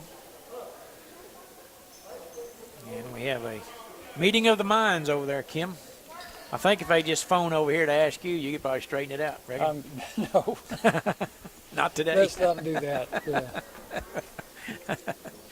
Well, when you have the wrong numbers to the wrong faces, it presents a problem. Well, I'll promise you the Mountain View-Gotebo fans noticed. Yeah, well, I'm glad they called in because Mr. Belcher came over to help us. We apologize for that, but the numbers, ours didn't match up. So we're working on it. Yeah, we might have it right one of these days. I believe they've got it straightened out at the score table. And someone's happy. They're clapping. And I'm not sure what they were discussing. We don't have anyone to explain it to us. So at the line, we're across the way from the score table. But it is a 1-1, I guess, because that's 17 foul on Mountain View-Gotebo. He makes the first. Makes it 22-17. And Levi Taylor will have one more. And he cans it. 2-2-1 pressure in the backcourt by the Comets. Belcher and Espinoza. Into the Sechrist in the front court. To Skylar Kimberlin. had it knocked away, but he got it right back. Levi-Sickles dribbles into the paint. Right side to Belcher. The Sickles, 17-footer straight away, no good. Battle for the rebound, loose on the floor, and we're going to have a foul charged to the Tigers, I believe. Foul is on Espinoza, and we'll walk to the other end and shoot one in a bonus. Second personal on Espinoza, 8th team foul on the Tigers. They've picked up 8 fouls so far in the half to the Comets 2. And at the line for the Comets is Tristan Wheeler. And first free throw is good. They've been able to cut into this lead. It's 11 for Tristan already. And he makes the second. 12.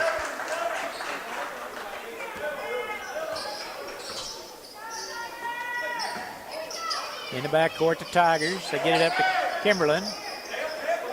Tigers with a 2-point lead. 1:34 to play in the half. In the corner to Sickles, down low. Shot good by Dalton Belcher on a beautiful play.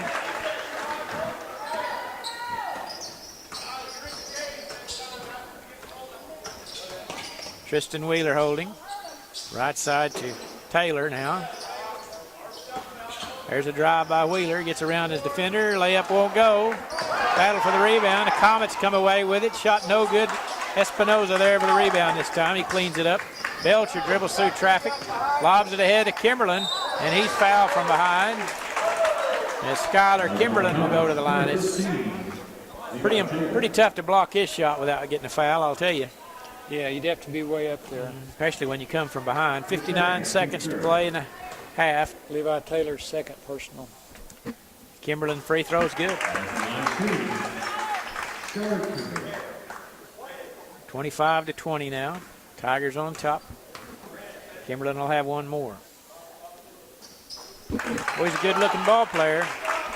Drained them both. 6-point lead for the Tigers. I think that matches their largest. They trail by 3 after one period. It's been a big turnaround here in the second. 49 seconds to play. Wheeler has it, left side. Belcher on him. Out front off a curl. Norton gets it, dribbles in the paint. Little 12-footer won't go. Kimberlin skies for the rebound. 37 seconds to play.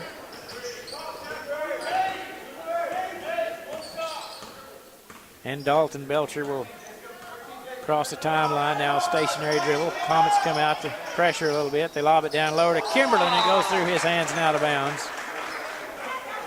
Pass was a little bit too tall. Wasn't able to corral it. So the Comets will have a shot. Try to cut into the lead here just right before the half. We'll see what they do. Taylor with it. Hands it off to Wheeler way out front. In the corner. Penetrates in the paint. Three-pointer on the way by Thiel. Good. Fake Thiel. Drains a long three-pointer with 1 second. Belcher will try a long shot at the buzzer. No.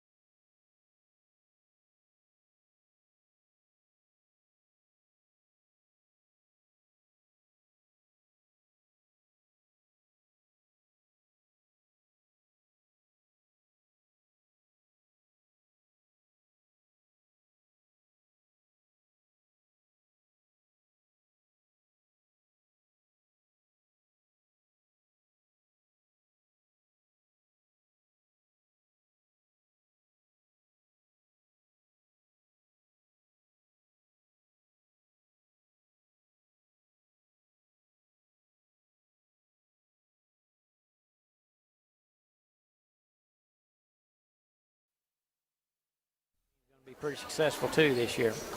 Yeah, they are. They've coming off they've been playing some good ball games. And it's been a pretty good athletic year for them. Yep.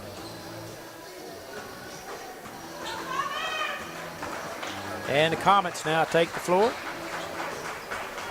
Nice hand from their local fans, all socially distanced across the way.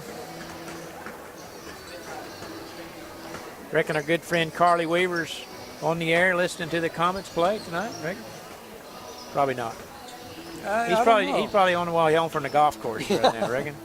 Yeah. He probably had some chicken tonight. I bet he did.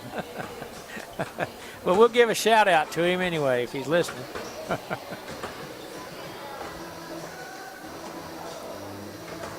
Yeah, I suppose the weather was pretty nice for a round of golf today. Might have been a little windy, but it usually is Oklahoma.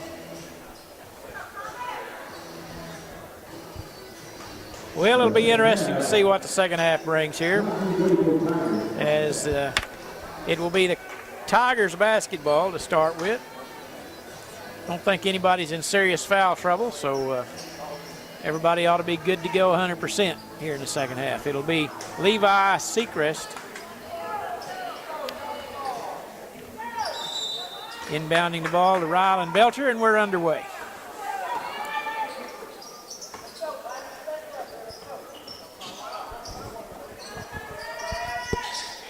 In the corner, Ryland Belcher, three-pointer on the way. Had a good open look at it, just a little bit short. Rebound controlled by the Comets. Wheeler into the front court. Left side to Jace Norton. Out to Spady. Spady played sparingly there in the first half. Shot under the basket's good by Levi Taylor, who got in good position down low. Hinton draws first blood here in the second half. Belcher now with it. Out top of the key, left side. Dalton Belcher thought about it. Now he'll go around to Seacrest. Comets in a 2-3 zone, trying to cover up Skylar Kimberlin, who had an outstanding first half with 16 points. Dalton Belcher, left wing three, short. Ball tapped out long, and Ryland Belcher gets it out near the center circle. Seacrest with it, penetrates in the paint. Shot over Spady, no good. And Tristan Wheeler comes away with a rebound. Hinton with a chance to take the lead here. Jace Norton holding out front to Spady. Over to Wheeler. Running some cutters through the paint. Fate Thiel with it, who hit that three-pointer at the end of the half. There's Spady, got good position on Espinoza, but his shot's too strong. Up ahead to Dalton Belcher. Between the defenders, layup good by Dalton Belcher. Beautiful move. Looked like they had him stopped, and he went right through them and laid it in, 28-25. Back to a three-point lead for the Tigers. Way out front, three-pointer on the way. Levi Taylor, he cans it. And we're tied at 28. Levi Taylor.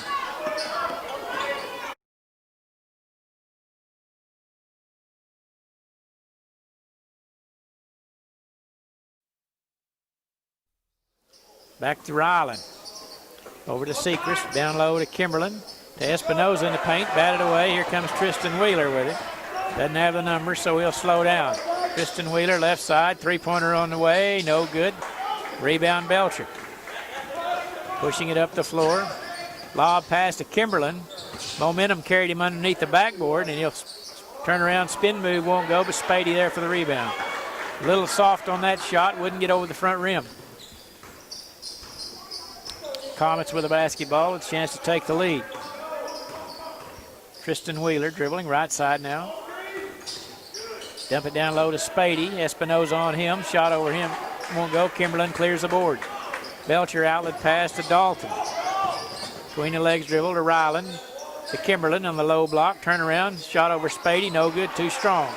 Rebound Levi Taylor. Had a good look. Might have should have went off the glass on that one. Yeah, it's a tough angle to shoot it straight in that way. Tristan Wheeler looking to the coach for some. Of course, I guess it's the same circumference anywhere angle you shoot it at. It just always looks tough from that angle. Well, you don't see a lot of bank shots anymore. From that angle, it might have helped. but Kimberlin was probably looking down at the goal. Comets trying to get away from this Tiger defense. Spady way out front. Tigers really moving their feet well. That shot was deflected. Belcher got a hand on it, but it comes back to the Comets. Now the Tigers have it, racing into the front court, and it's batted away, but a foul is going to be charged to Levi Taylor, as the Tigers are off to the races. And that's his second personal.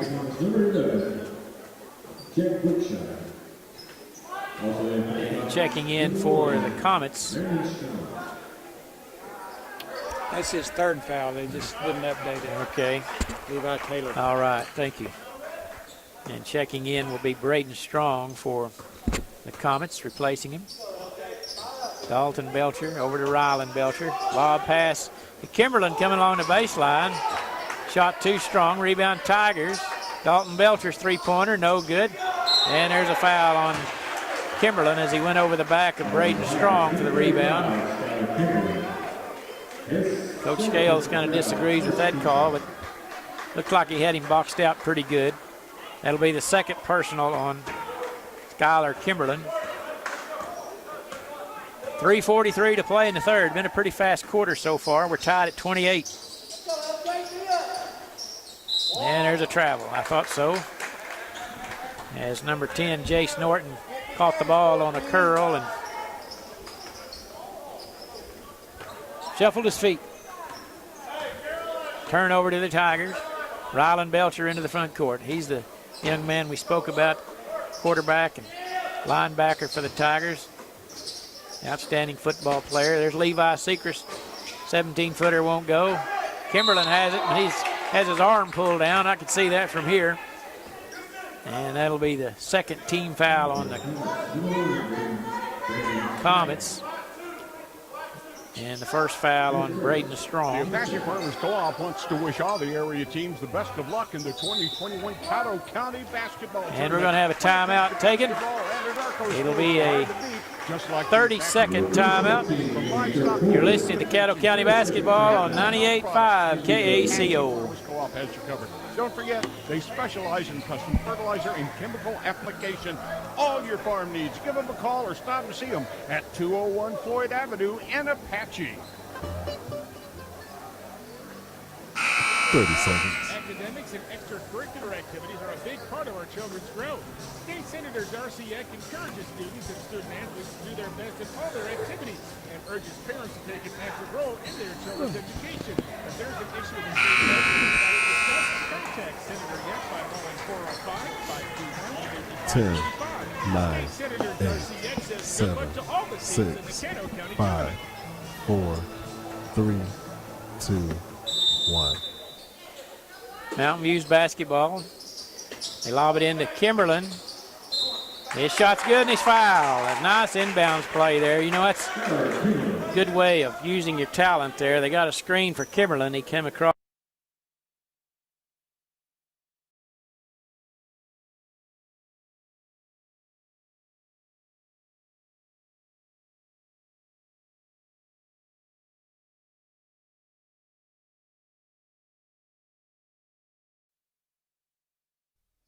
.3:11 to play in the third. Long three-pointer right side, good. There's your answer. By Fate Thiel. He's hit 2 or 3 of those today. We're tied at 31. There's a drive by Dalton Belcher. High shot off the glass is good. Nice move by Dalton. Tigers back on top by 2. Pass in the corner, lobs it down low. Shot no good, rebound Strong, kicks it out to Fate Thiel. Now Tristan Wheeler will try a long three. It's no good. Nice rebound by the Tigers. Landon Hooper.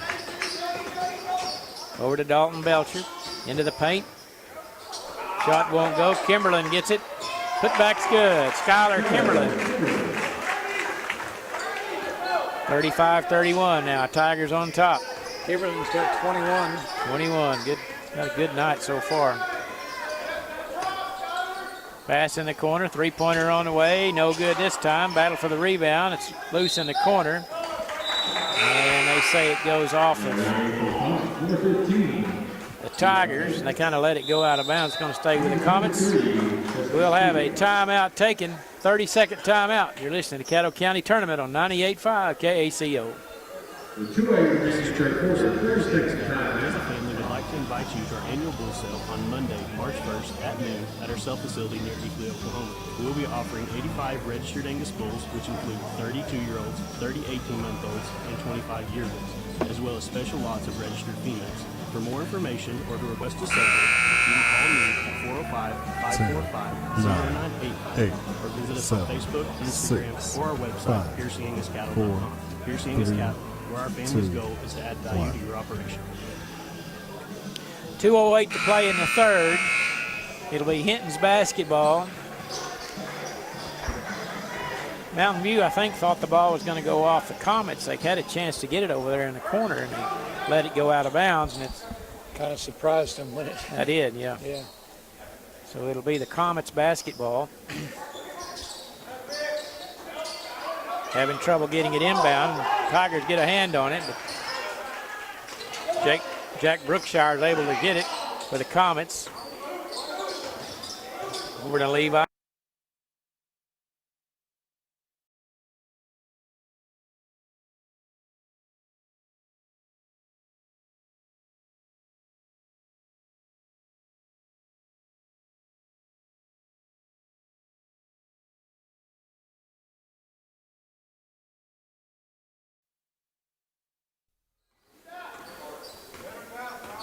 Belcher gets it into the front court. No hurry here. Got a 4-point lead.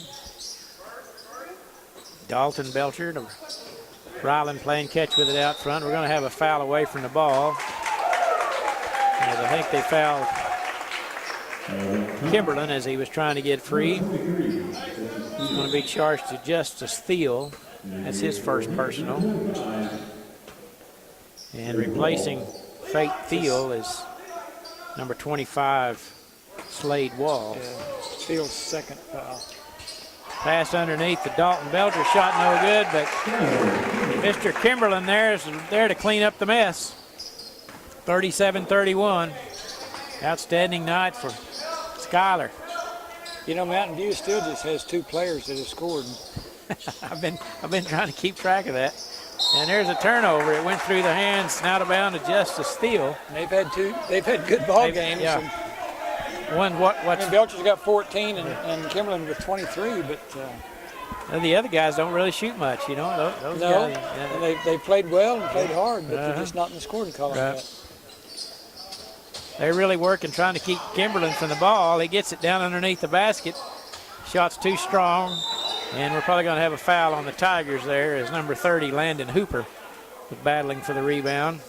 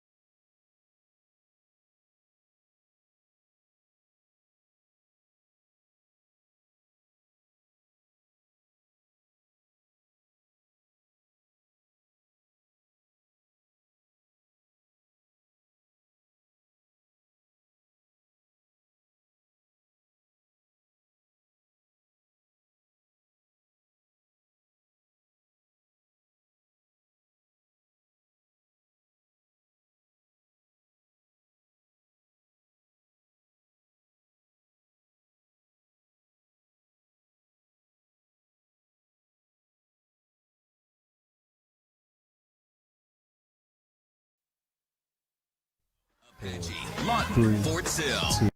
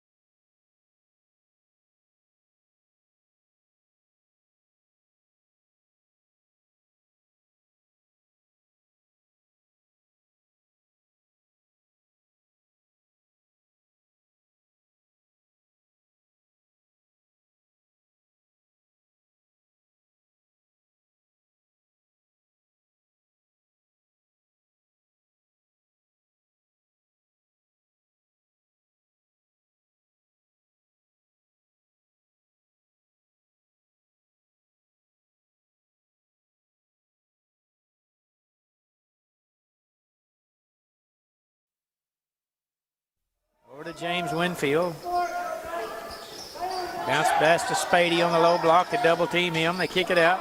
Braden Strong. They close out on him. Penetrates in the paint. Then Kimberlin clears the board. Outlet to Ryland Belcher. Tigers with a 7-point lead. It's probably about their biggest of the night. Between the legs dribble. Goes around his defender in the paint. Kicks it over to Kimberlin. And he's going to be fouled by Wingfield as he went up for the shot. Beautiful play by Belcher as he penetrated in the paint. Nice little pass. Wingfield's got to try to make an effort, but he's not going to block that. No. He's probably given up, 8 inches? At least, yeah. He did all he could do. And Kimberlin makes the free throw. I'll tell you, he's got a good touch for a big man. And checking in will be number 15, Levi Taylor, and Tristan Wheeler for the Comets. And Kimberlin trying to make it a 9-point lead here for the Tigers. Automatic. 9-point advantage. Biggest lead of the night for the Mountain View-Gotebo Tigers. 4:33 to play in the contest. Comets like to shoot three-pointers. They're usually pretty good at it. There's a dribble. No good by James Wingfield. Long pass up ahead to Kimberlin behind the defense. Layup is good. Let the defense go by, and then he calmly laid it in. Timeout taken by Coach Eric Norton, and the Tigers get a big applause from the home floor. It's a full time.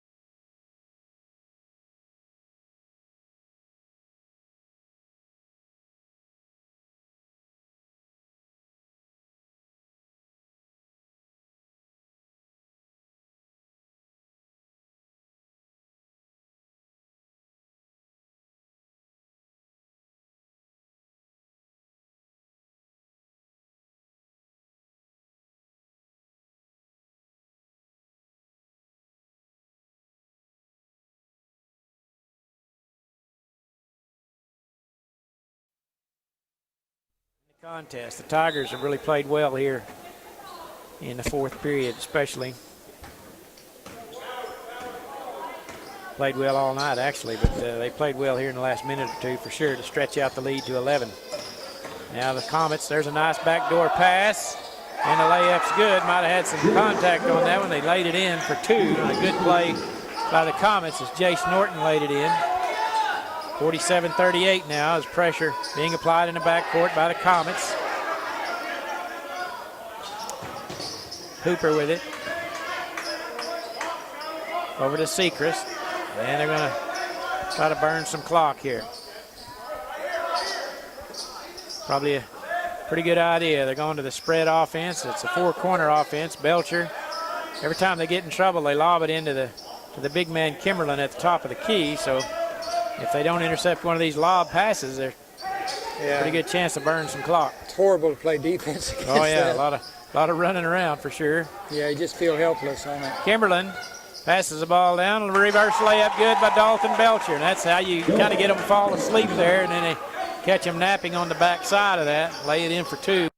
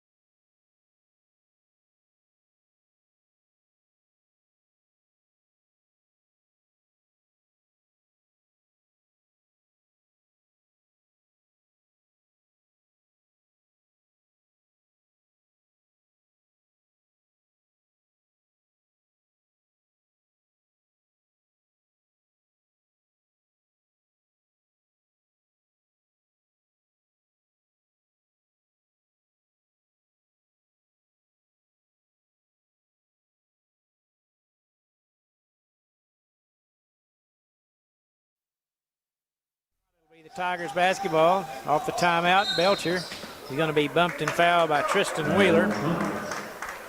And that will be the 7th team foul on the Comets. So the Tigers will be in a bonus the rest of the way as Spady and Norton check back in for the Comets.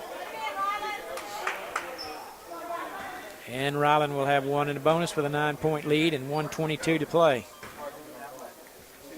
First free throw will hit the back iron and fell in. Good shooter's touch that time by Belcher. 10-point lead for the Tigers. And Ryland will have one more.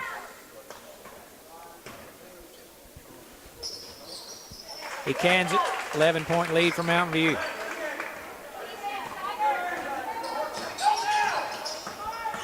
There's a drive by Wheeler all the way through. Kimberlin altered the shot and got the rebound, and he's going to be fouled by Wheeler. And he'll walk to the other end, and Mr. Kimberlin have really a pretty good chance to ice this ball game with a couple of foul shots here. He's had an outstanding ball game. The winner of this ball game is going to be played in the semifinals Friday night at 7 p.m. Friday night. Free throw no good, but there's a violation on Hinton.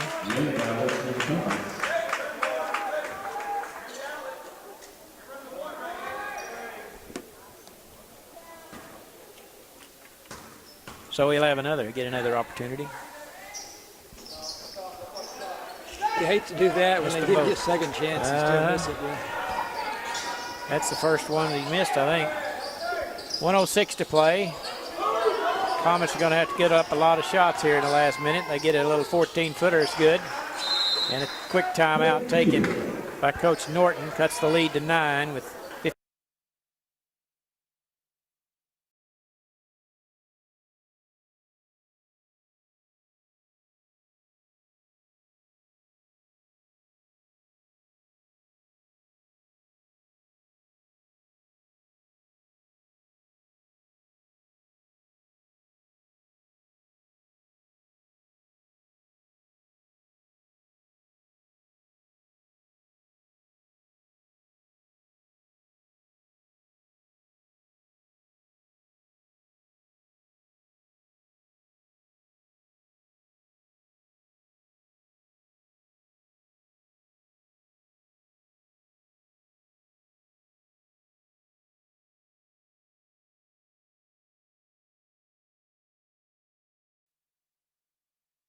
Belcher cutting into the front court all the way down to Kimberlin.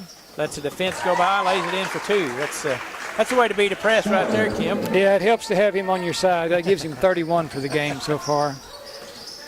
He's on the line, yeah. Ball loose on the baseline. He ran along the baseline to pick it up. It'll be turned over to the Tigers. Yep, Wingfield stepped on the end line out of bounds. And Hooper with it. Up to Belcher. Into the front court with 36 seconds to play, and they're going to foul him. And that'll be the 9th team foul, so we'll go to the line to shoot one in the bonus. Ryland Belcher. Second, or first, let's see, what is that? 2 fouls on Braden.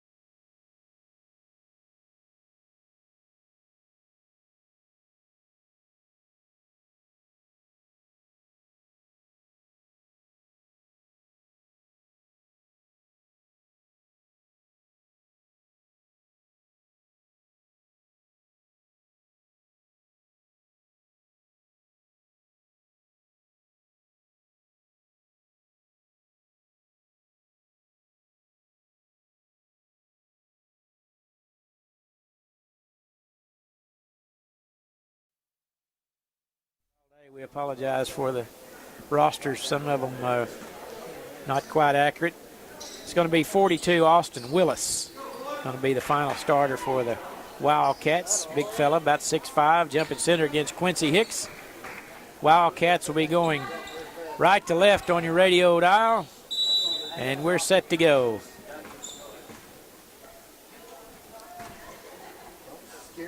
Ball's in the air, and the tap is controlled by the Panthers in the backcourt. Picked up by Cordova. Over to Jacob Vincent now. We'll set up the offense. We'll see what the Wildcats in looks like a 1-2-2 zone defense. Pass down low to Hicks. Back out front to Cordova. And they will reset the offense. So far, trying to determine what kind of defense they're in. I think at the moment, Garner left side, now back out front. Being very patient. Vincent holding. And right now the Panthers being pretty deliberate in their first offensive possession. And Carnegie playing, like I say, a 1-2-2 zone. Left wing three-pointer on the way by Jacob Vincent, and he cans it. It's a good start for the Panthers, obviously. Played about a minute. First time Carnegie's touched the ball now. They swing it around. Down low to Austin Willis. Shot won't go. His putback attempt's no good. Finally gets the third one up, and he's going to be fouled as Willis was just playing volleyball with it there for a moment. And he'll go to the line to shoot two. He's got definite height advantage over the Panthers. I'd say he's 5 or 6 inches height advantage over any of the Panther players. And he'll have 2 free throws coming here. The first one swishes cleanly through. Wildcats are coached by Mr. Lucian Bliss, and they have a record of 9 wins and 1 loss. Both free throws good by Willis. And they'll set up in a little pressure in the backcourt. 2-2-1 press. Jacob Vincent into the front court quickly. Nearly stepped on the sideline. Oh, Brand Wilson. Long three-pointer on the way. Good. Oscar Cordova with the long bomb, and it's 6-2.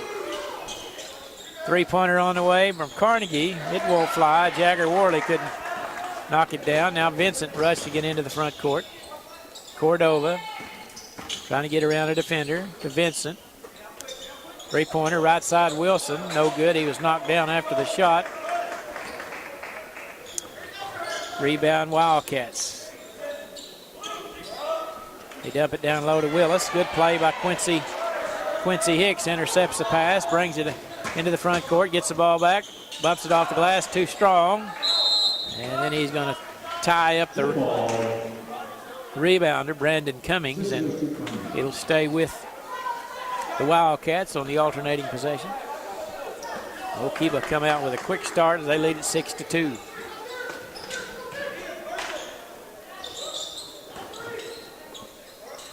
Lookeba-Sickles also playing his own defense. Three-pointer from the corner won't fly. Rebound, Brand Wilson. Outlet to Quentin Garner, and the Panthers are on the attack. Cordova with it. To Garner. Now they go right side to Jacob Vincent. Seems like there's been a Vincent on this Panthers team for many years. Always pretty good ball handler. Cordova to Vincent. Straightaway three on the way. Good. Jacob Vincent.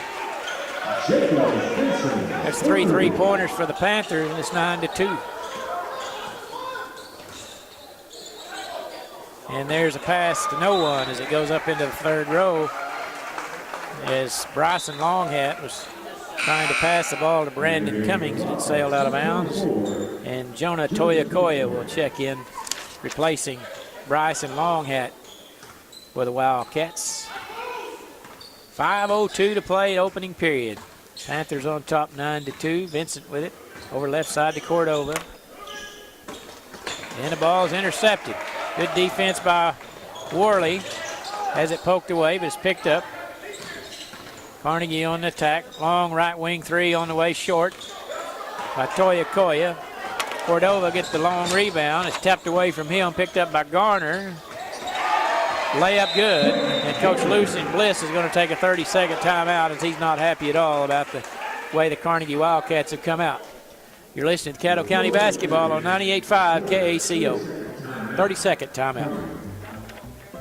Although the pandemic has postponed our trip to Washington, D.C., the Youth Tour Scholarship Program is alive and well.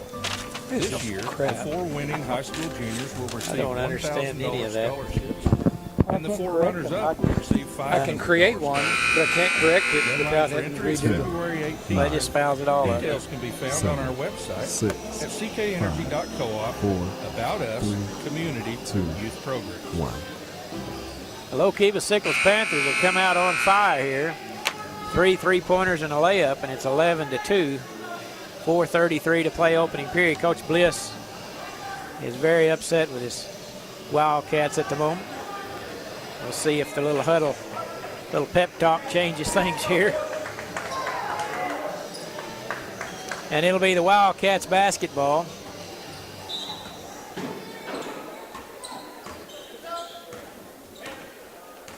Into the front court, Brandon Cummings. Left side, Jagger Worley.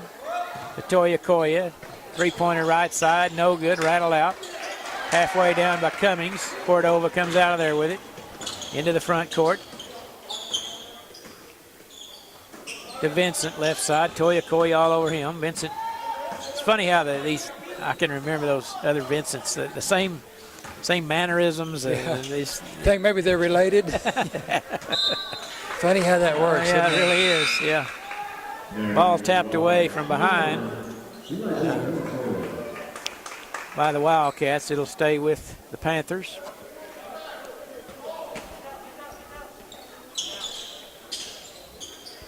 And they get it inbounded to Brand Wilson over to Cordova. Left side, Vincent.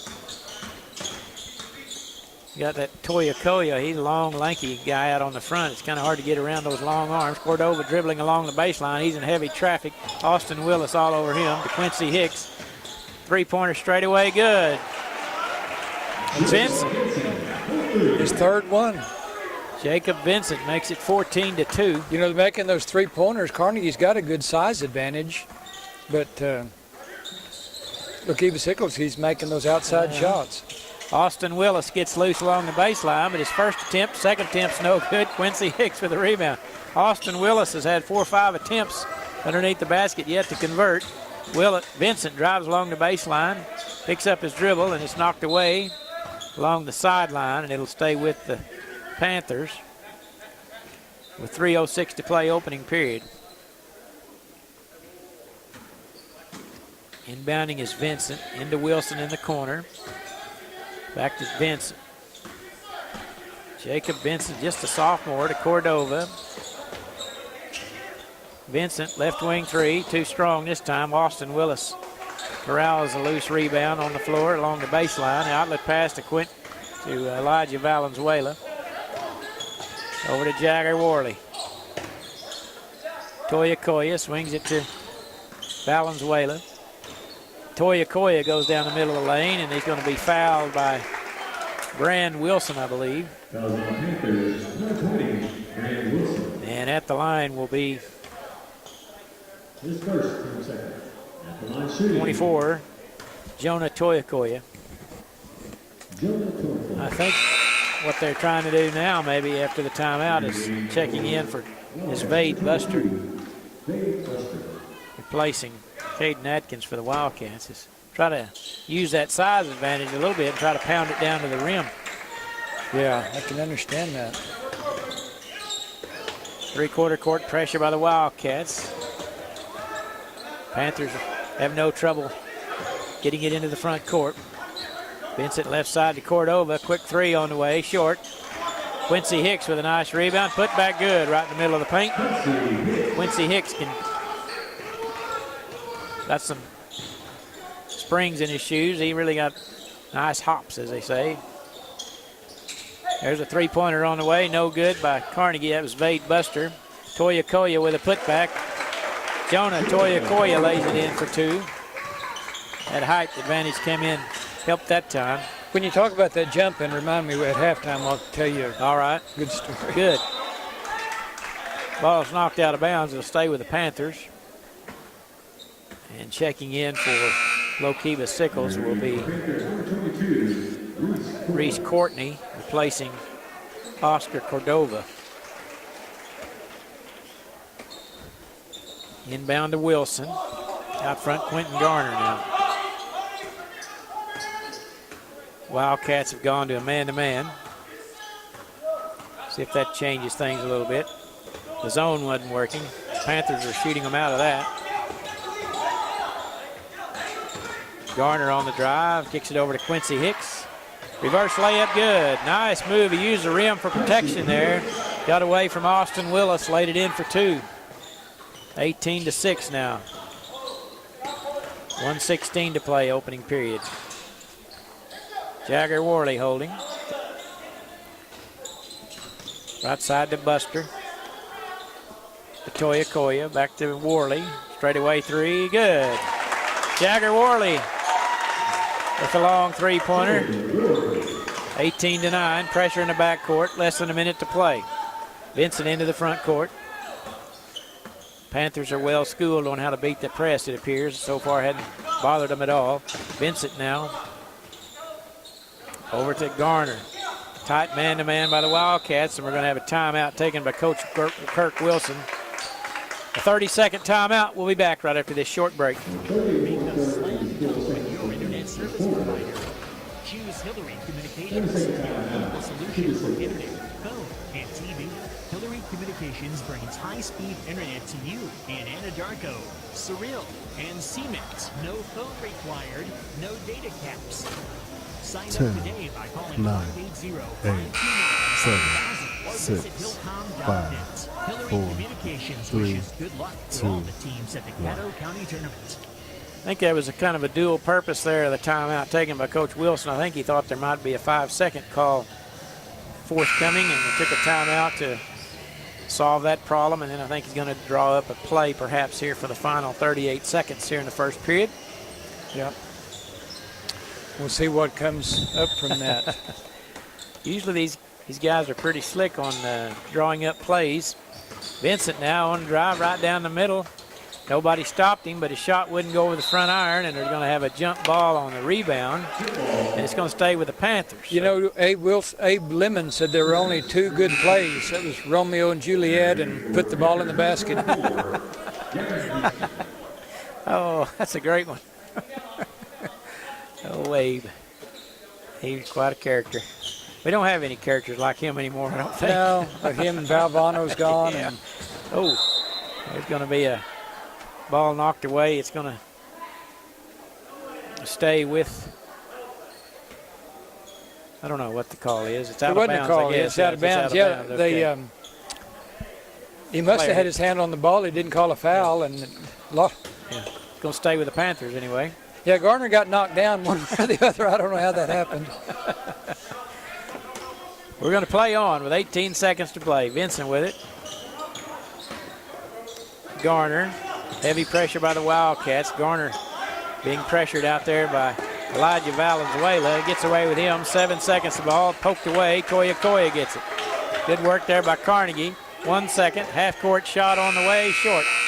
After one period of play. Lookeba-Sickles 18, Carnegie 9. You're listening to Caddo County Basketball on 98.5. If you're looking to buy or sell a home or property in the Caddo County area, contact Shelley Dissy with ABC Superior.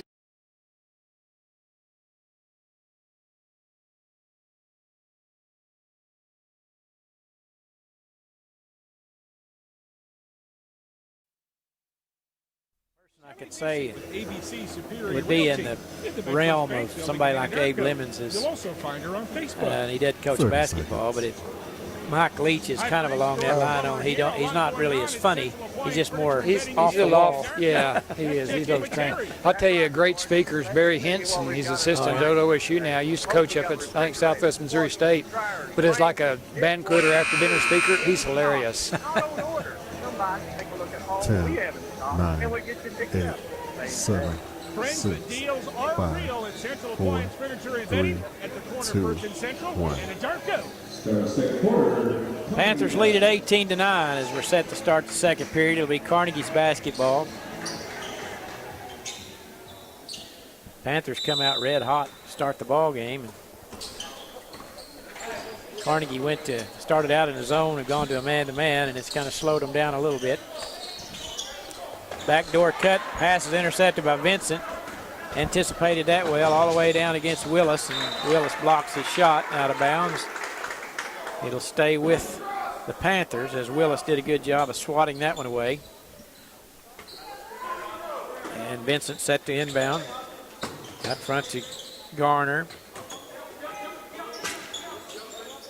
Over to Quincy. Might have walked there, got away with it. Yep, a little shuffle. Well, that was Gavin Houston. I'm sorry, it wasn't Quincy, it was Gavin Houston. First time he's been in the ball game. Now Quincy Hicks had it way out front. Panthers being pretty patient. Garner on the drive.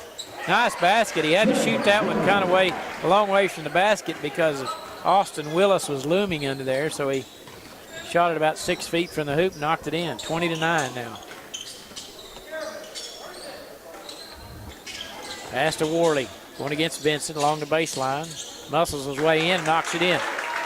Nice basket by Jagger Worley, and it's 20-11. Vincent into the front court.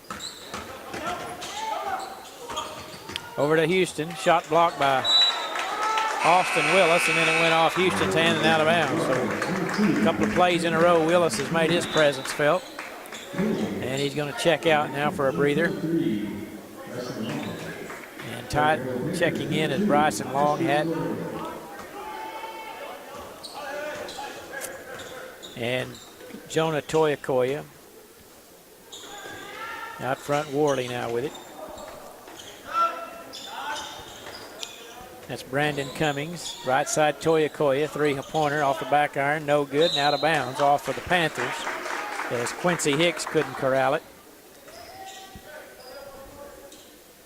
And Worley set to inbound for the Wildcats. Toyakoya. Ball knocked loose on the floor, but picked up by the Wildcats. They swing it left side to Atkins. Shot good. Caden Atkins cuts the lead to 7. And the Wildcats come out in that press again.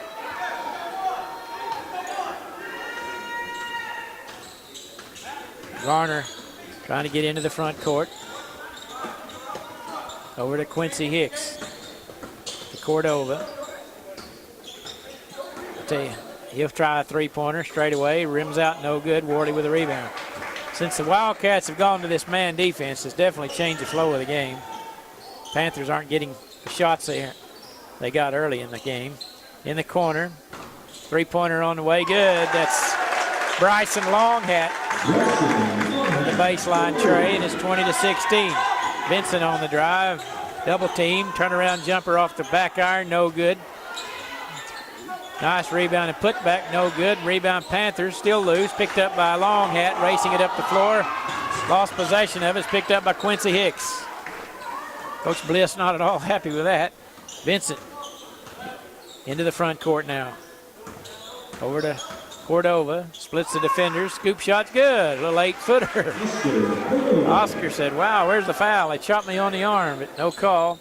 6-point lead now for the Panthers. Worley left wing. Out front to Longhat. To Toyakoya in the corner. Vincent on him. Panthers in his zone. Three-pointer by Worley. He buries it. Jagger Worley. That's 2 trays in a row, and it's 22-19. Vincent now splits the defenders. Left-handed shot's no good, but he's going to be bailed out with a foul call. And the foul is going to be charged to Brandon Cummings and Jacob Vincent. Sophomore guard for the Panthers. Free throw no good, rattles out. And Brand Wilson will check back in, replacing Reese Courtney. And Austin Willis will come back in, replacing Toyakoya for the Wildcats. Vincent will have one more free throw. As Toyakoya headed to the locker room with some sort of health issue with one of the assistants. And checking in now for Panthers will be Gavin Houston, replacing Quentin Garner. And now Vincent will have another attempt, and he makes this one, makes it 23-19, 4-point lead for the Panthers with 4:29 to play in the half.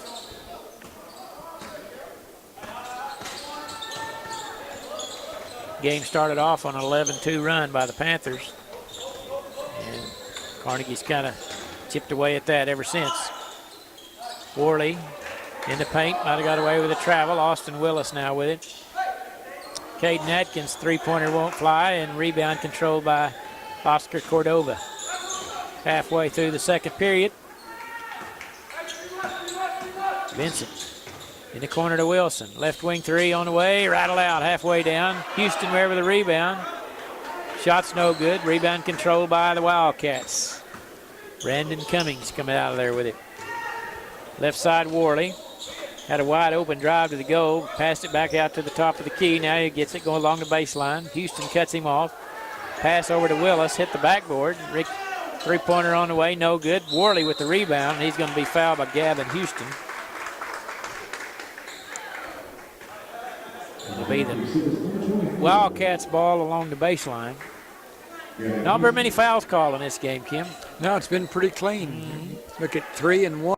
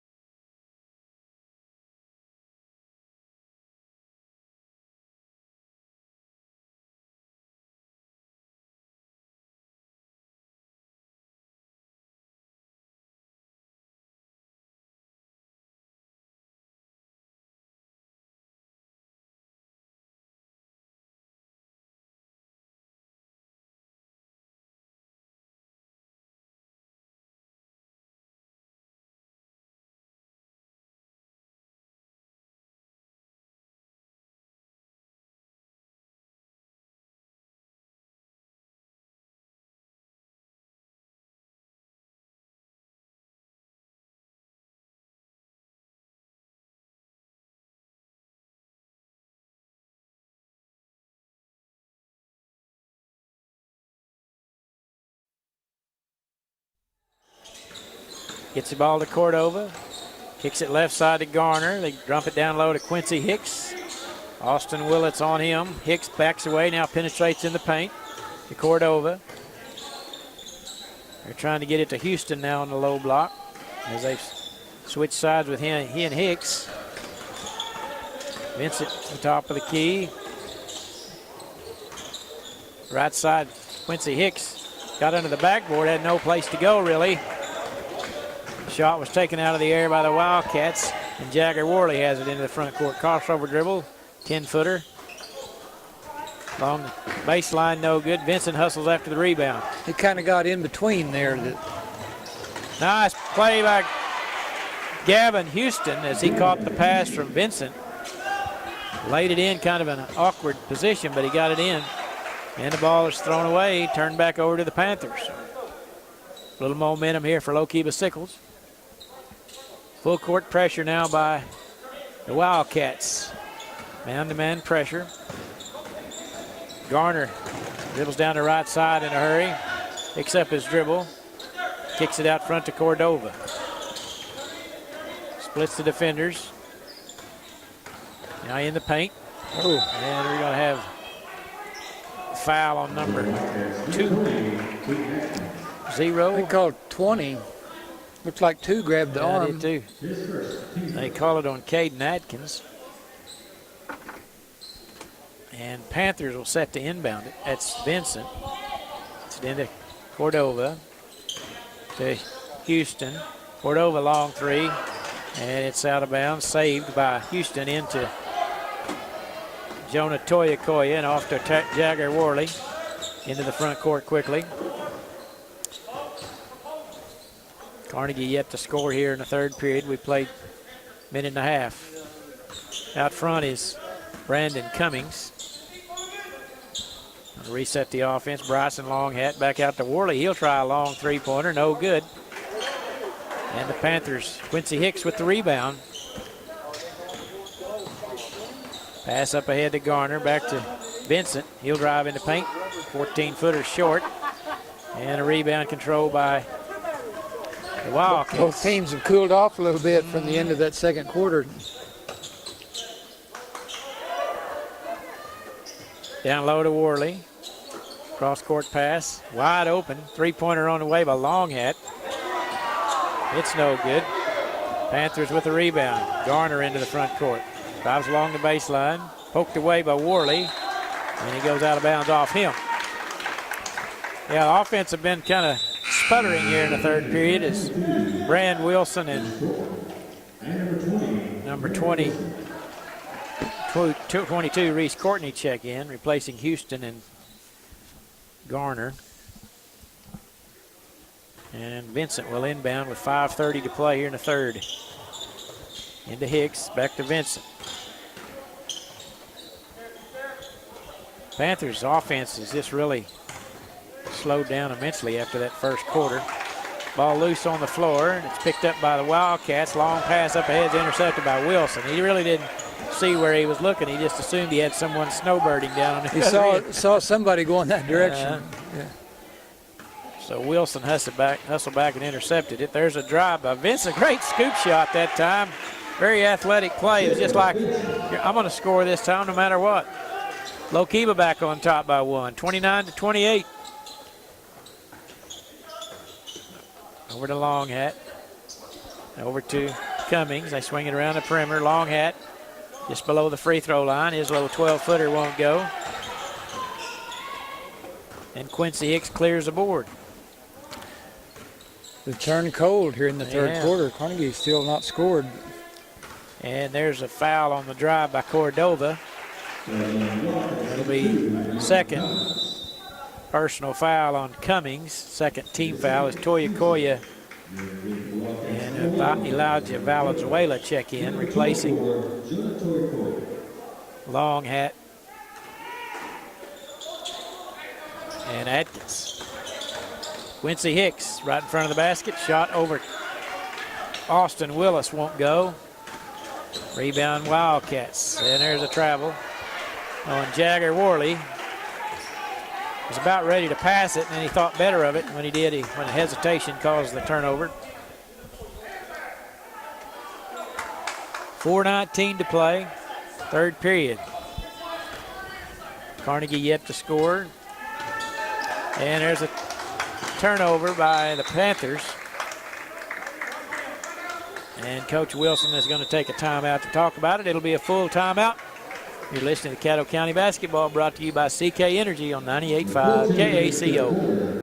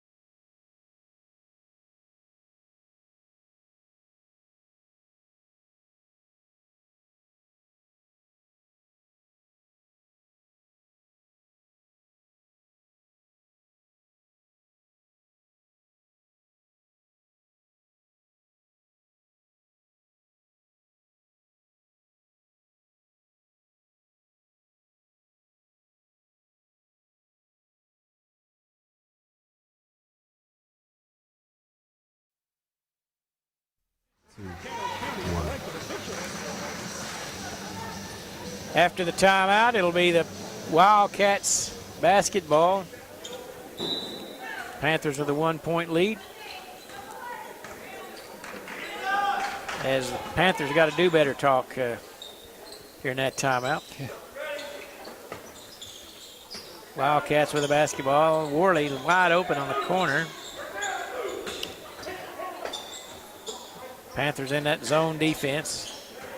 And so far here in the half, the Wildcats haven't shown any inclination to get hot from the outside, that's for sure. They've halfway through the period, they've yet to score. Pretty stagnant on offense so far. A lot of standing around watching. Nobody moving. That's a recipe for not scoring, right? Yeah, that's about it. Not a success story. They swing it around. There's a drive. Short by Cummings. Rebound Panthers. Vincent races out of there. Goes by Worley, and he's got it kind of caught on his hip and turned it over. Now Carnegie back with the basketball with 3:18. Third period, Worley has it. High post to Cummings, or Valenzuela. Right side three-pointer by Cummings won't go. Rebound Vincent. 3 minutes to play in the third. Hands it off to Cordova. Dribbles into the free throw line. A little 15-foot floater is good by Oscar Cordova. 3-point lead for the Panthers.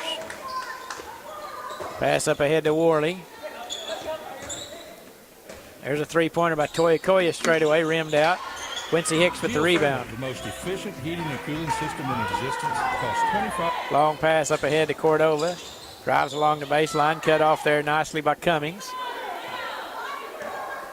Now Vincent goes around his defender. A little 14-foot pull-up jumper, good, right in front of the basket. All of a sudden, it's a 5-point lead for the Panthers. So that do better talk did pretty good, Kim. Yeah. They scored 4 straight points. Ball loose on the floor, picked up by the Wildcats. They've yet to score here in the third, and there's 2 minutes to play.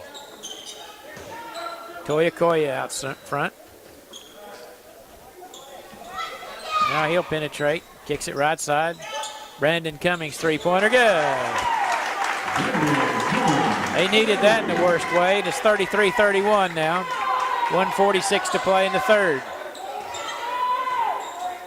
Vincent on the drive, a little pull-up jumper off the glass and good. No, they say it was before the shot. And the foul is going to be charged to number 2, Brandon Cummings. And that's his third personal. And checking in, replacing him, will be number 22. That's Vade Buster.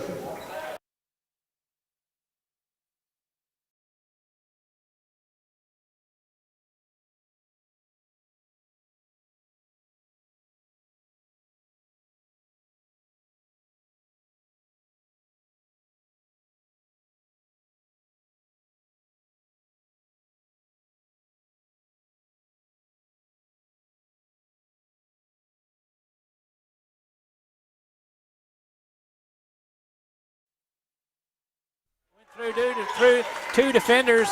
Reverse layup is good. 1:09 to play in the third. Brand Wilson, 15-foot jumper from the free throw line, good. He knocked it in. Brand Wilson with a big basket. Minute to play in the third. Action is picked up here in the last 30 seconds. Yeah, they had Carnegie had a 19-point second quarter, and then they went first 6 minutes of this scoreless. Worley, with 42 seconds to play. Out front to Valenzuela now. Koya. Pretty methodical here. Don't seem to be any hurry. Now they get it to Austin Willis. There's a cutting Valenzuela. His layup won't go. Gets his own rebound. Put back, no good. Muscled it up there, no good, but it's off the Panthers. Valenzuela had a couple of close-in shots.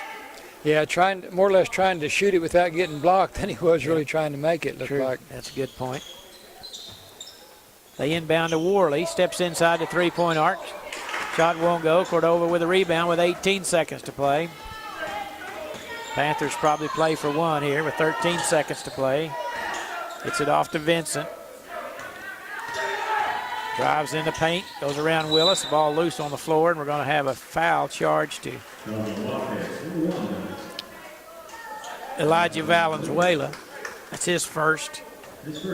4 seconds. That's probably a pretty decent foul right there. Yeah, it didn't hurt him too bad, I don't think. 4.6 seconds to play, and they'll inbound. And he gets it in to winner, Brand Wilson. Three-pointer good. Maybe it did. Yeah, that worked out pretty good for the Panthers. Yeah. As they will take a 38-33 into the fourth quarter. You're listening to Caddo County Basketball, 98.5 KACO. Geothermal, the most efficient heating and cooling system in existence, costs $25,000 plus on most utility systems, but only $10,000 to $12,000 if you're a CK Energy member. Even less after the 26% federal 13 to 5. In most cases, the geothermal system on CK Energy ends up costing less than seesaw ball game, when you say. Yeah, so this ought to be Carnegie's quarter. Works at night. Call us for more details at 405-656-2322. 30 seconds. Make a slam dunk with your internet service provider. Choose Hillary Communications, your local solution for internet, phone, and TV. Hillary Communications brings high-speed internet to you in Anadarko, Surreal, and Siemens. No phone required, no data caps. Sign up 10, today by calling 9, 580-529-5000 or visit hillcom.net. Hillary 4, Communications 3, wishes good luck 2, to all the teams at the 1. Caddo County Tournament. Thank some of our sponsors while we have the opportunity. Apache Farmers Co-op, State Senator Darcy Yeck, and Charles Allen Ford. As we set to start the fourth period of play.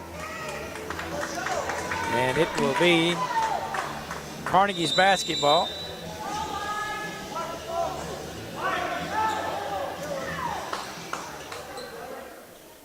Toya Koya will inbound to Brandon Cummings. Now Valenzuela has it. Cordova and Panthers defense has really pushed their zone out, really pressuring the ball. It's kind of a change of pace. There's a three-pointer by Cummings, and he drains it. Brandon Cummings makes it 38-36. Now Cordova into the front court. Shot over Toya Koya is no good. Quincy Hicks swoops in there for the rebound. And the ball's tried to pass it to Vincent. The pass was intercepted by Cummings. Up ahead to Valenzuela. They had 5-on-4 for quite a little bit and didn't try to take advantage of it.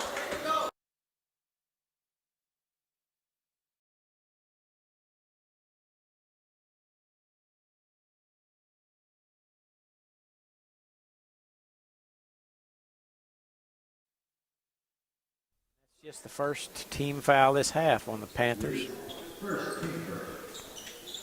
7:02 to play in the ball game. Toya Koya with it. Panthers with the ball and a 2-point lead. Or Carnegie has the ball, I'm sorry. Ball tapped away, now they do. Vincent has it. Racing it up the floor. bumps into a defender, and they're going to call the basket good as he was fouled by Brandon Cummings. That's a big play by Vincent. It was, yeah. It looked like he did a pretty good job drawing the charge. Happened roughly quick. And we're going to have a substitution. Jagger Worley replacing Brandon Cummings as he picked up his 4th personal foul on that drive by Vincent. And Vincent now free throw good. Next free throw gives him 19 for the game. 5-point lead for the Panthers.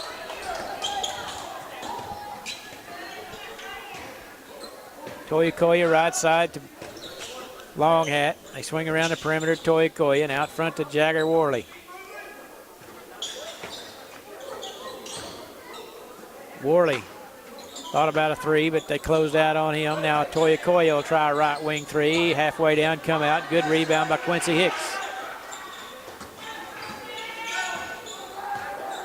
Vincent now walks it into the front court. 6:14 to play in the contest. Cordova with it. Gets a screen from Quincy Hicks. Kicks it left side to Vincent. Has a little opening. Goes to his left. Shot no good, but he's fouled by Toyokoya, and Vincent will be at the line shooting 2. I tell you, that's a pretty good attack plan there by the Panthers. Is if you can get Vincent isolated on somebody, he'll pick up a foul more times than not. Yeah, he's a good one-on-one player, and he has the ability to get to the basket. Misses the first free throw, however, and Austin Willis checks in, replacing Valenzuela. Next free throw, short again. And Toyokoya is fouled as Brand Wilson. You know, as Reese Courtney went over the back, picked up a foul. 41-36. Long Hat with it. Skip pass over to Worley. Shot over Wilson's no good, but he's fouled. And so Worley will go to the line to shoot 2. And that's a first foul on, or second foul on Wilson. Jagger Worley makes the first. Quentin Garner checking in, replacing Courtney. And Jagger Worley will have one more. He cans them both. 3-point ball game again.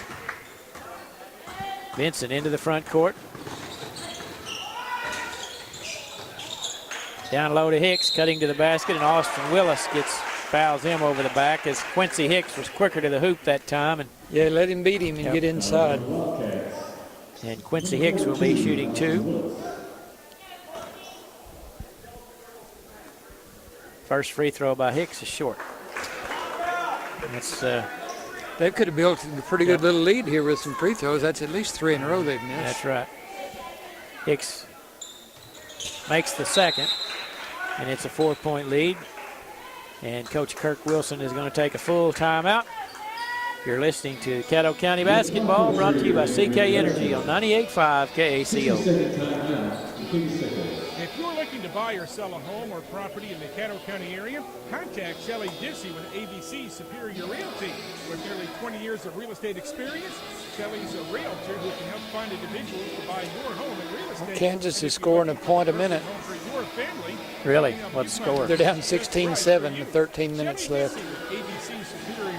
Well, there's been some really low-scoring college games. I saw a game the other night. They played like 15 minutes, and the team had 4 points or something. I'm in the top 25 team. I don't remember who it was now. George, we've got mattress trucks coming all Yeah, Baylor's pretty good, I think, apparently. Yeah. mattresses, and we got them. Folks, we got all the way up to the king size mattress in stock, ready to I think go. OSU's got them Saturday. I remember right. 7, 6, 5, 4, 3, 2, 1. 42-38 our score. Lookeba on top. Final ball game of the day here on Monday. We've 8th game today, Kim. It's been quite a day, hasn't it?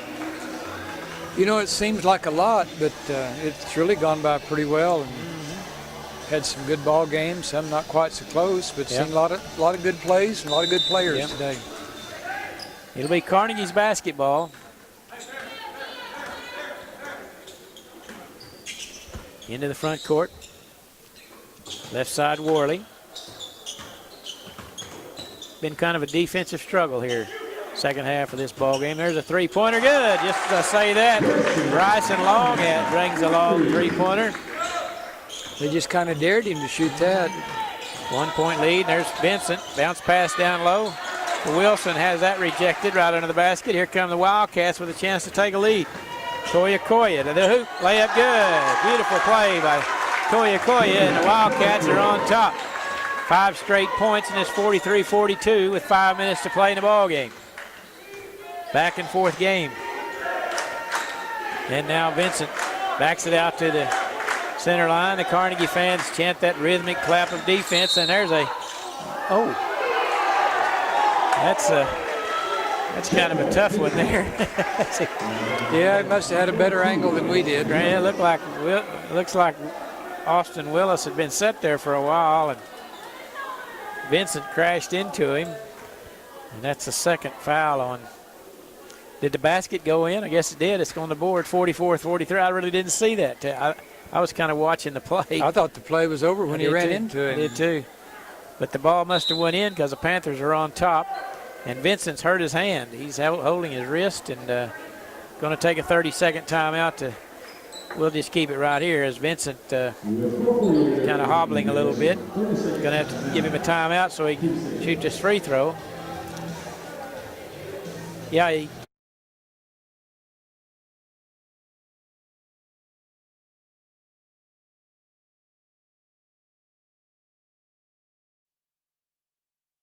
called a block. The referee on the other side was looking straight down. Vincent was right between the referee and Willis. He ran into it, so maybe he leaned a little bit or something. He should have had a good line on it. That put Panthers back on top, and Vincent has a chance for the free throw to make it 2 points in a back and forth ball game as Vincent took the brunt of that blow, I'll tell you. Still holding his arm, kind of funny. And he's going to go to the line to shoot. Still doesn't look like he feels real well. 4:48 to play. Panthers on top by 1. Vincent toes the stripe. And the free throw swishes cleanly through. 2 point lead for the Panthers. 4:46 to play. Worley with it. Cordova all over him. There's Longhat cutting down the back door, and he threw a pass right at Austin Willis's knees, and it goes through his legs. Tough luck. Willis was going to be in position to dunk that one, but the pass was too low. Cordova on the drive, shot blocked by Toya Koya and out of bounds, but it'll stay with the Panthers. Yeah, Carnegie had a golden opportunity that last possession to tie the game. Now Panthers with the ball, a chance to build on a 2 point lead. Quincy Hicks now way out away from the basket. Closely guarded by Caden Atkins. And there's a takeaway. Ball poked away, goes to Austin Willis. And Carnegie now on the attack. Halfway through the third period, a chance to tie or take the lead. Austin Willis holding high over his head. To Jagger Worley. You know, Worley's got a 10-inch height advantage over Cordova that's guarding him man-to-man. Looked like he'd tried to take him inside, yeah. You think so. It's time to go to Austin Willis. Nice move, a drop step around Quincy Hicks and lays it in for 2. Where's that been all night? That was powerful. Pretty good move, yeah. Looked great. Tied at 45. 3:28 to play. Vincent in the paint. Little 6-foot runner won't go. Willis with the rebound, but takes away Hicks with it. And now we're going to have a wrestling match on the floor, and it's going to be a travel. I don't know which one the travel is going to be called on. They're both rolling around with it. And Coach Bliss is out on the floor pleading his case, and it's going to go to the He's down by the Panthers. Lookeba-Sickles bench. You don't want a technical foul here. It's a huge coach's box. Vincent with the basketball. Over to Cordova. Crossover dribble. Can't get by with Worley. To Hicks. Back to Cordova. Bounce pass out front to Vincent. In the tie ball game with 3 minutes to go. Between the legs dribble, and Coach Kirk Wilson's going to take a full timeout. We'll be back after this 60-second timeout. 2:06 remaining. The Apache Farmers Co-op wants to wish all the area teams the best of luck in the 2021 Caddo County Basketball Tournament. When it comes to basketball, Anadarko schools are hard to beat, just like the Apache Farmers Co-op. From livestock feed to fencing supplies, animal health products, the Apache Farmers Co-op has you covered. Don't forget, they specialize in custom fertilizer and chemical application. All your farm needs, give them a call or stop to see them at 201 Floyd Avenue in Apache. 30 seconds. And joining me, Southern Plains Medical Center's Hal Brock. Hal, tell everybody about what's happening at Southern Plains Medical Center. Lee, we've grown a lot over the last few years. We're up to 18 different medical specialties right here in Chickasha. No longer do you have to go out of market, wait 6 weeks for a dermatologist. We have one right here in Chickasha. 10, 9, 8, 7, 6, 5, 4, 3, Your hometown medical team since 1915. Tie ball game, 45 all. Kim, what do you do here now if you're the Panthers? Well, they've had pretty good luck with Vincent taking the ball one-on-one and getting to the basket, but I would imagine they might be a little more deliberate, but I bet he still is pretty offensive when he gets the ball in his hands. All right, we're set to go. Vincent has it. Yeah, I think the offense will definitely flow through him because he's their ball handler and the slasher to the goal. And they've got Cordova and Garner on the court that are pretty good ball handlers too. Carnegie in a man-to-man defense. Looks like Panthers are going to be content to try to burn some clock here. They're just pretty well playing, running a weave out near the center line. And Carnegie's defense is, they did this in the first half and they caught them napping there at the end and was able to get an easy basket. Let's see if that happens again. There's steal, Austin Willits, and he's going to be tripped up as he was one of those clear path fouls as he was about to head to the goal. But good defense by the Wildcats that time as they forced them out near the center line. When you get out within a foot or two of that center line, you get a little shaky with the ball. Yeah, it's kind of like you got another defender blocking you in. Yeah. And they just kept forcing them back out there, and it's a turnover. Now Carnegie has the ball. See what they do. There's Willis trying to cut through the lane. Can't get it to him. Now they both feet a little bit. Right in front of the basket. Shot good, and he's fouled by Quincy Hicks. That's 2 possessions in a row. They've gone to the big fella, and he's delivered as it looks just like he's determined. You pass me the ball, I'm going to score. He's a big, stout guy. And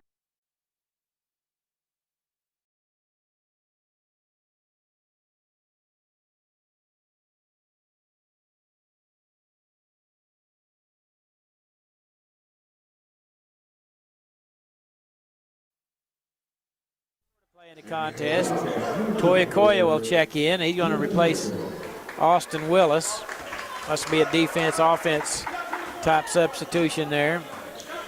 2:01 to play in the ball game. Hicks with it, or Vincent. Pull-up jumper, 13-footer, no good. Kiowa with a nice rebound, and he's going to be tied up by Gavin Houston. And it's going to go back to the Panthers. So you got to, when you rebound it, you got to get it out of there. Yeah. Can't stand there and hold it. It's always a luck of the draw thing with the alternate possession thing. It's yeah. Seems like the team that needs it the most never gets it. There's a three-pointer by the Panthers, and it goes out of bounds by Wilson. And sure enough, put Willis back in for defense and pull Kiowa out. Got Willis back in now, and 3-point lead for the Wildcats. 5 team fouls on the Panthers, so it's not a 1-and-1 automatic, yet. If you think this is a non-contact sport, don't look under the basket with Willis and Wilson leaning on each other. And there's going to be a whistle and a foul on Wilson as he tried to stop Caden Atkins as he was cutting to the hoop, caught the pass and was Immediately fouled by Wilson, and that's his third. And Hicks will check in, replacing Houston. And that's the 6th-team foul on the Panthers. Pass it in the corner, out front to Adkins. Three-pointer on the way by Brandon Cummings, and he drains a long three. And just like that, Carnegie's on top by 6, 51-45. Brad Wilson tries to answer on the other end, grazes across the iron, and it's controlled by Carnegie with a 1:07 to play. Coach Bliss is saying spread. Going to run the 4 corners here, and there's a foul immediately by by Jacob Vincent, and that will put Wildcats in the bonus. And at the line will be Jagger Worley. Yeah, it was just Vincent's first foul. And Worley will be at the line. Has he shot any free throws today? Worley is 2 of 2. And he swishes that one. I think Coach Bliss is pretty confident because he got the other 4 players back on the other end, so no need to worry about rebounding here. 7-point lead for the Wildcats. Rattled out, halfway down and come out. Just a little bit long, minute to go. Vincent into the front court. Outside to Garner. Heavy pressure, picks up his dribble over to Vincent. Ducks his head, 15-footer. The free throw line, no good. Hustles in for his own rebound. Great hustle by Vincent. Outlet to Garner, long three-pointer, good! Quentin Garner with a long bomb right in front of their bench. And it's a 4-point lead with 37 seconds to play. Carnegie advancing into the front court as Vincent reached out and fouled him as he went by. And at the line will be Brandon Cummings. And it will be a 1-and-1 situation. Once again, all Carnegie players have moved to the back court. And Brandon Cummings won in the bonus. And the first free throw, no good. Hard off the back iron. Here comes Panthers. Vincent into the front court quickly to Garner. Long three on the way, short. Rebound Worley. And he's going to be fouled by Cordova. And that'll be the 9th team foul on the Panthers. So we'll walk to the other end and shoot another 1-and-1. Free throw shooting hasn't been pristine here at the end of the game, but Worley has another opportunity. 24 seconds to play.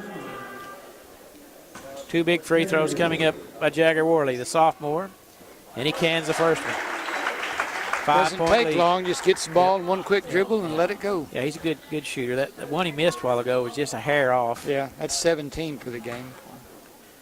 And a second one. Make it 18. Yeah, that looked impressive there. No nerves in his veins. 54-48. Vincent quickly up ahead to Brand Wilson. Long three-pointer. High arcing. Shot's good. Brand Wilson with timeout. Coach Wilson.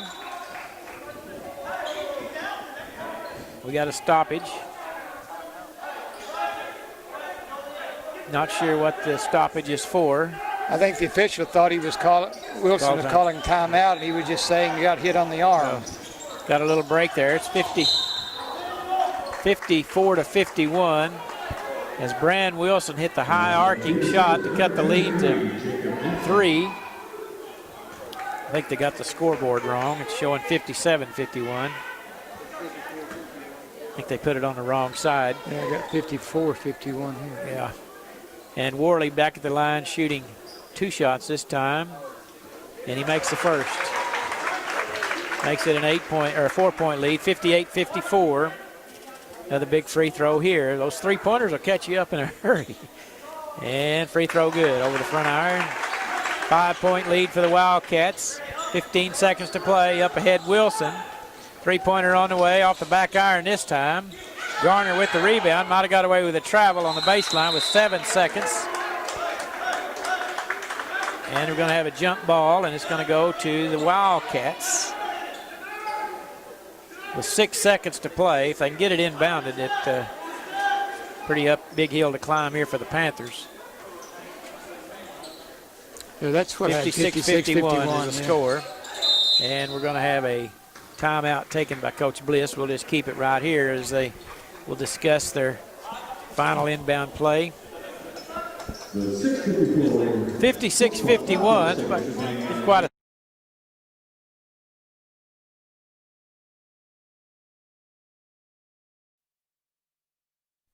couple of three-pointers and get a couple of turnovers. It doesn't take long to switch that score around. But now you're down to just under 7 seconds. You're down 5 points, and the other team's fixing to inbound the ball. It's a pretty well uphill climb right now, but it's not over. Well, if you just about have to get a steal on this inbounds play. Yeah, if they get to go to the other end and shoot free throws, you're really limited on time. Right, and even if they miss, you're still 90 feet away and only 6 seconds. You got to make 2 baskets. So that's the key here, is just get it inbounded and make them foul you. Just don't turn it over. Yeah, it's been a weird game. Lookeba-Sickles dominated the first quarter, and Carnegie dominated the second. And the Panthers dominated third. Now Carnegie switched it around here in the fourth. So good ball game, back and forth. And the winner of this game will play Friday night in the semifinals. And inbounding for the Wildcats will be Bryson Longhat. He's got to try to get it to somebody where they can secure it. And a couple of guys going long, and there's a long pass into the backcourt. And Koya has it. They're going to hold it right there with 2 seconds, 1 second, and that will do it. Your final score, the Carnegie Wildcats 56 and the Lookeba-Sickles 51. And outstanding ball game tonight. So congratulations to the Wildcats as they will advance to the semifinals to be played Friday at 8:30. Lookeba-Sickles will move on to the consolation bracket. They will play Friday at 5:30. Let's have our Farmers Bank and the Legacy Bank post-game report brought to you by Mr. Kim Crow. Kim, all wrap right, us thanks, Don. It's the last one I'm going to do today. Okay, good deal. Carnegie scoring. Brandon Cummings had 9 points on 3 of 9 shooting. He was 0 for 2 two-pointers, 3 of 7 on three-pointers, and 0 for 1 from the line. Jagger Worley, good ball game at 20. He was 5 out of 10 from the field, 2 out of 4 on two-pointers, 3 out of 6 on three-pointers, and 7 out of 8 from the line. Caden Atkins had 4 points, 2 of 5 from the field, 2 of 3 two-pointers, 0 for 2 three-pointers. Bryson Longhat had 8. He was 3 out of 6 from the field, 1 of 2 on two-pointers, 2 of 4 on three-pointers. Jonah Toyakoya was 6, 2 out of 6 from the field, 2 out of 2 two-pointers, 0 for 4 on three-pointers,